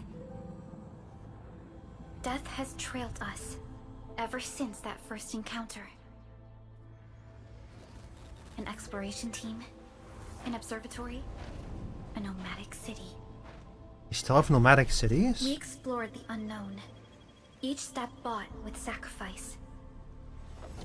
But the deeper we search, the crueler the truth we find. The Ether resists the preservation of life and breaks information links. Where Ether flows, life withers, and Originium fails. Anything tainted by Ether will inevitably turn into a source of the blight. We can't predict the Ether. We can only raise strongholds, for we dwell beside Oblivion. But true protection comes only from knowledge gathered. During the First Angoloid War, witnesses of the Aurora devised a simple method of depth measurement. A year after the war, the Hannibit Circuit found the lost science team's manual. It completed the theory of rift formation. I know that helmet, I think. Is that a doctor? The band accord was signed. Experimental Gloom project resumed. Blight matter conversion threshold logged. Year 146. A monitoring station at the Wuling Very Large Rift was rebuilt, exceeding the 36-second observation limit. Inch by inch, we elucidated the unknown, till an unprecedented threat emerged from the darkness. Since then, our research has stayed on the fringe, never venturing into the ether side. I look disappointed, not thoughtful. Oh, oops, sorry. I thought this would make me look thoughtful, but I guess not now. Someone who can manipulate the ether has appeared. She holds the seed of destruction. And she has lit a fire in the wilds. If evil, why hot?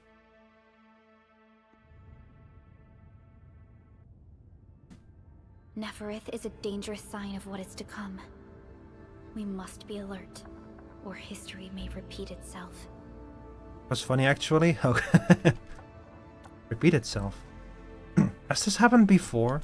None appeared for many years until she did. So there has been someone like her If I before. had known about her, I would have never agreed to let you leave Dijon. Your safety is our top priority. Maybe we could... It's alright, it's alright. Everyone sending me their support. We must pursue progress. We can always live in the enemy's shadow. We cannot always live in the enemy's shadow. You have to push forward, even if it might, even if you might feel like it plays into your enemy's cards. Endfield Industries will always stand by you. Oh shit! Didn't mean to skip that. This is deeply. Yeah, that's Arknights for you. It can just on a whim. Feels good to be back. It can just on a whim go into like deep philosophy and stuff. The game is like so. Both games are like so crazy deep and weirdly written. Probably not the best time to say that. It's okay. This place has always been your home.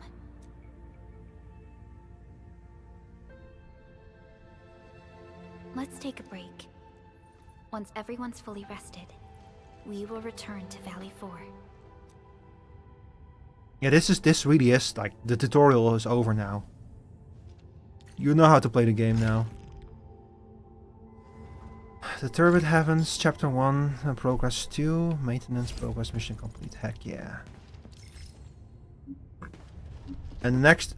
Oh, we don't continue until level 18. Damn it. Oh well. And reaching 3 AM, you need to have some popcorn, but no longer have it. It was even popcorn caramel. Okay, so I'll explain a few things about Arknights lore to you. In Arknights, there was a person called the Doctor. The Doctor is the main character. The game starts with the Doctor waking up from a long slumber inside of a machine called the sarcophagus, and their sleep in that machine reset their memories. They no longer remember who they are or what they did. And the Doctor is also implied to be like a kind of a special person, a member of a special race, and to have some kind of special relationship to the material called Originium, which Originium is kind of the central material that everything in this world revolves around. The fact that the administrator woke up from a sarcophagus as well and had their memories likewise reset makes me believe that the administrator might be the Doctor. Just who knows how many generations in the future. The Doctor is also implied to be incredibly ancient and to just do this kind of on a regular basis, like to go into that sarcophagus and it does something to restore them, but it also destroys their memories. It's something like that. Something crazy like that is going on. So I think that the administrator might be the Doctor, and if not, they might at least be like related to the Doctor in some kind of way. So that's one. Two, the Ether side, this evil dimension that they were talking about, that's like opposite to life, is actually something that might have been mentioned in Arknights. Because there is one of the back in Arknights, there is this villain called the Witch King. he is no longer alive by the time of Well, he no longer is a threat at the time of Arknights. He was like he ran like a reign of terror. He ran like a kingdom where he ruled with an iron fist, and if people disagree with him, if he didn't like someone, he would turn that person into a statue, kind of implying that they were still in some way alive or aware, but just completely petrified. That was kind of his normal way of dealing with like people. That's the kind of person he was. But he was kind of implied to have delved into a parallel dimension of sorts, a parallel dimension filled with demons that was opposite to everything that the material plane stood for. And you actually, in one of the storylines about the Witch King, the main characters actually visit that alternate dimension, and they actually find the Witch King still in there, still alive in some kind of capacity. But also the place is filled to the brim with like monsters and demons and shit. The game is very deliberately kind of vague about what it exactly is and what's going on there. But I feel like it's based on what this game is now explaining about the ether side and about the ether and about someone who's able to manipulate power of the ether. I kind of wonder if when Perlica mentioned that someone else has done this before, if she is talking about the Witch King. But that would mean that the whole thing is related. That is the ether side back then. And the game gives us so little to go on that I don't even know if those two things are related. They could also be completely unrelated things. Who knows?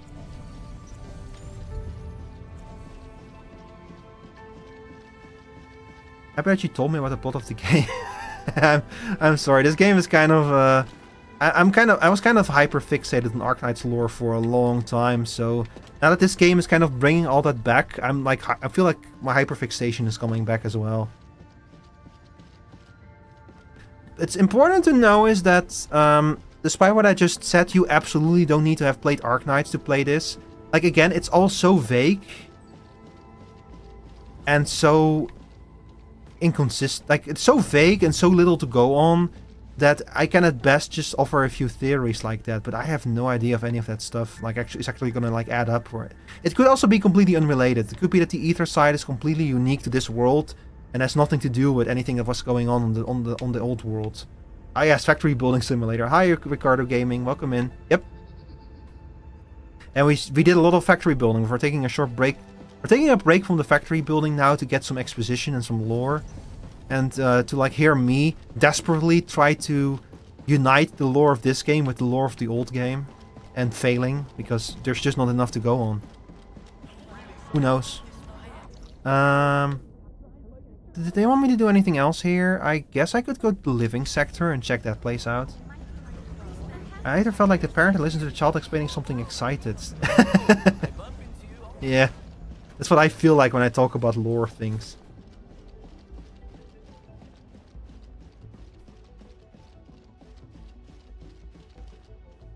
The funny thing is that the prologue of this game actually raised some interesting things. That made me kind of go like, little doggy? Oh, little dodge. Damn it. I thought you were like a little doggy. Greetings, admin. Greetings, admin. I'm little doggy, the one in charge of Endfield combated rating programs. I think you only completed phase 1 of your rehab training. I know you're busy with stuff, but an incomplete training is a big no-no. So if you have the time, I think we should continue with your next combat training sessions. Excellent, you're truly the best admin ever. Let's begin. No, I'm not doing this now. No! Okay then, talk to me when you need the training. I'll be right here. I don't want to do this right now. I want to go back down and do some more factory building. In this factory building game.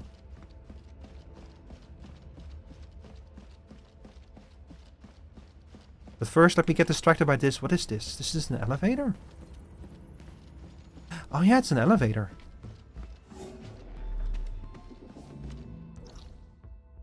Yes, do I get you? Because I'm like this at the volunteer. I go and help new youngcomers with different stuff. Yeah, you get it. You get it. When you like know a lot about something and care about something, it's very tempting to like just not shut up about it at all ever. There's something else over here. I just want to see cute girls tearing enemies apart, not building a factory. There's that too in this game. Identity switching. Oh yeah, I did hear about this. You can switch between the two different character models. If you want. I really appreciate that they do this, because it's just a visual change. So that if you like want to switch between the two, you can just change to the other model. I think that's a great idea. I wish that... Does Genshin let you do that? In most gacha games you're locked in, right? Once you pick which character you want to start as. Kernel sector. Okay, this door, clearly there's something behind this, but they will not let me in. I don't care about the anime girls in common, I just want to build a factory. Now see, I care about both. Because I'm a huge fan of factory games. I love Factorio and Satisfactory. But I also like anime fighting games, you know. The main reason why I bounced off on Genshin was because I didn't really like the art style. That's like a very personal kind of thing. But that's why I really like this game. Does a great job of approximating the Arknights art style in the 3D environment. That's part of the reason why I like it so much. Okay, let's go collect some resources that were produced while we were here. And then we'll go back down to the planet and we'll continue exploring. There's a lot more to this game than factory building, don't worry.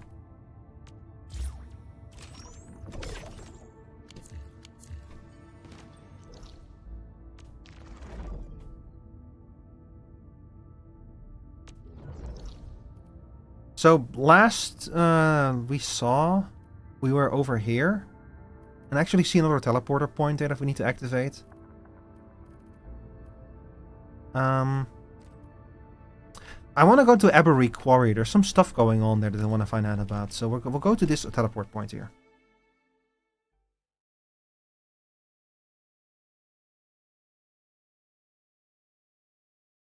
Don't worry when a shared facility disappears. New shared facilities will appear on a regular basis. This game is like Genshin Impact combined with Factorio and Death Stranding as well, by the way. There's a lot of different flavors mixed up in this game. It's crazy. They really just did whatever they wanted with this one. Nice seeing all of that Arknights money get to be put to good use, by the way. This money is This game is dripping with money. You can see the budget that this game must have had. As these kind of games typically do, you know. I'm curious how it's going. Like I know that the game has had 30 million downloads. I'm curious how it's going on like the money side of it.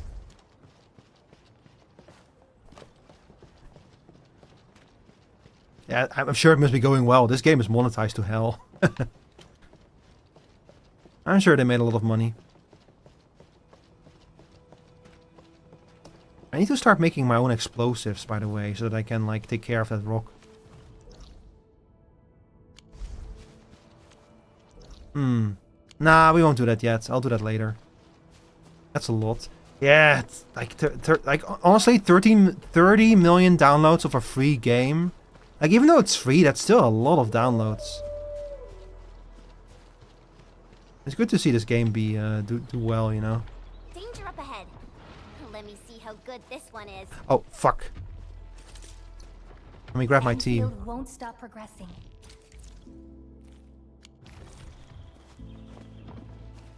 Hi.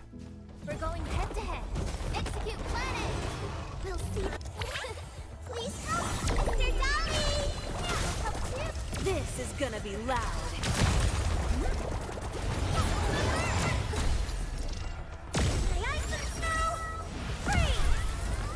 Anyway, here's the cute anime girls fighting in flashy combat. Cute anime girls tearing an enemy apart. They have this too. Ow. Oh, fuck.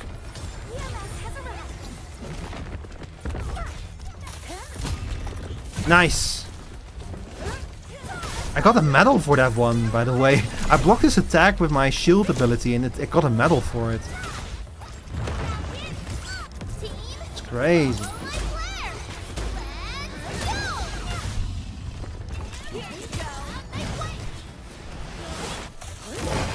Nice. I love her shield ability. It lets me like riposte after I get a big hit on someone. Ah, we're almost done. There we go. Very nice. Let's try to gather more. The combat in this game is really fun. It feels good. It flows nicely. There's like all kinds of crazy combo shit you can do that I have yet to fully delve into. Because there's just so much. But you can do some crazy shit with combos. Like having like elements and abilities kind of chain into each other, you know? Ah, fuck.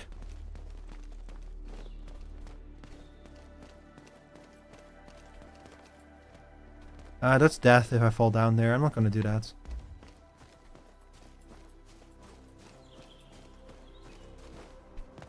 God, I still cannot believe it actually. They announced this game almost 4 years ago. That's how long it's been. I hear something. What am I hearing?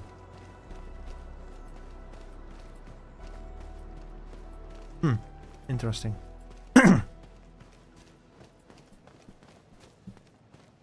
Hi.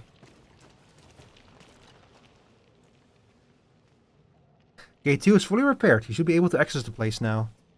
What's behind this gate? Avery Corey, a good pal of mine, works there as a technician. But he doesn't seem to be very happy recently. The dude stopped attending the UWST Crew Fest. I hope nothing bad happened to him. He's probably dead, let's be honest.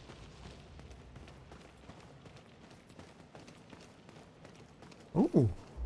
Oh shit, ad break. I'm gonna quickly use the bathroom chat during an ad break. I'll be right back.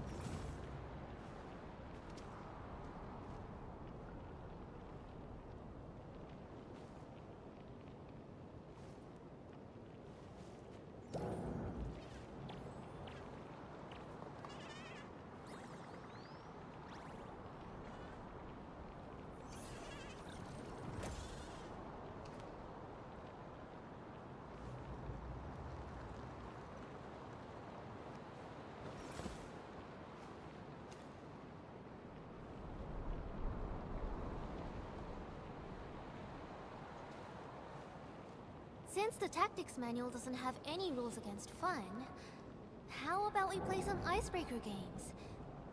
どうかな?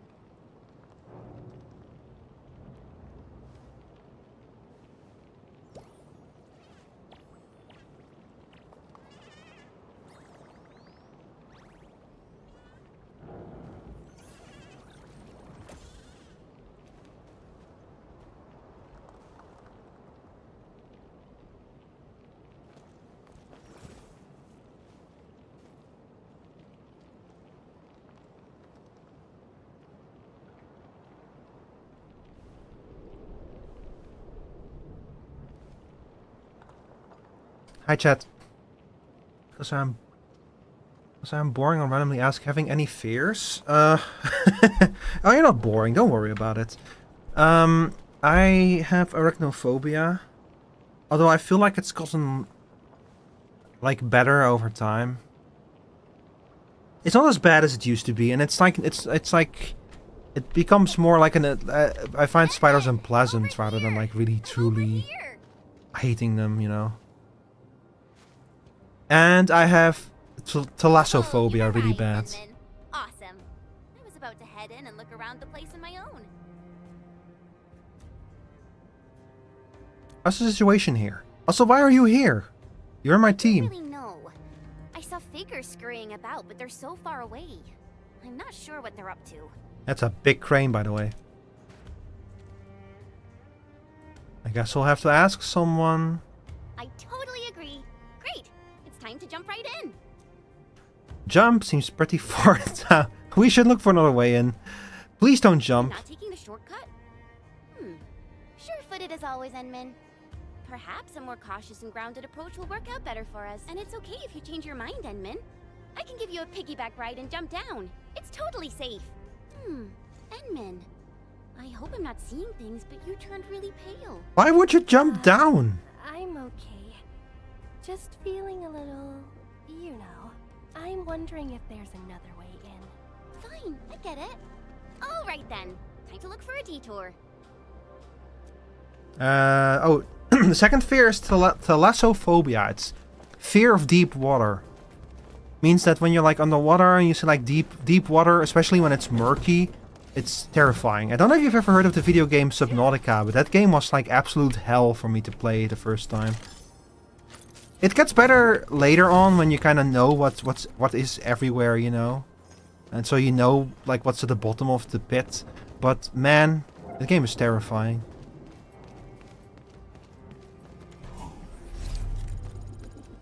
A very good way to like get over your thalassophobia through exposure therapy, though. Well, it's what I would say if I didn't still have thalassophobia, but it got better thanks to that game because it kind of forced me to confront it, you know.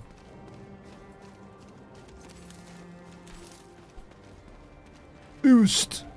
Oh caution, safety first! Wow! That is some fucking clean looking water down there.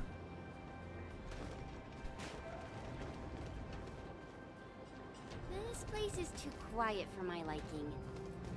Enmin, something really doesn't feel right here. Oh. Oh look, it's another Tetra.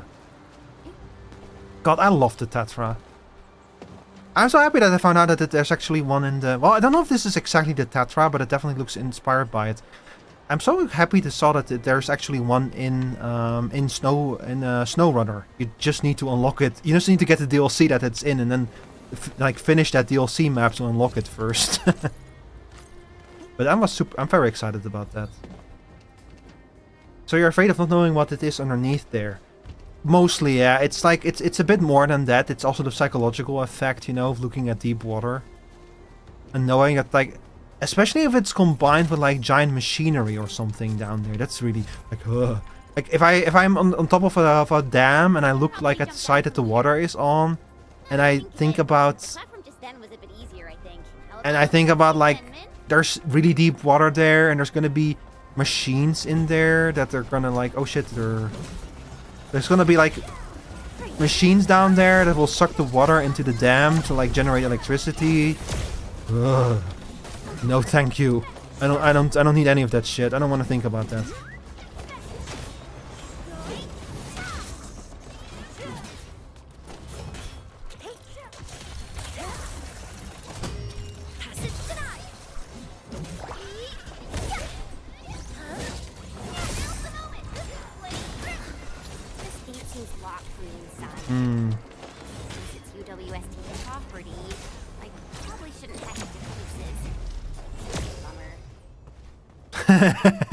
But you're just gonna cut up this gate?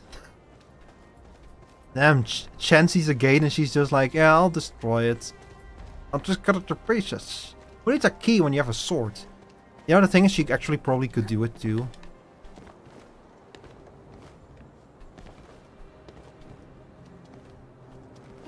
I love Chen, she's great.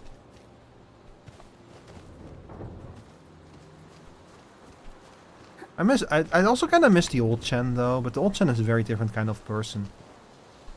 Okay, this is not gonna work.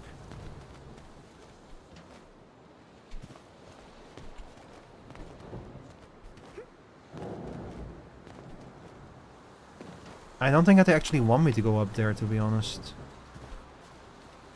No, that would have been a more obvious route if I could go up there.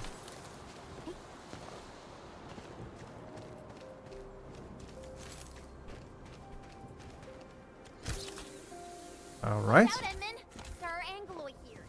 behind me. I'll see what they're made of. Here you go. Nice! Riposte! I wish that you could that I had a bit more use for the shield though, like that the shield would pop out a bit more, but I don't mind what they did with it.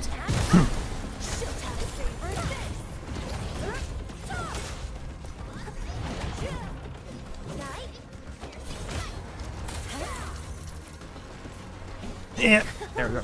Well, that was something. Do I have any allergies?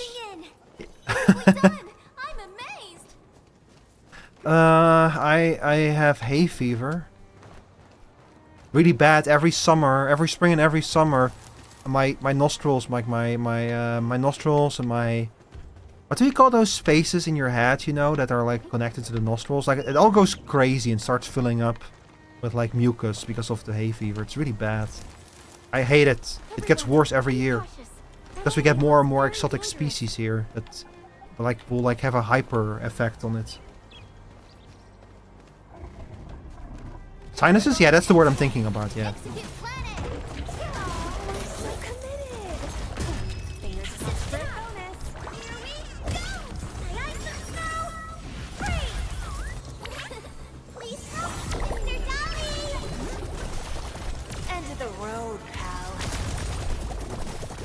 The way that she says end of the road, pal, is so cool. I like her. I like Fluoride a lot. She's cool.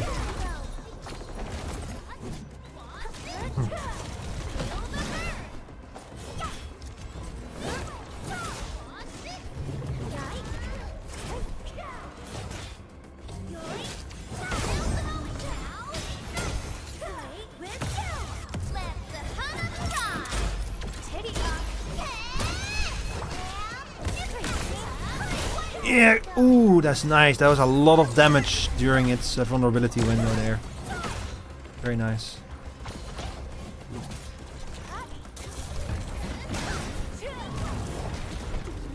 Ow, you bastard!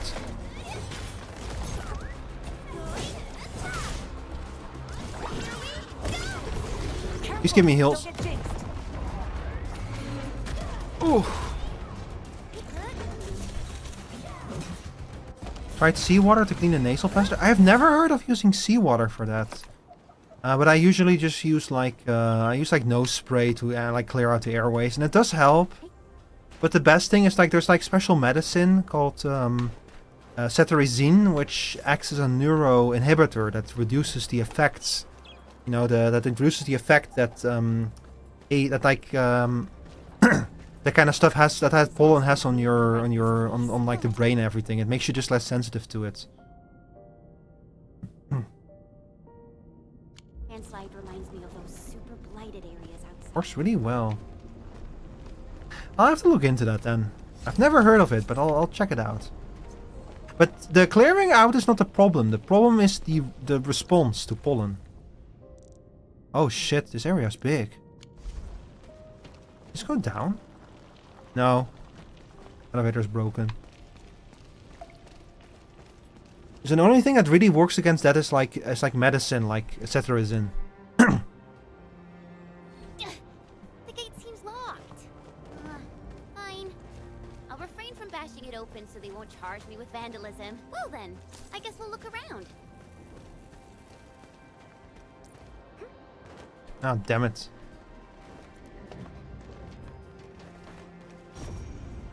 Oh. Depleted mineral veins and substandard mineral quality are problems that the quarry can't fix. So this place got shut down after they just ran out of resources here, after it just got depleted. Huh. When the quarry was near completion, Master Aberray scaled the peaks and blew herself up to create a rock slide. Her sacrifice blocked the Agaloid host and brought everyone time. What do you think she was trying to protect? Why did she push herself so hard? Is there something locked here? Something hidden, maybe?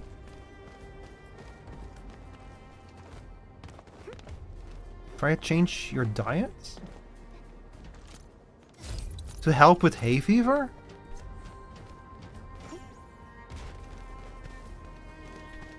I don't know if... I don't think that has any relation to it.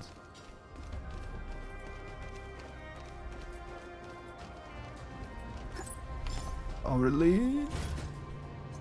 Very nice. I got the Aureline. Oh, fuck.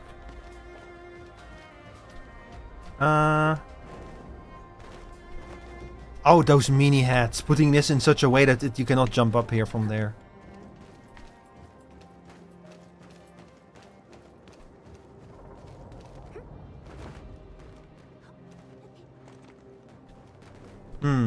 Oh, I see. You're coming with me. Or not.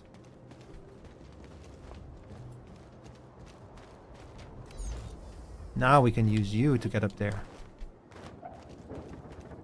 Thank you.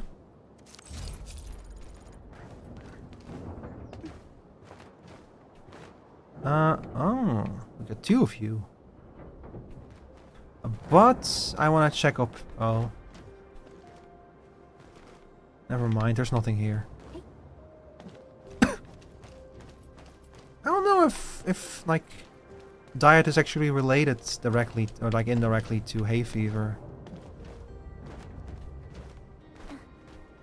It's another thing I would have to check out.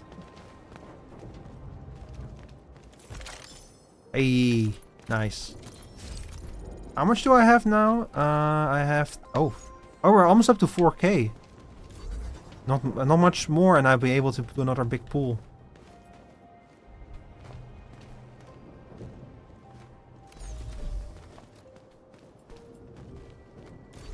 Okay, we need to leave one of these chests behind here, unfortunately.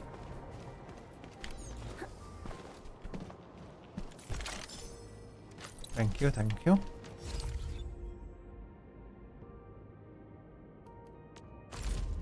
Let's see, yeah. I'm getting pretty close to another big pool here.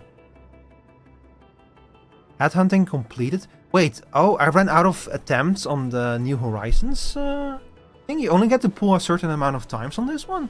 Damn. Well, I guess we still have this one, if we want to pull more. But this one is the real one. This is the one that I want to pull on. I need more resources for it, though. Wait, I think I'm able to buy the... Yeah, I'm able to buy the one of the battle pass tracts now. Oh, cool. I'm gonna buy this one.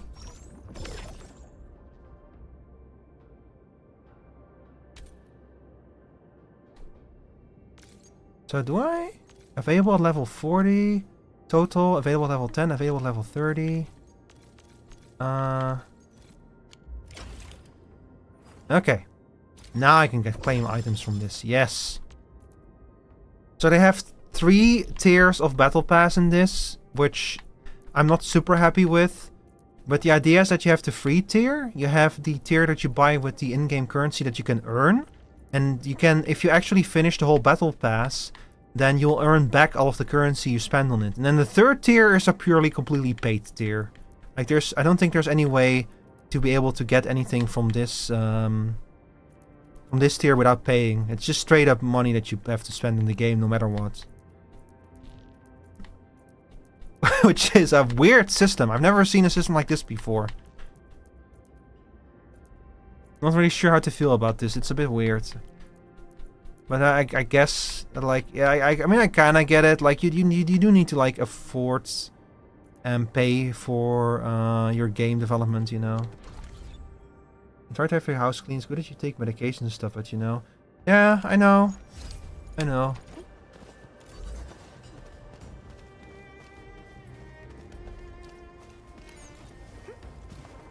Okay, let's go grab that chest up there.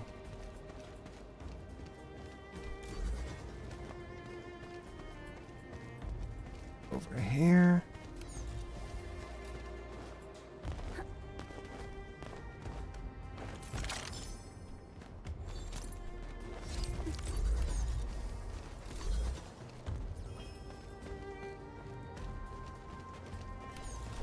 Ta-da.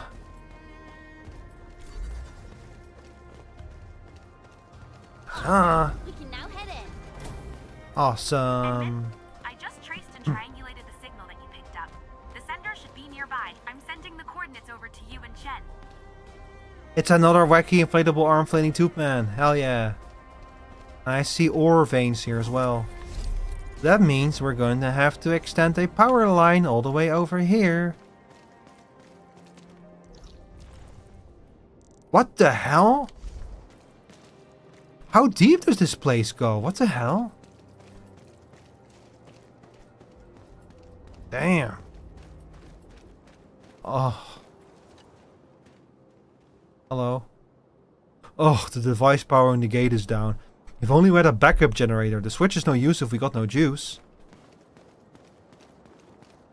Oh, do I really have to pull a power line all the way over here? Damn, there's a chest over there. Can I just clip my way in there? Ah, no, I can't. That's sad. I'll do it for the rewards, but I'm gonna need a little time. I'm gonna have to like draw a power line from the hub all the way over here. That's gonna take a while to do.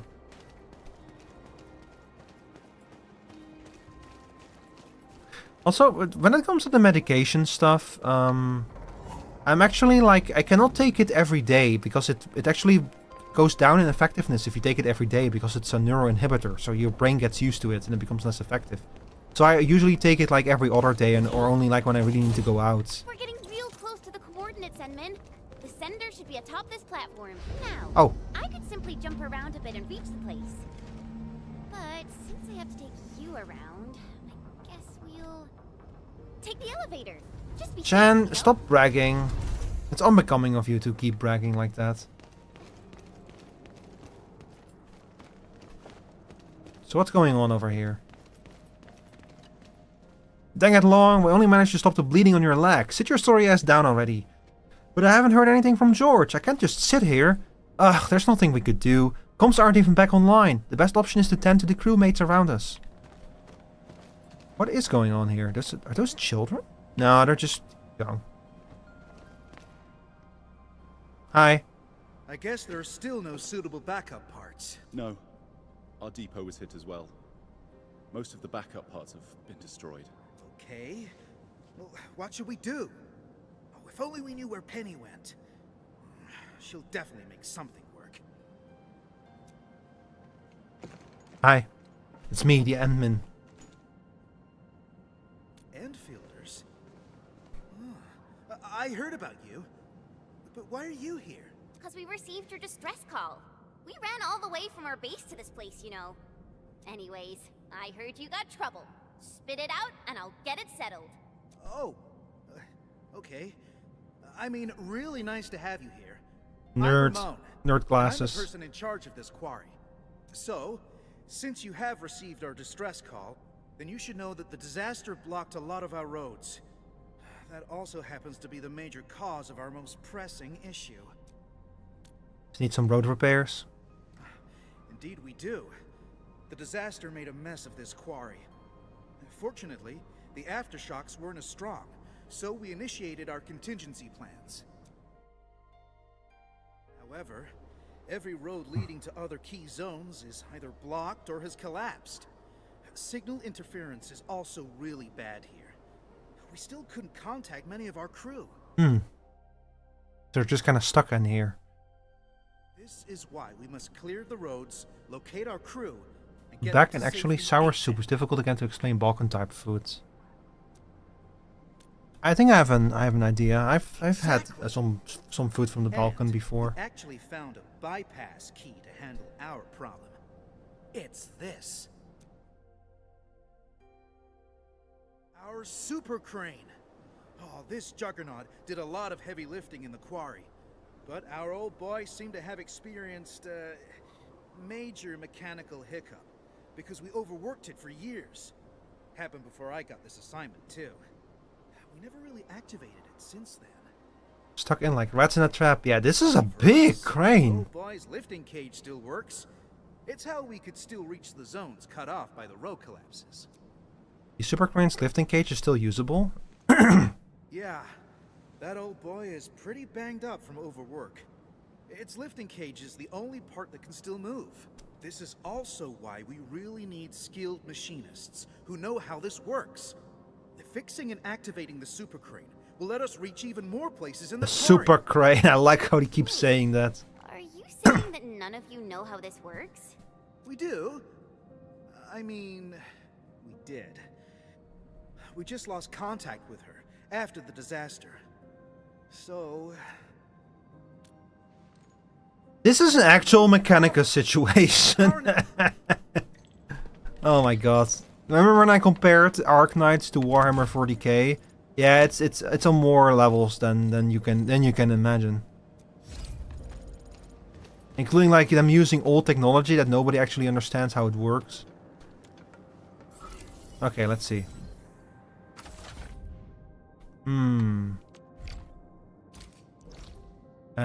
Repair logic. An ordinary looking place for unknown originium circuit components of various structures might be found. Look around, Administrator. Various pieces of working machinery and even rock, grasses and trees might have give you the repair logic you need. Wait, what do you mean? I cannot repair it? How does it look, Enmin? Can you repair it? I probably can, but I'm missing components.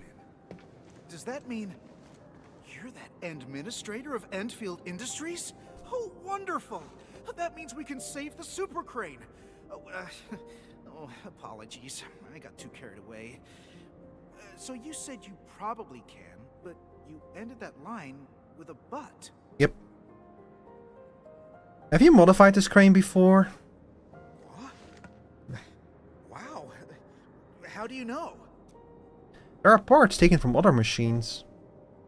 Yeah, I don't really know what happened when they modified this crane. It happened more than a decade ago. Oh, that was the previous admin when the admin was still they did awake. It to make the crane more suitable for quarry work. The engineer in charge slapped on some mods. Can I take a look at the mod schematics? Schematics? Let me think. Oh, Phyllis from the hardware division might know.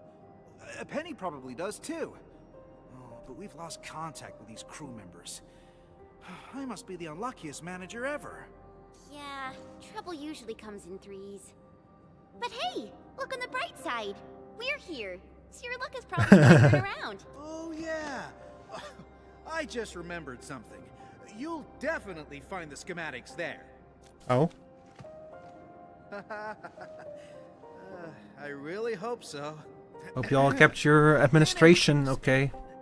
If you're looking for the mod schematics, just visit this place, the Archive. Located at the Listening Post. Every data file and document created from the very founding of this quarry is kept at the Archive. Sounds really useful. So where's this listening post? Oh, excuse me, Chaz. It's over there. Oh, man. Well, I guess you can also see that the road has been rendered impassable by the disaster as well. Okay. So, how are we supposed to get across? And it's kind of far.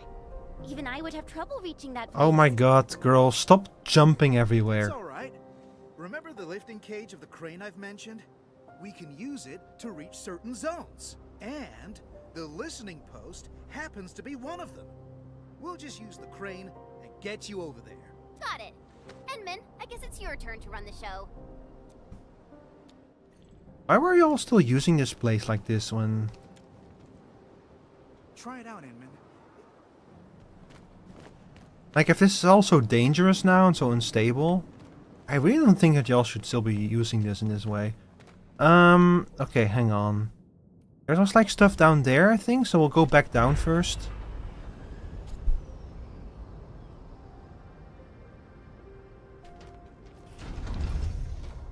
Is it even further now? Oh. Hey, there's something over there. Oh, that's the door.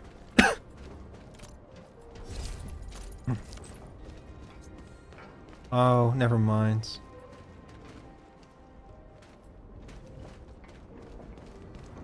Can I just jump down? Yeah, we can just jump down. It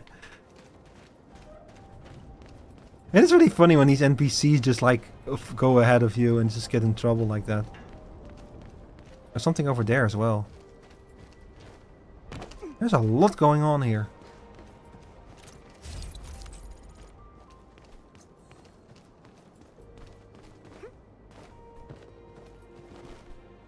Interesting. Alright, let's go back to the elevator and let's take it further down. I want to like explore a little bit more before we start doing this. So we go to the ground floor. And then look, we could drop down even further over there. And that's also where the glowing orb went.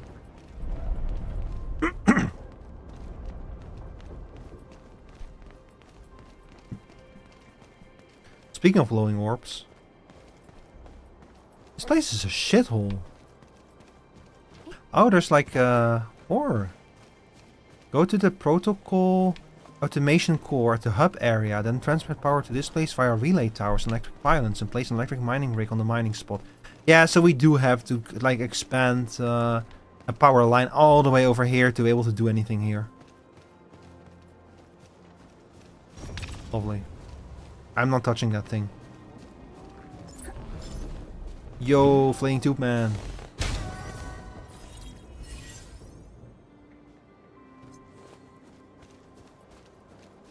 It's gonna take us a while to like do that stuff. I'm not too worried about it right now. We're just gonna do a little exploring here first.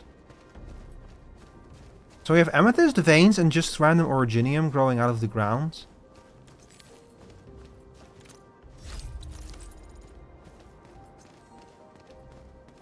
And that's it.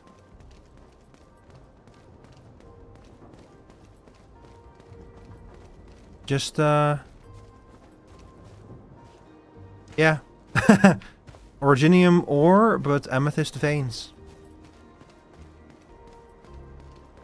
Weird.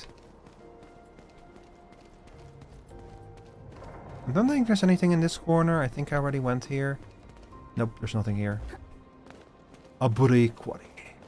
We'll go back up. And we'll go to the listening post. Nope.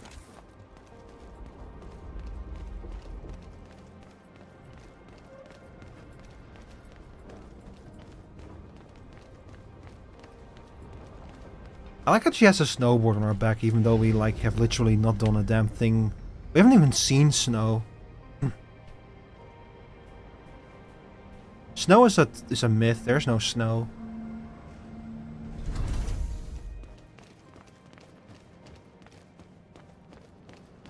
Alright, let's try this out. So we can press this button to move the cargo forward. Oh! Oh, I see.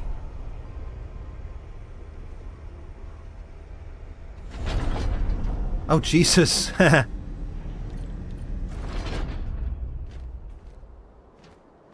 Well, a favorite sweet desserts? Probably cheesecake if I had to choose. I love cheesecake. That was so close, thank goodness. We saved this man by flattening that thing in front of him. Damn. Roommate's fantasy. I occasionally thought of the hills as barriers that kept things out, but they now resemble prison walls. The massive blocks of stone of this quarry keep me trapped in this place, and I feel like an originium slug or a strange critter crawling around out the corner of this great prison. I spend my day chipping and gnawing at the massive blocks of stone, and then there's nothing much else to say, really. I'll just chip and gnaw till all my teeth grind down to nothing, and I'll keep chipping and gnawing till my bones grind down to dust. This is just a big old grinder. Come to think of it, maybe it's a good thing that the quarry's shutting down. Yeah, I think so. Simple with jelly jam on it, with fresh fruits on it. I really like the Basque burnt cheesecake style. That's like... basically the Basque burnt cheesecake is like the whole thing is a single mix, a single dough. And you just pour it into a shape and then you put it in the oven like that. You don't need like a separate flour for it, a separate cake flour. The whole thing is just a single dough. It's very easy to make and it's delicious. And you can like combine it with other things, like you can put like jam on it or fruit in it if you want. But the very foundation is very simple. Authorization required? I'm the admin. I invented the elevator here. We're going head to head. Execute planet. We'll see how it comes to. Ah, damn it.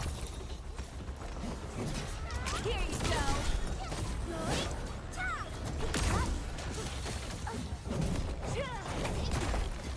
Fuck you.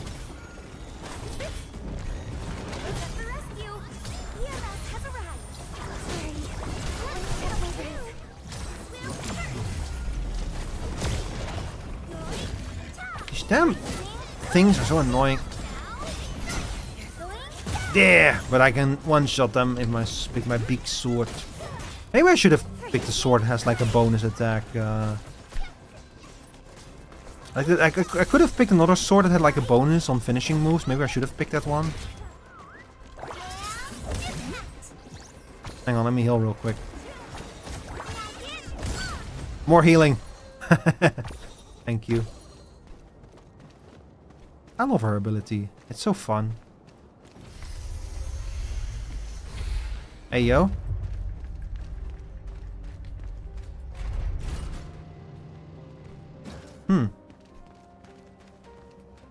Oh, wait a second.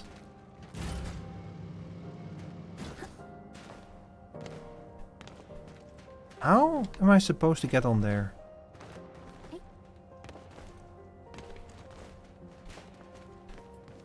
We're gonna have to find a platform, I think, to do that.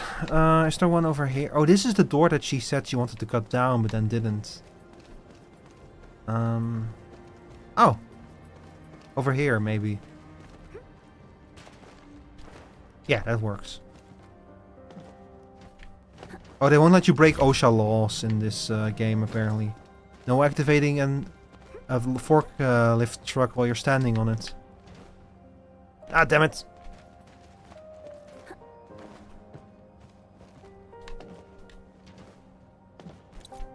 Nice.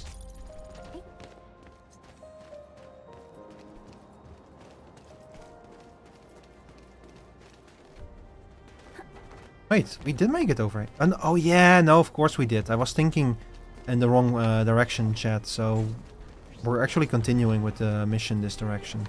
Ooh, back to my old game, huh? Let's go. I have tunnel vision, y'all. Aye, aye, snow. Freeze! Very nice.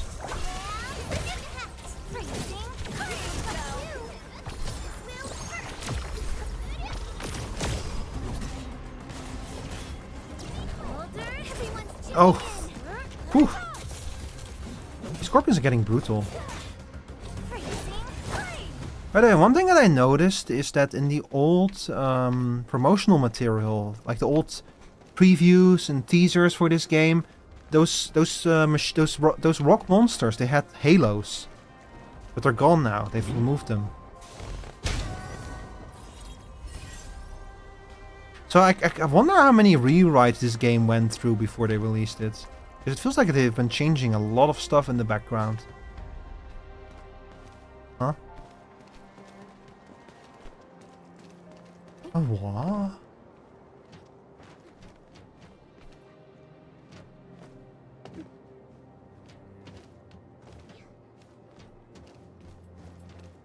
Huh. Okay.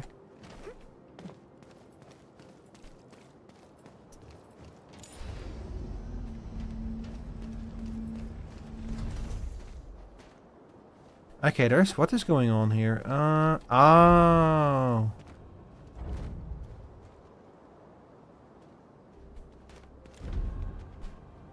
It's a puzzle.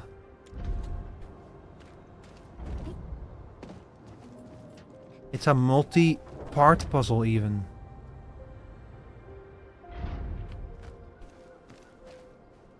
And now this is one direction, so if I wanna pick something up from down there... there doesn't seem to be anything down there worth picking up though, so we're probably good in just leaving.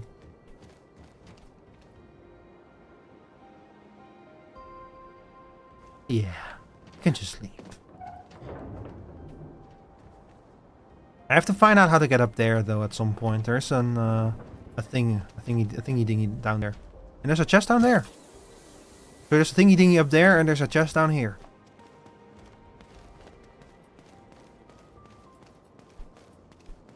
And a ledge.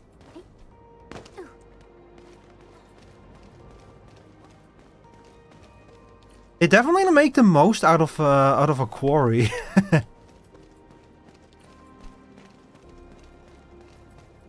I guess that this is probably where they got like a lot of raw building material from.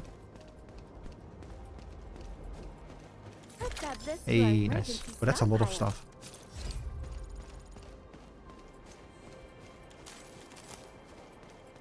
And over there is the amethyst mine. Ooh, no, we're not doing that. I keep forgetting that you can sprint if you press B. It's over here. It's a bunny. And it's a little item. But I think that's it from over here too. Yeah, let's go back. You see those round shapes in the rocks? I wonder if is that like shapes from the cutting? You know, like the whatever machine they use to cut these things. I don't actually know how a quarry works yet, I'm gonna be honest with y'all.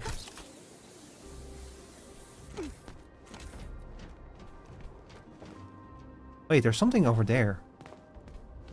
Oh my god, this just keeps getting more. There's a lot of optional areas in this place.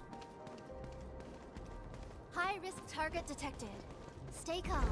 We've trained for this. Watch your step, people. Oh my god, that's a big one. Don't go too far, Mr. Dolly. Take cover. Nice. Nice, you do like to see it.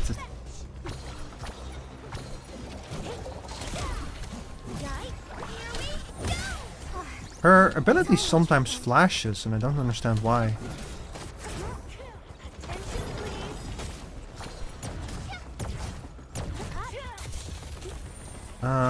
Wait, oh, that's an item. Ow! Son of a bitch.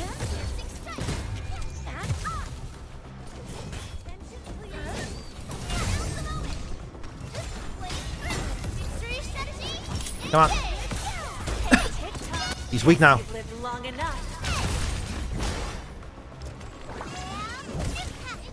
Keep going, keep going, keep going. He's weak. Ah, damn it. He takes barely any damage when he's not weakened.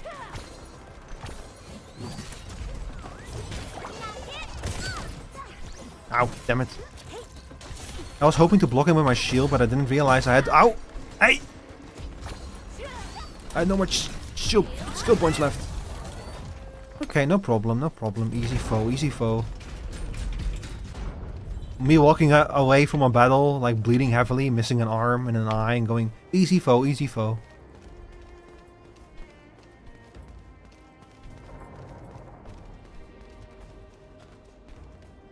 Don't come any. What?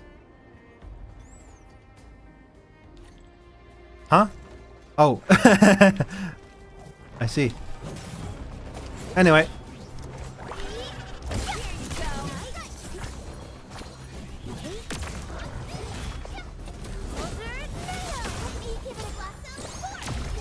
Please kill these guys. Snaps fingers. Please kill these monsters.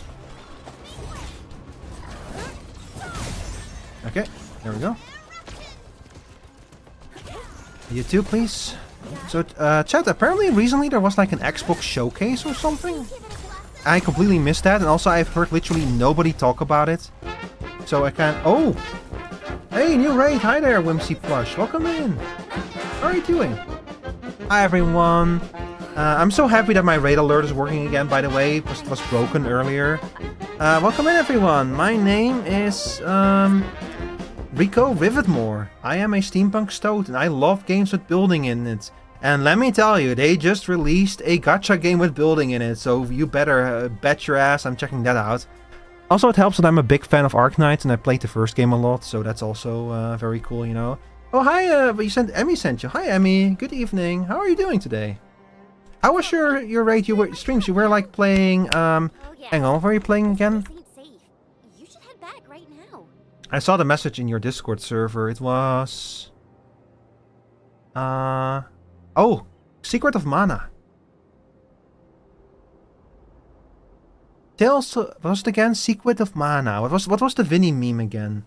Where he every time he got like the girl who cannot pronounce the R in the title screen reading the title of the game. No. Trials of Mana. Yeah.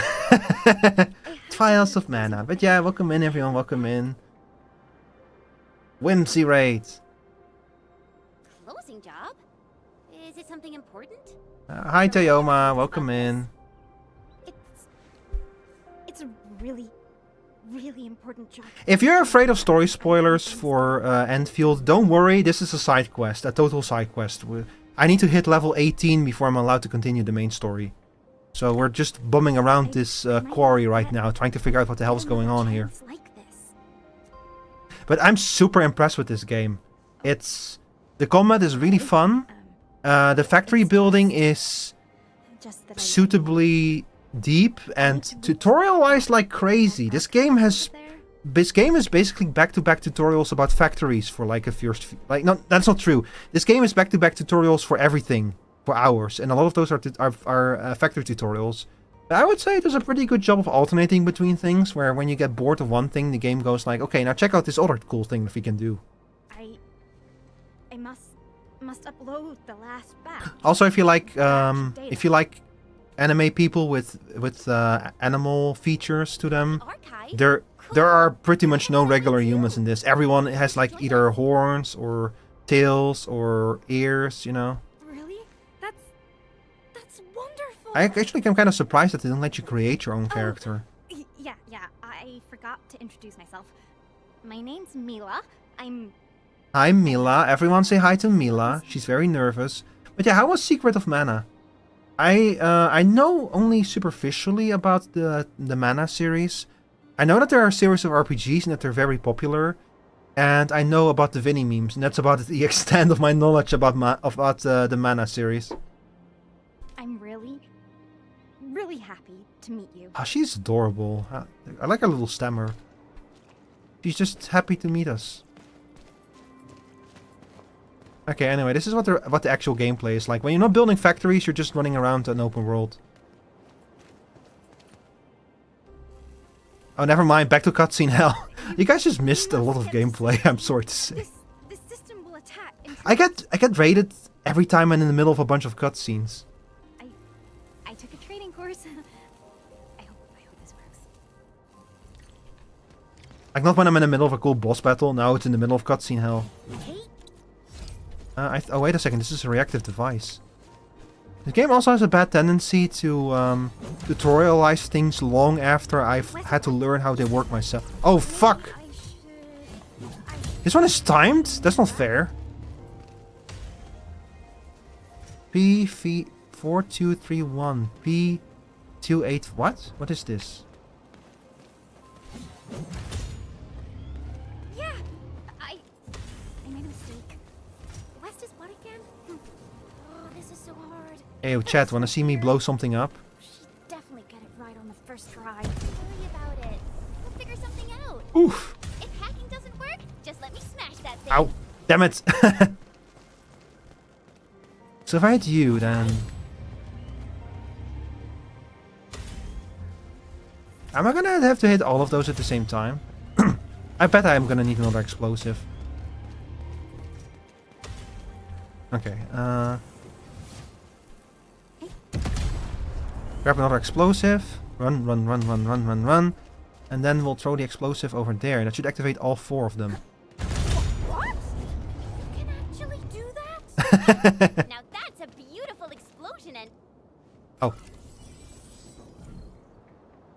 You guys like Tetris? Component style. Oh, fuck off. Not again with the fucking component style unknown. Min, I almost thought I had to cut everything to pieces with my sword. Yeah.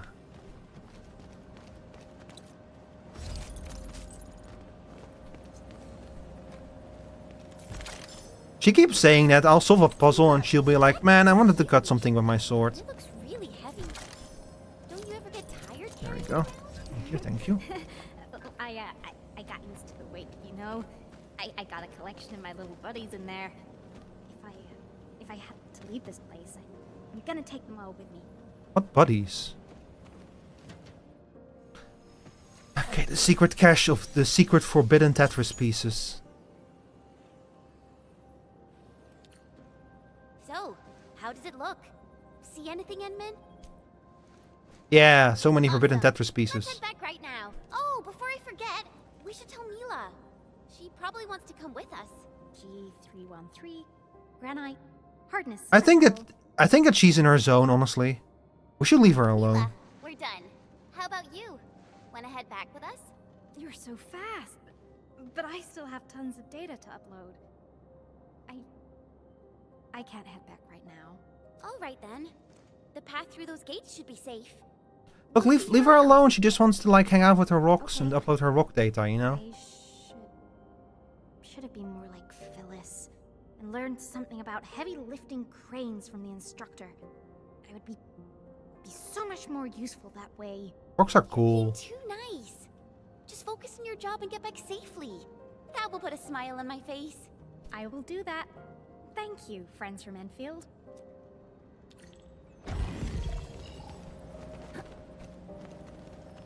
You know, the problem with finding a job in the field of rocks is that it's kind of hard. Like if you attempt that, you're gonna have a rocky road ahead of you, you know.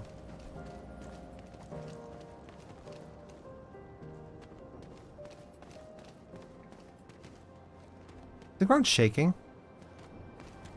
-2. Everyone left. Nobody liked that. Okay, so what I meant is that by picking that thing up, we now found a bunch of extra Tetris pieces to solve our puzzle here. I still don't know how to actually solve the puzzle, though. Okay, we need 3 over there. So I mean, I know how it works. It's just more that, okay, so 3. We need to put enough blocks in every area to meet like the requirements. So I actually think that this will work. Yeah. Usually these puzzles are not too hard if you just think a little bit logically about them.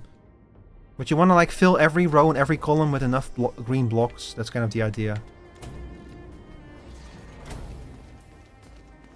Ah, bollocks.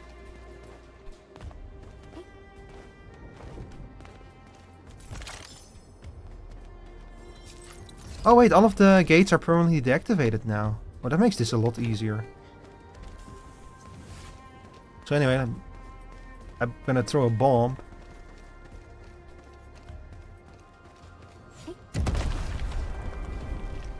Alright, what do we have in here? We have an elevator. Oh, it goes down. I wasn't expecting that.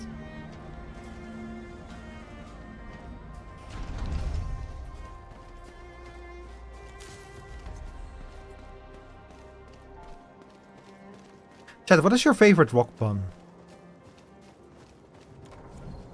Facility info. A few old switches. Special UWSD keycard might be needed to activate them.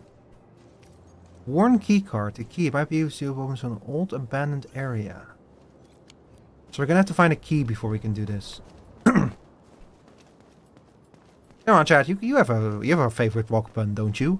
Everyone has a favorite rock pun.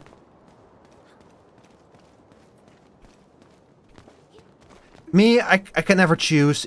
Choosing is too hard.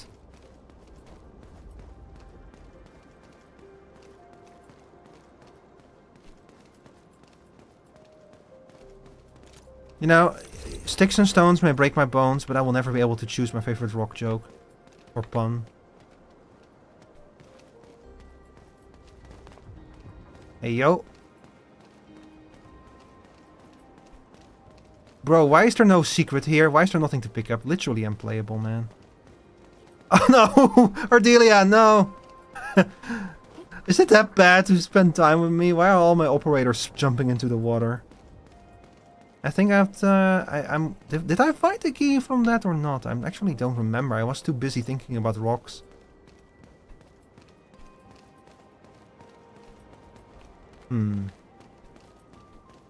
Alright. I think we're done here. I'll just quickly check the door, just in case I found the key. But it's probably in another area of the... No. It's probably another part of the quarry then. Or it's literally just an item that we have to pick up somewhere. That's also possible.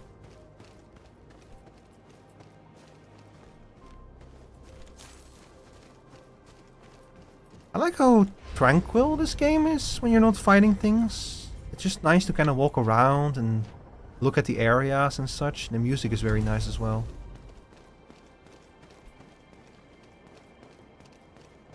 I wonder who did the music for this game. Like, they have like a whole team of musicians at Hypergriff. They have like their own music label and they publish the music that they make. And they actually genuinely make music that doesn't even end up in the game, that they just use for promotional material. That's how dedicated they are to making their music. They're one of those companies where they say, wait, are you like a game company or are you like a music company? And the answer is not straightforward.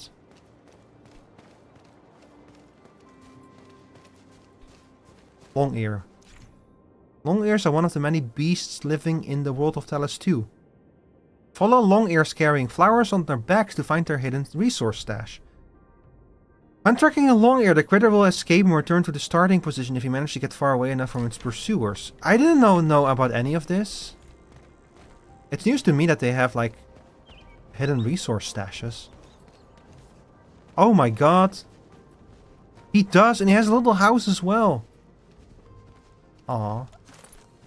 Anyway, let me steal all of your shit. Oh!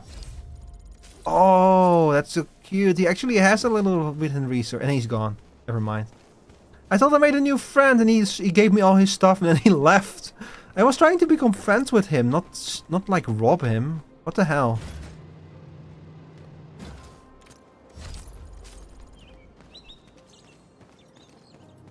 Well, we still have a place left to go down here. Check Rico out, putting in hours. Hi, Other Time. Yeah, we've been live for a while. Yeah, like we're coming up on like we've passed 11 hours now. I need to be careful, because YouTube streams can only go up to 11 hours and 55 minutes. After that, the VOD will just straight up cut out.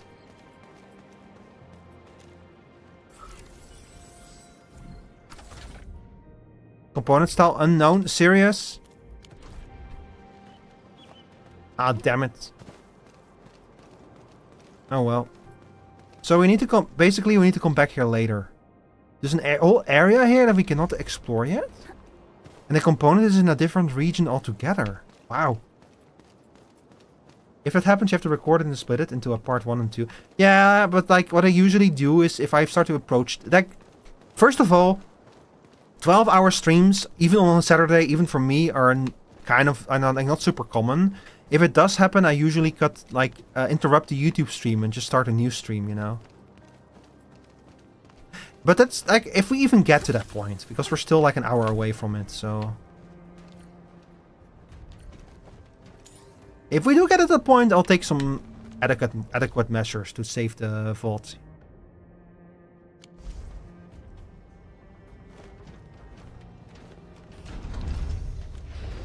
There we go. That's where I go. Anyway, Other Time, I was asking you, you've been playing a lot of Yu-Gi-Oh! Recently, like, right? Like the Master Duel game? Oh, you're back! How was it? Did you find the schematics? Of course. We found a very nerdy girl who really likes rocks. Return empty-handed. Other Time, what is your favorite rock pun? Yes! I knew I was right. So, do we have a solution for starting the Super Crane repairs? I probably do. Great! Oh, really appreciate this, Endman.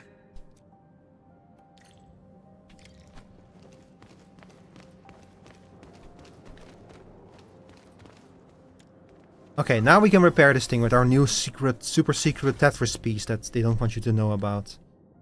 As soon as I figure out how the hell to fit it in here. I mean, it has to be this way, right? There's no other way to fit it in. Yeah, there we go.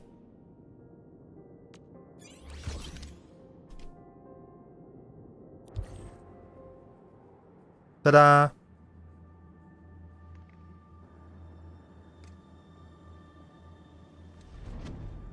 So... now what?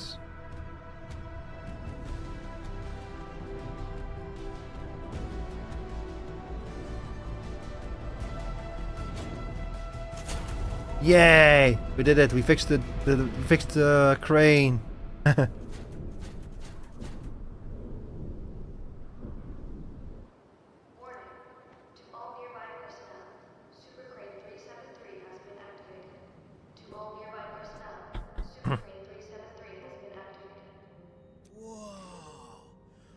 This is my first time seeing the full activation of our super crane. Oh, it's way more impressive than I ever imagined. Oh, yeah. Oh no, my controller broke again. Damn it. This is also one of those things that just keeps happening. Perhaps it's the reason why the crew never wanted to leave. Never wanted to leave? Isn't it just because the wall started to like close in on them?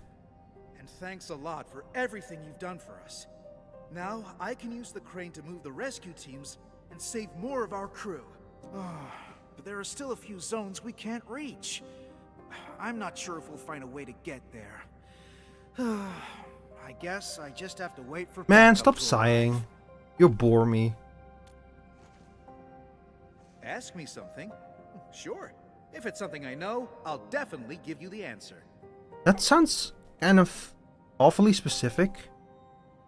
Is this place getting shut down? What? How did you know?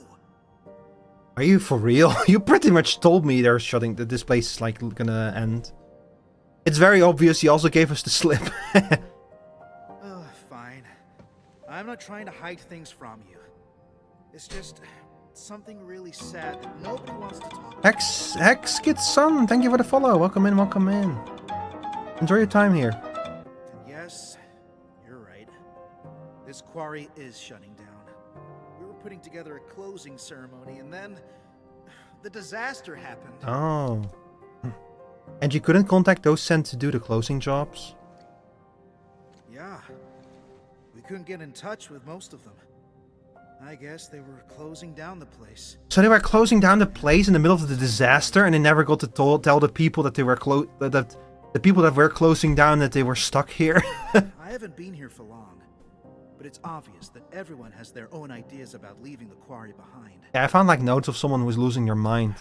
These would be our last days at this place. I want to let our people say their farewells and leave safely.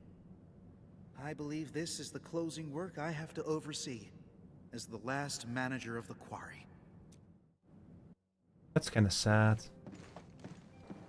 So, where to next, Enman? Let's go there first. Alright, we can definitely head over there. Let's go. I'd have no idea what it is, but we'll go there. You can try turning the arm at the super crane. The turntable should be working now. Heck yeah. Oh my god. Jesus.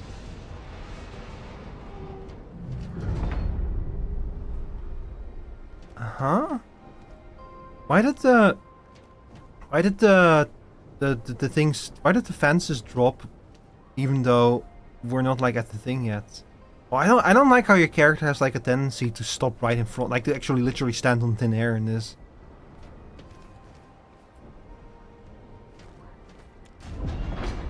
Alright, there we go.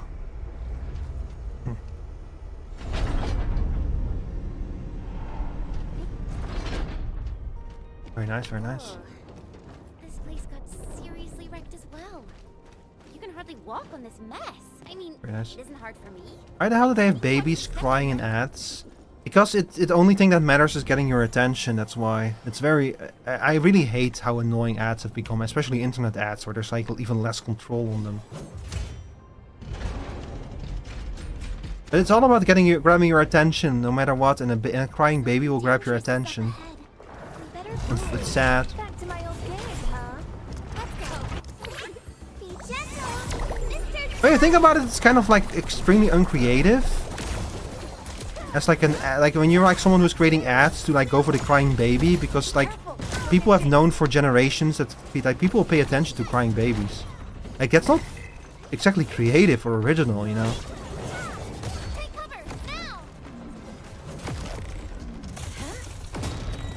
Nice.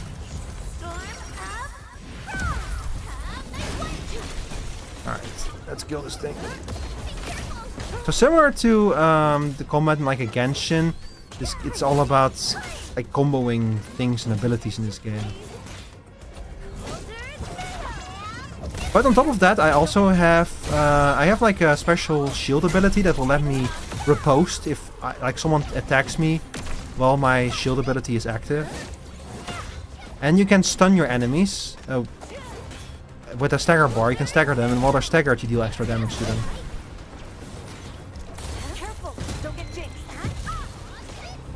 Anyway, get iced, idiot. Get ice inflicted on you.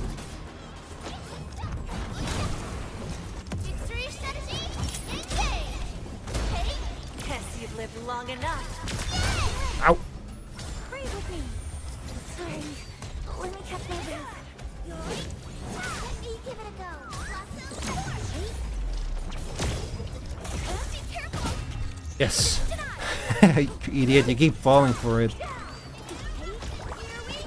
The fun thing about that shield ability is the fact that I can like literally block an AoE with it basically, and my shield will break, and then I'll get like a riposte attack and deal a lot of damage, and there's nothing the enemy can do about it. Oh no! I need to find an explosive.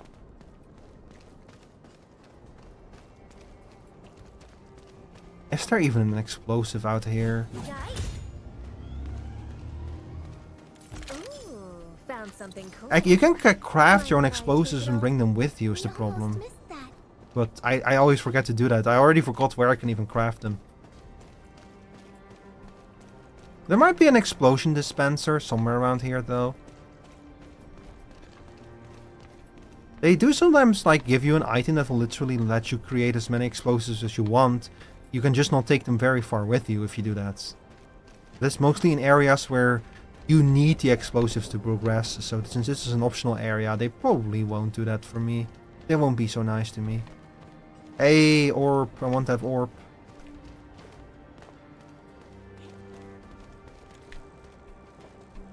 Alright, very nice.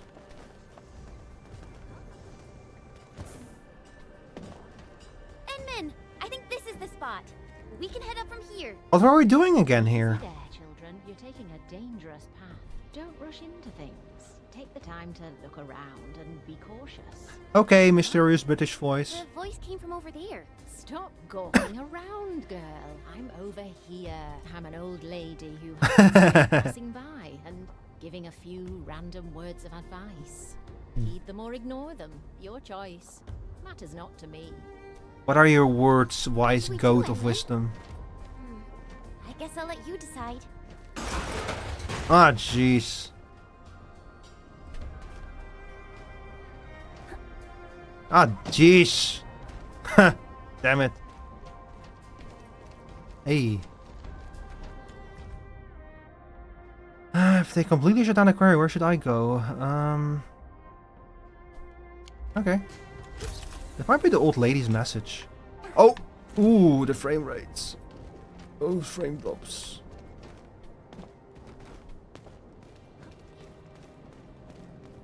Oh, she lives here. Hello, old lady. Really appreciate that, ma'am. No need to thank me. You made the call and took the path of your choosing. Pay no mind to what I've said. This old lady got something to ask you, friends from Endfield. You know us? Know the badges on your outfits, that's all. And by Talos, I'm getting senile. The name's Penny. I'm just an old lady with one foot out of the retirement door, and an occasional busybody. You're Penny? Mr. Ramon has been looking around for you. Oh, did he? Do tell me about little Ramon and his silly problems. Unlike my other 2 apprentices, Ramon would only think about old Penny when there's a mess he can't clean. Damn. You tell Penny what happened. Oh dear, this old lady really got too hammered from all that porter. I missed the fun. You even got my old partner to work. Old partner? You're talking about that super lifting crane thing, right? That's the one. I did my share of work at this quarry. I probably spent half my life in the crane pilot's cabin. I got a special relationship with that old boy, you know. That old boy, you know. I got a special relation with that old boy. Before I swerve into the far north with my nonsense. Now that I've learned about our current situation... Oh yeah, that's where we were headed. I remember now.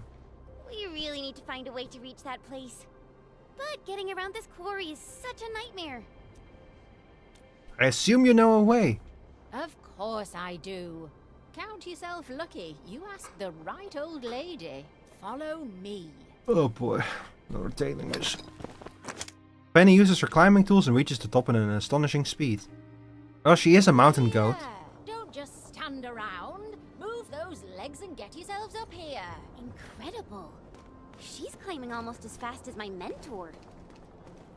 Okay, look, lady, I'll join you in a sec. Oh, hey. But first I must smash these boxes. I don't think I can grab this thing from over there. No, I'm not going to be able to make that jump.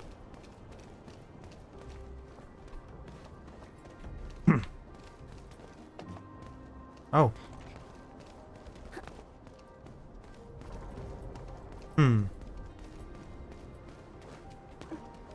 Ah, I see. Okay, so this is progression. So if we go back here, we can pick up some extra items.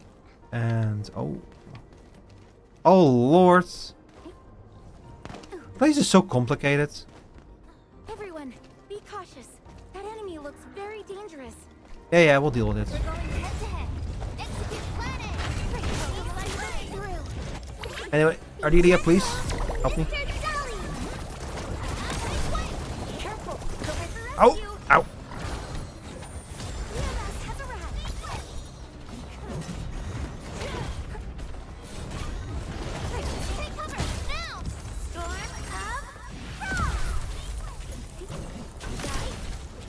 It's okay, it's okay. Oh, it's a wacky flailing arm inflatable tube man over there. These things are actually insanely important. You need them. In this world, it's you either flail your arms or you get your arms flailed. You either let yourself be inflated or you become the inflatable arm flailing tube man.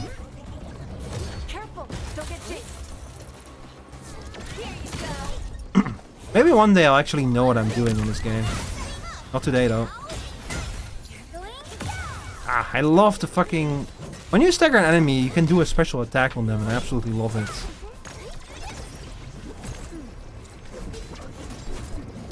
Oh, fuck. Ow! Piece of shit.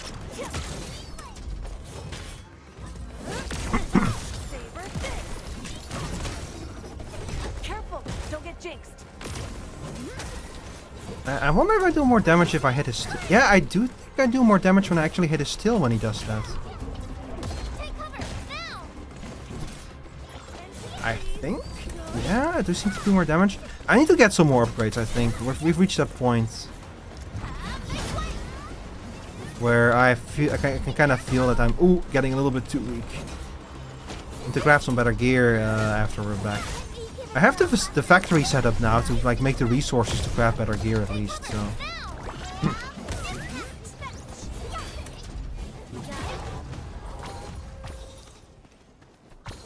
I just haven't done it yet because I am very lazy. Okay, very nice. So what's up with you? Oh, you're like a robot in trouble. Hang on, let me fix you.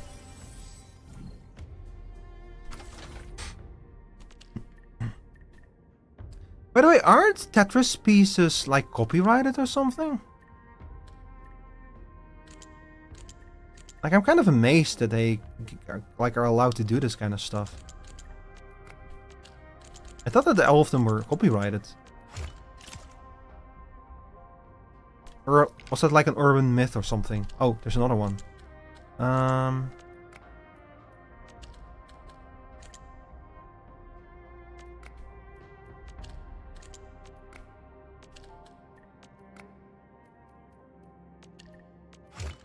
There we go.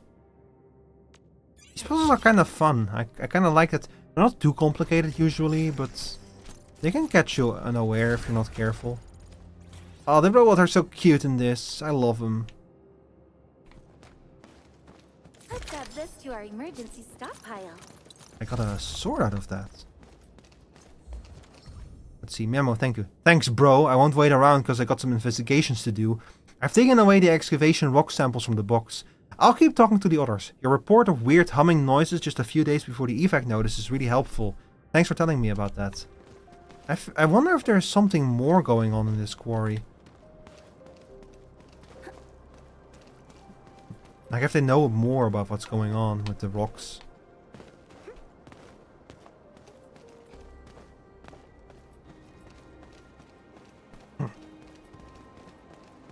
Oh lord. No, I'm not dealing with that. I'm not strong enough to deal with that. Quite literally. Oh shit. Unlike the Blight and Rifts, Orleans aren't that dangerous. Ah, we're back here. So this loops around all the way. Well, at least we're like linking everything together now, so that we will have to come back here in the future, chat. I've already found things that I can literally not unlock until later. So I'm actually kind of happy that we're opening up some new avenues.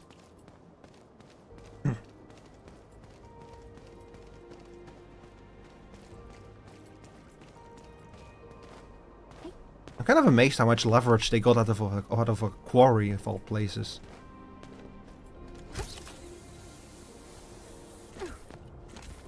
But hey, they're doing it. They're getting their money's worth out of this place. Oh, hang on. Give me that. Give me that too. There we go. And there too. I had one of these before.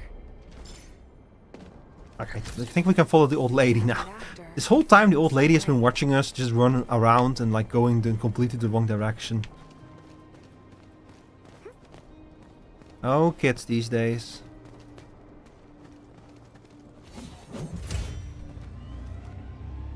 Oh, fuck.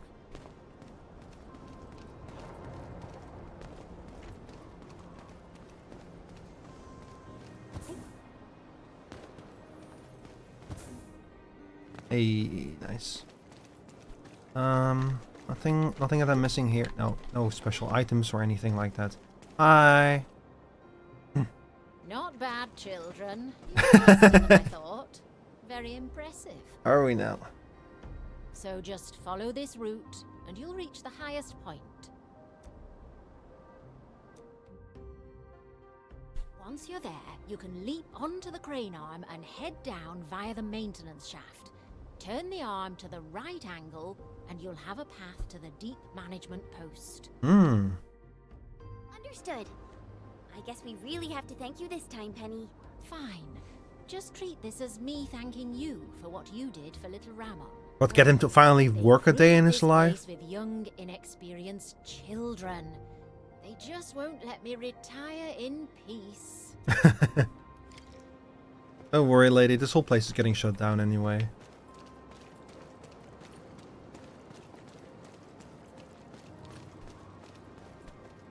So chat, did y'all see that there is a new hot Backrooms game out called Climb the Backrooms? It actually looks kind of fun. I watched a streamer play it yesterday. But there's too many Backrooms games, man. I played the Backrooms game together with some friends, and I actually bought the wrong Backrooms game. So I had to fucking go and buy the other one and download it at the last possible minute. At least 10 individuals reported a strange humming noise. Was it an earthquake? But I didn't feel anything. None of this makes sense. My investigation must continue. I need more clues. I've posted my contact info. Several crewmates left the quarry early. All of them worked on the expansion of the underground lab. The underground labs? Oh boy, we're gonna Resident Evil this shit.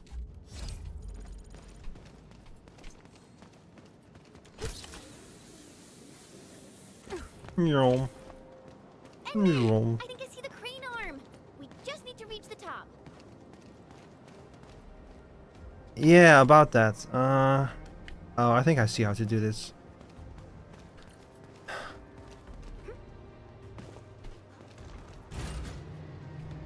Let me just pick this up real quick. Thank you, thank you. And this one too. Hey, these are some really weird forklift trucks. Are these like automated or something? They look like robots. Also, I shouldn't be operating these, honestly. I'm not forklift certified, you know. You guys seen that meme where Wario goes like, "It's over, Mario. I am now forklift certified."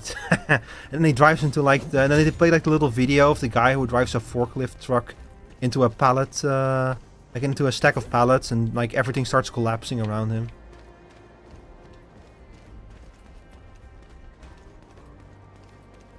Where am I going? Over here?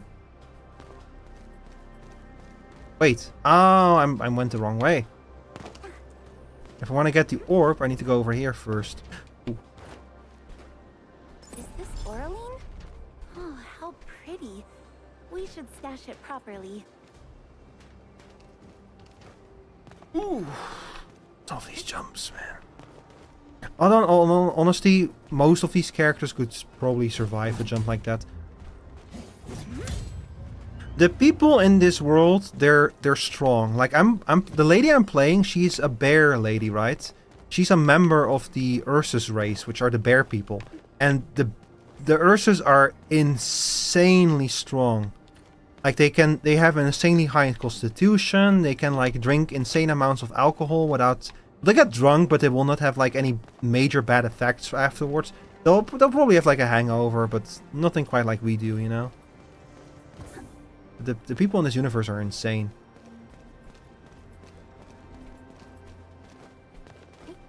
So she could probably survive a fall like that.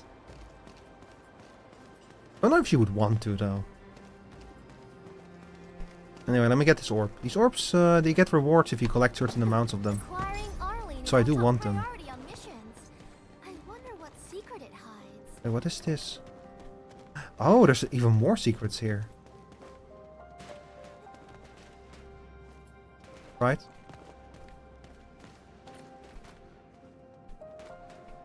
Right? There's more secrets here, right?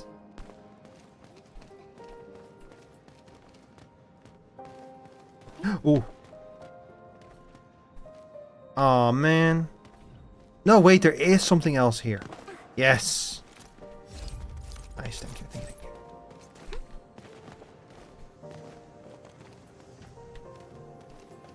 Wait, how did I get here? Where's this all connected to? Oh my god! There's so much here. Yo, that's a lot of resources. That's a lot of currency. I know I'm just an electrician and mineralogy is not my field of expertise, but I learned a fair share about rocks and stones at the quarry. The stones from the quarry look pretty normal. Why are they shutting this place down?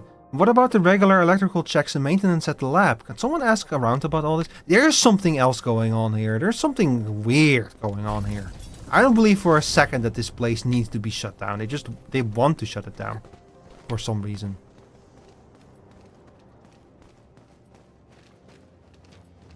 They found something deep underground, I bet. They're doing something in those labs.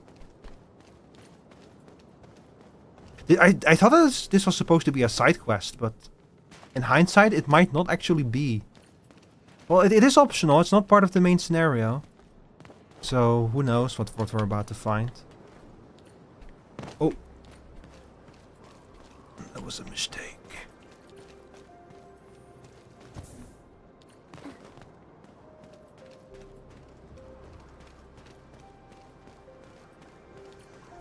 Okay, I think we're ready to just continue to do the regular way now.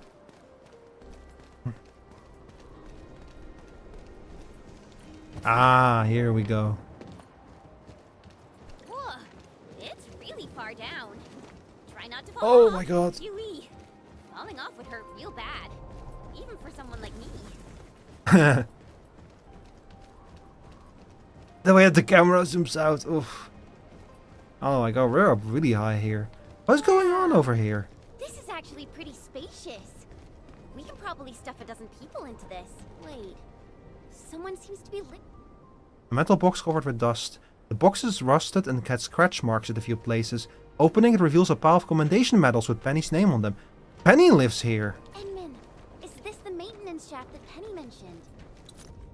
Old photograph. A slightly discolored group photo of UWST crewmates. Group photo for the first ever quarry crewmate commendation. From left, Wood, Swader, Penny, Morse, Carolyn. Dates have been scribbled next to everyone's name except for Penny. She was a part of the first crew to staff this place, and she lived on top of the crane. Damn.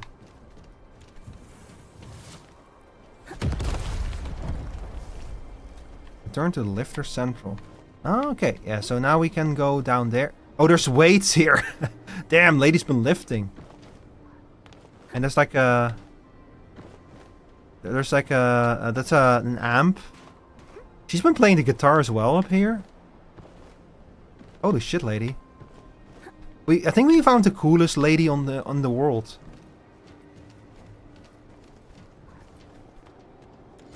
Yeah.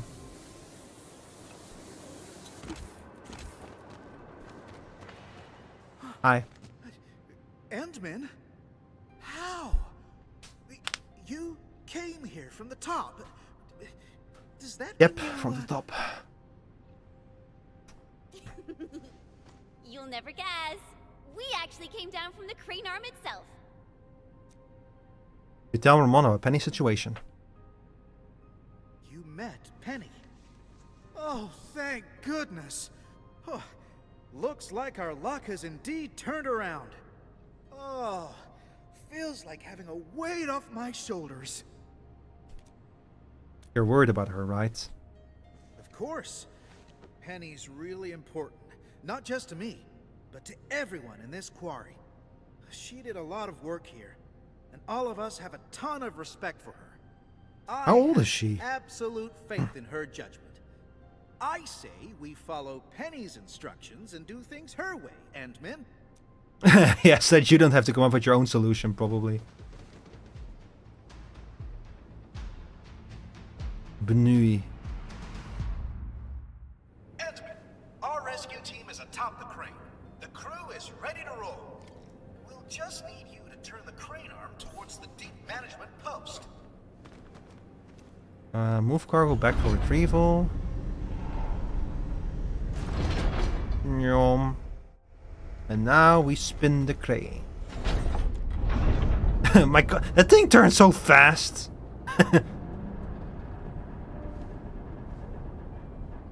Imagine actually being on top of that. Wait, we have to spin it again? And what direction is it in right now?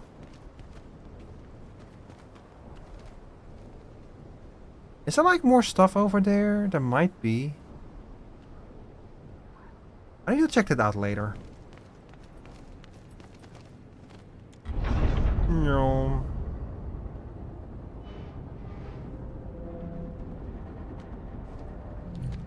Phew!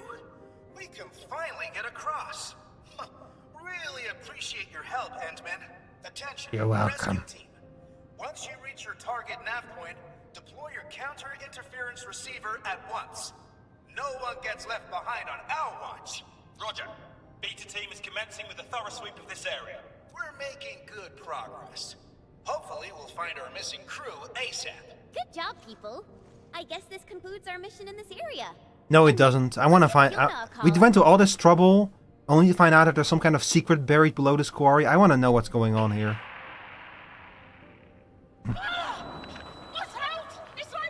There you have it. The secret below this area. Sounds like the team ran into trouble. Endman, we can't just leave them like this. Let's go and take a look. I'm going. What the fuck is going on? How did y'all fuck this up? Alpha team? Beta team? Do you copy? Respond! This is Rahman. Do you copy? Hi. What's going on? You're back. Ugh. Our search and rescue crewmates probably ran into trouble. I'm the quarry monitor, and I must stay at the command post to maintain radio communications. Can I ask you to check the sites for me, please? I like how he says they probably ran into trouble, like he didn't just hear them scream for their fucking lives. You must hurry over there, Inman. Hi, Sonia. Welcome in, welcome in.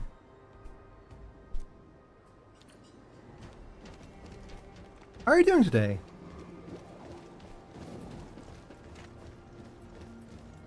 We are playing some Endfield today, and this I think is technically a side quest, because they have locked the main quest for me until I hit level 18. But this is a very elaborate side quest. There's a lot going on here. Oh my god. What the fuck? You gotta be kidding me. Where did all these Angoloi come from? Fix the super crane. Need to fix it again? This thing keeps breaking down. Just get rid of it. I got her like standing on line of like tallest to smallest. Alright, well anyway, I started hitting them. No, I'm not dealing with that. Thank you! You fell for my trap!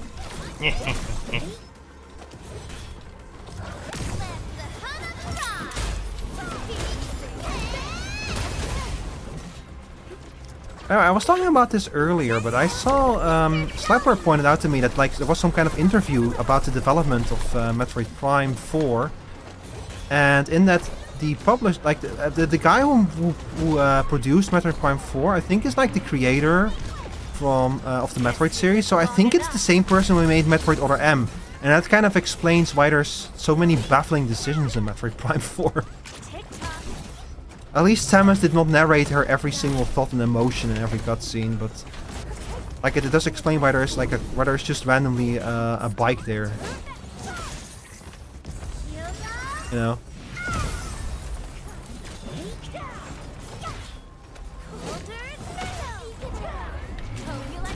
Ow! Ow! Ow! Damn it! We lost that someone. What the hell? Why is this thing so rough? Oh man, we might be in trouble. I have to be careful, chat. I didn't really think about this, but he is tanky as shit. I might actually genuinely be under leveled for this area now.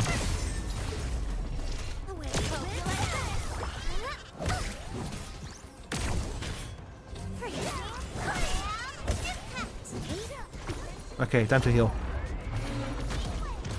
Alfie sheep are healing items, technically, chat.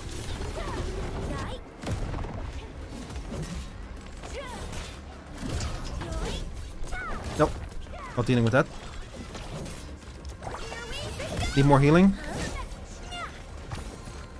I need to start making those... there's items that you can use to bring back fallen operators. I need to start making those. This keeps happening.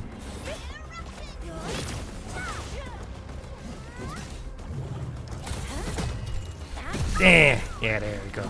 That's good.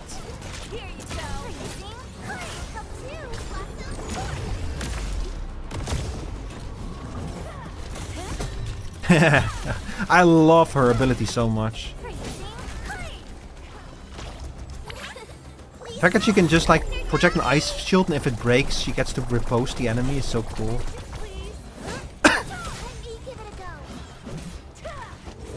Oh, he's getting on the brink of death now, at least. Ow! No? Okay. There.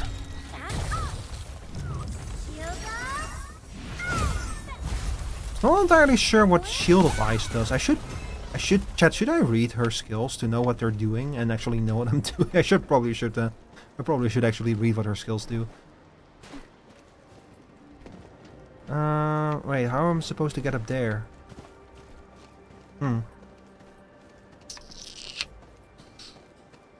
Good question. Ah, I found the answer.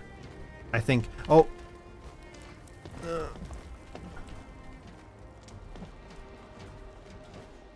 No, there has to be another way over there. Well, first of all, we're gonna activate this save point over here. Yeah. Very nice, very nice. And we're gonna rest. And then we get back our poor lost teammate.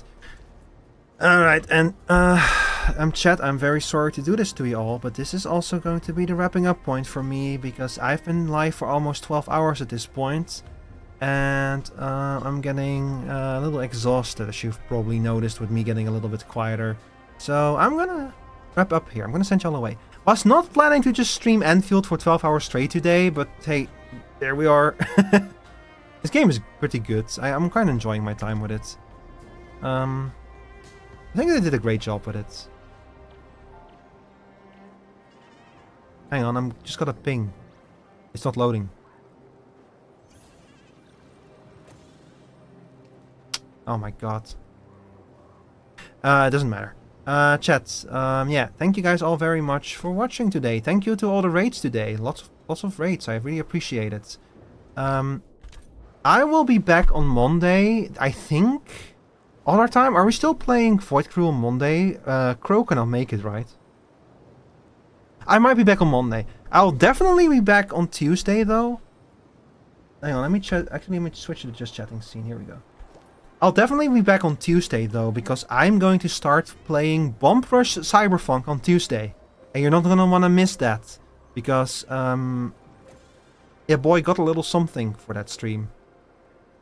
Hang on, let me show it to y'all real quick.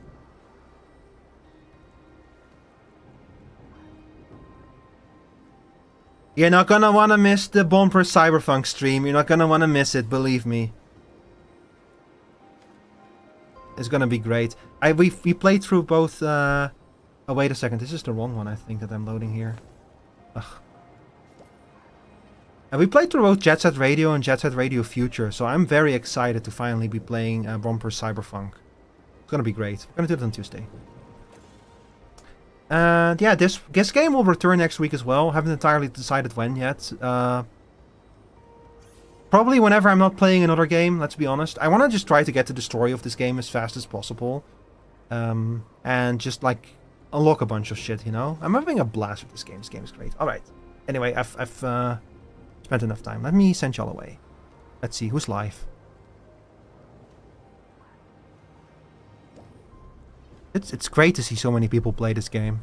I really hope this game will contribute to the popularity of factory games, especially. Let's see.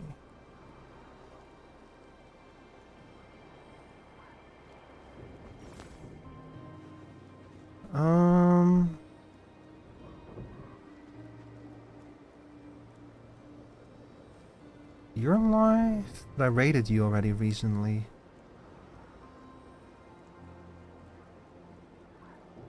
I see. I rated you too fairly recently.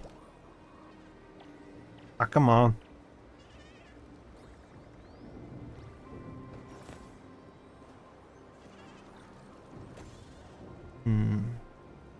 Nah, you know what? I'm gonna send y'all over. Since Emmy had Whimsy rate me, I'm gonna send y'all over to the place where Emmy is gonna be hanging out next. So go say hi to Harpy from me. Here we go. Alright. Chat, again, thank you all very much for hanging out and for all the raids and for everything. This game is great. Hope you all have a pleasant rest of your day.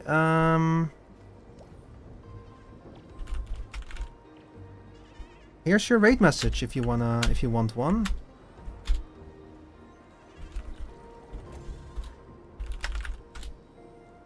And see you all soon. Probably Tuesday. Alright, y'all. Have a good evening. Have a good rest of your day. Bye-bye. Okay, that should have shown the goodbye screen on the vertical stream as well. Some of the shit is still not entirely working. Anyway, bye-bye.